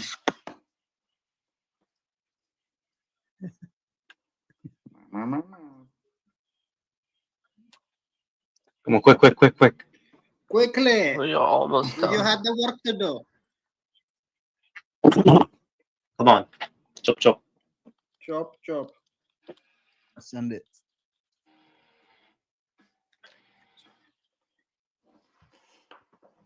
My turn. Can you hear me? Okay. Yes, You can hear me. I can hear you. Hello. Hello, Vegeta. Hello. Hey, Vegeta. What's up? It's your first time on the spaces. Yes. First time in 2 years. Nice. Welcome. Yeah. I've never spoken before. It's a good place to do your first time on the spaces. Everything will be friendly and lovely, and you will love talk with us. I guarantee you. It will be chill. I feel that now, but to be honest, I always felt that being in Australia, I always listened to spaces while I was working. So okay, fucking Aussie, dude. Yeah, I'm Australian. No way, dude. Yeah, That makes me so happy. And you got like one of my favorite Aeons. I Sick. bought this from you, bro. Yeah, I know. I will never forget. It's like one of the sickest ones. Hey, Yeah, this was yeah, my I- first time I- speaking in space too. Yeah. So, I've been in SPX for like 2 years now, and I just fucking love it. And what you guys are doing now, I saw the opportunity, and I was like, hey, like this is a good time to come on and just say hi. So Yes, that's the idea. Perfect. Perfect. Yeah. I'm so happy. 2 years, so you're here since a long time. Like Yeah, just yeah. 2023. Yep, yeah, September, I think, like early September 2023. It was Wow. all through all volleyball practice, all everything, Oh, everything. I've seen everything. you're an OG. I'm an OG, yeah. Whoa, crazy. That's so cool. I Yeah. will baptize an OG. How cool is that? Yeah. How cool is Yeah. that? Yeah, it is cool. It's a cool coin. It's a good, and like it's good to see people like you guys come in and accept it and be a part of it, because like this is the way it's meant to be, and like this is everything that people that set this coin up wanted to happen, and you guys are just doing that. So it's amazing to see. Yeah. Nice. Thank you very much, bro. We love you. And worries. we encourage new leader assailants to do the same, welcoming new people. And this is the true home of believer. So Yeah, 100%. we are waiting. Just we are seeing all the drawings of everyone. It will be finished in 5 minutes. Yo, there's someone drawing crap all the time. Exactly. Professional poop drawer. Whoa. Ape shed.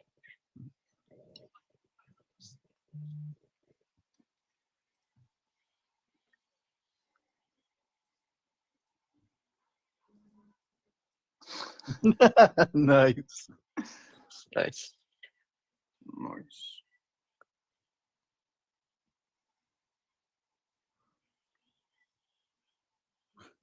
Whoa.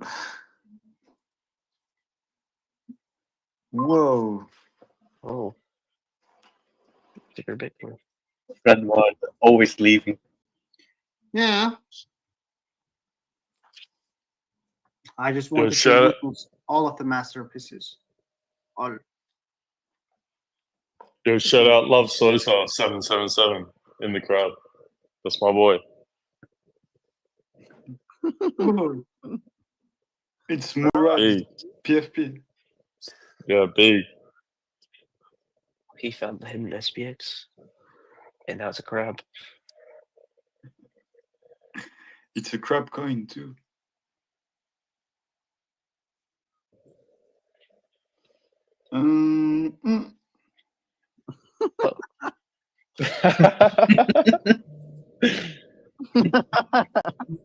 That one's a 1 SPX NFT right there for sure.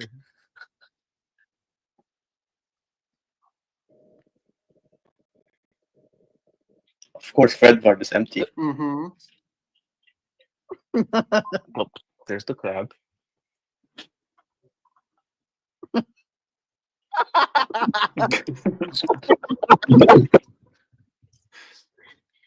He's also good. Ace. Car.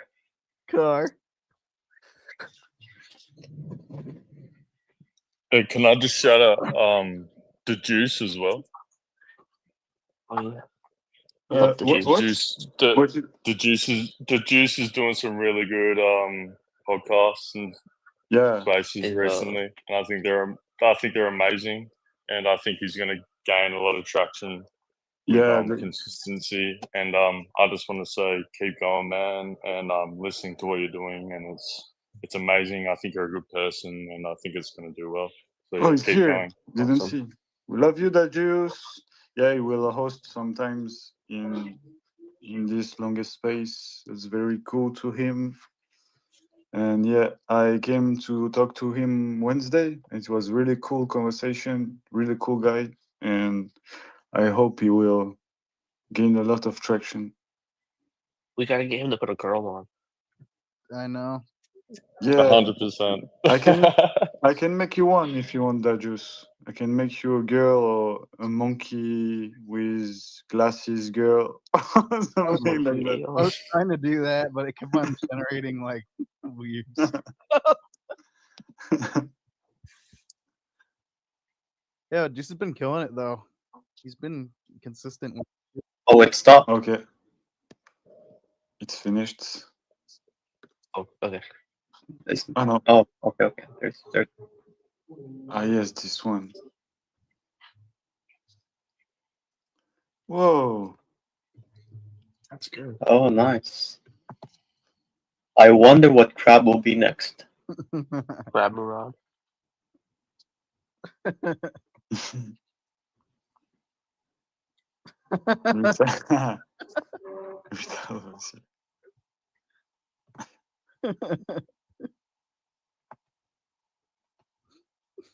Butters. Oh, nice. Yeah, Butters.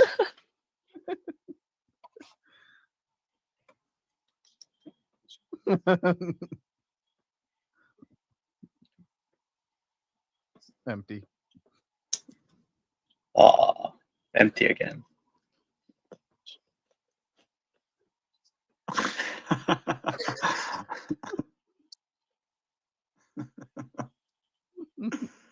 I didn't understood the rules. I thought someone would finish my drawing. That's what I thought too. Yeah, I don't know. This one was really strange. Whoa. But someone's always trying eyes and someone's always trying crab.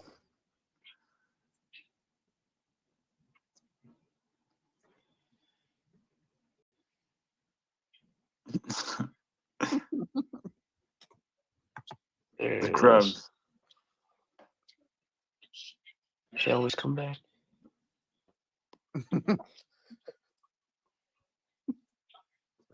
Whoa. That's This pretty is crazy. nice. SP500 investor. So Hype, are you obsessed with crabs? I don't get it. Alright, that was it. Okay, we finished. So I have to put my notes. Okay. Yeah, this game was funny. I didn't know that. Thank you, Explorer Water, for hosting the Oh, game. thanks to Thank Mike you. for hosting the space. Yeah, thank This you is- very much. Thanks to you to contribute. This is going to be a big part of the documentary when it comes out. Yeah, the Netflix one. You know, it's crazy because I know there will be one. I'm sure one day it will be one. They made a movie about the GameStop. Yeah. I didn't see it. I have to see it. It's pretty good. I recommend it. Guys, I'll mute myself. I'll go out to get some snacks. I'll be back. All right. Okay. And See you around, bro. you continue with the See ya. baptized. Yeah, I'm just finding my note. Okay. Hey Mike. Yeah. Yeah, I just want to know how did you find about SPX? What's your story? Me, it was I saw the Murad conference, and it's thanks to him because he didn't appears on my radar, and I wasn't so much on meme coins. I was like lost in utility coin and trying to figure out what is happening this cycle. Yeah. And he put his list, and the only thing that clicked in my mind was SPX, because I'm not so much a memcoin guy. It's really the mission and the counterculture that's really cogged me at first, and after I discover all the community, all the angles, all the philosophy, all the stuff, and I just fall in love with the coin. That's awesome, man. Yeah, I feel like there's usually one thing that pulls you in, and then there's like 10 to 20 other things that just like yeah wrap into you, and you're done by then, and you're a part of it. So no, that's awesome, bro. Was that the Singapore talk? Yeah, Yeah. 2049 token conference. Yeah. Great. Fucking, that was a great talk. It's a great talk. That's Yeah. like a standard for me. If I want to onboard someone that knows nothing about crypto, that's like a really good video to show them into sort of. I literally Yeah. onboard a lot of people, like, I don't know, 15, 20 people, just making a conference of his conference, you know, traducing in Yeah. French his conference and explaining all the slide by slide, you know, and Yeah. Murad is awesome. He really made a framework for people to understand what is happening, and it's crazy piece of work. And even its second video of 150 reasons for SPX is a masterpiece too. Shout out to him. Can you send over those that video from the Singapore one? And I mean, 150 reasons. I think I saw that. But can you send both over or post them or something? Or where can I find them? The link. They're on YouTube if you just look it up. Okay. YouTube, you tap Murad Mahudov and you should have them. He had a YouTube channel now. Okay, cool. Cheers. Yeah. Okay, so Vegeta, that's crazy. I will baptize an OG. Life is crazy. Life is crazy. Yeah, man. It should be Thank you baptizing me.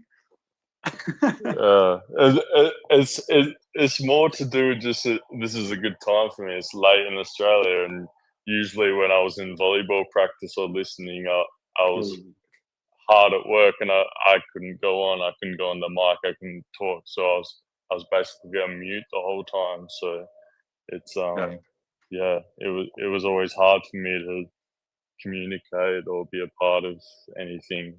Yeah, but I was always I was kind of a fly on the wall for 2 years, and yeah.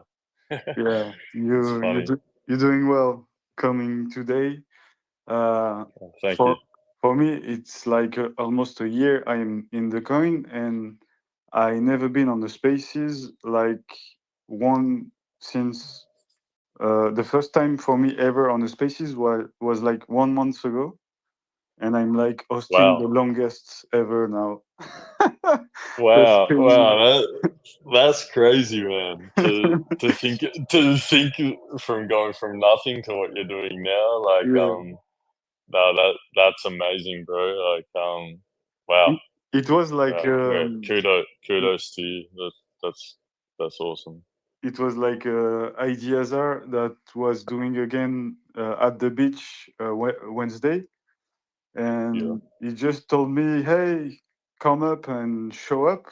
And I came, and it was literally all the OGs coming and talking with me. So I talked to Man, Nicole, and all the guys that here for a long time. So for my first baptized spaces, I had the whole my legend and hero with me. So I was like literally baptized instant. Yeah. Speaking of the OGs and such, that's a huge part of what made me stick around in the coin was Mung and Nicole, both of the Nicoles, and just Burnt and all Base God, all the OGs. I won't be able to name them all from memory, but that's it was the people.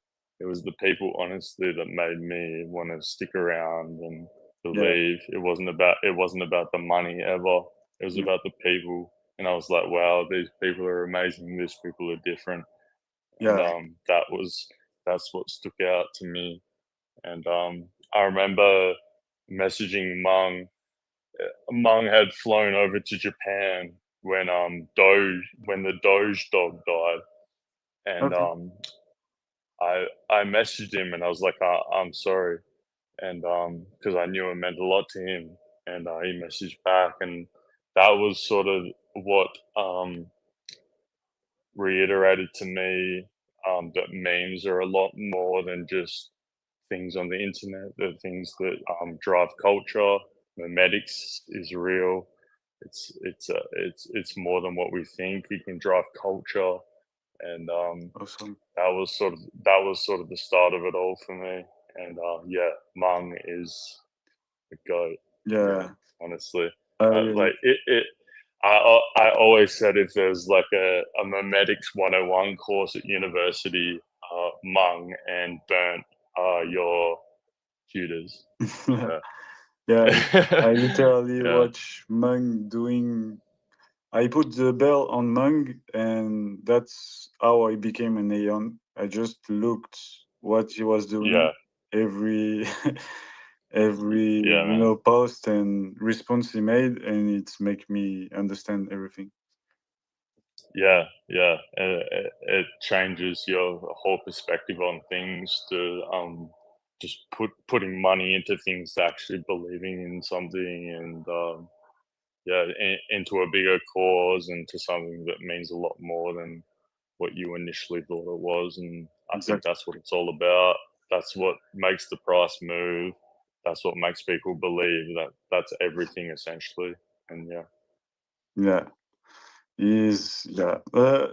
All the OGs, all the Aeon are awesome. This is the I never seen something like that.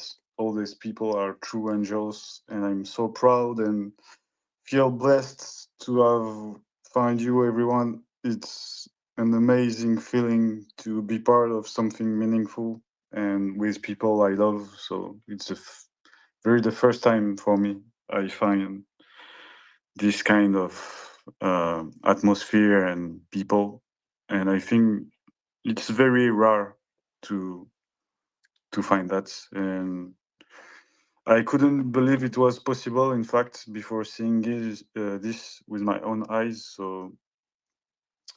so shout out to Aeon. I love you.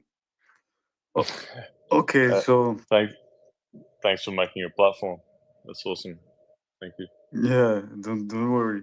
I prepared a little bit of a speech for the baptized, so you will have some words to just say after me. I will put the music. I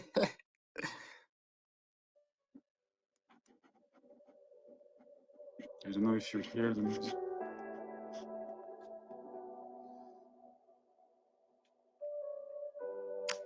Okay. So Vegeta, brave Heian. Welcome to the Hello Digital Cypherpunk Cathedral of SPX Spaces, where voices soar, retardness is okay, believer over trader shouts, and epic debate on AGA and inflation reign supreme. Today, we stand at crossroad of shatter and chaos to baptize you into this sacred audio realm. By the ancient power of the cognisphere, the blessings of unlimited vibration, and the occasional grace of Mary Rose, I anoint thee with the spirit of belief and the power of how to heal. Repeat this after me. I vow to mute my mic during euphoria crisis. I will mute my mic during euphoria crisis. Yeah, What? can you repeat this? I will mute my mic during euphoria crisis. I'll mute my mic for a crisis. To drop hot, I will drop hot take with kindness. I would drop take with kindness. I will dodge charts and price talks with finesse. I will dodge price talks with finance. I will always choose a peaceful life over greeds. Always. I will always plug life. I will always choose a peaceful life over greed. And I will never go to space without saying GM Aeon. And I will never go to space without saying GM Aeon. Amen Aeon. Arise freshly baptized Lila Aeon. Go forth, amplify your voice, let flow your face, and may you persist forever with love, hope, and belief, showing to the world the path to stop treading and believe in something. You can now talk in spaces without any fear. Amen, Aeon. You're baptized. Amen. Wow. Amen. Thank you, Mike. And thank you for I just want to say thank you for providing a crazy space, like, for what you're doing over how many days, and I just think it's crazy. Thank you very much. It's so cool. It's so cool what you're doing, and yeah, good luck. And I'll be in again maybe tomorrow or the next few days whenever I can to try and fill in a void in this weird Australian time zone with America. So yeah, It thank you was a very much, pleasure. man. And Thank you very much to show yeah, up thank for you. the first Thank time. you. It was a real pleasure to meet you, bro. Reach me whenever you No want. If worries. you want to talk or anything, send me a message anytime. Always, always. Do we have some people that want to be baptized? I'm calling you, little Aeon, to be baptized. I wanted to prepare a lot of speech, but I only have one. So it will be the same every time if we have other Aeon. So do we have other Aeon to baptize? I think Juice might need to get baptized. That Juice? I see you down there, Juice. That Juice is like a veteran of spaces, doing 3 times a week. He should baptize me. We need to baptize his PFP.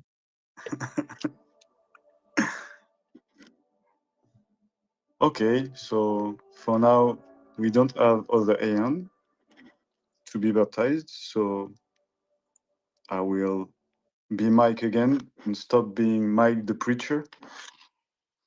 But if we have other Aeon that want to be baptized, I can do that again. And I think it's a cool way to enter in spaces for the first time, to have a little ceremony and something funny. So I wanted to do that, but if there is like other Aeon that want to come, feel free, it's your hour. And we're waiting you. And don't provoke me. I will shout your name until you show up.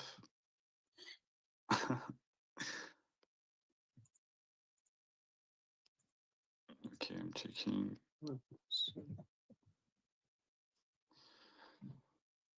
Yeah, so the game was funny. The Gartic phone.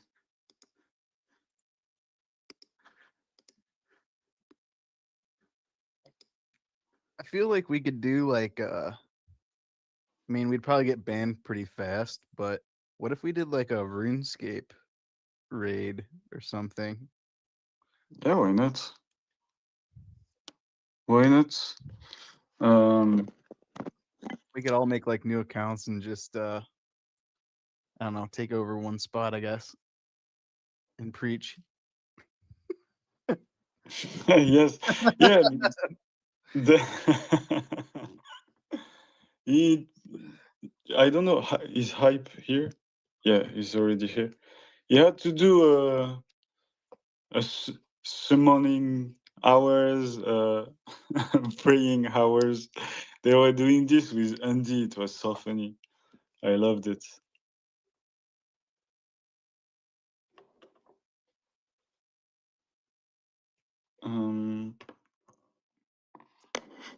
I will just probably make a bit of music and just going to make a coffee, and I come back in 2 minutes. I have some music from Aeon Music, and there was one that I loved, but I don't remember where it is. Yeah, I will just put some music and just come back in 5 minutes.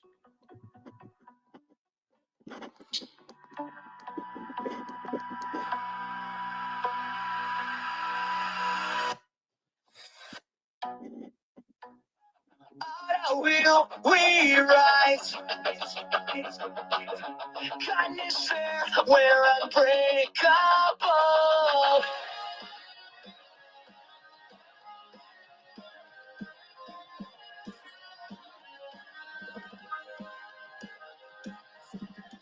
Trapped by sinking the ships on fire, and stand tall will never tire. Auto heal tech, prevent dark scars. Powered by code, we'll reach the stars. Their markets crumble, we'll never bow. SPX6900, we're stronger now. Auto heal rebellion will never fall. In the darkness, we'll win it all. 1619 will answer the call. Break the wall, rebellion will make it right. And online will ignite the fight.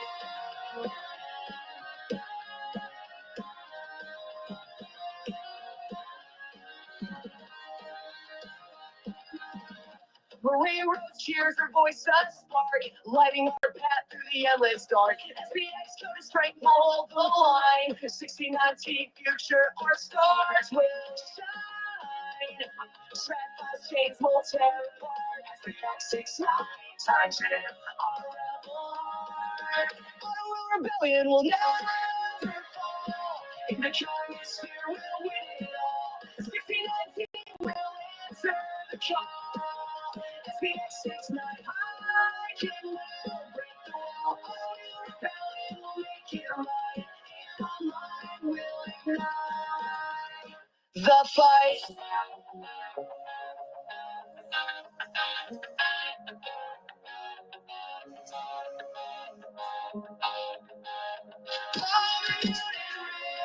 The fire grows. Will overthrow. It's history.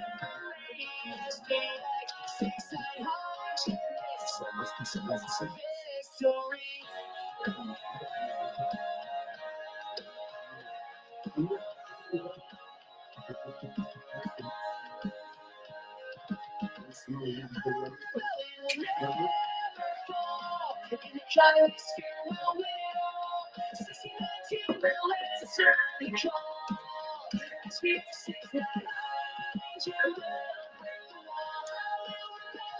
Victory. The fight.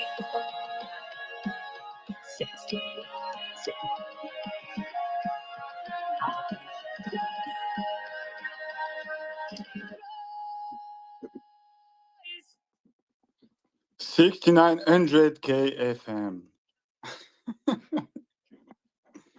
I'm back, guys. I have the coffee, so I'm ready for the next thing. I think I will do a baptize hour every day, so people will know what it is more and more, because it was the first time, and I will prepare other ceremony. Just wanted to say to you, we made a page on aeon6900.com with all the planning and everything of all the week with a timer since for the next event and everything, so you can check. I will put you the up share to space, so it will just appear up there, so you can check. And how are you guys? You here? Is there someone? Am I alone? Nah, Am I alone in the conisphere? nah.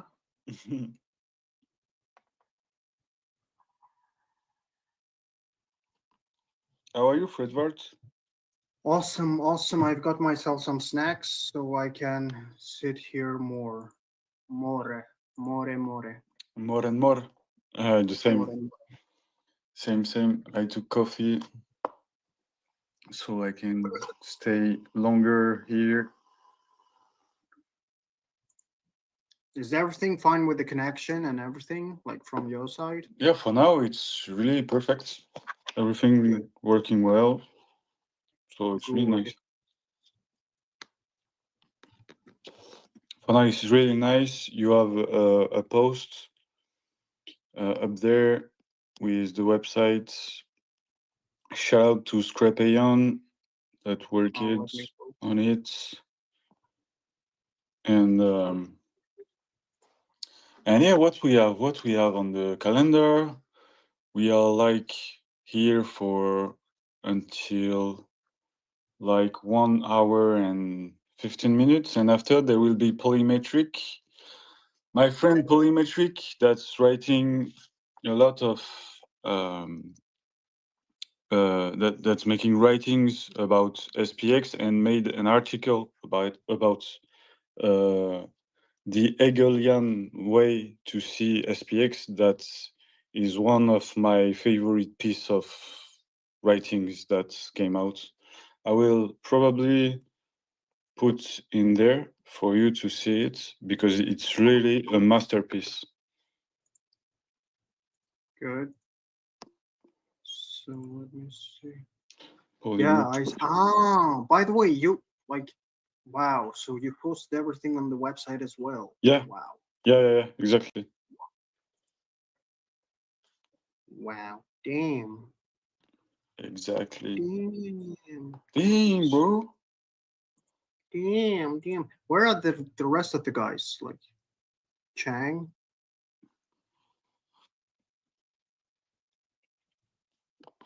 We have Anji is here.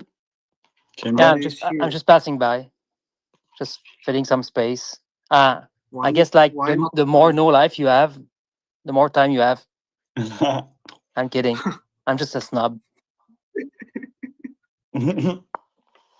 That's my case. I have no life. Yeah, all the coin is fair. SPX is also a neat coin. It's Fred Var is always like, guys, can you join us the Telegram voice chat? I'm so alone. Please, bro. He's craving for attention. I don't know. I think like yeah, I feel it. I feel it like sometimes it's fun to have friends online. No, You it's can true. shut It's up. true. The thing is that after... I'm talking. No. I'm talking. Shut the fuck up. You're talking I about hate me. you. Fuck you. Yeah, bitch. No, but for real. After moving to Azerbaijan, I'm really feeling lonely. So I really love like all of you, like Telegram chat, SPX, Gay. everything. Gay Because, alert. Gay alert. Because I don't know, like it feels in the void. That's why. Like when I'm fooling around with Chang, Andy, Hyde, like and the rest of the people who are joining. Like I really love all of you. Yeah, we love you, but Gay alert. Gay alert. Yeah, but love you too, Fred Bart. In the Telegram, it's always funny. I love it too. Yeah, and yesterday we were watching South Park, and and I was surprised that Chang never watched it. So Yeah. it was we watched the Pokemon one, and also Pokemon one. Yeah, yeah. and also the World of Warcraft, which is one of my favorites because the script is so good. Like it's like aside like the exaggeration of them looking like ugly at some point, like what they how they talk together, like when they're playing, it's exactly like this, right?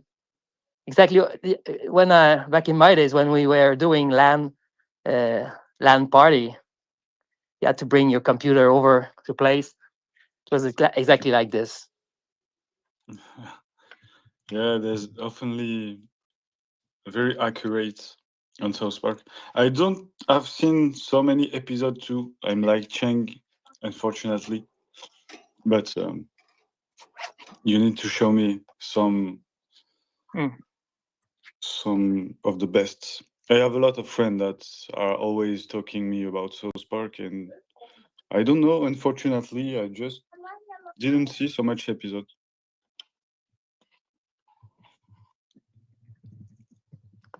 Yeah.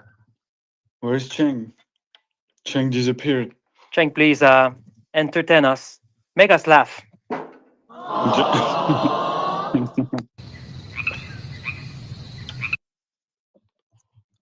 But what time is it in time zone? Is like late, no?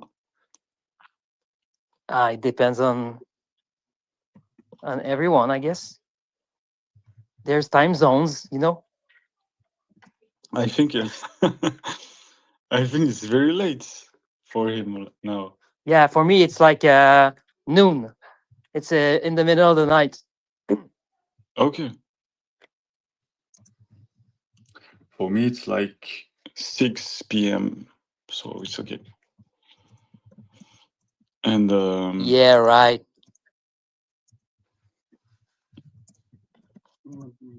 Nice try, Fed. Fed. No, I didn't say Fred. No, I said Fed. Oh, Jerome Powell. oh, really? Fred's the Fed. Harari. Right, cut Harari. Oh. Shitty work. Shitty. China. Shitty work. Let's go, Chad Rabafos. Let's go. Maddox is like, oh my god, I need to stop DCing every day and do this shit. I will just now. Fuck you all. I'm just saying too much. Everyone is retarded here. Oh, so they really are. Oh my god. I thought they were LARPing, but they really truly are Thinking, oh retards. my god, they keep the coins that I do. Okay, like, who am I shilling with? What the hell? What did happen to the rest of the guys like Chang and? So I mean, there's not. It's been running for 12 hours. Is there metrics you can get to know, or it's just like you noted it, or It's like 8 hours and 50 minutes that we're running the live. okay? But where do you? There's no way to see it, right? It's not displayed. I put a chronometer myself, but A chronometer. Chronometer, sorry, bro. A chronomètre. I put I put un chronomètre. I put a chronometer in the chat. Fred, are you a Fed? No. Yeah. Oh. Oh, really?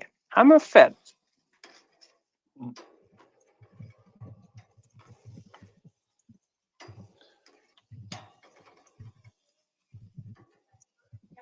What is that sound? Barbecue. It is barbecue.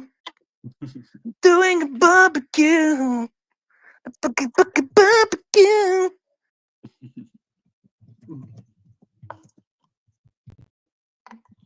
So we are like gays.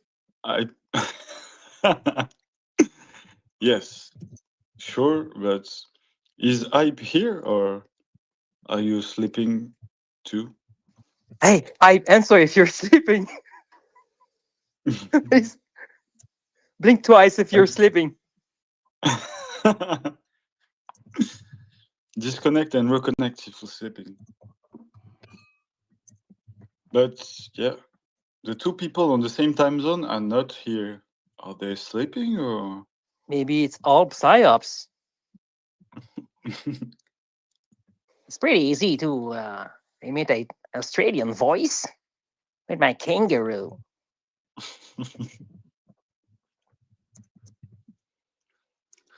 Okay, my kangaroo. C'est mon petit kangourou, hein? We have like special ads made by Hype. Yeah, actually, we could have like sponsors, Yeah, we but should for have now that. the audience is not big enough. So maybe after one or maybe after 2 days, maybe they start.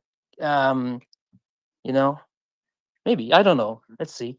That will be quite interesting because if like there's a 2K people at some point, why not? What is like the gayest sponsor we can have? Jack Straps, Kanye West. Jack Strapayan. It's like. How are you, Seb? Yeah, I'm good. I just finished work. I'm on the bus. I thought where else would I be? Jump straight back in. How's the stamina going? Oh, so exhausting, man. I can't. It's That should so be- much work. That should be the tweet of the day. Mike equals exhausting. Oh my god. It's like 9 hours almost. We are here, and Have you? Sorry, mate. Yeah, go ahead. Go ahead. Don't worry. I was gonna say, what do you do when the coffee wears out, Mike? Like, what are we talking about? Day 3? Cocaine. Are we gonna to prop you up in the chair? No, it will be okay. I think we'll have a lot of activities, and you tomorrow you are hosting the UK Spaces tomorrow. We'll have other philosoph of the Cognisphere tomorrow and tonight. Tomorrow night there will be the karaoke finally. And Spacey, I want you to sing because I heard a lot about this karaoke. And yeah, tonight we will have the talk with what was his name?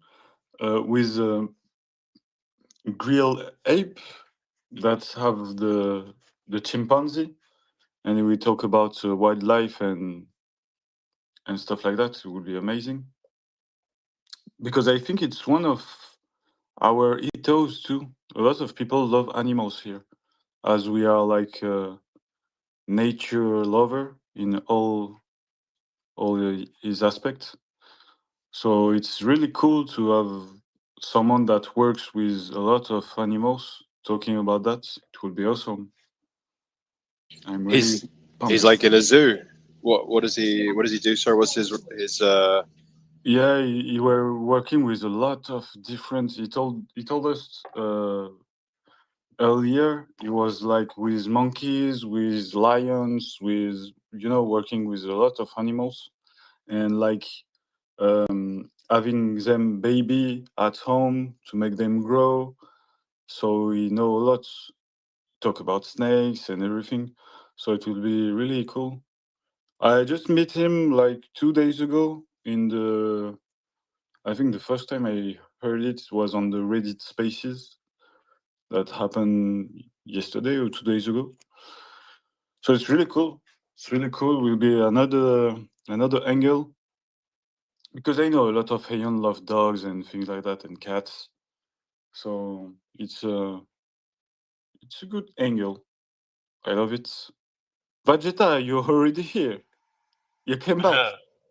Hey, Matt, what's your accent, bro? Where are you from? Because it sounds so cool to me. Because I feel like my accent's so Yes, boring, yes, and you sound yes. so you guys sound so cool to me. So where are you from, bro? I'm French, half French, You're half Italian, but French. Yeah. French and Italian, okay. And you live in France? I live in south of Europe.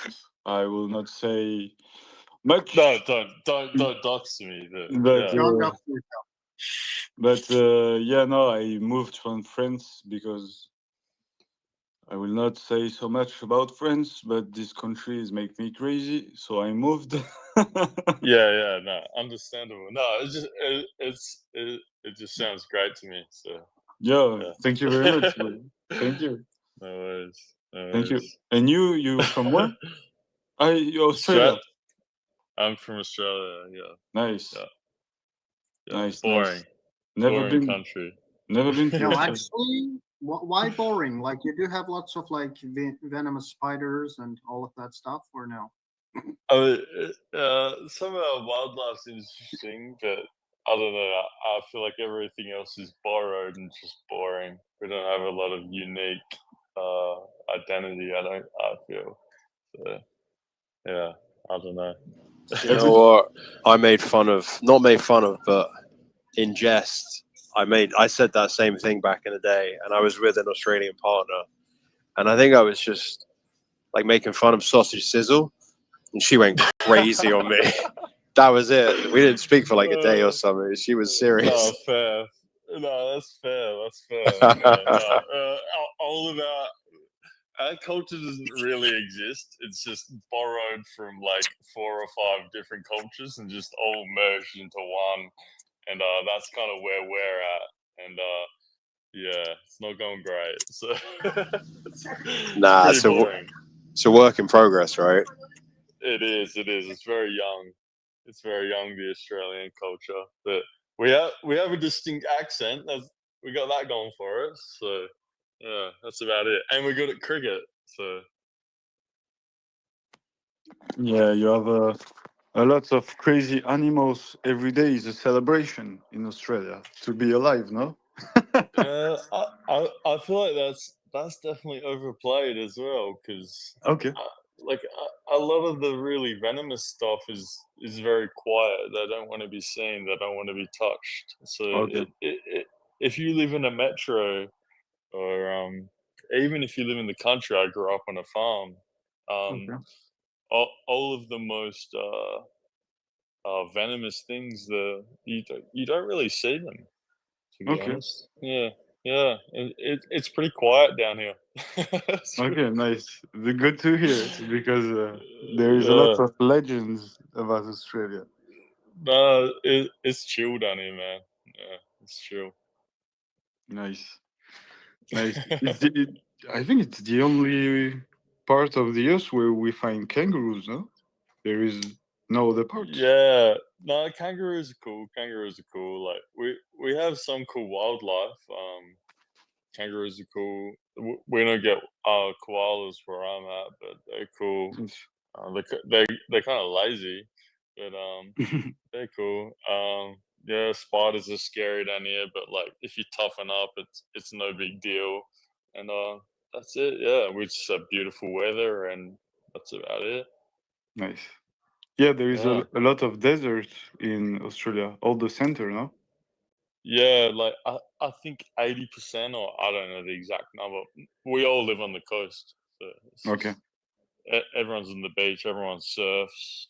It's very, very chill, very relaxed sort of environments. And if you don't live on the coast and you're in the desert, it's horrible.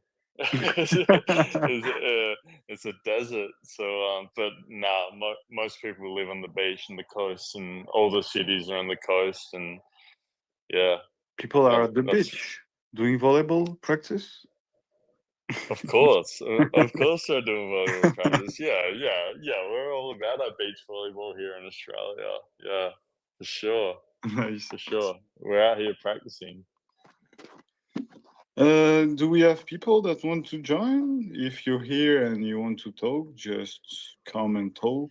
It's a free spaces for Aeon. So if you want to join and talk, just join and talk. So yeah, never been to Australia. Want to visit one of these days. Sounds really cool. And probably we'll do it one of these days. I have to go to America too. Never been. I have like family in South America, so I've been a couple of times. Brazil, Argentina, Uruguay, and countries like that, which are very cool. And yeah, we have Aeon all around the globe, so it's really cool to talk to people coming from various environments and really different places. Yeah, Seb. Uh-huh. Mm-hmm. Okay. So that was it. So bye bye. Where are you going? Imagine. What happened? Everyone is waking up all at once. Wake up. Wake up! The world Like is falling in apart. Rage Against the Machine. Oh, really? Falling apart? That's impossible. Hello. Hello. Are you K opinion reader? Share my coin. Hello. If you have people Usually. that have been intrigued by SPX, I feel like it's a good moment for them to join and learn about it, and we can explain like what we do. Yeah. What is SPX? Andy, can you explain? Don't know what is SPX. I don't know. It's like one of these shitcoin I already heard about. Then let me bring my text. I will. Okay. We have like 1 or 2 hours of So SPX fun. So every few years, a new movement pops up through which is anti-establishment. Frustration is funneled. Previously occupied Wall Street, GME, and now SPX6900. Memetics have been unifying. I'm reading a text. I'm not doing this.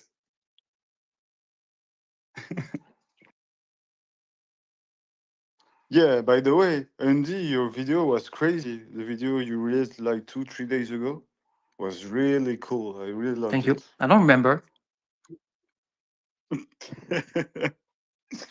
The one that Yeah. Spacey is Mhm. retweeting like 4 or 5 times I a was day. actually pretty Not the pissed same. off. Why? Yeah, the first version had a death metal song, really like distortioning, and then I was like, I want it to be more aggressive, and I put a techno song on top of it, and it was really like cacophonic. And then I just decided to remove the death metal song, which is better. The death metal song would sound good, by the way. But it doesn't appeal to most people. Ah, okay. Yeah. That's true. It's a dead genre. Can you guys hear me? No. Yeah. What's like the most niche, obscure thing you've seen anyone in the community into? You know, like something really, really odd that like everyone's into, like cats and dogs and health and fitness. What's I the don't know. weirdest thing? Pokemon. Whoa, no, that's Pokemon's cool. Stop it. Warhammer. What else? What else? What I I've never seen anyone playing Dungeons and Dragons, by the way, like D&D, like role playing. We're talking about nerd stuff. No, like like how like people's professions or passions. I mean, World of Warcraft could be your professional passion, but people who are like, if we're all like a community of like this wide assortment of people, I have a feeling people are way more nuanced than I hear a lot of the time. Like, there's a lot of people who are obviously really into like health and fitness, and there's lots of like traditional finance people, but like who's a tightrope walker or something, something just like a bit out the box. Fred is a Fed, but I know much about that. Right. True. I don't know, like in terms of hobby, like I'm a miniature painter. That's the thing. Nice. Yeah. I like painting teeny tiny miniatures. Like those are, of course, those are Warhammer, but still, like, because you have to you have to assemble them, then pry them, then paint them. Beforehand, you have to find money to buy them. Also, before that, you have to find the time to paint them. So yeah, like I don't know. I know that one of the Eons, perhaps Mike remembers the name, the guy who is into like nunchucks and all of that stuff. What was the name? Like he always posts like day 1 or day 16. What was the name of that guy? That Eon with nunchucks and all of that stuff. I don't remember. But you know who I'm talking about. Like he always posts the video. Yes, but don't remember his name. So that's I think answers the question, because I didn't see any other Aeon doing that stuff. Like it's really niche, like doing the nunchucks, like ninja stuff, all of that. Yeah, that's crazy. He's doing good, the nunchaku. Actually, yeah. He's doing all the move fast and everything. Crazy. Mm-hmm. Like, guys, imagine for example, Marine having like a whole miniature army of Eons, and then Wow. Wow, that would be so cool. I'm sorry, but who's talking? Because I cannot see it. All of us. Oh, it's me, Zymaka. Me. Are you speaking through like Dr. Flipper or? No, you. Yeah, with a fan of Flipper. No, I mean I don't see like the little indicator that says someone is talking. Yeah, something is happening. I don't know why. Mm-hmm. Okay. Yeah, it's like a little bug of spaces. Okay. I think it's like when the connection is bad. No, or something, don't tell me this. You don't talk to me like that, okay? We don't say this here.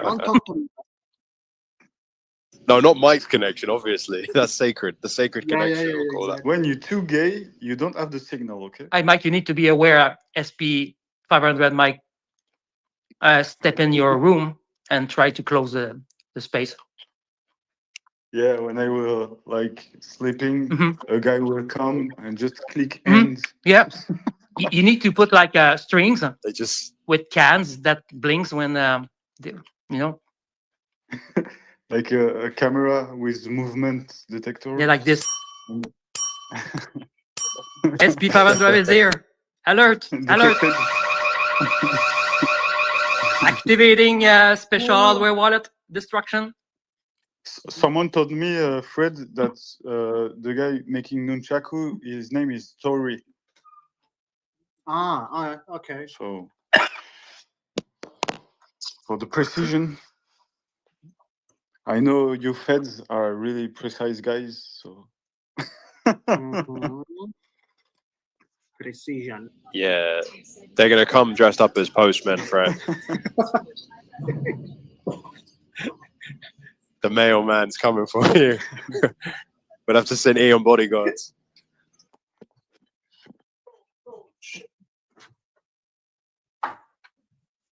Oh, you just make Fred angry, and he's beating stuff on his room. What? I was saying we made Fred Vart angry, and he was beating things. No. I'm waiting for courier to get my pizza. Ah, okay. Pizza delivery. You should. You should. Pizza delivery, Yeah, yes. but for real, Open for the real, door. you guys, not me, but you guys, you could order something at Uber Eat, and just let the delivery man like speak something. Oh. It's actually a good idea. Mike, you're going to have like the longest amount of content to splice up and just keep producing. Like 2 years later, you'll still be producing from this. We're producing and we also reproducing at the same time. So there's new people coming in like babies and and then it's forever like generation of retards coming in. Yeah. Every time there's a new generation of retard. And we are the... No, I guess we have like multiple generation in SPX. I already talked about that. We have like generational people by age, but we have the generation that's how long they are in the coin, too. And I think there is like people that were here at the beginning, probably people coming like at the beginning of 2024, people coming after Murad conference, and people coming in 2025, like 4 generation or And people something like that. before Ethereum. Whoa, that's OGs of OGs. Yeah, there was a spiritual coin. Honestly, guys, like when we're talking about Murad, like how we got like shit like by his video, what attracted me first is that I was thinking to myself that what a guy from Azerbaijan would chill, like what kind of coin. That's the thing, because I'm also from the same country. Okay. So yeah, and I was thinking, then I decided to listen. Let's give him a try. Like perhaps there is something interesting. And then I got persuaded because honestly, like our country is good at wrestling, like like wrestling, like Olympic wrestling. Yeah. And I've never expected that there would be someone like understanding crypto very well. What? Murad is into wrestling? Yeah, imagine he's not into wrestling. Like Oh, that explains it. SPX is a wrestling coin too. It's yeah. So okay, so I can already like see Chang doing some generated AI with Murad being a wrestler with some sexy suits. Yeah, tonight there is like UFC Paris.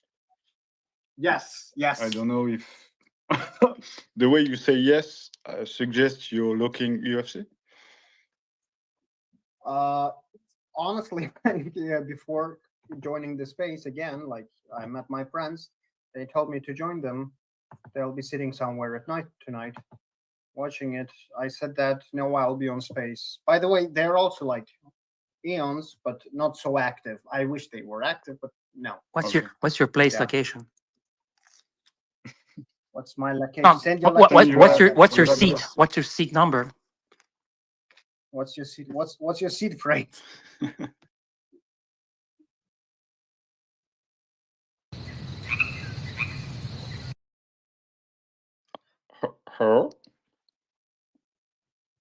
Mike, what happened with your idea of doing the older character? You know, like doing the old OG. You know, you would play. You said you were experimenting with that character. The Grandpa. Yeah, I really like that, man. Make us laugh, Mike. Make us laugh. I got you mid-eating. Your one chance. Your one chance to eat, Mike. Remember Livestreaming in a period where SPX had a page on X, you know. It was a period where, you know, Ten Show was not already Ghost of Ten Show. We had someone called Space Fruit at the time. Space Fruit is a less buff version of of Tensho. Back then, Tensho was pretty skinny, fat. Yeah, pre-ripped. Imagine that was like the origin story before Towns was ripped. Then he started to take some SPX pill, and the shoulders kind of grow. It's like It happened overnight. It's like the 500 talked bad to to Tom's show one day, and he became so angry, he became so jacked to to flip the stock markets because he talked too bad. Tensho is actually a jack of all trades.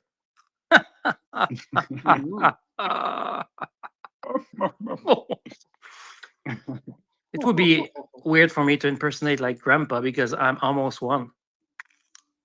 No, but you don't sound. I know, but yeah, everyone has a kind of preconception of life. Your your voice sounds very young. I don't know if it's a compliment, I guess, but I'm pretty insulted actually.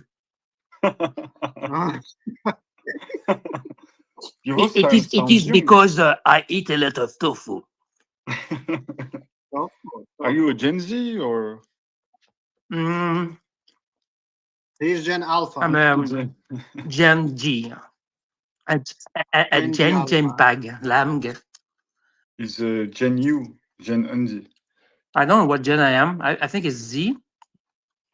Like ZZ Top. Z is like.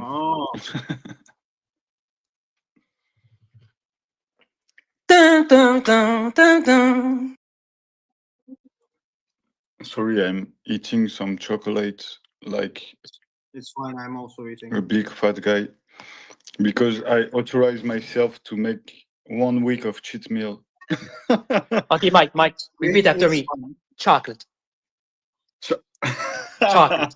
Chocolate. Chocolate. Yeah, exactly. Chocolate. Chocolate. I mean, pudding. Hey, Hype. Hype is back. Fuck you. Fuck you, Hype. Is this Fuck mine? you. Fish and chips? Fish and chips. Yeah, I had to go to the servo at 3:30 in the morning, and they served me through the cage. Wow. Yeah. And I got iced coffee. So have we baptized anybody else? Did anyone else come up and bathe in the loving waters of Murray Rose?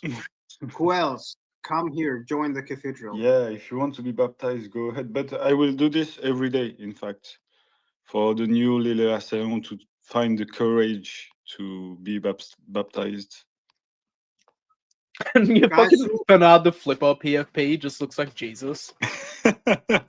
Come, my children. It's I see there is a guy, like he's in UAM, perhaps. Space Junk. Would you like to say something? Would you like to be baptized? Wait. Is this ending with John? Yeah, J-U-N-K. Okay, because we had an history with a certain John. Okay. Okay. Yeah, it's important to say, like, it's very important for the this content, you know, all the details. Okay, I will spell it. SPACEJUNK. S for Sam, P for Peter, A Apple, Yeah. C Cat, E Edward, J Jack, 6900. I get it. Thank you. Corn and Men's A Kilo. So, but you don't understand. Has anyone heard Titus before? Mm. Aeon Titus. Yeah, Titus actually did a Docs video, so I guess he will be inclined to talk here. I just make a dogs video. I haven't seen He this. did. He's very cool because he said I inspired him, so instant love. you you know doxed and you inspired him. What's happening here? Yeah, pretty lame, right? Like SPX is also a. I don't remember what I want to say. Sorry. Hey, can you cut this part at the montage? You're not a Gen Z. You're older. I can see it now. And you learned COBOL, so I know you're not a Gen And Z. I'm from China. We have like Big B 6900s. How are you, bro? And Big B. Slow Aeon. Hey, How are you guys? do you hear me good? Doing great. Bit of a slow response there, Slow Aeon. Yeah, well, Do it you hear fits, me? doesn't it? Who's talking? Slow. Whoa, what? Slow is talking. There's a little bit of delay there. Yeah. It's Can you probably hear my me? dad. What's the origin of your name? Slow? Yeah, talk to I'm me slow. for real. Like you're slow, like physically or mentally, or both. Yeah. Okay. No, it's I just also an appreciation for Pokemon Slowpoke. I also like the word flow from a Polish psychologist who is from the he's I believe a professor of psychology in Chicago, University of Chicago, and he has written a lot about this concept of flow that I resonate a lot with, and I think it The flow for me state. it resonates. Yeah. It resonates a lot with SPX to me. So flow, slow, it just kind of fit my vibe. Okay, you're slow mentally. I understand. Yes, yes. And you as well. Okay, All nice. of us, all of Nice, us. nice. Whoever I am bottom 25% quantile. Yeah, you exactly. Are you also a cook? Because you could be a slow cook. Oh no, wrong button. Sorry. Where's the drummer? Okay. No, it's not the. It sucks, man. I want a cymbal roll, whatever. I like When the joke gets messed up so many times. Hey, Mike, I know you guys have been going for like what 10 hours or something now, and I was looking at the calendar. Yep. And in a few hours, there's some blank space for a couple of hours, and I didn't know when you were gonna need to go to bed either. But I'll be around all day. Oh yeah, I will love Yeah, that. he's trying to find he's trying to find an empty spot to chill some other coins. While we're all sleeping. Gotta get that bag, baby. Have you heard of butt coin? You need to go to sleep, or I can put myself here. Yeah, but yeah, with pleasure. Slow AM when there is like spots, like after the talks of Grill Ape, and yeah, we talk, we see. Thank you very much. Yeah, I just want to make sure I'll be around for any time there's not something planned going on, just to help keep the space going. So thank you I very didn't much. know when when you were going to go to bed, because unless you're planning on going 24/7. No, impossible. Yeah, I advise him to take some speed. So some cocaine to run the space. when Mike start like talking about his childhood and crying, you know, it's time for him to go to bed. Yeah, absolutely. When you see me crying, you have to tell me to go sleep. So Can you hear me? what coin will you chill Hello. slow AM when I'm when I'm sleeping? There's so many to shill. I'll be on Reddit all day looking at all the shit coins being shilled and be called a bot. Believer over trader. That's right. That's right. And Big B, how are you, bro? I haven't heard you. Hey, do you hear me? Yeah, perfect. Are you in a fucking okay. shower, bro? Oh, I'm watching. How- Sorry, shut up.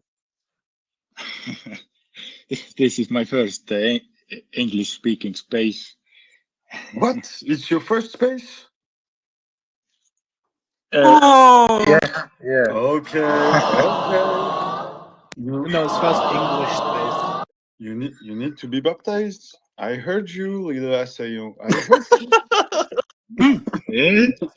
Hey, Mike, do a baptize, Mike. Do a baptize, Mike. Okay, I will baptize Yeah, do you you. have your spiel? I will baptize you. Okay. Okay. So, the guy has one speech for every Aeon. Okay, my little Aeon, welcome. Welcome to the spaces where we will baptize Big B 6900. Don't fear anymore the spaces, my little Aeon. You are safe now.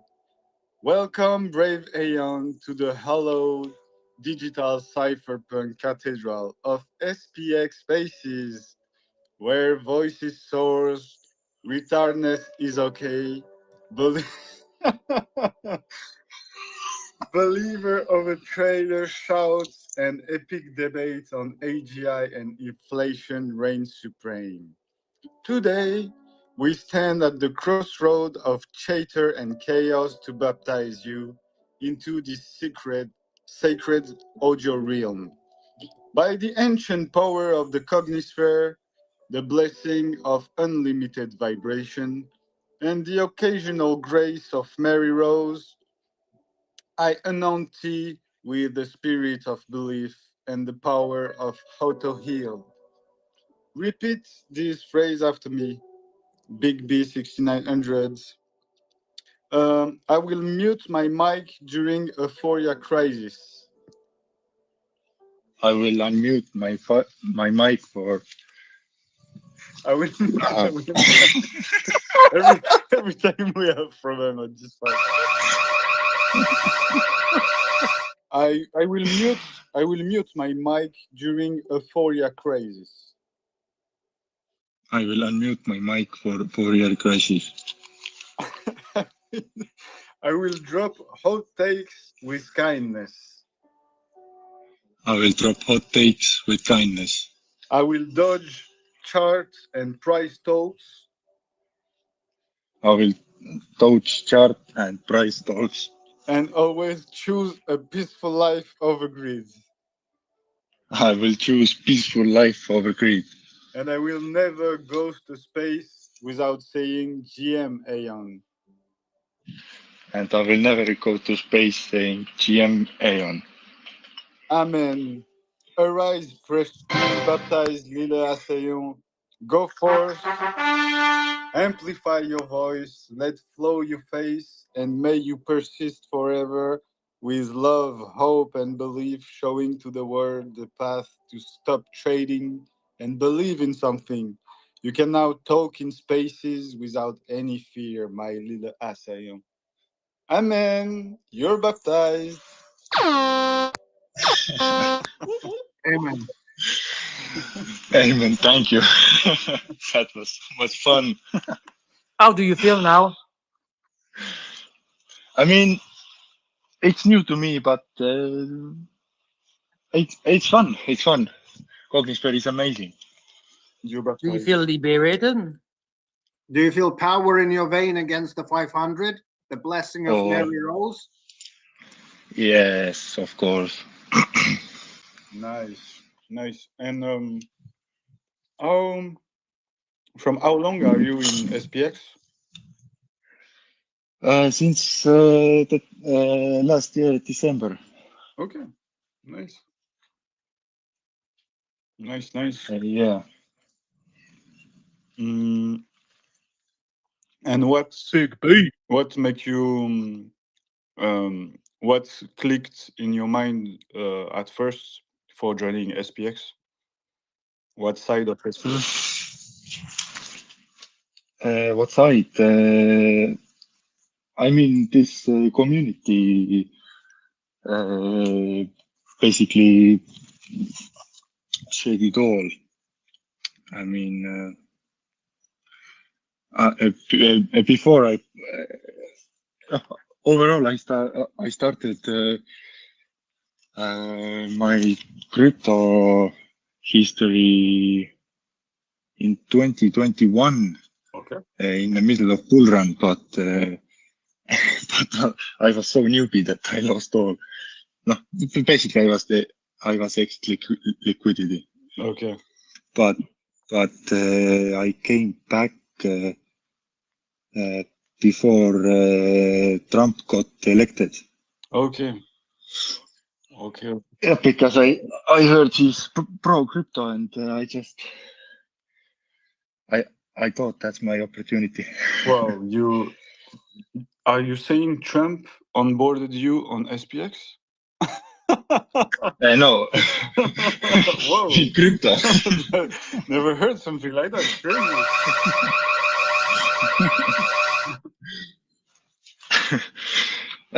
Murad List brought me to SPX, but Trump brought me to crypto overall. Became what in January this year? It was something like that.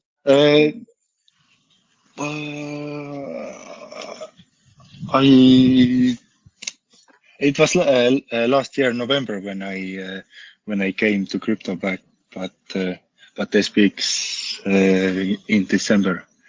Okay. Yeah, but I think Trump's been president in January, something like that, this year. Or yes.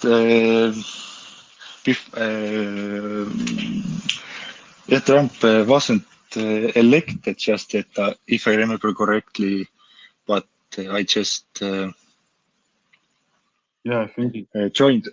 Yeah, joined earlier. Bought.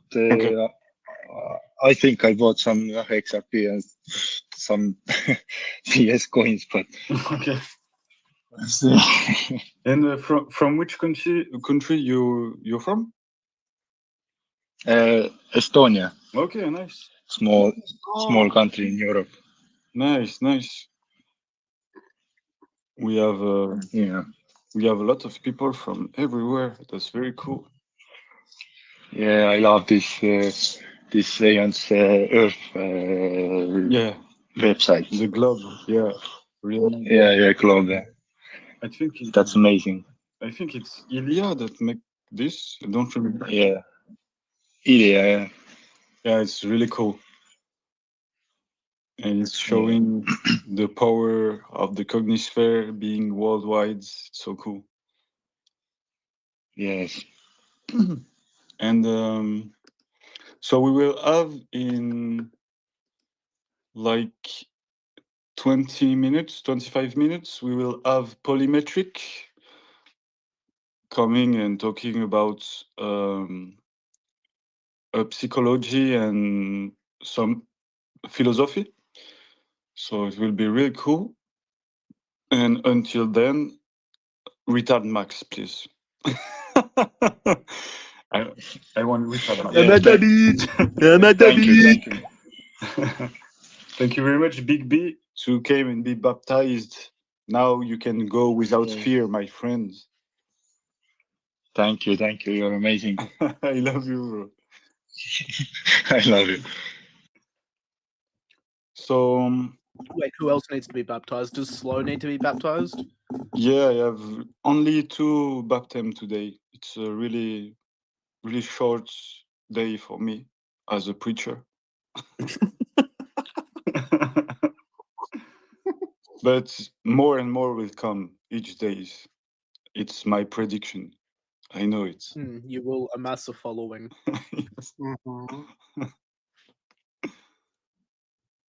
Mike, what's the, with the record?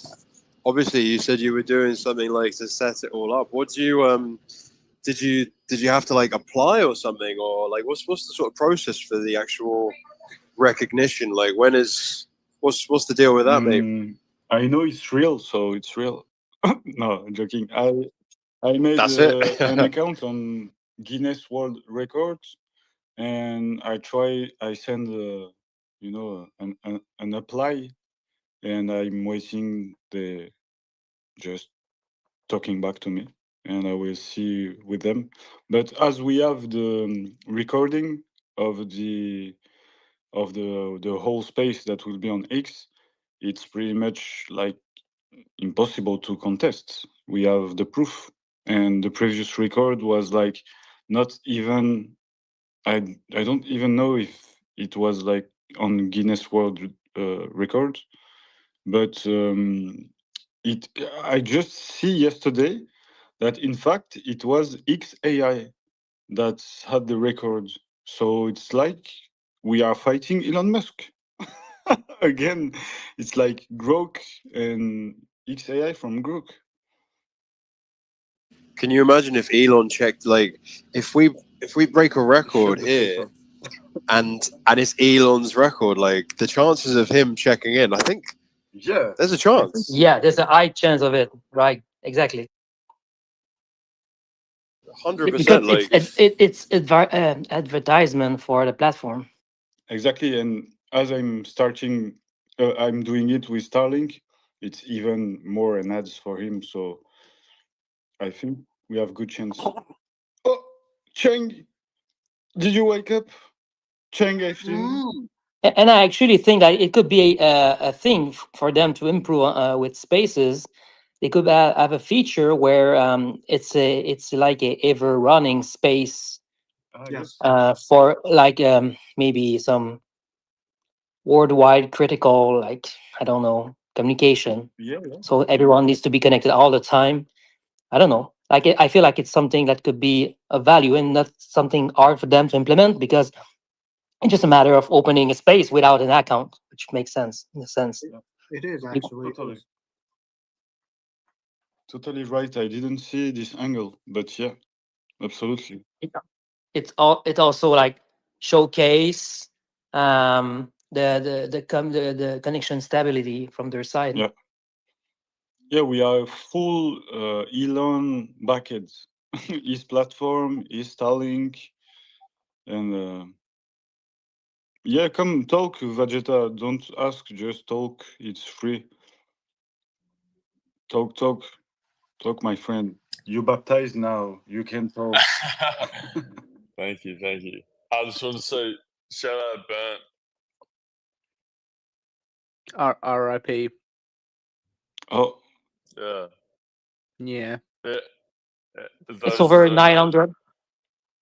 Those no, Burnt's just a real one. He's been a huge part of the SPX community from the very start, from the very start, and he's just a real one. He's getting blocked right now on all of his accounts, and that's prayers up. I think he's huge for the ecosystem, and I love him, and that's it. Who are you talking about? Sorry. Burnt. Yeah, Burnt. Yeah. What? Burnt. What's his? What was his handle? OX Burnt or something? Yeah. Ah, okay, Burnt. Sorry. Okay. Yeah.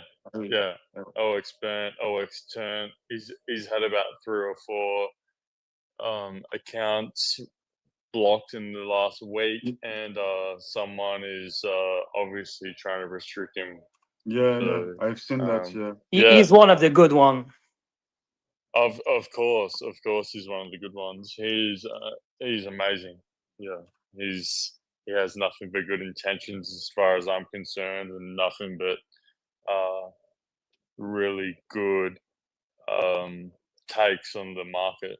And yeah, He's also pretty consistent. Like he's not like moving around coins. Like he kind of stick to his you know. Super consistent over what 2 years? 2 years since I've sort of followed what he's done. 2 years, and I know that he's changed so many people's lives, and he's being blocked on this platform while all these slot bots and stupid bullshit accounts are remaining. And I just think that it's not right for this platform, and this sucks. And Why has he been targeted?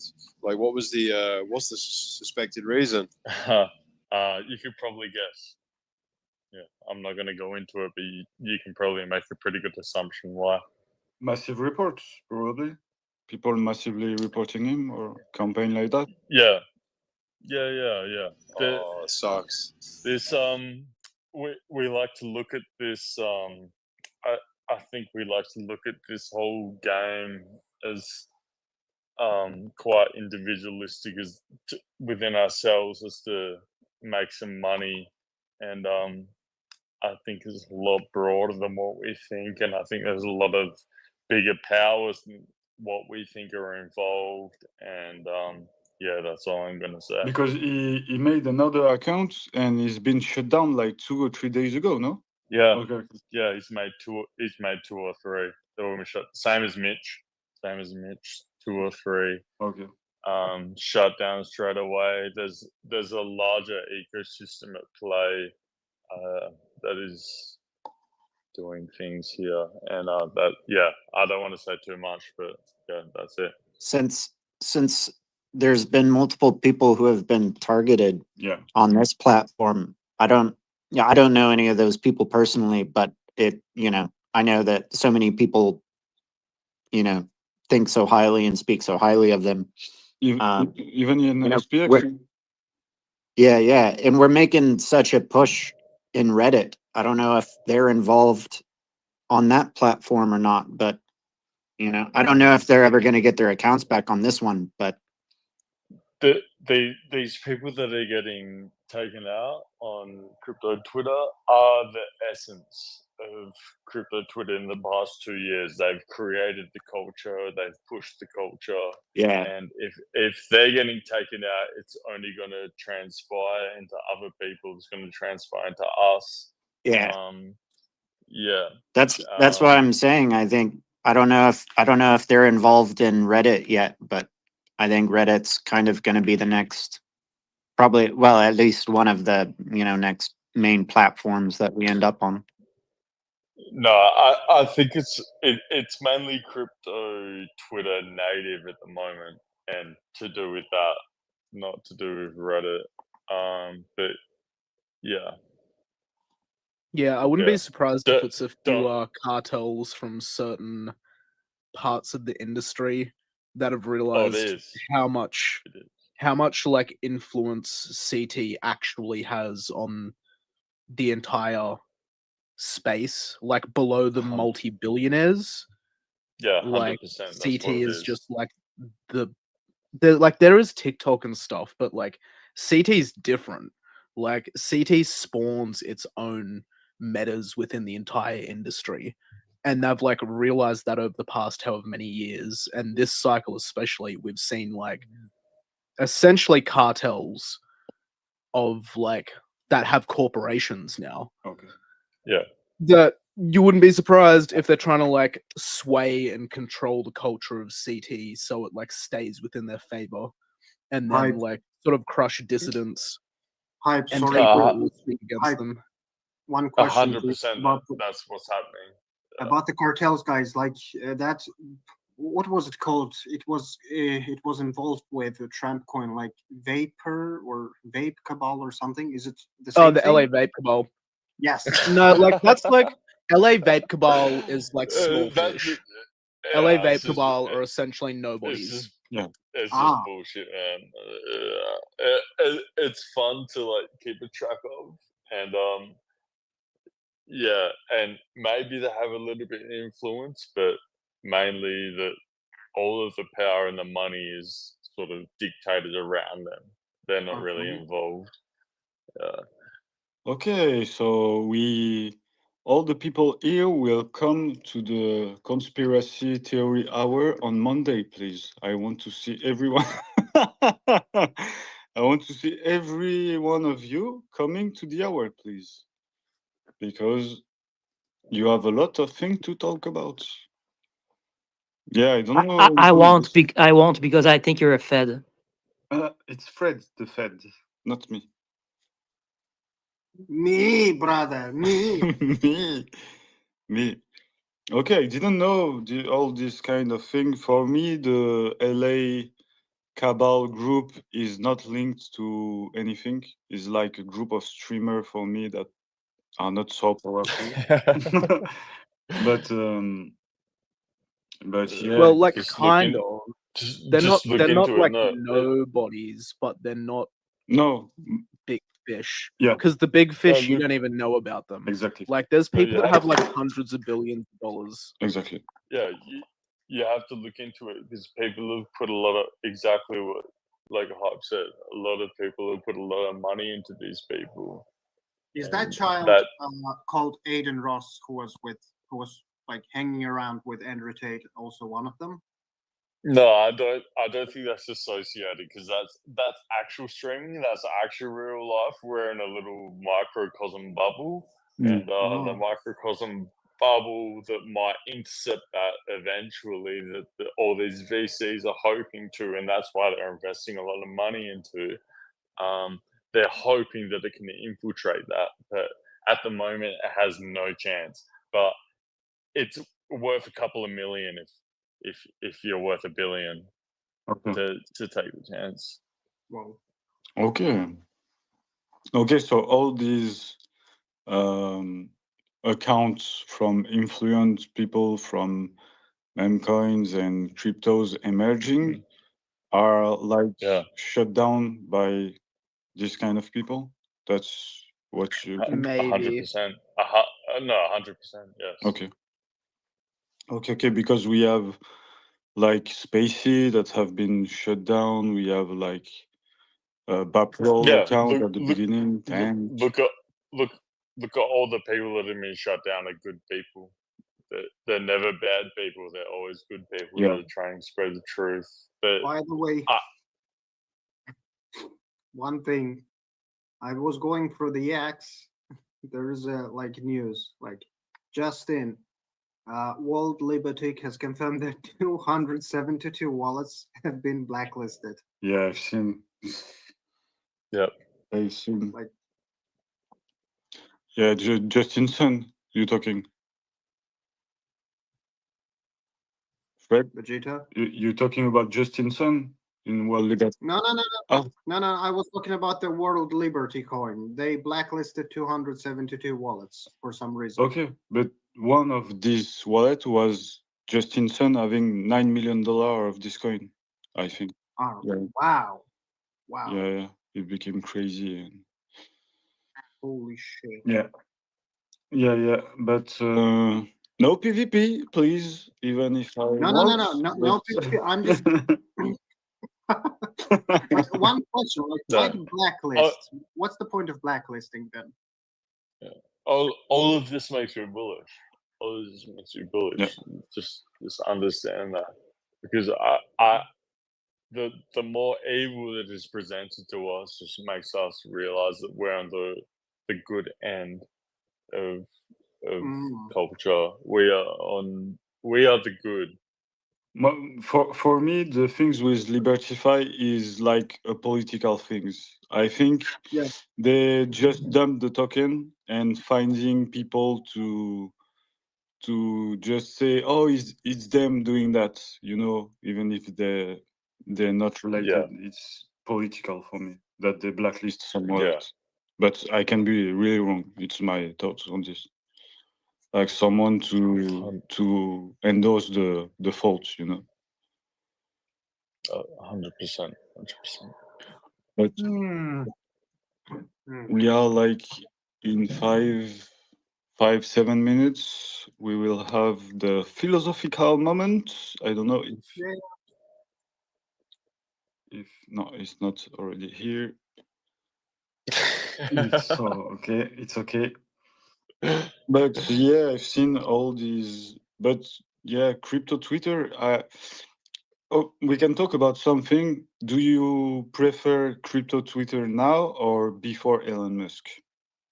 That's a subject I'm thinking sometimes. What's your thoughts? Before. Before? Yeah. Okay. What's your Why? Why? Why? There's less attention on it. Everything could be low key. That's basically it. Okay. But I never thought of Twitter as a fully decentralized platform. I always thought that everything you would do on that platform would be monitored. And if you're trying to do something discreet on Twitter, you're retarded. It's clearly monitored. It's clearly centralized. Like, make your own platform or make your own workaround to do that stuff. Like, yeah, that's where I stand on that. From 2025, that's where I stand. Yeah.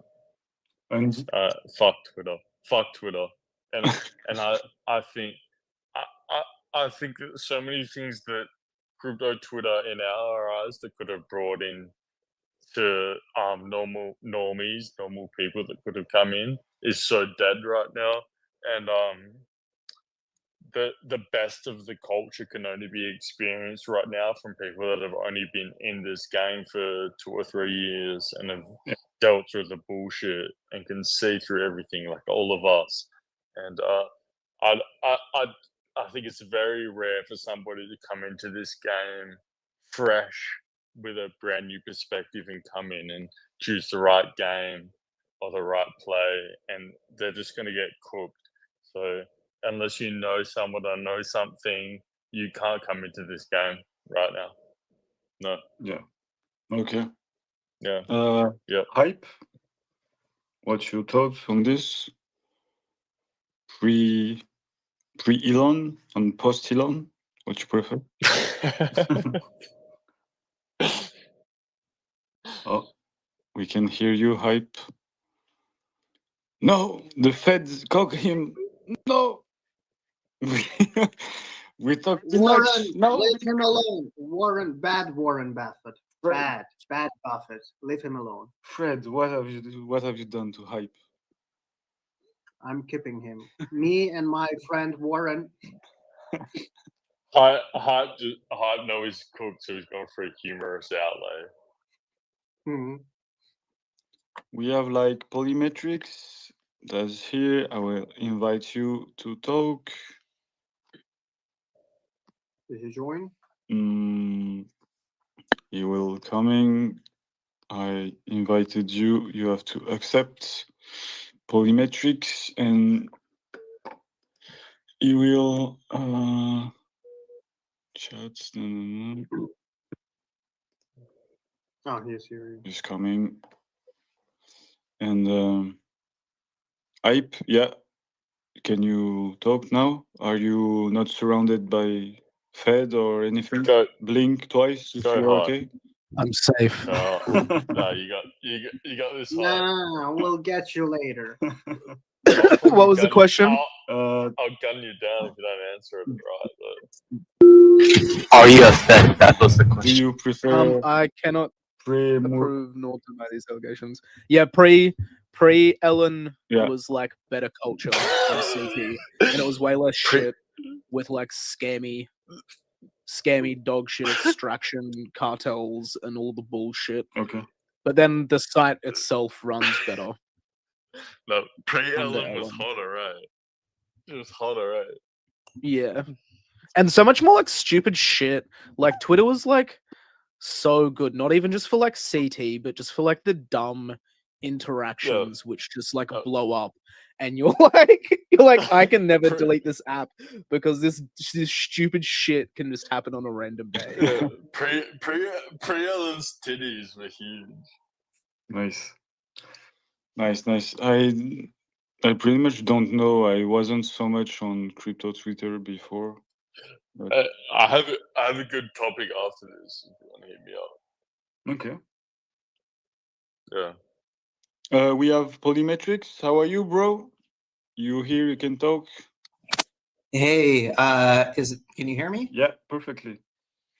Awesome. Okay. Yeah, this is my first time doing anything on Twitter Spaces or anything. So Baptism.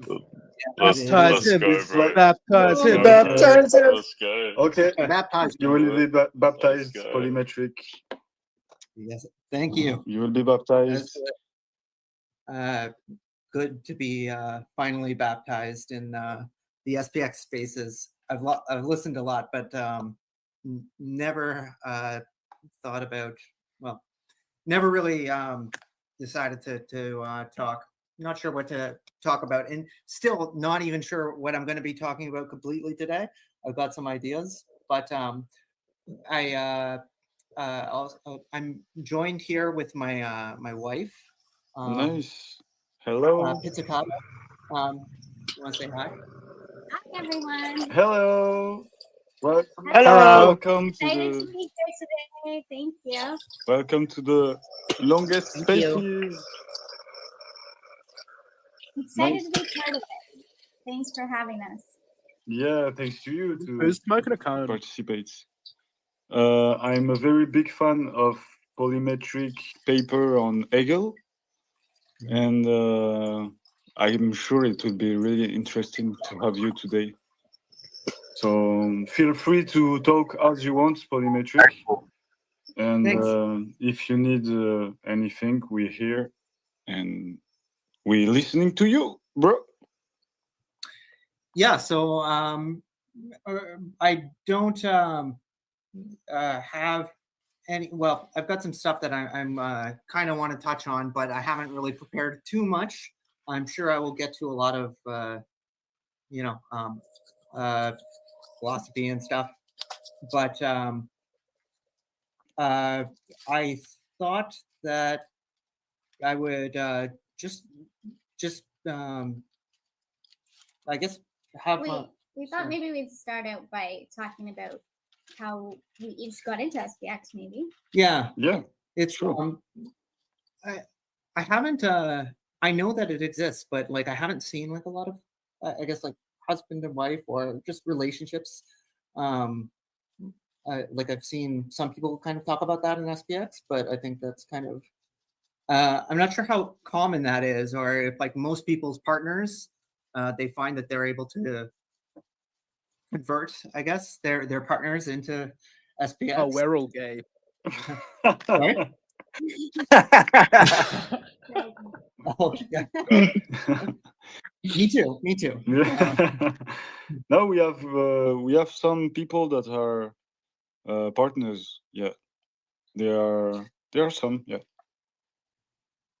There's a minority straight community. Yes. Right. Well, my wife, she used to be my husband, but no, I'm just kidding. Yeah, I think this is going a weird way. Yeah. Okay. So that's very cool. Sorry. That's very cool. You came in together. I love this idea because SPX is a really familial coin, so it's really cool.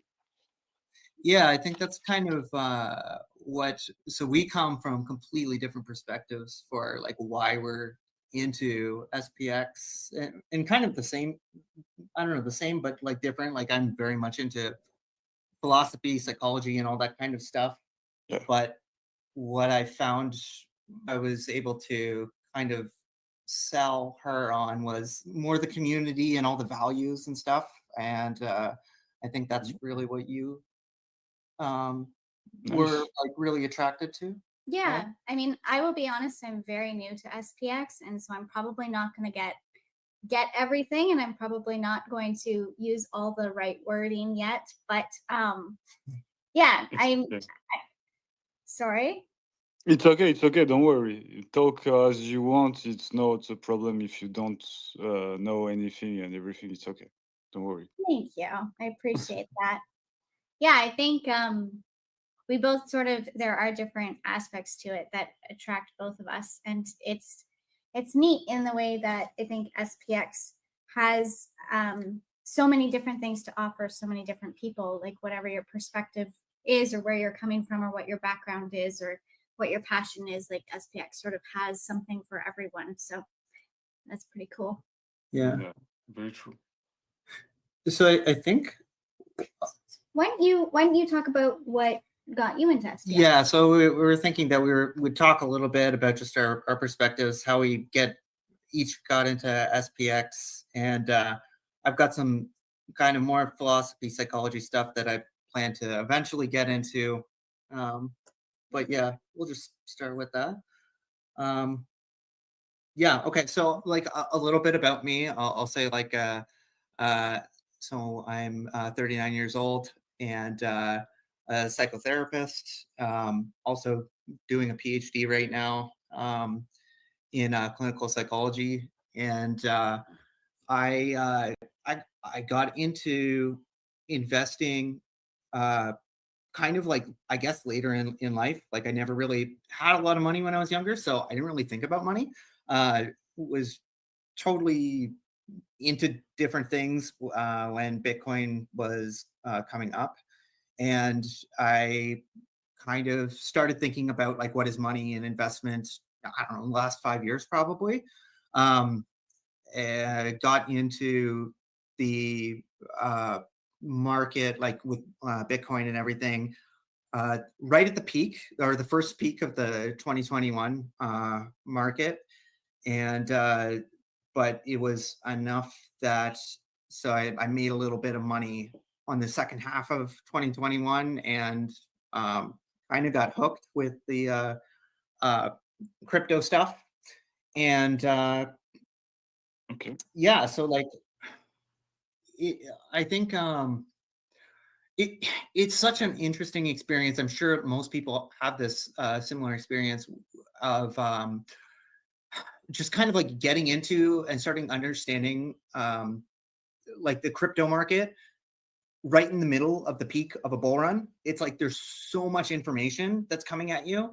At the same time, it's like, what is Bitcoin? Like, what's Bitcoin about? Why do we need this? But then there's also like all this like niche stuff, like what is Cardano? And it's information overload, but like also like dopamine of like, I need to figure this out because like there's a lot of opportunity here. And there's not really a lot of time to really think about, I guess, first principles of like, what is this? Like what are all these coins? Like what is their actual value? And you just kind of get into buying things without really thinking too deeply about what their value is. And as with time, I think that's kind of part of the, I don't know if you call it utility of crypto, is that, I don't know, like I think of it as, it's kind of like a half scam or something like that, but it's like, I wrote this tweet about this a while ago, but it's like, it's kind of like this mutual scam where everybody kind of just agrees that we're all going to scam each other. And it's like, everybody kind of knows deep down that a lot of these coins don't really have any utility at all. But like, there's kind of this story, and maybe like, if you look at it a certain way, it's got utility. But like, if you listen to people talking, like the game is you invest and then you sell. In most recently, the goal was to sell in 2025 when retail comes back and everybody. So it's essentially the agreement, or the kind of unspoken agreement, is we're hoping that like greater idiots are going to come in and buy our bags. And that's kind of been the narrative for at least the last like 2 years, is that everyone's going to come in, like stupid people essentially, and they're going to buy our bags and then we're going to sell on them. And like, so even though people are saying like, they'll say two things at once, like, crypto's changing the world. We all know that this is like a new paradigm and like everything's going to change the world. But with like our planned actions, they suggest that deep down, we actually think all of this is worthless. So it's like this cognitive dissonance that is always going on, where it's like, we're saying this is going to change the world, but deep down we're like, yeah, but like it's way overvalued and we're only buying this because we know it gets overvalued. It has nothing to do with those like fundamentals or anything. So this is kind of like all the kind of since 2021, just thinking about like what to make of crypto, and because it's just an interesting phenomenon of like what's actually going on. Like it's kind of a way of it's kind of like you're watching like markets, like natural markets, just manifest. How's it going? Just checking in. Beautiful, Hey, longest how's it spaces going? ever, Mike. How are you? Good. So for Polymetric, to make it simple for me, I really watched this go from a meme coin to what I have called it proof of DCA, and also a true belief asset, right? Yes. There's groups of these things that you were talking about, Polymetric, about who's going to be your exit liquidity and your bag, and these people are going to crap on other people and blah blah blah, and that's been the way it's been until this group. This is the difference of this group. Like I was saying the other day, I've never been, and I've been in crypto for 11 years. I've never seen somebody get hacked and their wallet drained, and then all of a sudden a community comes back and donates, or we're professionally we're donating and sponsoring professional athletes. And if somebody has an issue, I think I saw the other day somebody was sick and somebody offered some medical advice. That this has turned into a community of a true belief asset, not a meme coin anymore. So there's real value in that, because the real value are in these collective communities. So that's what I think you're trying to say, is that's why it grabs you so much. Yes. Yeah, no, that's exactly it. I think it was kind of like what SPX, as I kind of learned about, I don't know, like figured out like what am I looking at? What is crypto? Like what is this, this market? What's it based off of? And I got to, okay, yeah, it's all just like nothing. It's all just reflexivity, but I still felt like there's something here, and that's basically what led me to SPX. It was the one fundamental where I was like, I kind of, the way I came to it was I was actually more just thinking about crypto in general, and just kind of like, I need to think from first principles, like what's a good investment? Why am I investing in this in the first place? Like, why am I in crypto in the first place? And what is a good investment based off of like what my actual beliefs are. And so I kind of came up with a blueprint in my own mind of like, what is a good investment? And Bitcoin, I thought, was okay, a good investment.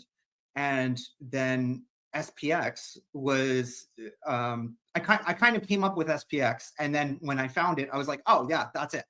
That's exactly what I was kind of thinking. This is real. This is right. So we had a spaces, I think about a week ago, correct, Mike? And somebody had mentioned, all I do is DCA and hold, and I said, well, wow, doesn't that sound like Bitcoin? Yeah. Exactly. And that's the same. It's basically, I was like, what what are the characteristics of Bitcoin that make it good, a good investment?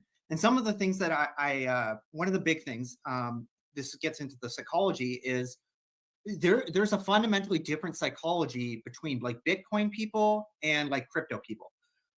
Bitcoin people are just like, you just DCA and you chill and you don't even need to worry about it. And like, it's all going to go up in the end.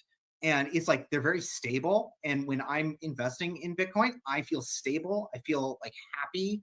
And I feel like I could just kind of like live life and not, focus on it's called freedom. Right. Exactly. It's called freedom. Exactly. So I was thinking like, how do I get that? Because like, what are the characteristics of that? And I kind of like figured those out, like my own perspective on that. And what I found was like SPX was like, okay, we're just recreating that. And that was like, I kind of had to do all the work of like figuring it out before I could understand the memes. And that's just kind of the way my mind works. I saw SPX around. I actually owned a little bit of it for a couple months before I really got it. And it was kind of through doing this, like thinking about things from first principles, that allowed me to really get the memes and get the underlying message of what they're sending. So yeah, I don't know. Right. For instance, think about this. Like, how cool is this? The longest spaces ever, right? I'm about to get on a plane for 3 hours, and I know when I land, I'm going to be able to come right back on and say hi to everybody. Isn't that That's cool? amazing. Yeah, no, this is amazing. And yeah, also just also wanted to say just thank Mike for putting this on and everything. Mike, you've been amazing. I love you. And I love you, yeah, bro. I love you too. You're a legend. Guys, I'm checking out. I'm gonna get on a plane, but I'll see you when I land. Mike, love you, Thank brother. you very much. I love you, bro. Have a good plane. We got it. See you, bro. Yeah, Polymetrics, thank you very much for joining and talking. It's really a pleasure to hear you. I already said I love you, Pepper, and go ahead. Sorry, I interrupted you. Oh yeah, no, I'm yeah, no, thank you. Yeah. Cool. Yeah. Do you want me to share a little bit? Why don't Maybe? yeah, you could talk a little bit. Yeah, I always think it's kind of interesting to hear your perspective and I don't know, to see I don't know, that like, well, I guess one thing other people have observed is that like SPX is one of the only meme coins, or maybe the only things where you do find a lot of women that are interested in it and that kind of get it, which is Yeah. I think speaks to some of That's very what's true. profound about it. Very true. That's probably one of the only coin with a lot of women, and we have a lot of women, leading the coin at the top of the coin, and it's really a good sign for me in SPX. Yeah. Yeah. Mhm. Yeah, well, it's interesting because I Polymetric Yeah. handles our investing, so that wasn't really an aspect for me that was like attractive about SPX necessarily. I mean, obviously, I would like stability and financial freedom for our family, but the other piece that can be tricky for me is I really don't enjoy being on social media. So that's been a bit of a hurdle I have to get over and get comfortable actually being part of the community. But I think what really attracts me to SPX is the fact that it is such a strong community. Recently, I was reading a book called More Than Happy, and it was about the Amish community, actually, and I'm not Amish, and I don't intend to become Amish, but I think they have a lot to learn in terms of raising children and building community and just the value they place on family. And one of the things that really struck me about their culture is the way that they really raise their children together. And yeah, the children feel very secure and safe because they know even if their parents aren't necessarily able to help meet their needs, there are other people around in the community who are always there. So they just have this sense of security, which I think in our North American culture today is not something that is as easily found, that community, because we are very individualistic, and we tend to be a little bit more isolated than perhaps communities were in the past. So that was one thing that really attracted me to SPX. It was interesting because when I was reading the book, I actually said to Polymetric, like, I see a parallel here between their version of community and SPX. Even just in the short time I've sort of been aware and a little bit a part of Twitter and the space, I can see how encouraging people are, and how much people really do are authentic in terms of the support that they give to each other, and that's really refreshing, I think, especially in today. So yeah, I would say that's sort of what caught my eye and what has helped me sort of be part of the space. Again, I'm not very active online yet, but it's coming. Yeah, nice. Vegeta, you want to add something? Yeah. I just wanted to say that I think it's beautiful. I think that's the intention of SPX is to bring everybody's ideologies together. Even though that, because I'm in Australia, you guys are in America, England, all different parts of the world. I think the idea of bringing these similar ideologies together to a forward movement is really important, and that's something I really believe in.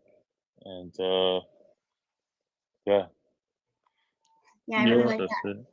Yeah, it's really cool that you feel this all this spirit and energy like this, supportive and everything. And it's really cool that it's like one of the aspects of the Amish that have been a lot criticized and mocked, but in fact they have some kind of good values inside their circles. Who is mocking the Amish? Wow, a lot of I'm people. from Australia, so I have no idea. But to me, that seems like an ideal lifestyle. From Europe, people were like mocking them, like they are retarded, doing things like really. Yeah. In Europe, definitely, I've seen people Why? mocking them because they are like living like in the 18th century, like in the past. They're getting a little bit disregarded for being in the past for the technological advancements. Yeah, but I'm totally agree with the things, but they've been a lot mocked a lot from what I know in Europe in the last 20, 30 years from what I know. But in America, I don't know. Maybe you are in America, Polymetric? Canada. Yeah. So how they are view? How they view Amish? To me, it's an idealistic lifestyle. Yeah. It's not bad. They are connected to nature and to ancient values of family and everything. So for me too, but they've been really criticized in Europe and in Canada. Polymetric? I would say yeah, like especially just with the like anti-religion stuff too, right? Just the fact that they're religious can make people mock them. Yeah, I think people are a little bit enamored by the lifestyle. Like there are places in more so probably the States, but people do sort of like to go to where there are larger groups of Amish people just to see how they live To and watch them, yeah. to watch them, yeah. And I think it does remind people of like good values, and I think we all have that ingrained in us, that desire for foundational values. And but yeah, it is like it's kind of one of these things where people like to go see and watch, and but at the same time wouldn't ever want to live that way themselves either. But why not? Why not? Why wouldn't they want to live in that lifestyle? Well, I think one of the. Go ahead. Sorry, I don't mean to interrupt. I think one of the things with the Amish is that they don't really use technology. Is that correct? So like I don't think they use the internet and a lot of modern technology, which I think is one of the reasons why they're kind of so ostracized by most modern society. There's a shock why they're so happy. Yeah, right. It's true. Well, and it's interesting because they don't believe in owning technology or in having electricity, but they would use a computer, say, for work. So if they work somewhere else, they would use a computer like a tool in their work, but they wouldn't own it themselves. Based. It's about like what technology, I guess, does to your soul in a sense.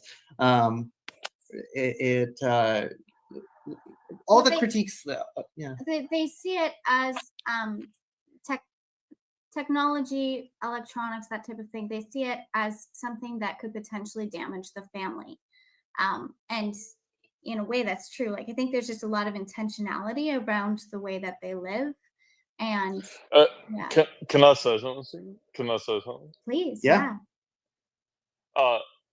I was just gonna say, why shouldn't every single family using technology look at things the same way? Yeah. You mean like families who use in terms of incorporating technology and damaging your family structure? Mm. And so, sorry, I think we kind of missed the first part of what you had said. I was just saying that why is that considered a taboo thing? Yeah. When That's true. I personally think that that's a reasonable thing that could be considered towards most people. Yeah. So sorry to interrupt. Something that I know is like Steve Jobs and all the people that are leading big tech companies are raising their children without technology, and a lot have talked about that. Exactly. Interesting. Yeah. But yeah, Go ahead. I think like what it does to you, that's kind of what I was planning to talk about a little bit later, but like the psychology of like what technology does to you. It does change who you are as a person, like what kind of being online and social media, especially I guess like non-SPX type Twitter and stuff like that, is like it absolutely shapes your thoughts and the kind of person you are, what you kind of look for, what you think is important, and it does this unconsciously and like kind of on a neurological level. And I think it's like people like the Amish or like see that and know that and are doing like making decisions based off of that, whereas I think most people just don't even really consider like how the mediums that they're using and everything really does like shape what their beliefs about the world, themselves, relationships, community, and everything like that. Like it fundamentally shapes you, and yet people kind of like take that as almost like this truth or something that is like what they believe is just what everybody believes. But that's not necessarily the case, and certain beliefs are not really good, or I don't know, maybe less healthy than other beliefs. Yeah. I noticed AB Empower 25 had their hand up. Did you want to add something? Yeah, you guys can hear me? Yeah. Yeah, man. Yeah. So, Mike, first of all, I think kudos to you running this long spaces. I love you. You know, running. Sorry. I love you. Thank you very much. Yeah, means I love this you. itself brings a lot of patience, perseverance, and commitment, right? That speaks volumes. Secondly, I love the subject we are discussing here. As I think you guys were talking about it, I was making some notes, and I've been watching some videos on SPX, and I have few friends that are Amish, and I love it, right? Means, and that's kind of an old school thought process thinking that I grew up with. I'm not against technology. Technology is kind of an era that I grew up in, has been part of my life, but it's more the discipline, right? Where we draw the line. So I think the Amish way of life is built on the way I look at it: simplicity, number one, the discipline, and the community trust. And the way I was trying to draw an example, what we are doing here at SPX, or the game plan is kind of tying with the spirits. So simplicity, right? Amish, which has already been discussed, avoid unnecessary excess and focus only on what's essential in life. Same thing with SPX. We cut through the noise of the hype-driven markets are driving it, right? It's not about complexity, but about a pure idea carried with conviction. Absolutely. It's people. It's people. It's people is the real technology. If someone can get that in their head at the bottom level, you'll be successful no matter what you pursue. You know, it's about connection. The second is discipline, right? Amish life requires long-term commitment, patience, and the ability to resist short-term temptations. Not instant gratification, procrastinating that gratification. And same thing with SPX. We are with a holding mindset, right? Resisting the urge of quick pumps and dumps, what we have seen in this market, and staying grounded to the vision, no matter what. Right. And the third point I had was community trust. Amish is more about prosperity, which depends on the deep bonds of trust and mutual respect, mutual aid. Same thing, guys, we are doing here. We are holders, standing together like family, weathering storms, building long-term wealth. So that's all I wanted to share. But and I feel it. I love how you articulated those parallels. I think I saw many of those, but it was hard for me to put them into those words. So thanks a lot for sharing that. Yeah.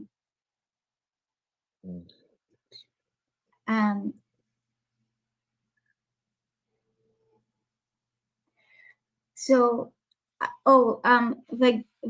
Vegeta, sorry if I'm mispronouncing that, but did you still want to say something?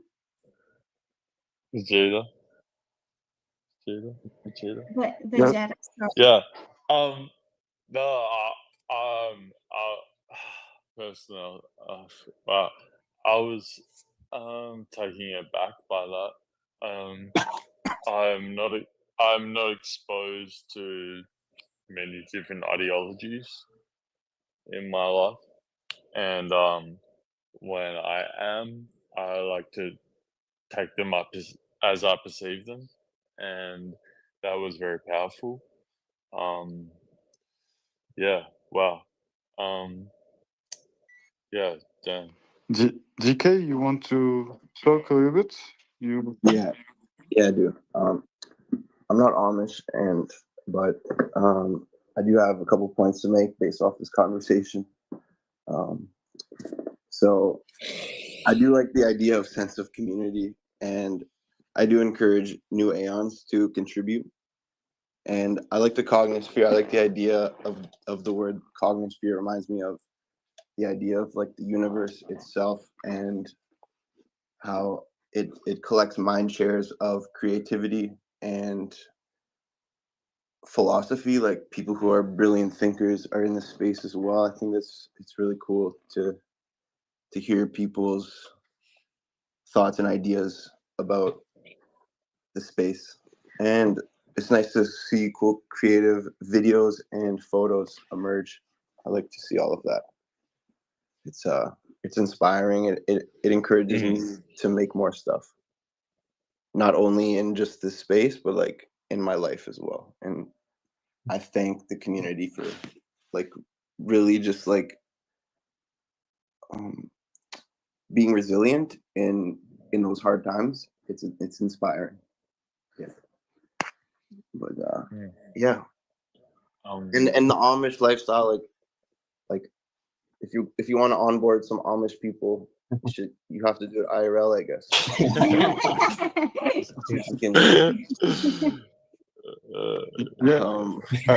Yeah, I mean, I like the natural lifestyle too, but technology is part of this world. Yeah, grow your own vegetables, I guess. Yeah, the real problem, I guess, is when technology is changing us as human, and it's really the point we have to understand in probably this 21st century, as we will have AI coming for every aspect of our lives and robotics too, and a lot of biotechnology and stuff for health.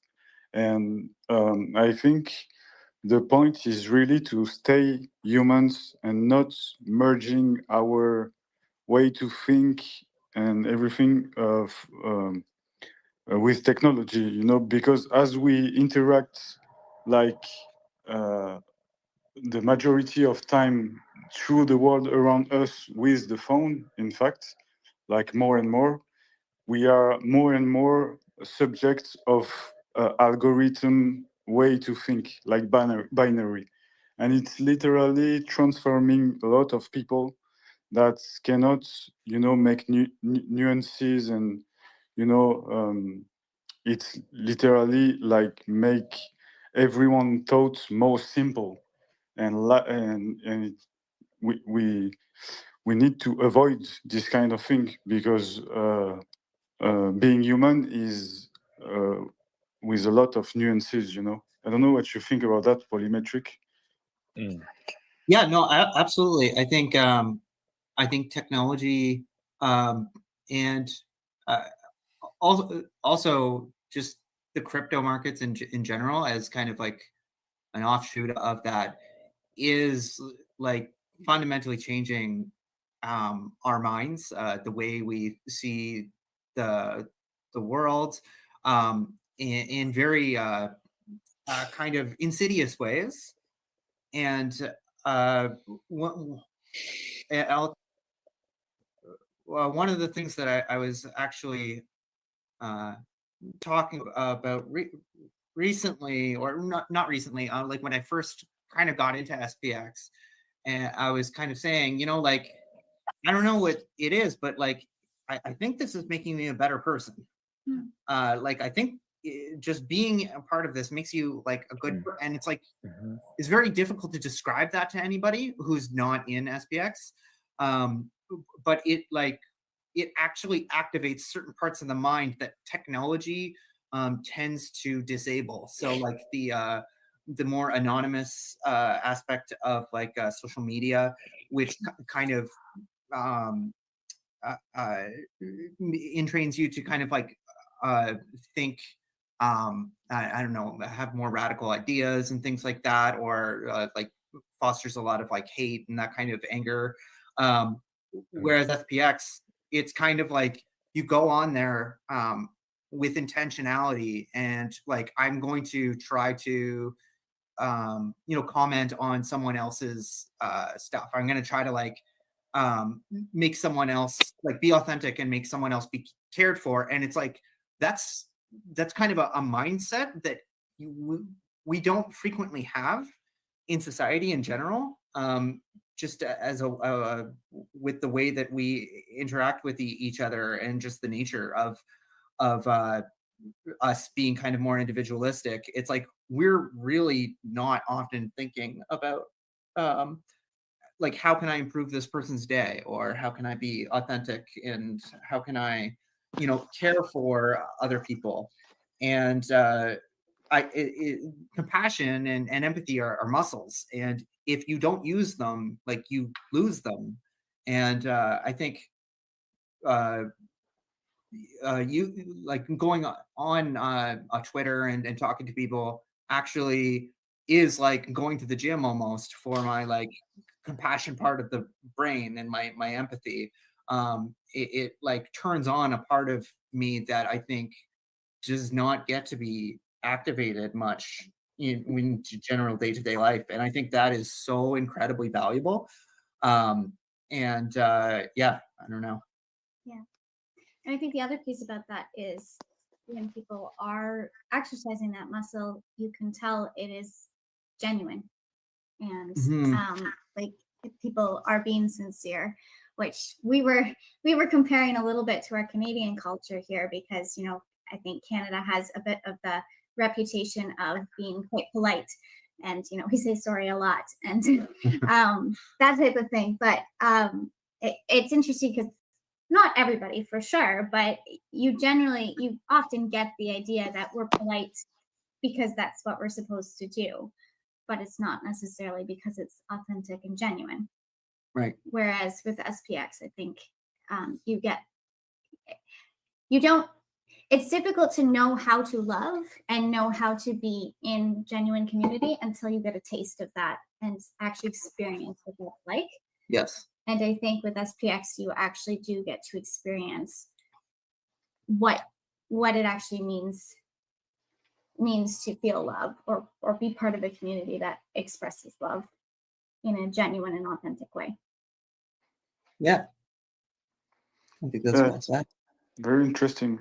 Yeah. I think we are more and more individualistic, and we kind of forget these days that we can find force and strength being in community and sharing this and just bringing up together up, and that's quite something that is really not we kind of forget these days, and that's why I think SPX is shining a lot, because it's non-common, Mm-hmm. Yeah. Right. It's so uncommon that that's why it's so difficult to describe to other people, because they can't comprehend this idea that you might like care about people online or that kind of thing, or like have a community online.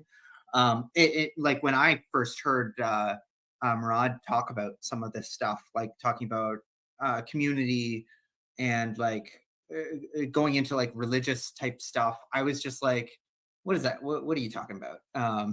It's like it didn't like kind of make sense, and it's until you actually experience kind of the connections or the this way of being, it doesn't make sense. It's just so it's like, I guess people have to experience it to actually like. I was obsessed with kind of figuring out what's a good argument or a way to describe SPX. And so I was writing and thinking about this all the time of like, and that's, yeah, like I would write stuff like my Hegel article to kind of transmit to other people, like, you need to pay attention to this. This is this amazing thing, but there's not much that you can say that can actually convey the message. it's like they literally need to experience it. They need to come on Twitter. They need to feel the love. And if they don't, then all the words kind of just don't really add up to like describe what's actually happening. Yeah. Yeah. Yeah, that's very true. Very true. And it's make me think to, you know, when we were child, there was only, you know, television, and everyone has the same reference, and everyone see the same things. And nowadays, everyone has a phone with an algorithm that is personalized for him, and we don't have the same reference, and all the world is working like that. Everything is personalized for an individual, so the sense of community is way more lower, you know. From where I come from, we don't talk that much to our neighbor. It's like becoming common to just being alone in this world full of people. I don't know what you think about that, but it's really something that is killing our sense of community. Yeah, it's very common to you know, we have people around us all the time, but it's very common to just feel like you're alone and isolated within a group even. And yeah. Yeah, even if you're in a group, like in interacting with people, it could you know, generally I don't know, you may not share the same values or anything like that, so it's kind of, you could maybe relate on very superficial levels, but the idea that you could actually relate on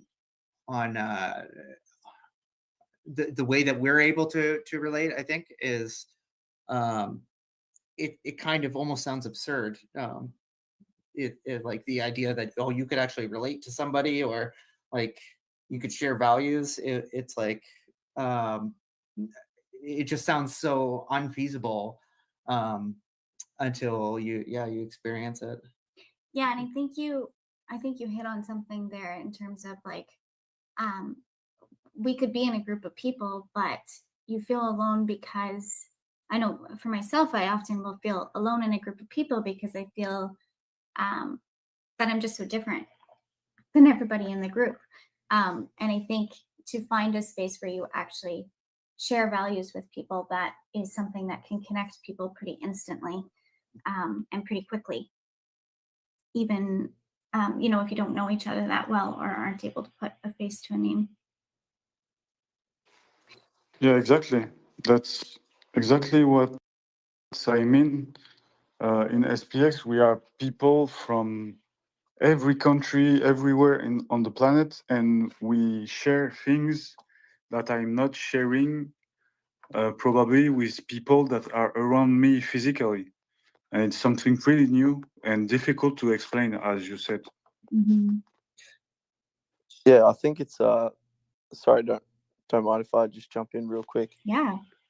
I think you're dead right, and everyone's from all around the world, and you feel a certain way, Mike, for example, but it's very validating in hearing that like there's so many people who feel the exact same way as you, and like it just compounds onto each other when you start to hear more and more stories of people feeling the exact same way, and it's such a special thing to have such a community full of people who are just so pure and down to earth and really get a lot of value out of just being a part of it, not worrying about anything else but building something together. It really feels like you're in a startup, or like a you know, like we're already a unicorn, but we're building something even bigger than that, and you got so many people just working for free, feeling the exact same way as you, and just very aligned, and just vibrating at the same level. It really is something special, and it's only going to grow bigger and bigger when more and more people realize that, hey, this is more than just making money. This is about building something together, which is like one of the core human values, you know? Right. Yeah. I think I was thinking that it like how it, I guess, selects for the right people. I guess Murad would say like pure-hearted. And it's amazing how it does that. It's almost like kind of a little miracle that you can really trust anybody who really gets it and will really just loves SPX. It's like I already know, even if we don't agree on like a ton of different things, or like we wouldn't maybe like there's so many different kinds of people, but like we'd agree on some of them, like the most fundamental things, like what is fundamentally has value in life and things. And it's interesting because like I can kind of predict the kinds of people who would like listen to the message or would be interested in it. Like I'm always looking for people to tell about SPX, but it's like there's certain people where it's like you just know they're going to dismiss it completely, and then there's other people that are just like, oh yeah, you would vibe with these values, and those are the kinds of people that tend to, I don't know, tend to get interested and actually yeah, take an interest. And so yeah. Yeah, exactly. It's easy to dismiss, you know, like before the internet even existed, and maybe you have a certain worldview of whatever, like, you know, like you really value human connection and building something and helping other people grow and all that sort of stuff. And then the internet, this amazing thing, which is SPX, brings all of those kinds of people together. And honestly, it feels so good because, you know, like that's such a common thing in crypto where it's like, oh, exit liquidity, wait till retail joins. And then, but for us, it feels like retail's going to join and we're going to help them create something awesome, and just they will benefit from it and everyone will benefit from it. And it's not a zero-sum game. We're all going to win together and really create something special with a great group of people. And just the way the world's going, and sometimes it's a little bit out of your control, but in this sense, we're taking back control with SPX, and the everyday good person is going to win. So yeah, I just can't wait for it to play out, and I'm loving the journey. It's all about the journey. And it's just so cool watching it grow bigger and bigger, and more people getting involved, and more people coming out and saying, hey, this is actually something special, and I'm feeling a different way about this, and I've never felt this way, or it's changed my life. Or even for you, Mike, you've lost a lot of weight. Like it's really, it's so special. Yeah, it's I guess the perfect kind of answer for so many of the problems that people are struggling with. And it's kind of like people will just be talking about, you know, I guess like, you know, finance or any, there's so many things that you can kind of pay attention to say that, oh, the world is not going in a good direction, it's hopeless and everything. And like finding SPX, it's like I'm like, I feel optimistic, and it's like I have like almost an argument. It's like, yeah, but look into SPX.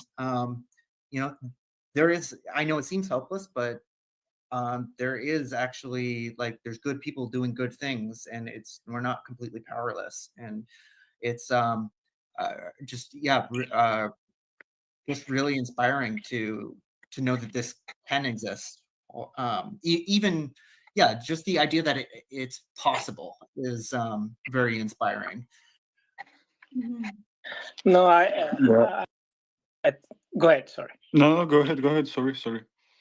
No. I was just as Dub and Polly were speaking. Very true. You know, I'm a big believer in law of attraction, and we talk mathematically. Yes, we talk about power law, right? Power law. If you try to resonate and draw commonalities between law of attraction and power law, and take it into the sense that yes, positive energy attracts positive energy. This is one life God has given us. Two choices: start cribbing about the life that you are in, or the aura you live in, and be negative, or you can turn around with just a simple state of mind and look at what you're blessed with. Getting early in the morning, even getting up, our heart beating, getting up in the morning, and that's a blessing itself, right?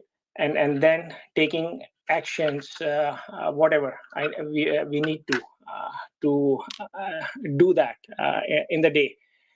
I kind of means I never used to be. I think life has taught me enough from my work experience and all that. If we look too much forward looking is good, planning is good, but day by day, I think that's we can learn so much things from our own kids. I'll tell you, you know, for spending time with kids, it's like, you know, bringing to the moment, bringing to the present. Our mind is always rushing. Yes, oh, right now I'm playing, I'm doing this, what's next? It's always in the back burner, what's next, right? So I think that is something that I have learned with, of course, it's not been an easy journey. A lot of meditation. I'm a very early riser with yoga and all that, and a long way to go. Every day is a learning. Any new person I meet in my real life, it's just looking the positive side of those things, right? Maybe I can learn from something with this 10 minutes 5 minutes interaction, whether it's in a parking lot, whether it's going to my gym workout. Everybody can teach anyone. And the beauty of this, the community, any community can be beautiful, right? Why just SPX? The way I think it,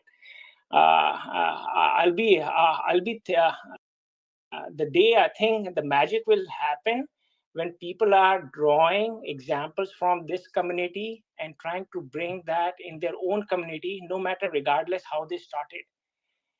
If they're changing, that's good. That means we have done our job to a next level, right? So that kind of energy spreads, and keeping that in mind. The other thought that was coming in mind, as I think Dub was speaking about it, is oh, sorry, I just lost my thought train around SPX and humans. No, I got it. So running companies, right, means right now I'm running a second company, a startup company, and the way I think I used to work in a Fortune 500. Why people work, right? Is it always about money, right? And don't lie. I'll lie if I say I don't like money, right? Everybody likes money to a certain level and have a different meaning, what they can draw with money, right? So and what I've learned is it's kind of a diminishing returns, right? More kind of an economic term there, but the money, if balanced well, and that's not a loose statement, but balanced well, you have to have discipline with money, that yes, when to draw that line and say, okay, this is enough, I'm contented. And though opportunity are there in the pipeline to do more, but at what cost, right? At what cost? And that when you answer that and sit down and see, okay, is it going to change me, who I am as a person? And whether daily habits, whether whatever you do in life and all that, then maybe perhaps no, because the temptations could be easy, right? Today somebody's making 100K, tomorrow 200, 250. That never ends. That cycle, right, never ends. And I've gone through that journey, leaving a corporate job, doing a startup, which taught me a lot about people, having empathy with them, and looking things from different angle. and having that respect for small things that I never used to used to take for granted. Oh, after every 15 days I'll get a paycheck, right? And technology, we're sitting behind the computer and doing this. Yes, the paycheck will come regardless. I'm traveling, this and that. So, but then I realized, no, this is just simple waste of my life, right? Means I got a house, got a car, I got a good family, and all that, but I was still missing something deep within that was not my calling. And many people in life don't even have time to sit down in peace and have that self-reflection.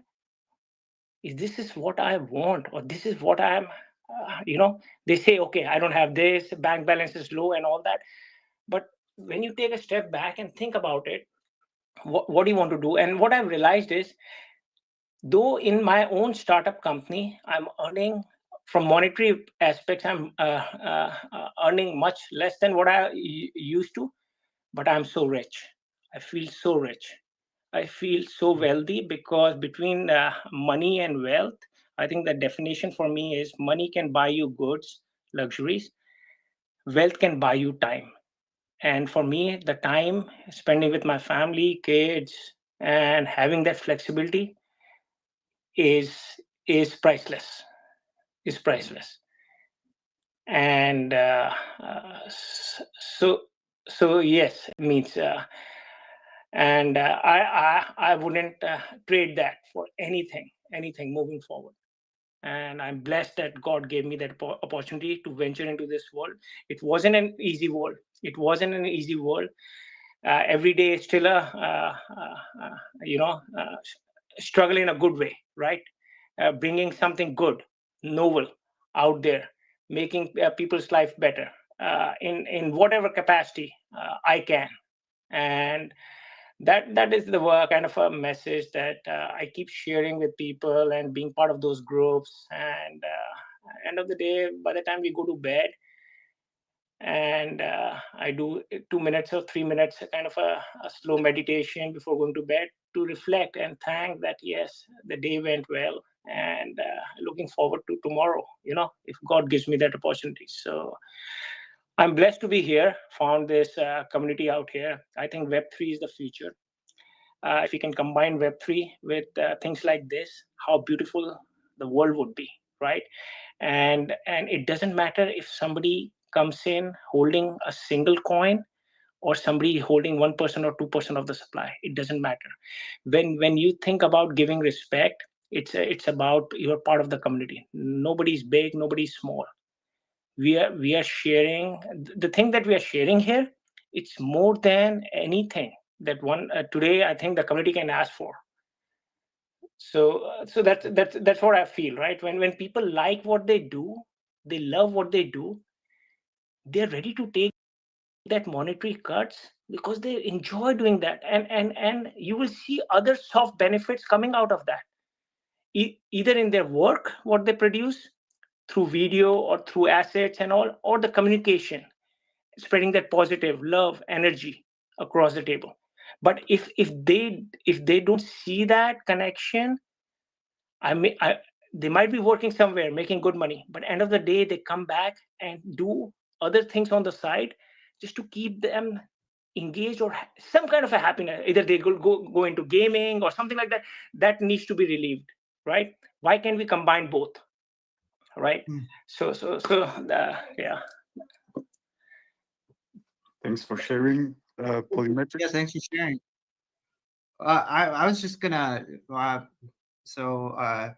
You said a lot. There's a few things that I wanted to comment on, but one thing that I'll say is at the beginning you were kind of talking about just the being in the present and just kind of staying in the moment versus kind of planning and thinking about the future and everything. I think that's one of the things that our society is kind of training our nervous system to think about, and to how it perceives reality as kind of a threat. When we're trying to plan, I think the reason why people get stuck in planning so much is because they're afraid. They're afraid to just kind of be in the moment, and they need to plan for things that might go wrong and everything. And I think there's kind of a perpetual state of fear that people have, like things aren't right in society or whatever, the economy, and it's very difficult to stay in the present. And I think one of the things with that is like when you're thinking about planning and everything, it's like what we're trying to do is predict the future. And most predictions right now, I think like most people would have bad predictions about the future. Things are going in the wrong direction. And as long as you're thinking about that, then you're actually making it more likely that that will happen in the future. You're kind of manifesting bad stuff.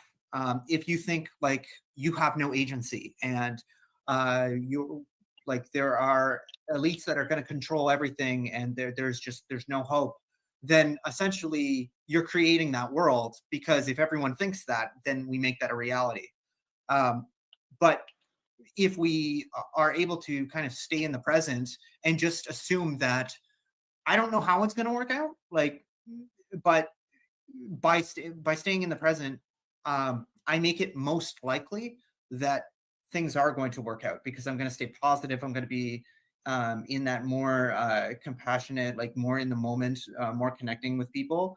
And it's that is going to, like, if there's any hope, that it's going to have to come from us being in the moment, from getting along, from loving each other.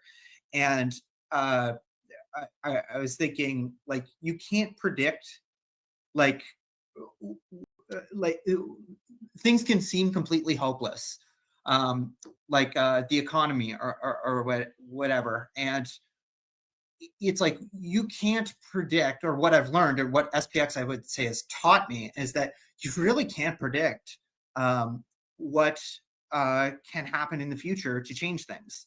Like, I comprehended that something like pure belief assets, or SPX, could have existed. That's just it. I don't think it was on anybody's radar. And I had to just kind of have faith, be in the present, and just be optimistic. And that led me to SPX. And it's that ability for us all to kind of do that, to stay in the present, to love each other, that makes it possible for SPX to have so much power. And I don't think we can really comprehend the effects that it can have on the world if we just kind of stay the course and continue with having faith and believing in something. And believing in something, right? Right. No, I completely agree that manifestation part and staying in the present, right? Easier said than done. Because we live in this society, right? We deal with a lot of different kind of people around the area, community, work life, personal life, where we are in. It's kind of a self-reminding ourselves, no, I'm going to stop if I'm going too far away. And planning is good, but when too much planning, too much, that is, for me, is a word that resonates with fear and uncertainty, overpowering your current thought process, your originality, your vibes. Because if you're thinking in present and you're talking to someone, people can sense the vibes, right? You're sending across. And I tell my family, it's not about this. Look at this. The perfect example that way I kind of resonate is nature. Nature takes its own course of time, and everything happens. End of the day, everything falls into place, right? There's no rush. And same way, we got to keep doing what we are doing on an everyday basis. And if we are positive, if we are calm, and we are no matter, we are meeting different people who are not resonating with us today, but that positive energy eventually will has the power to turn the other person to look from a different perspective. Why is this guy always, no matter what the situation is, he's still happy? I can see that calmness in his face. I can still, he doesn't get panic. He doesn't get too excited. He's contented and all that. That's a state, that's a practice. But if I think majority are able to do that, and if SPX is that medium, we can bring a lot of people across communities out there. This becomes that what do you call it?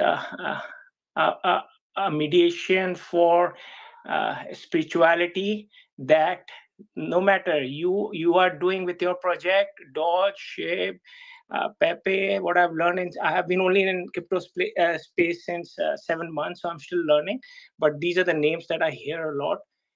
They can also come in and mellow with us on this common ground and take those best practices to their own projects.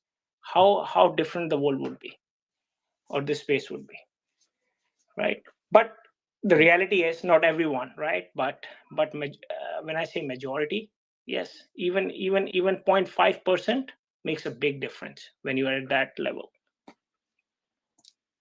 Right. Yeah. And I don't think we can comprehend just the difference that it can make until it happens. I wish our government, our policymakers, our around the world had little bit of this. Things would have been different, or could have been different, because we have so much surplus. Sometimes having too much surplus spoils you. Definitely. Yeah.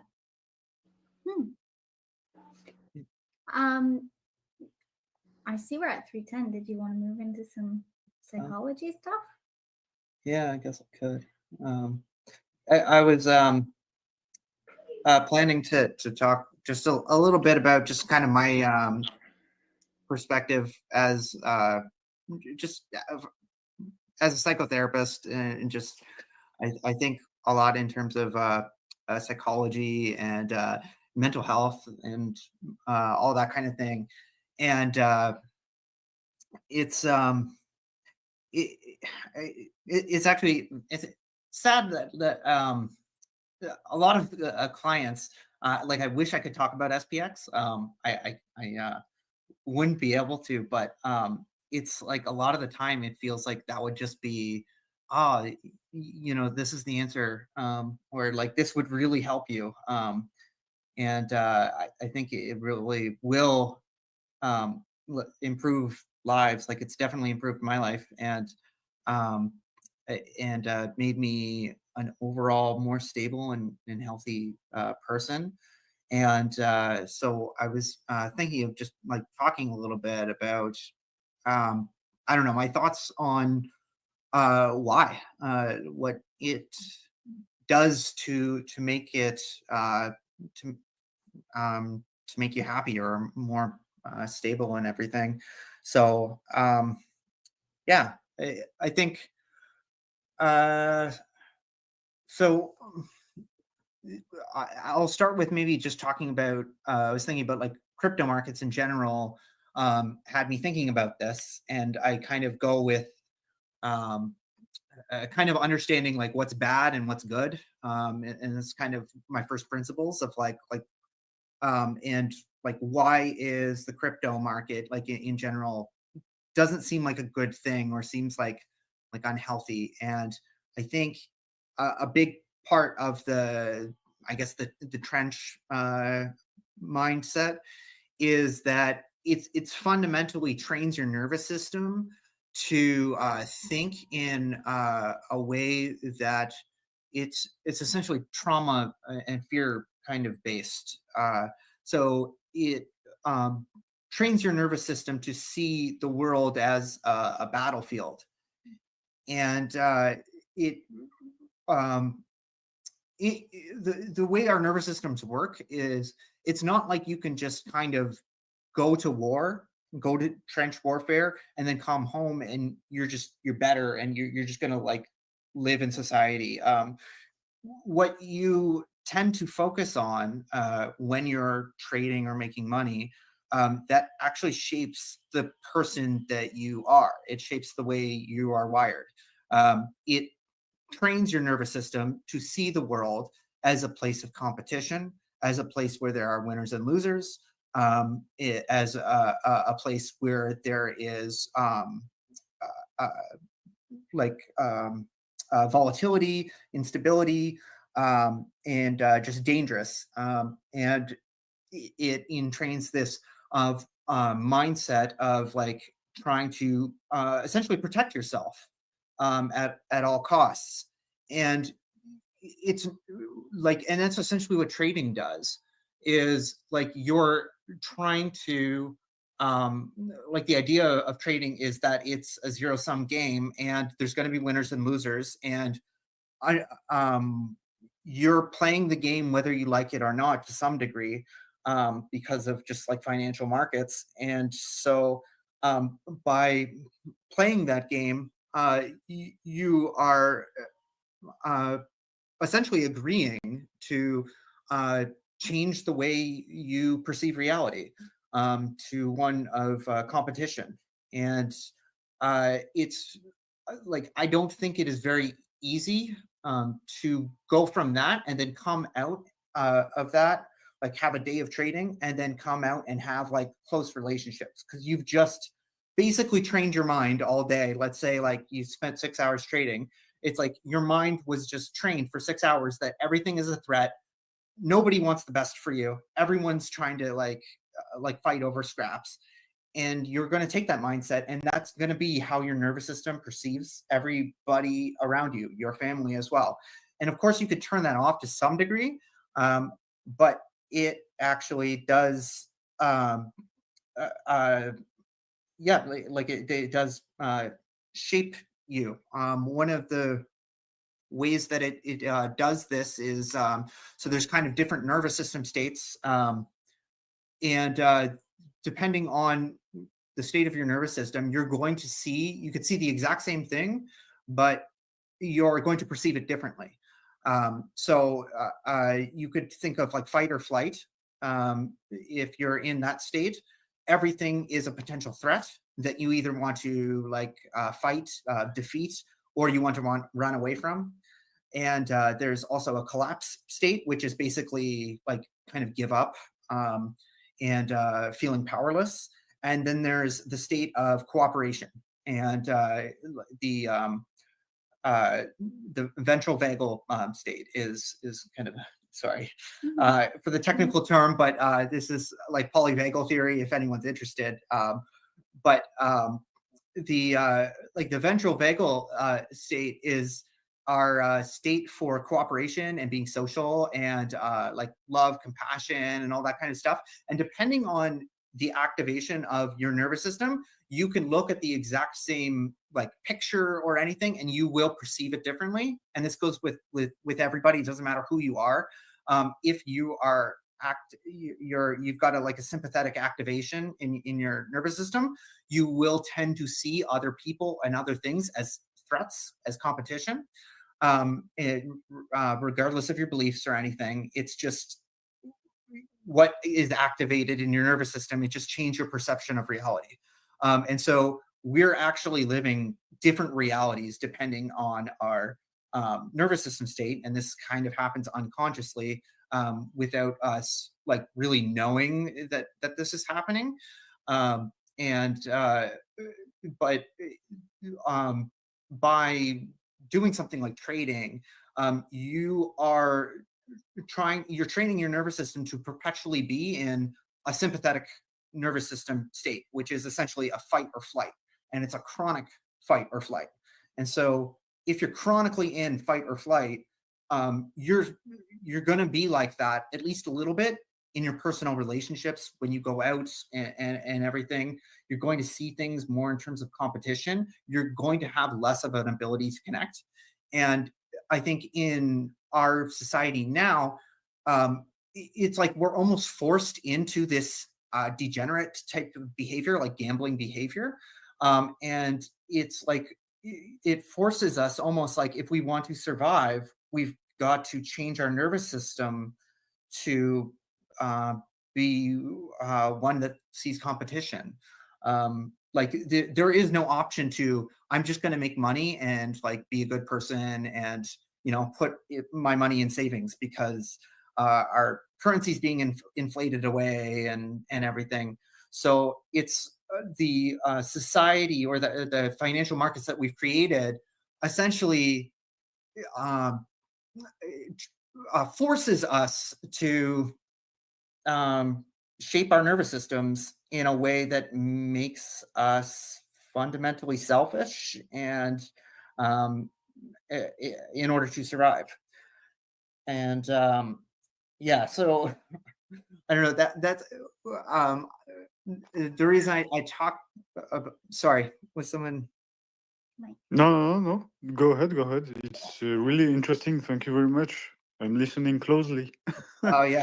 So yeah, I'm sorry if I ramble a bit. I've written a ton about this stuff. I never published any of it, but maybe I will at some point. But it's I did not really plan a structured way of talking about this, so I apologize if I am rambling or repetitive or anything at any point. Don't worry, it's perfect. Thank you very much. No, Don't worry. I think that was great, Polly. I think you shared a couple of things that I discussed with my friend at Stanford. We talk about neuroplasticity, right? And people who are familiar with this term, it's kind of a nervous system's capacity to change its structure. The older research used to say, okay, our mind can grow up till, our 17, 18 as an adult.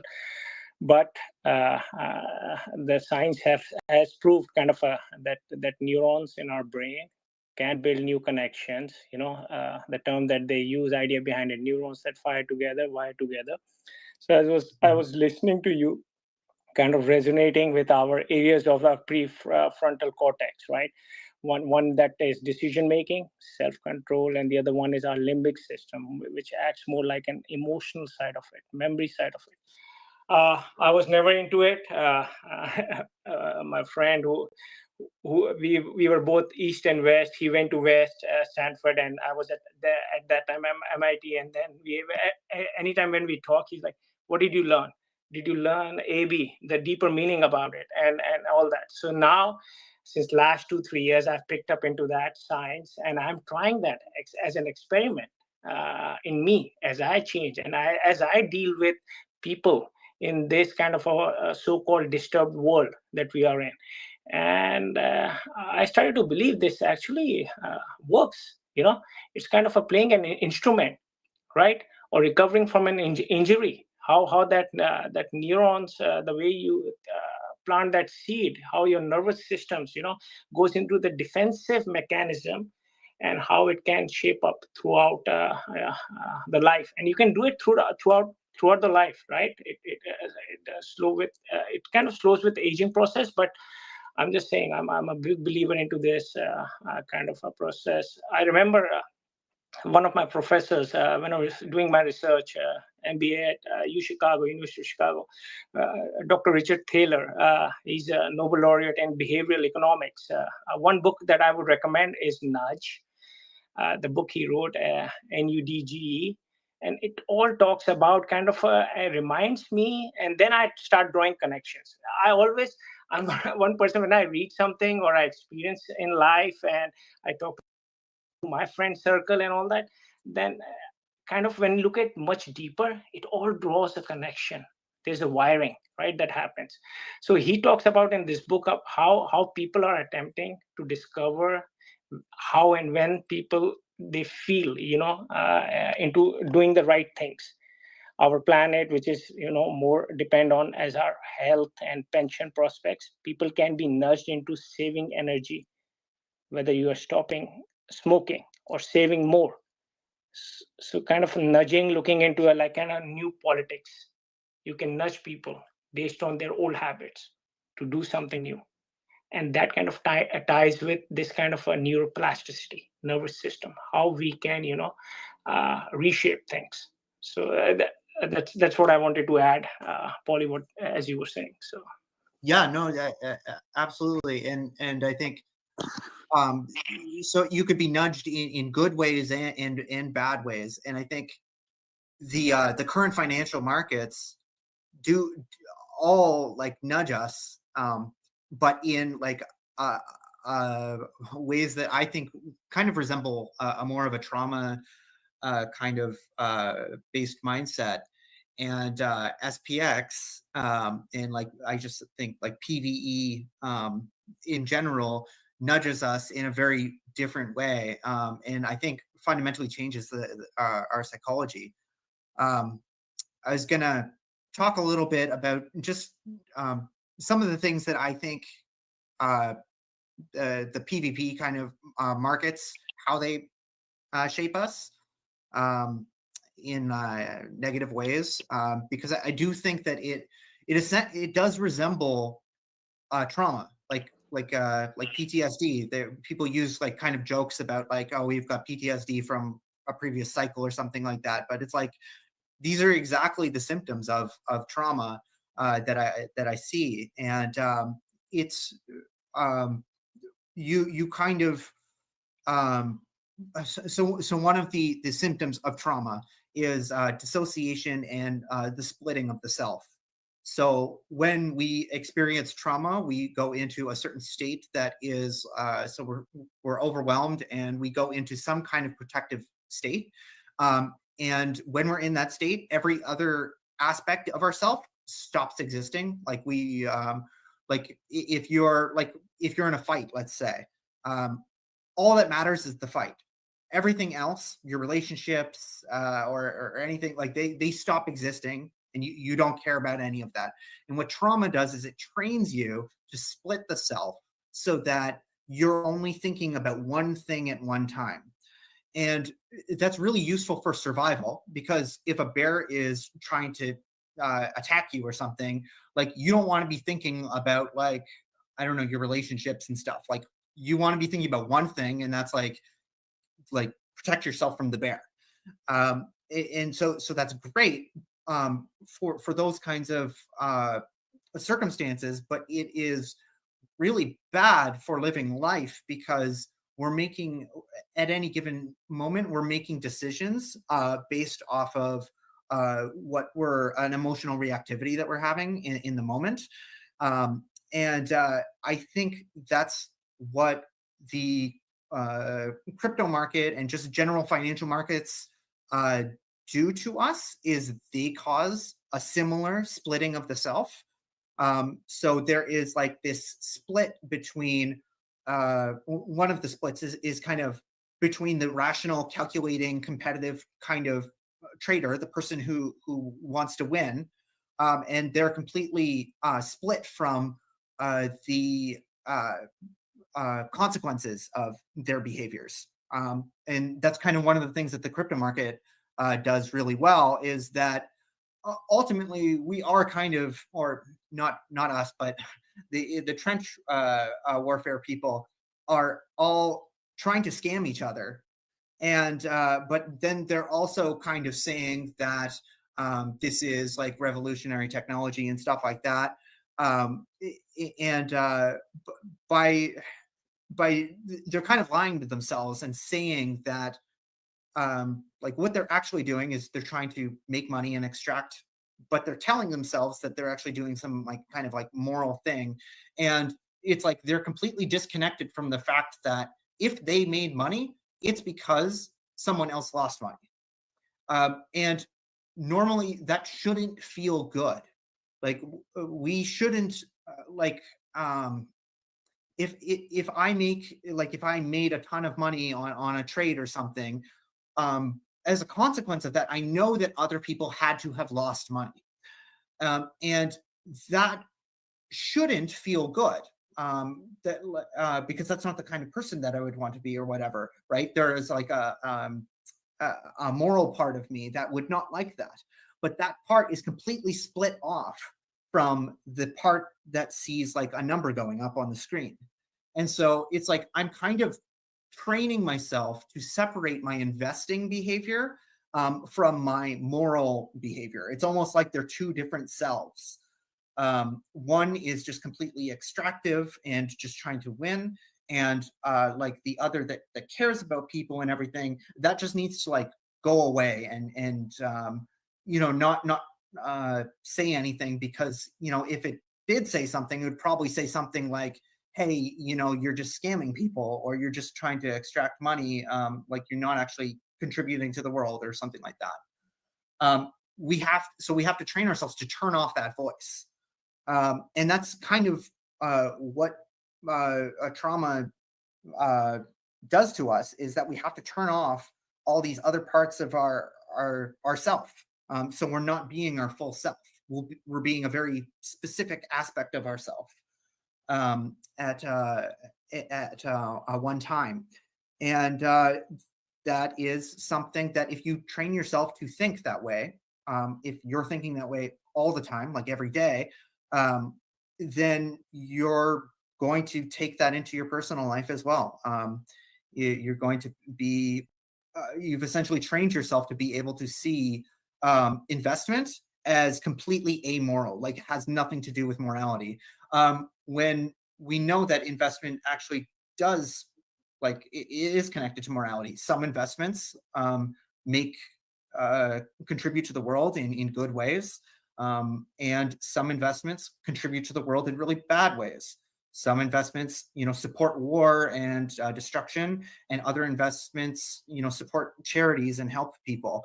And what we do by engaging in things like the crypto markets is we're training ourselves not to think of investments in that way.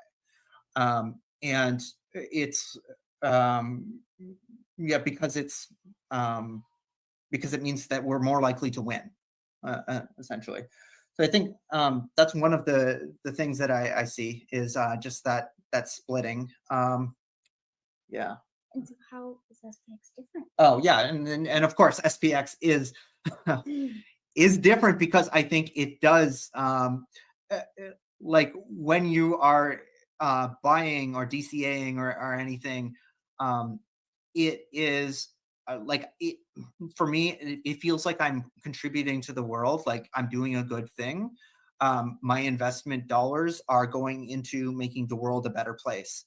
And by being able to have an investment that allows me to both not die and, like, you know, make money, right, survive, but also feel like I'm contributing to the world, that's the priceless, one of the priceless things about SPX is that I don't have to split myself. I don't have to think about investment as, oh, that's the one place where I'm just selfish and I only care about winning and losing. I don't have to sell my soul to that degree. And so, like, I'm very thankful for that. And I think it's very healing that we're able to do that. Yeah, I think, did I explain that well? I think so. Yeah, I don't know. Wow, it's crazy interesting. I absolutely love what you talk about. Yeah, it's really interesting to see it that way, like to split a little bit yourself in order to make money, and how I think we lost you, Mike. Are we still connected? Mike? Oh. Oh.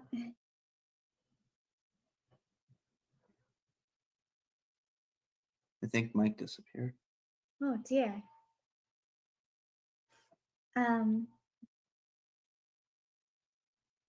Mike? Oh, I think he Hmm? got put in as a listener. We need Chang. Just a moment.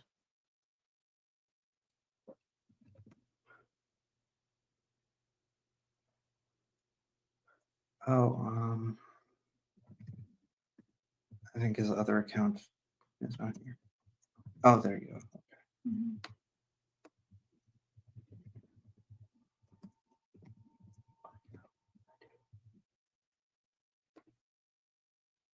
You know. Did you have more to say about that? About the drama and trading?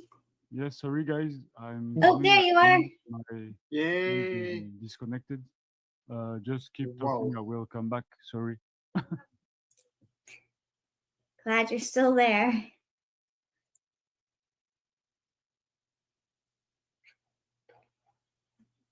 Okay. Well, yeah. Maybe I'll add some thoughts to what I was saying. Other ways that I see the our crypto markets kind of affecting us and shaping us is that when we split ourselves, so when we split our kind of more ethical, compassionate parts from the parts that want to win and make money, what we're also doing is we are stripping all meaning away from our actions. So all that our actions are associated with. So when we're healthy and we're working well, our actions should be associated with like a lot of different dimensions, like so like doing something for somebody else is connected to like who you are as a person, what kind of person you are, whether you're contributing to the world, and like how your sense of like feeling important. Like I'm a good person, I'm a helpful person, I'm a good father, you know, whatever it might be. And when you're trading, you strip all of that out, and all you care about, all that like your actions are associated with is winning or losing, like a number going up on the screen, essentially. And so what it trains your nervous system to see the world as kind of meaningless. Essentially, every decision that you make has no felt sense of meaning. It's only like you win or you lose, the number goes up or it doesn't, and that feels good or bad in the moment, but it has no actual deeper meaning. Whereas like, I don't know, you can compare to like an investment in, like you invest in a business that contributes to the world, or like some kind of charity or something. When you make an investment there, that's like deeply meaningful, that can connect to your sense of self and your sense of like your life's purpose and everything like that. And when you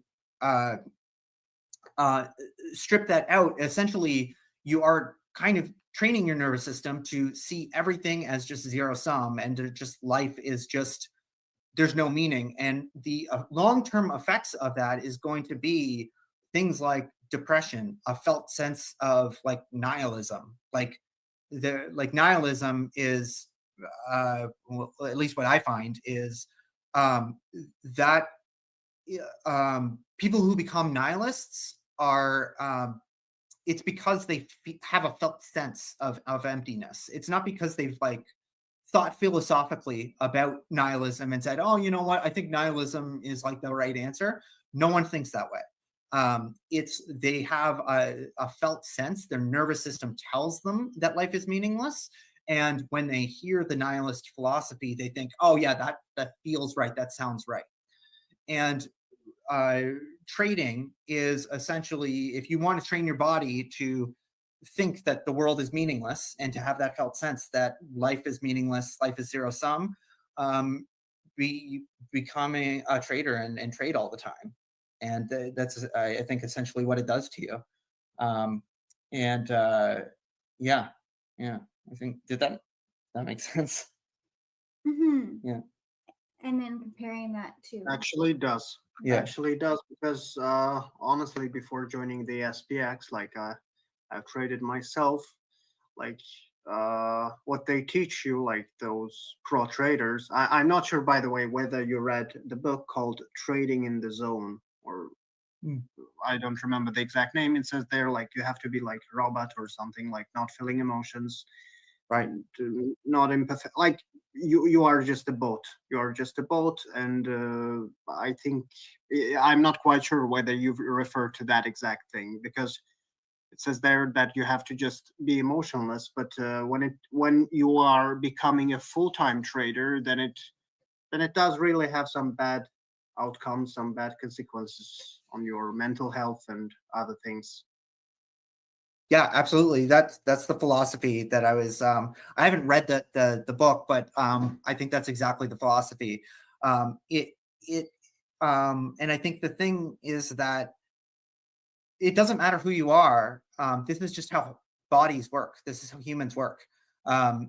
If you become like if you shape yourself and shape your life about this, then you'll start to think that way. It doesn't matter how compassionate a person you might be. If you train yourself otherwise, you will not be a compassionate person anymore. And it's essentially finding a way to train yourself to be a little bit more sociopathic, I guess, in a sense. And that's not, I'm not judging people, traders or anything like that. I think everybody can kind of fall into that.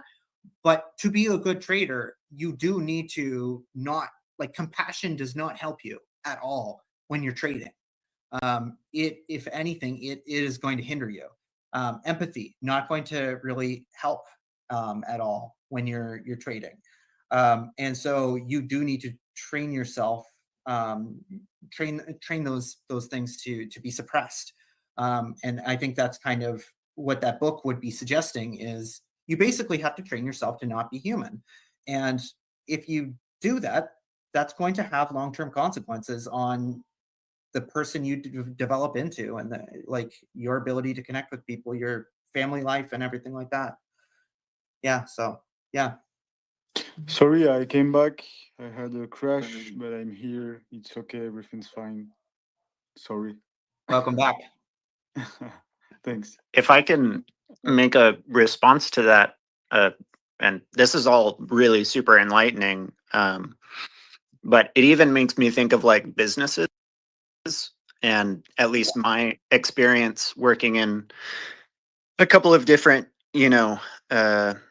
areas and having a lot of different odd and end jobs and stuff. But I've had, a couple jobs where I've worked for big companies and stuff, and I think you hear it all the time that people talk about they feel like a number, at work, not like a human, and I think a lot of what you're saying has kind of like reached this large scale economic influence on how, like, what capitalism looks like, what the economy looks like. It's extremely impersonal. It's it's the bottom line, like, get the profit and loss up another 2%. It doesn't matter if we fire 20,000 people to do it, and Exactly. it's a very fractured way of thinking about just society at large, from just an economic standpoint, so it's really interesting. Thanks for your knowledge on that.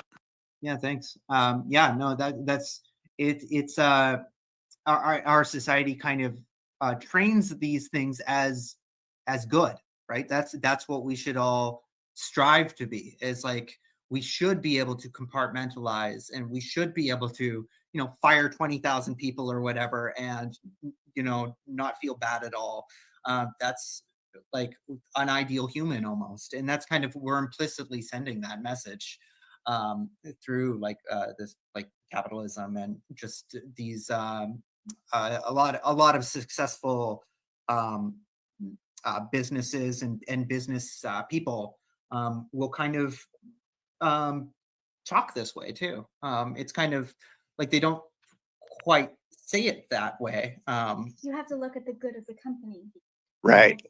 Vision that's the overall good for the company, rather than and you're trained to think that way, like the company comes first, because their reasoning is, well, then we can continue to provide jobs for other people. But in the meantime, you do have to train your brain to turn off that part that cares about individual people and about the family represented there.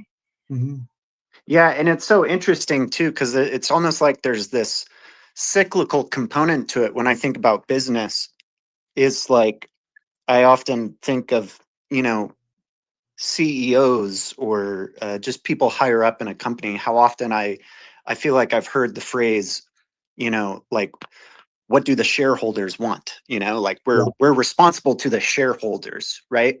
And it's like, well, what do the shareholders want? They want that number on the screen to go up. You know, that's what they care about. They want the number on the screen to go up. And so it doesn't, you know, it just feeds that kind of cyclical loop of, I don't know, crap. Yeah.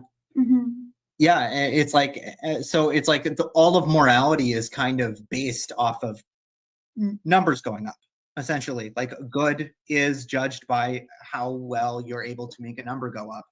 And it's completely divorced from any kind of personal sense of morality you might have. So it's like you do need to split from that if you're going to be successful in business at all, like really successful. Yeah. Yeah. Yeah, well, and it's interesting because of like how much people feel like they don't, you know, get any kind of meaning or purpose out of their jobs. And it's no wonder why, you know, when we have a system that works like this.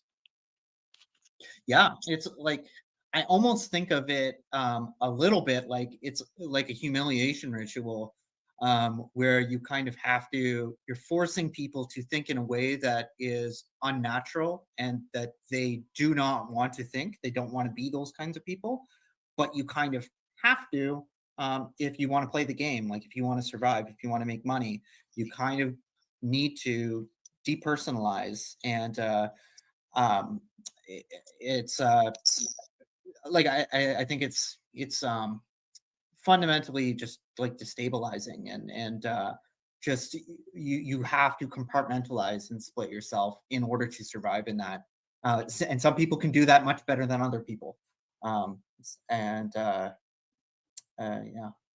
I know that I can, speaking from personal experience, the better that I got at compartmentalizing my feelings, the more successful I became, professionally speaking, and the more depressed, you know, and meaningless I felt all the way down the road, which, you know, at its core is one of the reasons, you know, how I came across SPX, you know, because so many of us are looking for a more wholesome way to live life.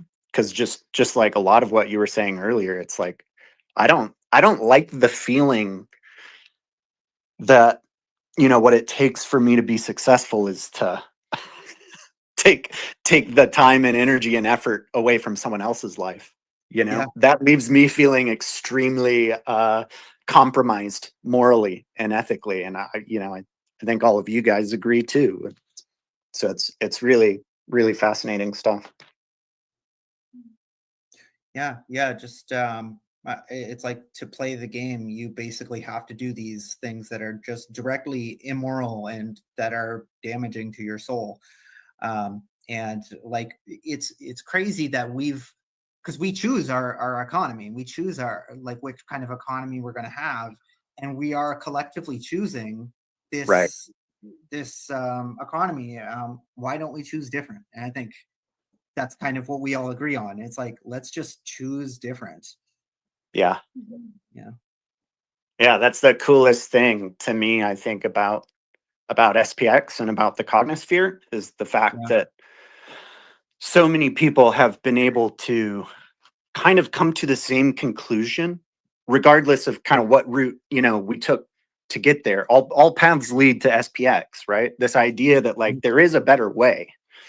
And, you know, it doesn't have to be perfect, but we can all recognize that whatever system or structure that we're living in, whatever kind of economy we're living in, like we can do it differently than this. It doesn't have to be this way. We've been rewarding certain behaviors in society for so long that it's everything you're talking about. It's literally, I think, fractured us, you know, societally speaking. Like it's not good for sure. So it's super encouraging to just find this community and so many people who are thinking the same way and just wanting to make the world a better place. Right. We all want the exact same thing. and like when you get down to it, even across political lines, it's like the core things that we want are very similar. Like everyone thinks that the economy is a problem, and that the having like a job where you're just a number and you're depersonalized, like everyone kind of agrees that's a problem. And we just need to let people know that there's a solution. People don't realize that, but it's like they like the answer or the change, like everybody wants that change. We just need to kind of like let people know, all you have to do is this. Like all you have to do is kind of like, we just need to collectively agree to believe in something different, and then there will be different. It'll be different. We will have a different economy. Yeah, I totally agree. I think it's kind of, the like process that we all go through. It makes me think of that like Spider-Man meme where we're all like pointing at each other, and it's Yeah. like, it's like, do you actually believe? Like I'm making sure that like you guys believe too, because all of our experiences in society tell us not to trust each other, right? Right. And so it's like, I think I tweeted something out the other day about like, SPX is like this real-time case study of watching humans learn to trust each other again. Because that's literally what SPX feels like to me, at least, is just like at its core, pure belief assets. It's like it comes down to whether or not we trust each other. And can we persist forever in not rugging each other? Right. No, that's exactly it. And that's like just connecting it to like the nervous system stuff that I was talking about. So I was talking about polyvagal theory, and the idea is that there's basically 3 nervous system states. 2 of them are threat states. They're threat responses, and then the other one is the trust cooperation state, and that's the ventral vagal. And essentially, you can't be online and like interacting with people in the ventral state because it's dangerous. We haven't found a way to like do that without being scammed. And SPX is kind of, we're learning how to do that. We're learning how to be activated in that ventral vagal state and cooperate online without being able to see anyone, without needing body language or anything like that, through these other mechanisms. So I think that's one of the most profound things about it is learning to trust. Yeah. It's so interesting. I absolutely love all these demonstration and all these linked subjects with the brain and how the society is organized. And Adil or Duwile, you want to say something? Maybe you came in. Yeah, sure. Yeah, this whole conversation has really got me thinking a lot about poker, and just like for people that have never played before, you might think that, you can go to a casino, you're basically lighting money on fire. But poker is actually a service that's provided within a casino. So just a little bit of information there. And so there's people that have edges, right? Similar to trading, expected value is a core part of poker, right? So what do you think the professionals are incentivized to do, right? The professionals, because there are professional poker players, are incentivized to find players who are what? Not as good as them. Recreational players, right? And so in the last 7 years, basically what you've had is these professionals like finding a little recreational player that's coming in just for fun, just to play, because he's getting away from the wife for the weekend. And he just wants to have a little bit of fun. But guess what? He goes into the poker room, and that's even getting so competitive that a lot of these games are private now. So it's like, hey, it's not even like an equal playing basis anymore. What we're going to do is we're just going to keep, hey, he's allowed to come in our game. He's allowed to come in our game, but you, sir, you're not allowed to play. And it's so it just couldn't. And so what does it take to become a really good poker player? It's like a lot of the characteristics of trading, and you have to be able to sort of take advantage. And also, like, obviously keep your like mental fortitude and all that, and just stay locked in. And there's a lot of good to poker. There's a lot of good to trading as well. But I couldn't help but hear the parallels and not request to come up here and speak. So yeah, I'm loving this live stream. This is I've been holding for over a year now, and love the community. And I gotta walk my dog. I'll see you guys probably later tonight.